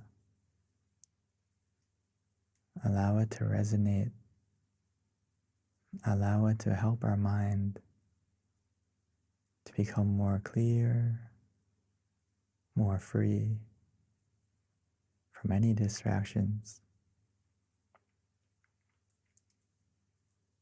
as it helps our mind to be calm, comfortable, present.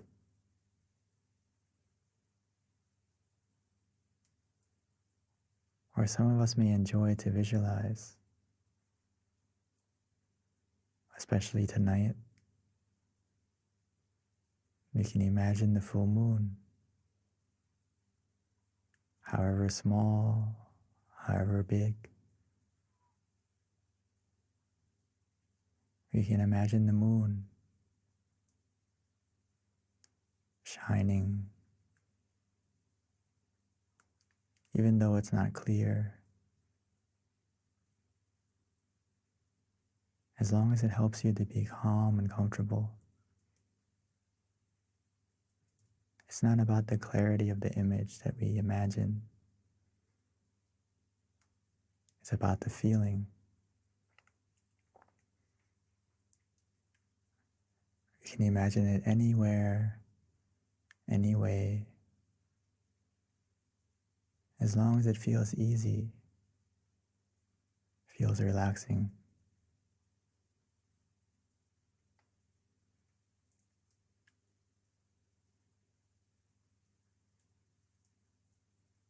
Or for some of us, we feel ready to just do nothing, just to relax, allowing that relaxation to take us inside, as if the relaxation and comfort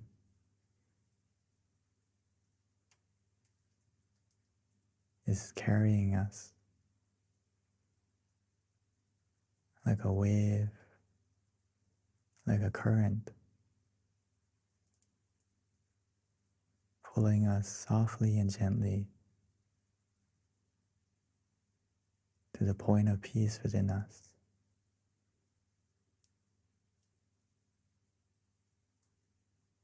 Within us, we all have a point of peace, a place of peace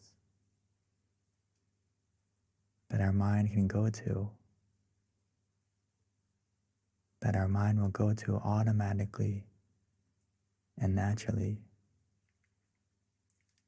as long as we maintain the feeling of relaxation of both body and mind. Our mind will go to the center of the body, the place of peace within us that we all have, that we can all connect to.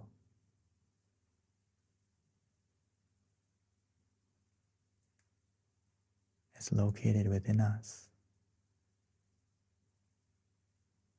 at the center of our abdomen, 2 finger widths above the navel.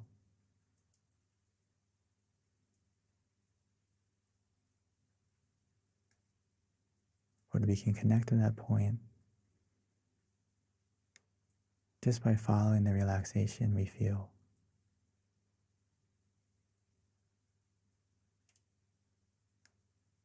The relaxation of both body and mind will be our guide.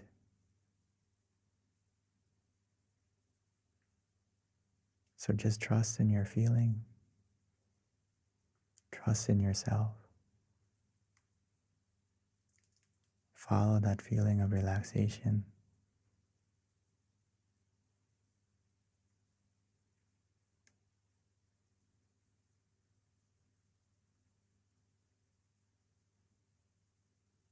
As long as we stay in balance, where we feel calm and content, comfortable and relaxed, our mind is becoming clearer. Our mind is becoming brighter. As bit by bit, gradually and naturally, our mind will heal itself. The negativity, the darkness of our mind, the clouds, they will begin to fade and disappear, leaving our mind full of happiness, full of brightness, full of positivity, as we'll be able to find our own full moon shining within us. It's always been there, waiting for you to look within, calmly, comfortably, relaxingly.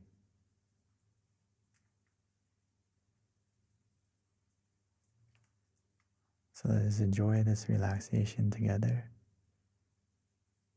allowing it to grow, allowing the meditation to be the wind of clarity, pushing away the clouds so we can be able to see our full moon. Not only see it, but most importantly, feel it. The happiness within us, the contentment that can only come from a mind that is still.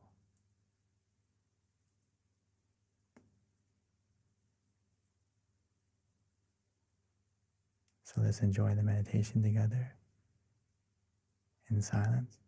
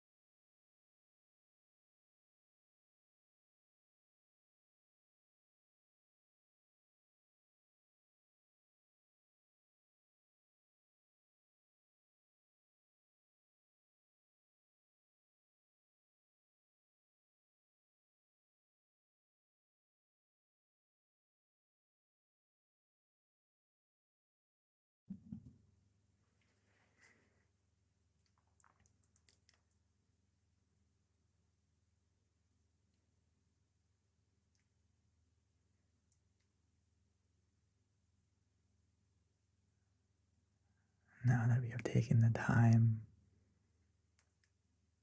to illuminate our mind, to brighten our mind with relaxation, with comfort. Now that our mind is bright, clear, let's take a moment to light our candle.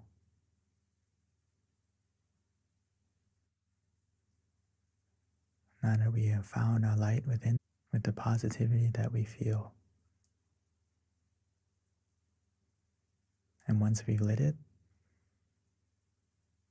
we can slowly and gently close our eyes and continue to meditate.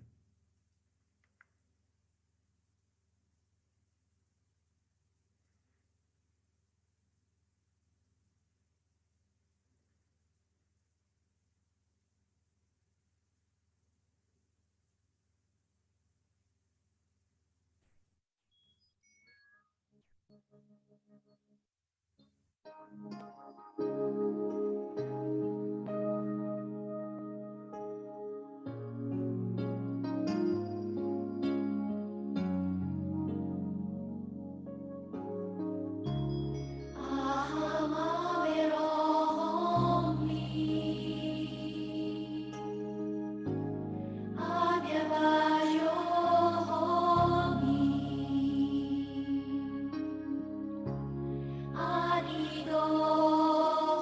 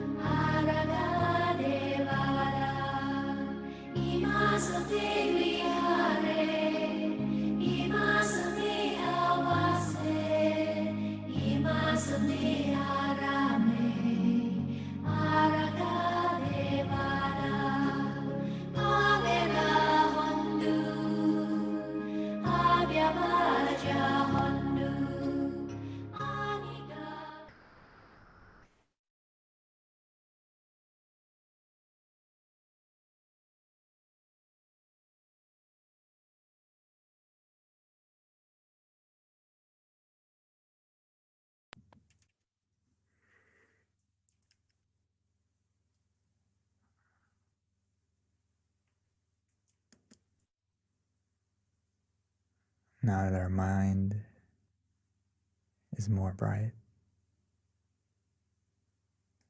now that we lit the candle on the outside as well on the inside, every moment that we feel calm, we feel relaxed, our mind becomes more pure, more positive. We have taken the time to fill our mind with the brightness of peace, of relaxation, of positivity. Every moment that our mind is still, it creates a brightness, a positivity within us.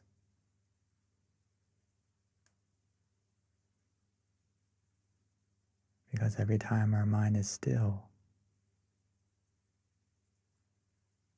it becomes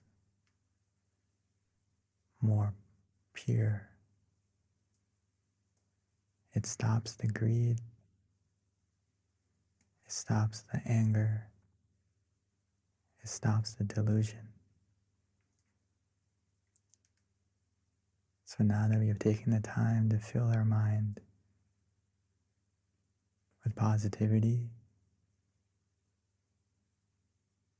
with brightness, let's take a moment to share it,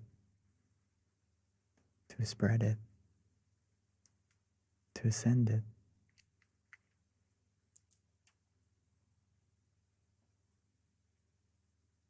Is shining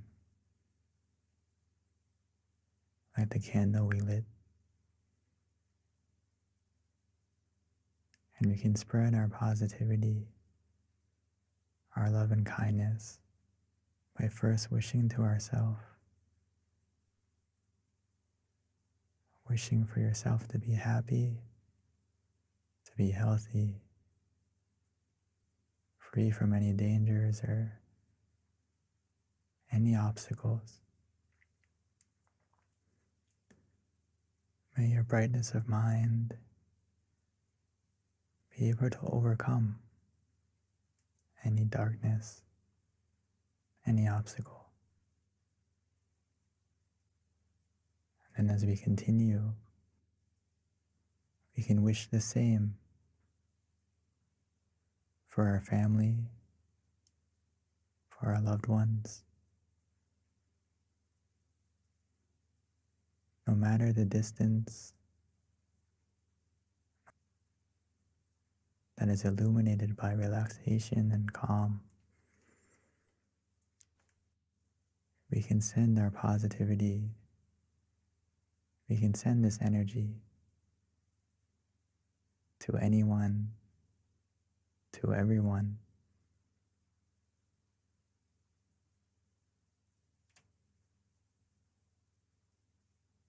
So take a moment to wish, to spread your love and kindness. Like the full moon shines the brightness to everything, to everyone.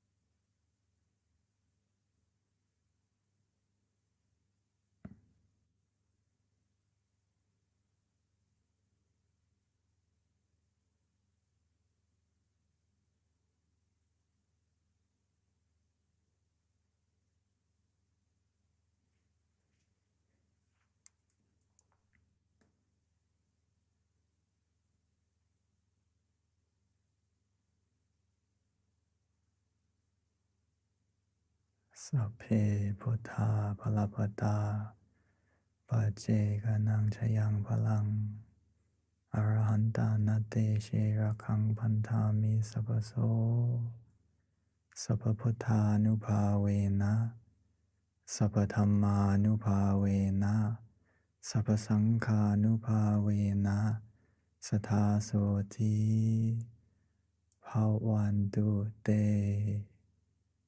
By the power of the positivity generated within us from our meditation and from all the good things we have done that we can remember, that we can recall, or that we can't recall.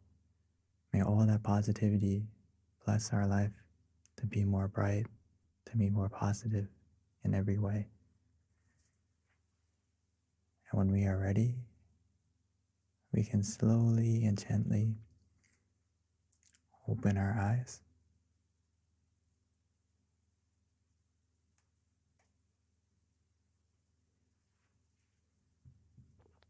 Thank you, Lompi, for an amazing meditation session yet again. I always like a lot of your analogies in terms of just the brightness within and the full moon, bring it inside. That's very just helps me envision that. So thank you, Venerable. So before we transition to Q&A, a couple of announcements. Our next full moon meditation is going to be on July 13th, which is a Wednesday of next month. So please mark that on your calendar. Again, the next full moon meditation is going to be on the 13th of next month. Please invite your friends and family to join us. Various online meditation classes that we offer, which is in person. We've got a couple of centers. Actually, all of our centers are open at this time. So definitely visit your local center. You can just look at the locations to find out the center nearest you. Azusa has a couple of events going on as well. So check out their website, peacepointmeditation.com. Chicago has online courses, and so does Georgia. We have classes every Wednesdays from 7 to 8:30 and Sundays at 12:15. One other thing, MindGem, if you haven't downloaded it yet, please do so.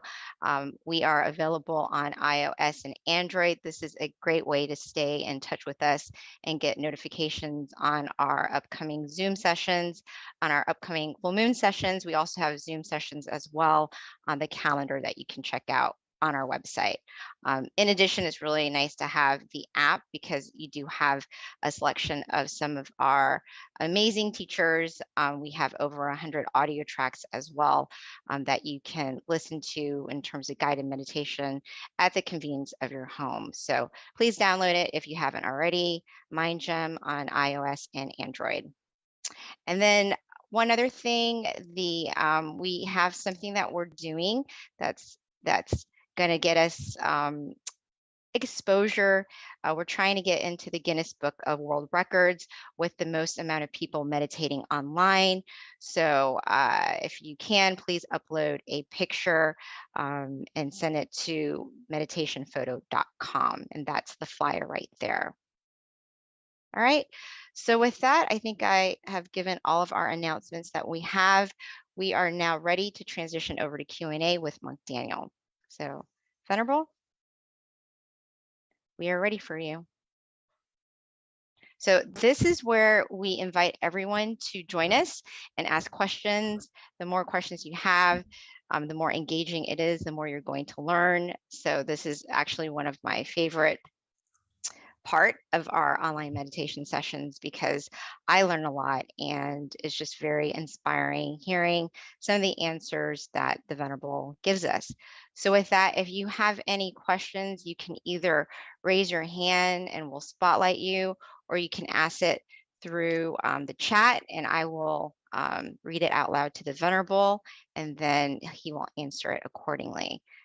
So at this time, the floor is open.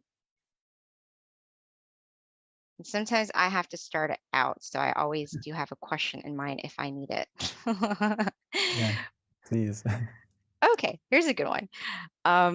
Okay, yeah. How can I apply mindfulness to romantic relationships? And that was from John Upshaw. Okay, thank you, John. Very good question. How can I be mindful or apply mindfulness to my relationship, right? Romantic one. The most important thing is through practicing meditation, we take the time to love ourselves and take care of our mind. And Paul Tamachio, my master, would always say, you need to love yourself first before you can love anyone else. So if you can find and not only that, is that all our positivity, our true love, is the source of it comes from within you, right?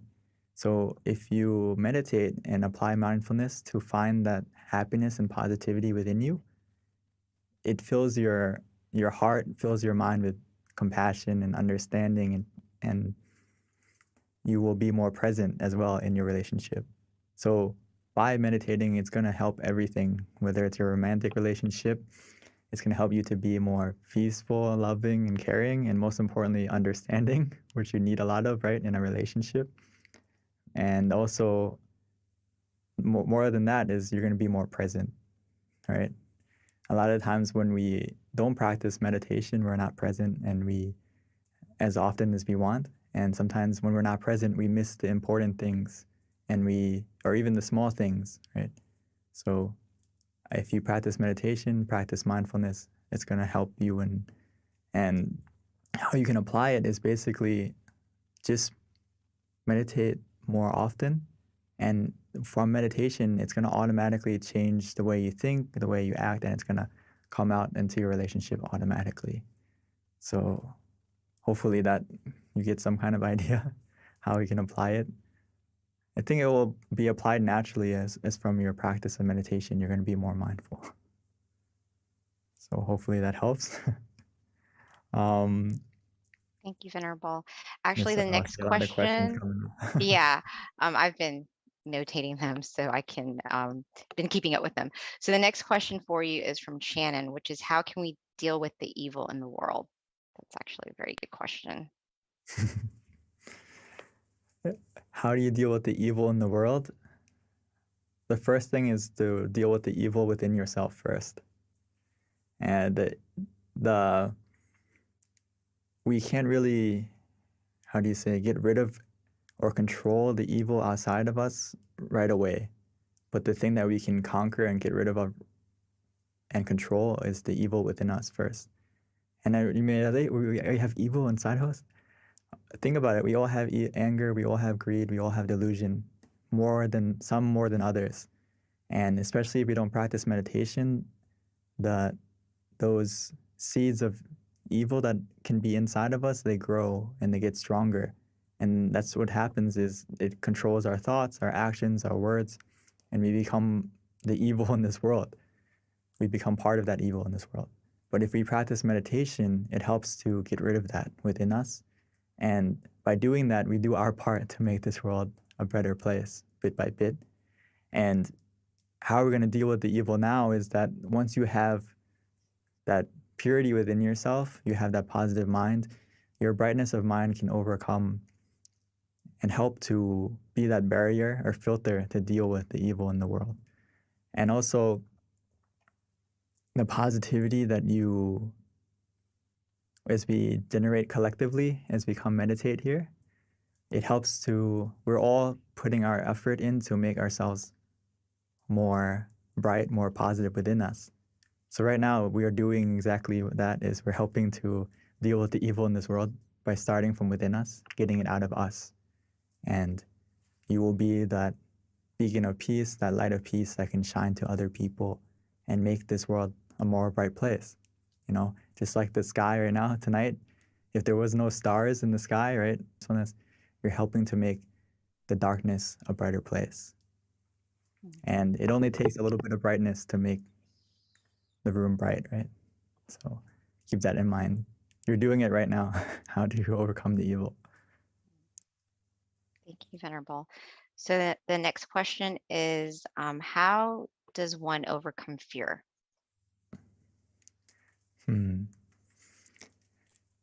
Fear, my Paul and also some of my teaching monks, they would always say that if your mind is in the right place, there's nothing to fear. If you can bring your mind back to the center of the body and keep your mind there, you're not going to have any fear. So I think the first step is to conquer your mind and bring your mind back to that point of peace within you. And you're not going to be scared of anything because you have that peace of mind within you. It's kind of like you are the eye of the storm, right? You're the calm in the middle of the chaos, and you can connect to that. And if you continue to meditate, you can be able to harness that calm, and you can harness that peacefulness because I like the quote I saw before that inner peace isn't about having everything to be, peaceful and calm, but it is being able to remain peaceful and calm in any situation. So we can attain that from meditation, and you're not going to be scared of anything anymore because the scariest thing, you know what the scariest thing is?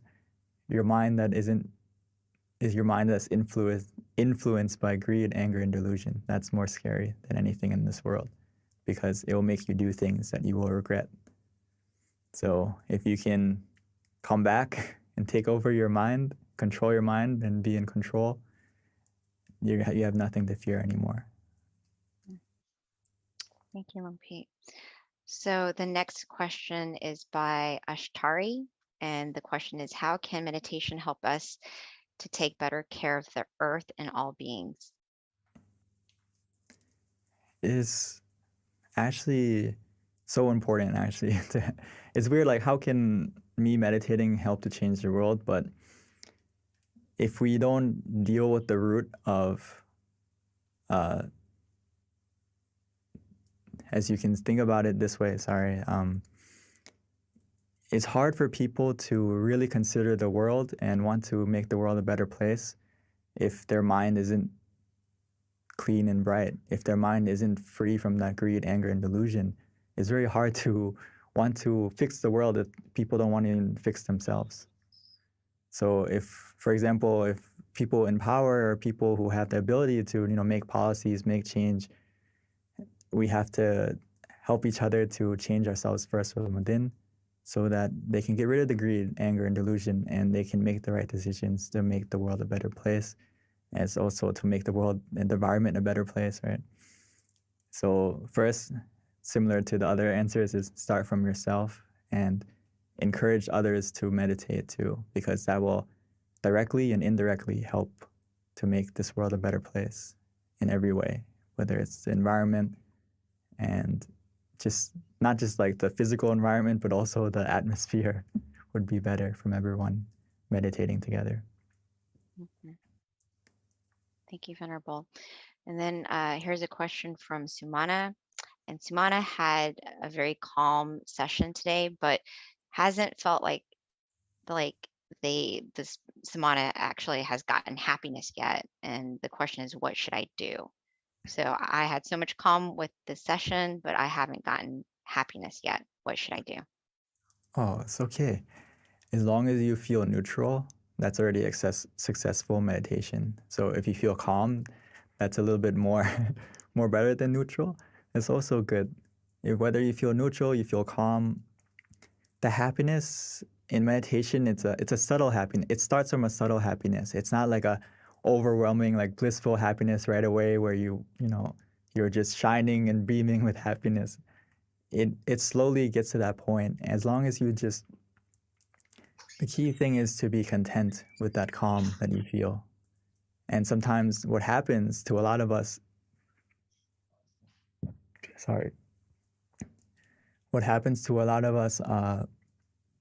when we feel calm and we feel neutral, sometimes we have an expectation, or our mind isn't in the present, to put it simply. Our mind goes to the future expecting something more, or wanting something more to happen, or why is anything happening yet? So if you feel that way, we have to come back to the present and just be content with that feeling of calm. And if you can stay content, that calm is going to slowly bring the happiness. It's going to come automatically. So you don't need to go searching for the happiness. When is it going to come? It will come as long as you stay content, and just ask yourself, are you truly in the present, or are you thinking of, why am I not there yet? Where is the happiness? If you're thinking that way, that means your mind is in the present. So you just have to come back and to help you to stay content or to help you get off those thoughts, you can use the mantra, or you can visualize to keep your mind present. And the calm will change to the happiness slowly. Actually, it'll be quickly if you can stay content truly. If the key is about being content with what you have and not worried about what's missing. So sometimes we fall into that trap where we're like, hey, I am calm, but I kind of wish, like deep down inside, that it was more calm than this. And actually, we're already in a good spot, but our mind thought that way. And if we find it thinking that way, no problem. Just come back and use the mantra until you forget about wanting something else. Or use visualization to bring your mind back. Hopefully that helps. Thank you, Venerable. All right, we've got lots of questions, Venerable, so I think we're going to keep you busy until the end. So, and this next question is an interesting one. I'd like to hear how you respond to it too. And it's from Sylvia. And the question is, when we are born, we do have a destiny already, correct? Can we change any actions or events in this destiny through meditation, and how? This is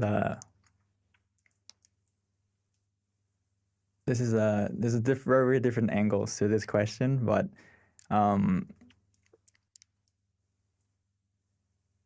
we can change.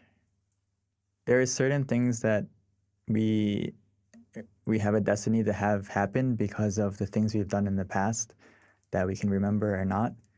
And in the sense of Buddhism, if you talk about past lives, that has impact on our life now. But if you just think about this life,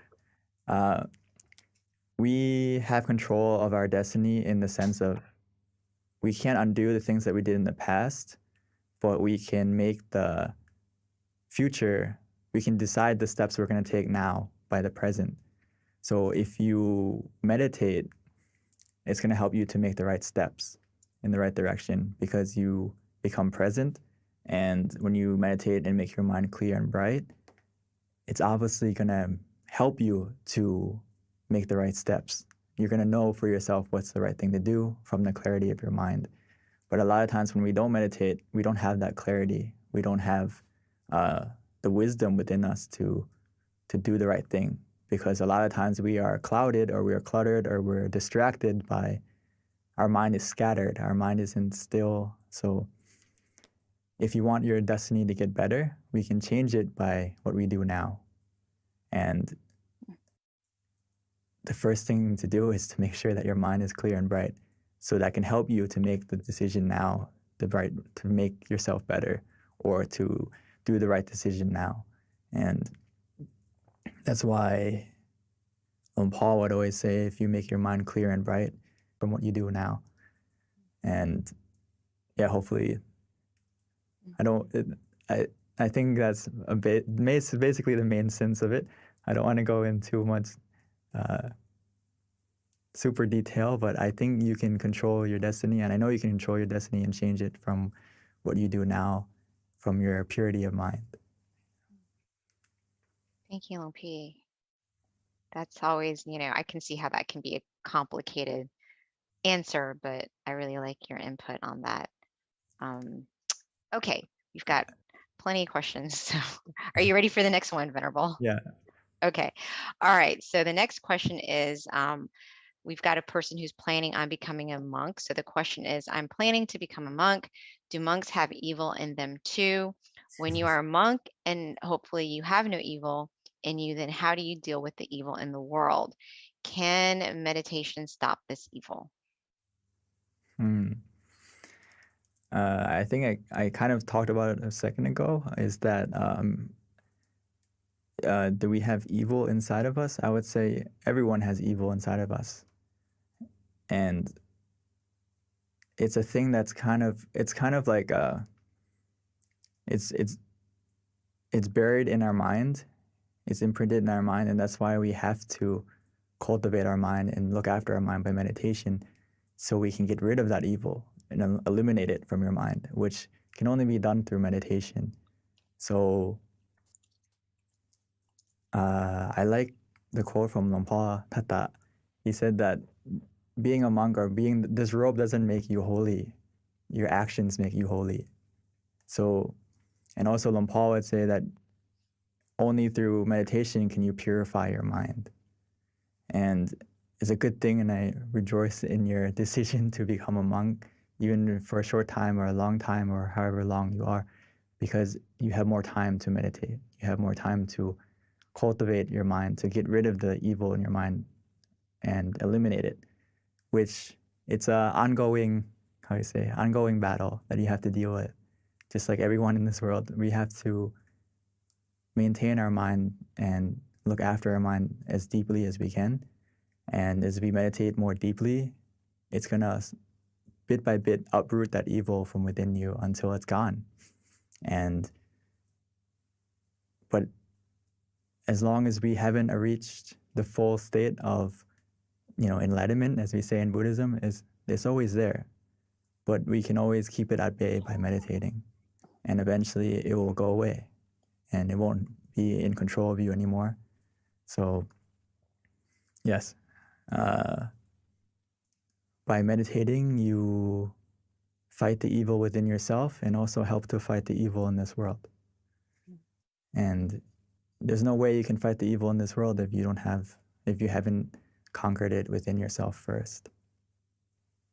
So I think you're making the right steps to become a monk so you can help in this battle, not only for yourself, but also for everyone in the world.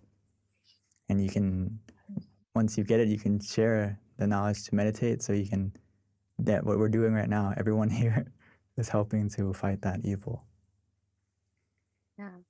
Venerable, that is like so powerful when, you put it that way in terms of we have to conquer ourselves first in terms of the evil. And then, that's how we can help the world. And that's why it's like, it just makes, when I've had my teachers in the past mention that we are born to meditate, and it's a little extreme, but when you start meditating more and more, you understand why that's the case and how powerful meditation can be, and how if we really want to help the world, truly, it's through like peace of mind, because that's where all the problems are, is within human mind.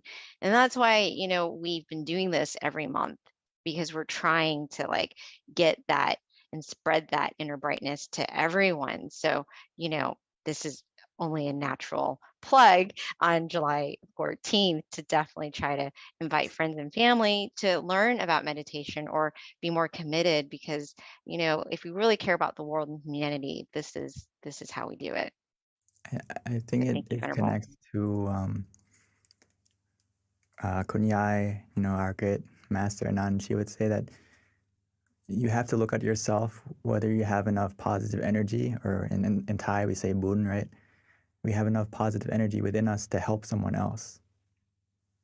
And a lot of times it's about helping yourself first so you can help others. And it's something that is a good thing, like to have the idea you want to help everyone, but if you haven't helped yourself first, you haven't conquered the greed and delusion in your mind first, it's very hard to go helping someone else. It's like if someone is drowning and you can't swim, but you didn't jump in to help them, now it's two people drowning. Or in that case, if you see someone drowning and you can't swim, you need to find someone that can swim to help them, or find something to throw in the water to help them that, stay afloat or something like that. So you have to know yourself and be ready to help someone first. So that's why for the person who wants to be a monk, that's great that you want to train yourself and cultivate yourself first before you can help others. So thank you, Venerable. So we do have a couple more questions. Let's get to it. The next question is from Marcelo, and the question is, do you think children get anything from meditation practices? And have you seen any success stories, or do you think that there is a threshold age where meditation is best introduced? I think this is a great question, and I wish I could pull up a picture. I didn't prepare it, but yes, introducing meditation to children is very important, because actually children, they meditate very well because their mind is very innocent, their mind is very pure, and it's not as filled with clutter, But in this day of age, it may be a little bit difficult because, you know, there's iPad and there's all this technology that kind of bombards children with more thoughts than they should have as a kid. But in general, meditation will be very beneficial for kids at a young age, even, you know, 5, 6, 7. Maybe they can't sit as long as we can, but even those brief moments of where they can still their mind, they meditate very well. Even just for a brief moment, it matters. And, you know, the reason why I'm sitting here now is because I was introduced to meditation as a kid. And actually, a lot of people in this room, as well as one of the monks, a lot of the monks here, I've met before as a kid. And I'm here because before they introduced me to meditation, some of them were, before they were a monk, they were a lay person, and they invited me when I was 7 to come and meditate. And I never thought it would lead me to here, but, you know, things happen for a reason. So I think, the sooner you introduce kids to meditation, it can really set them in a good way, especially knowing how to deal with stress and knowing how to, you know, learn how to conquer their mind at a young age, I think is a huge tool and ability that will help them in their whole life, what they can do. Mm-hmm. It's so cute when you see little kids meditating and how peaceful they are. It's so adorable. I love seeing that. We actually have younger kids come meditate sometimes as well, and it's always very refreshing to see. So, Venerable, the next question is from Deb, and this is kind of a long question, but I notice, since I understand what peace feels like, my body is very sensitive when I feel any bit of stress or lack of confidence. How do I quickly calm myself to get back into that state of confidence and peace?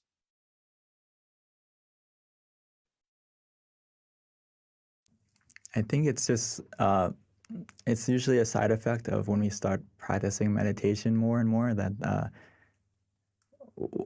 now that we're more present, we're kind of more aware of how we feel, more in tune with how we feel than before. So sometimes it can be like that, where you're more aware that, okay, now I feel uncomfortable, now I feel stressed out, but you can use it as a benefit that, okay, now that you feel that way, you need to kind of, you know that you need to reconnect and recharge to where you feel comfortable again. So throughout the day or throughout the activity, if you start to feel stress, you start to feel that lack of confidence, you're just more aware of it than before. Before, you just let it happen, and now you're aware that it's happening. So now you can put the effort in to make it change by connecting to the center again, or just taking a deep breath and using the mantra again to calm yourself down, to recenter yourself. So it's a good thing that you're more aware of how you're feeling, and now just apply the meditation into it. When you feel that way, you feel off balance. Just like in meditation, when we say that you don't feel comfortable, you don't feel relaxed anymore, we tell you to open your eyes or to readjust. In your life, we can do it the opposite. If you feel uncomfortable, you feel lack of confidence, you feel stressed, you can reset by coming back to the present, taking a deep breath, or closing your eyes if you can, and just try to meditate for a brief moment, just to center yourself. And you'll find that confidence and that stress the confidence coming back and the stress going away. Mm-hmm. Thank you, Venerable. So, Venerable, it is 10:30, and we do have a couple of questions left. So I think what we can do is just save them for next time, other than maybe we can take one more. And if we don't get to your question today, I promise we will ask that question next full moon meditation. Especially, there's a really good question from Margaret that I think would be really nice to have answered as well. But the one that came before, this is one that they were looking forward to hearing your answer on this. So the question is, may I please ask, how do we deal with anger? I think it kind of connects to the other question about, when you realize that you're stressed or your lack of confidence. As you meditate more, you're more aware of when you feel angry. So a lot of the people who meditate, they feel that they become more calm. And also it's because you can feel the anger rising. Now that you're more in tune with your emotions, you can feel the anger rising. So you're more aware to stop it. You're more aware, okay, I feel it coming. Wait, let me take a deep breath and let it go. So if you practice meditation, and it's going to help to reduce the anger automatically and help you to let go easier. So I think it goes hand in hand with practicing meditation, that it will automatically, you'll be able to realize yourself that you're angry. And then now that you're angry, we need to kind of change the focus, because your mind can only focus on one thing at a time. And if you focus on the thing that's making you angry, it's only going to get more angry. You're only going to get more angry. But if you change your focus to like the mantra, or you change the focus to visualizing Lumbu, Lumpal, or the crystal ball, the sphere, whatever you want to do, just to take your mind off of the anger. So the quicker you realize you're angry, the quicker you can react and change the focus. And when you focus on something that makes you peaceful and relaxed, you're going to feel the anger subsiding. Okay, thank you, Venerable. So, Venerable, let's just go ahead and answer this one last question so it doesn't have to linger until next month. It's from Margaret, and the question is, first of all, she wanted to thank you for offering the session, but she is autistic and can easily become overwhelmed by sensory inputs when out and about in the world, and she wants to know if there are techniques that she can use in those situations to reduce the overload to her body.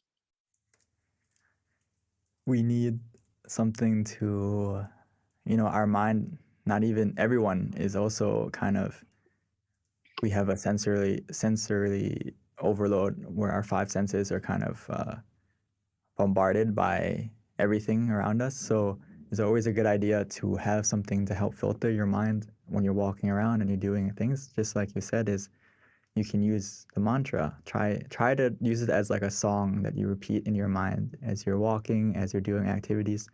Try to repeat the mantra in your mind. Samarang, samarang, samarang. In the beginning, it's kind of like you have to be mindful to say it, but as you do it more often, it's going to be like a automatic song that plays in your mind on repeat. And it's kind of like when you focus on breathing, when you focus to breathe, you have to think to do it. But and normally you can also turn it off and you don't have to think to breathe, right? Right now, I don't think anyone's consciously thinking to breathe.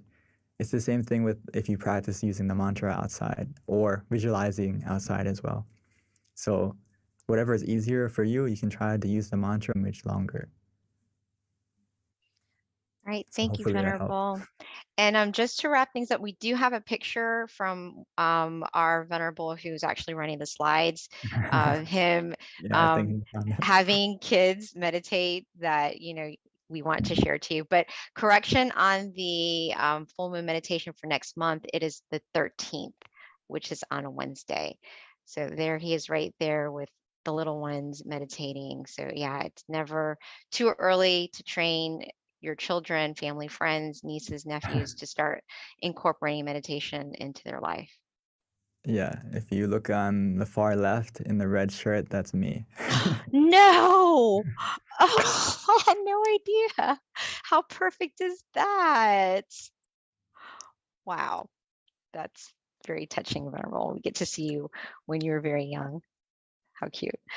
All right. Well, thank you so much, everyone, for joining us. And we look forward to seeing you in the future. Again, let us share inner brightness with everyone and invite them to join us, because the more people that meditate, the more people find this inner happiness, the happier the world will be. So with that, thank you so much. And we look forward to seeing you again in the future. Bye.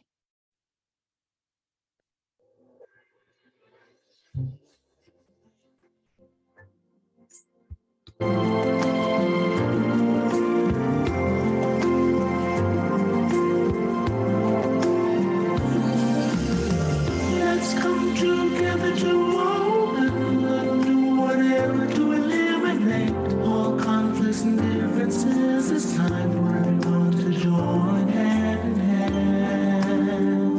At last, now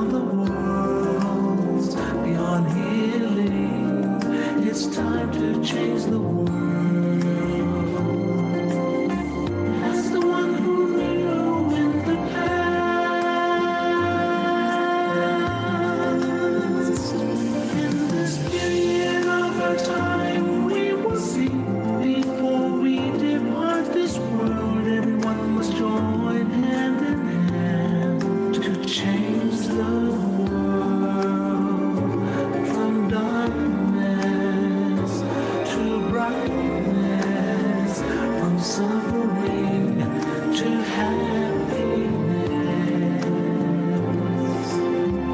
from ignorant to the knowledge world.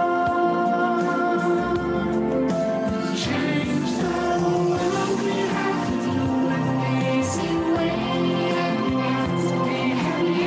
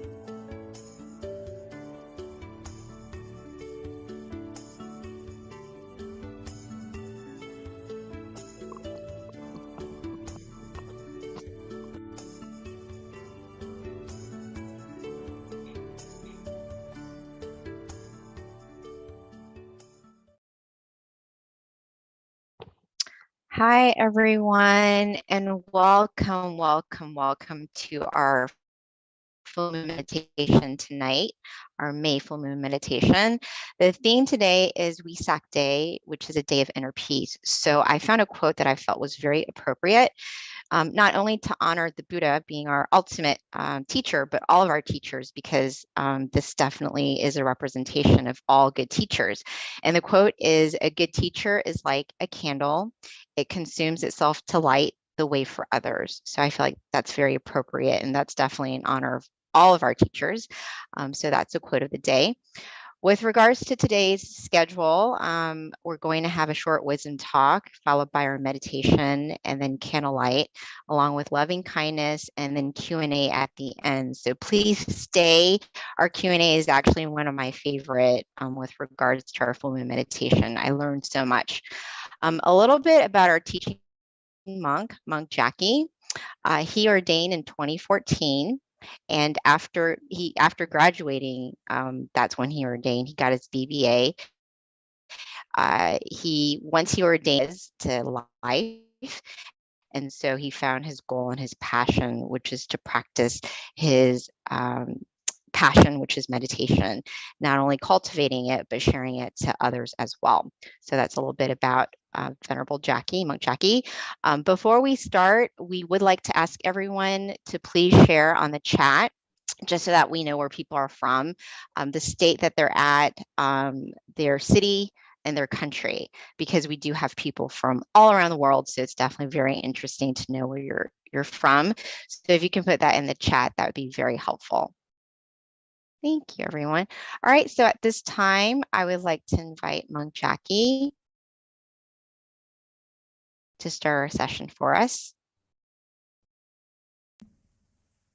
Good morning. Good evening. Good evening to everyone. It's morning time here, so. Depending on where you are in the world. Yes.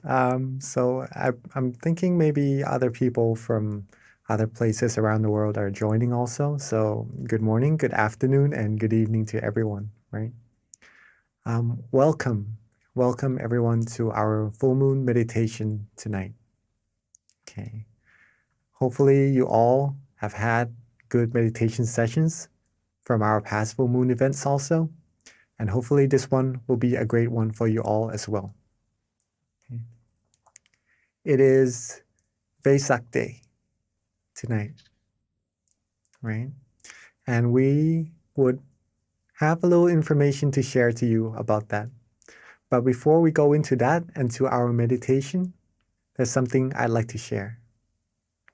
Okay.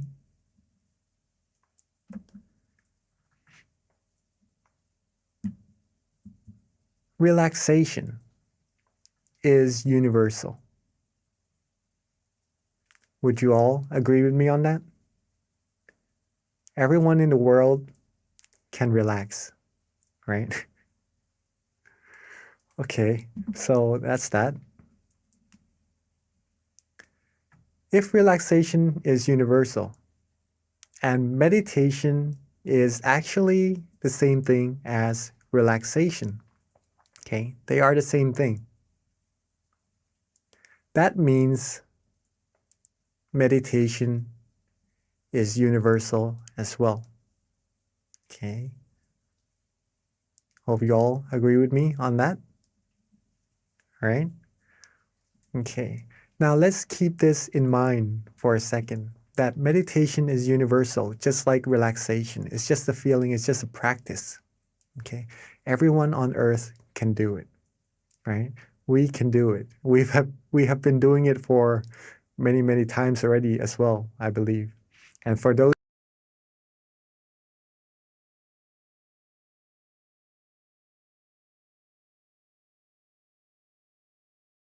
already as well, I believe. And for those who are new, meditation is relaxation. It is very easy to do. But the result is more and more profound once you practice it more and more. Okay? Now, meditation is universal, right? Meditation also leads us to happiness, Okay. Not just any happiness, though. It leads us to true happiness. What is true happiness? True happiness is a type of happiness where you could always have. It doesn't go away. It doesn't depart from you. You don't depart from it, unlike the other happinesses we find on the outside. Okay? When you want this happiness, you could always access it. You'll be able to rely on yourself for happiness and to be able to help others be happy as well. This is what true happiness is. Okay. Meditation is universal, and meditation brings true happiness. Let's put it this way first, so that we understand this phrase. Everyone can have true happiness. If you can relax, then you can have true happiness. Okay. So, in other words, everyone here today is able to find true peace, true happiness for sure. Okay. Now, we know this already. How do we do it? How do we meditate? How do we find this true happiness inside of us? Simply by relaxing our body and mind. That's it. As simple as that, right? If you can relax, you can meditate. You can relax your body, you can relax your mind. That is already meditation. Thus, this word, relaxation, or feeling comfortable, feeling good, feeling calm, is very, very important in meditation and for everyone as well. We may feel relaxed from time to time. We may feel good when we are sitting in a comfortable chair before we go to bed. After coming out of the shower, we feel good, we feel relaxed.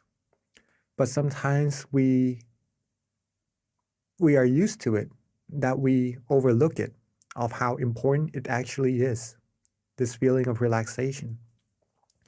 This is the feeling that will bring you deeper and deeper into more and more happiness inside of yourself. Okay, so let's take a look at how it does that a little bit more. So if you're able to relax your body, relax your mind. Okay. I don't know if you can see this, but there's a little word, relaxation, on the bottom right here, right? On the left of the screen. We might start off with a good amount of relaxation, right? That we feel, okay, this is our relaxation right now. I'm feeling good. I'm feeling calm. That's good. If we keep that feeling going, if we keep being relaxed more and more, be with that relaxation, it will grow. It will become a little bit bigger. Okay. And then when we keep being more and more relaxed, more and more calm, keep going, it becomes a little bit bigger. Okay. And I guess you all know what's going to happen next. If we keep being more and more relaxed, be with that relaxation, it's going to get even bigger and becomes even bigger until it becomes very, very big. I literally expanded the word relaxation so that the white part is all that we can see right now. So it eliminates all the other undesirable feelings away. And all there is left inside of our mind would be the feeling of relaxation. Okay? It becomes so big that this relaxation becomes peace. It becomes serenity in our mind.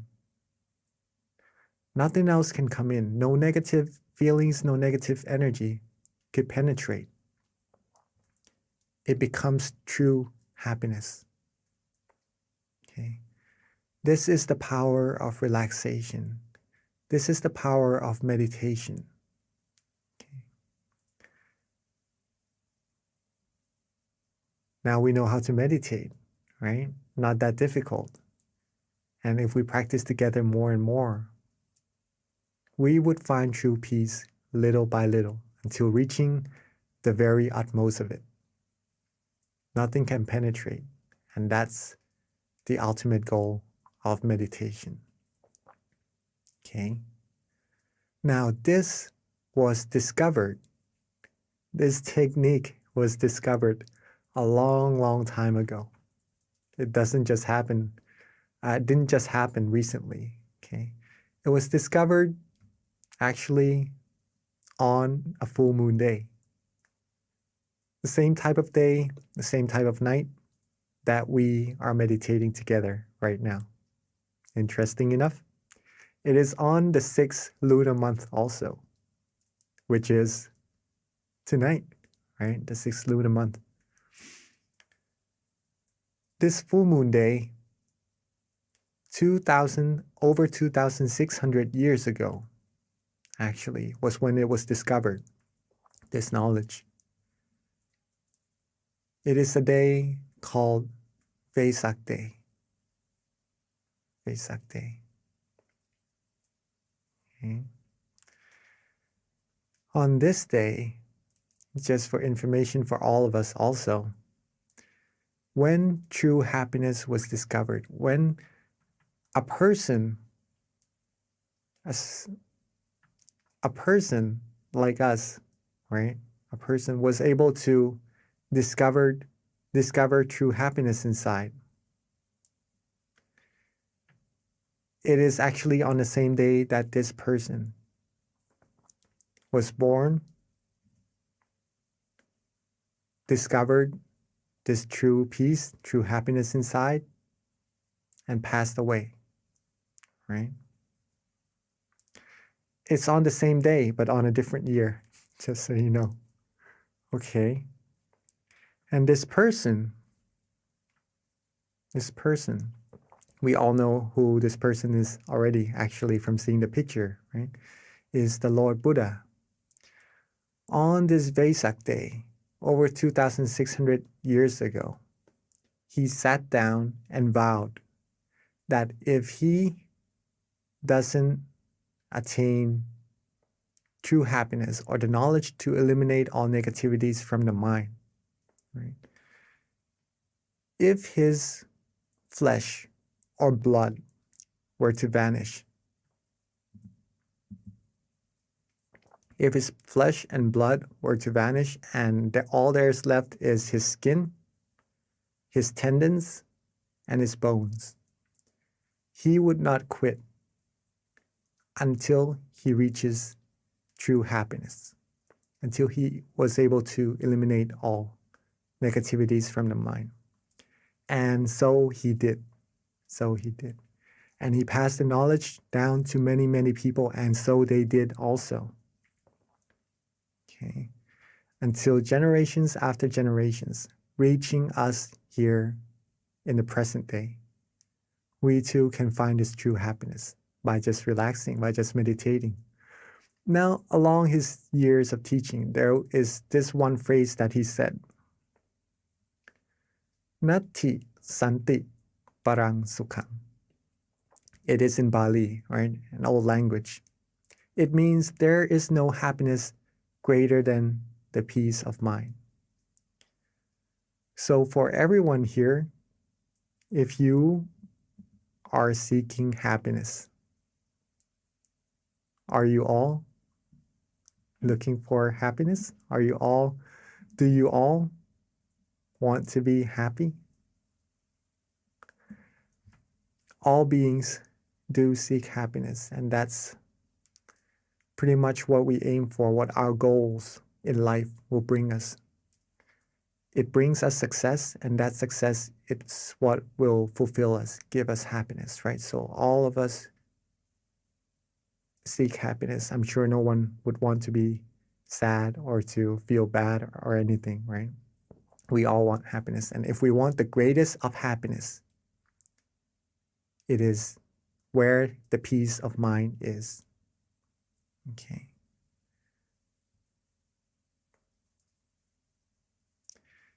If true happiness is what you seek, if you like to rely on yourself for happiness, you want to help yourself and help other people around you become happy, now you have the roadmap. Now you have the roadmap. You know where your destination is.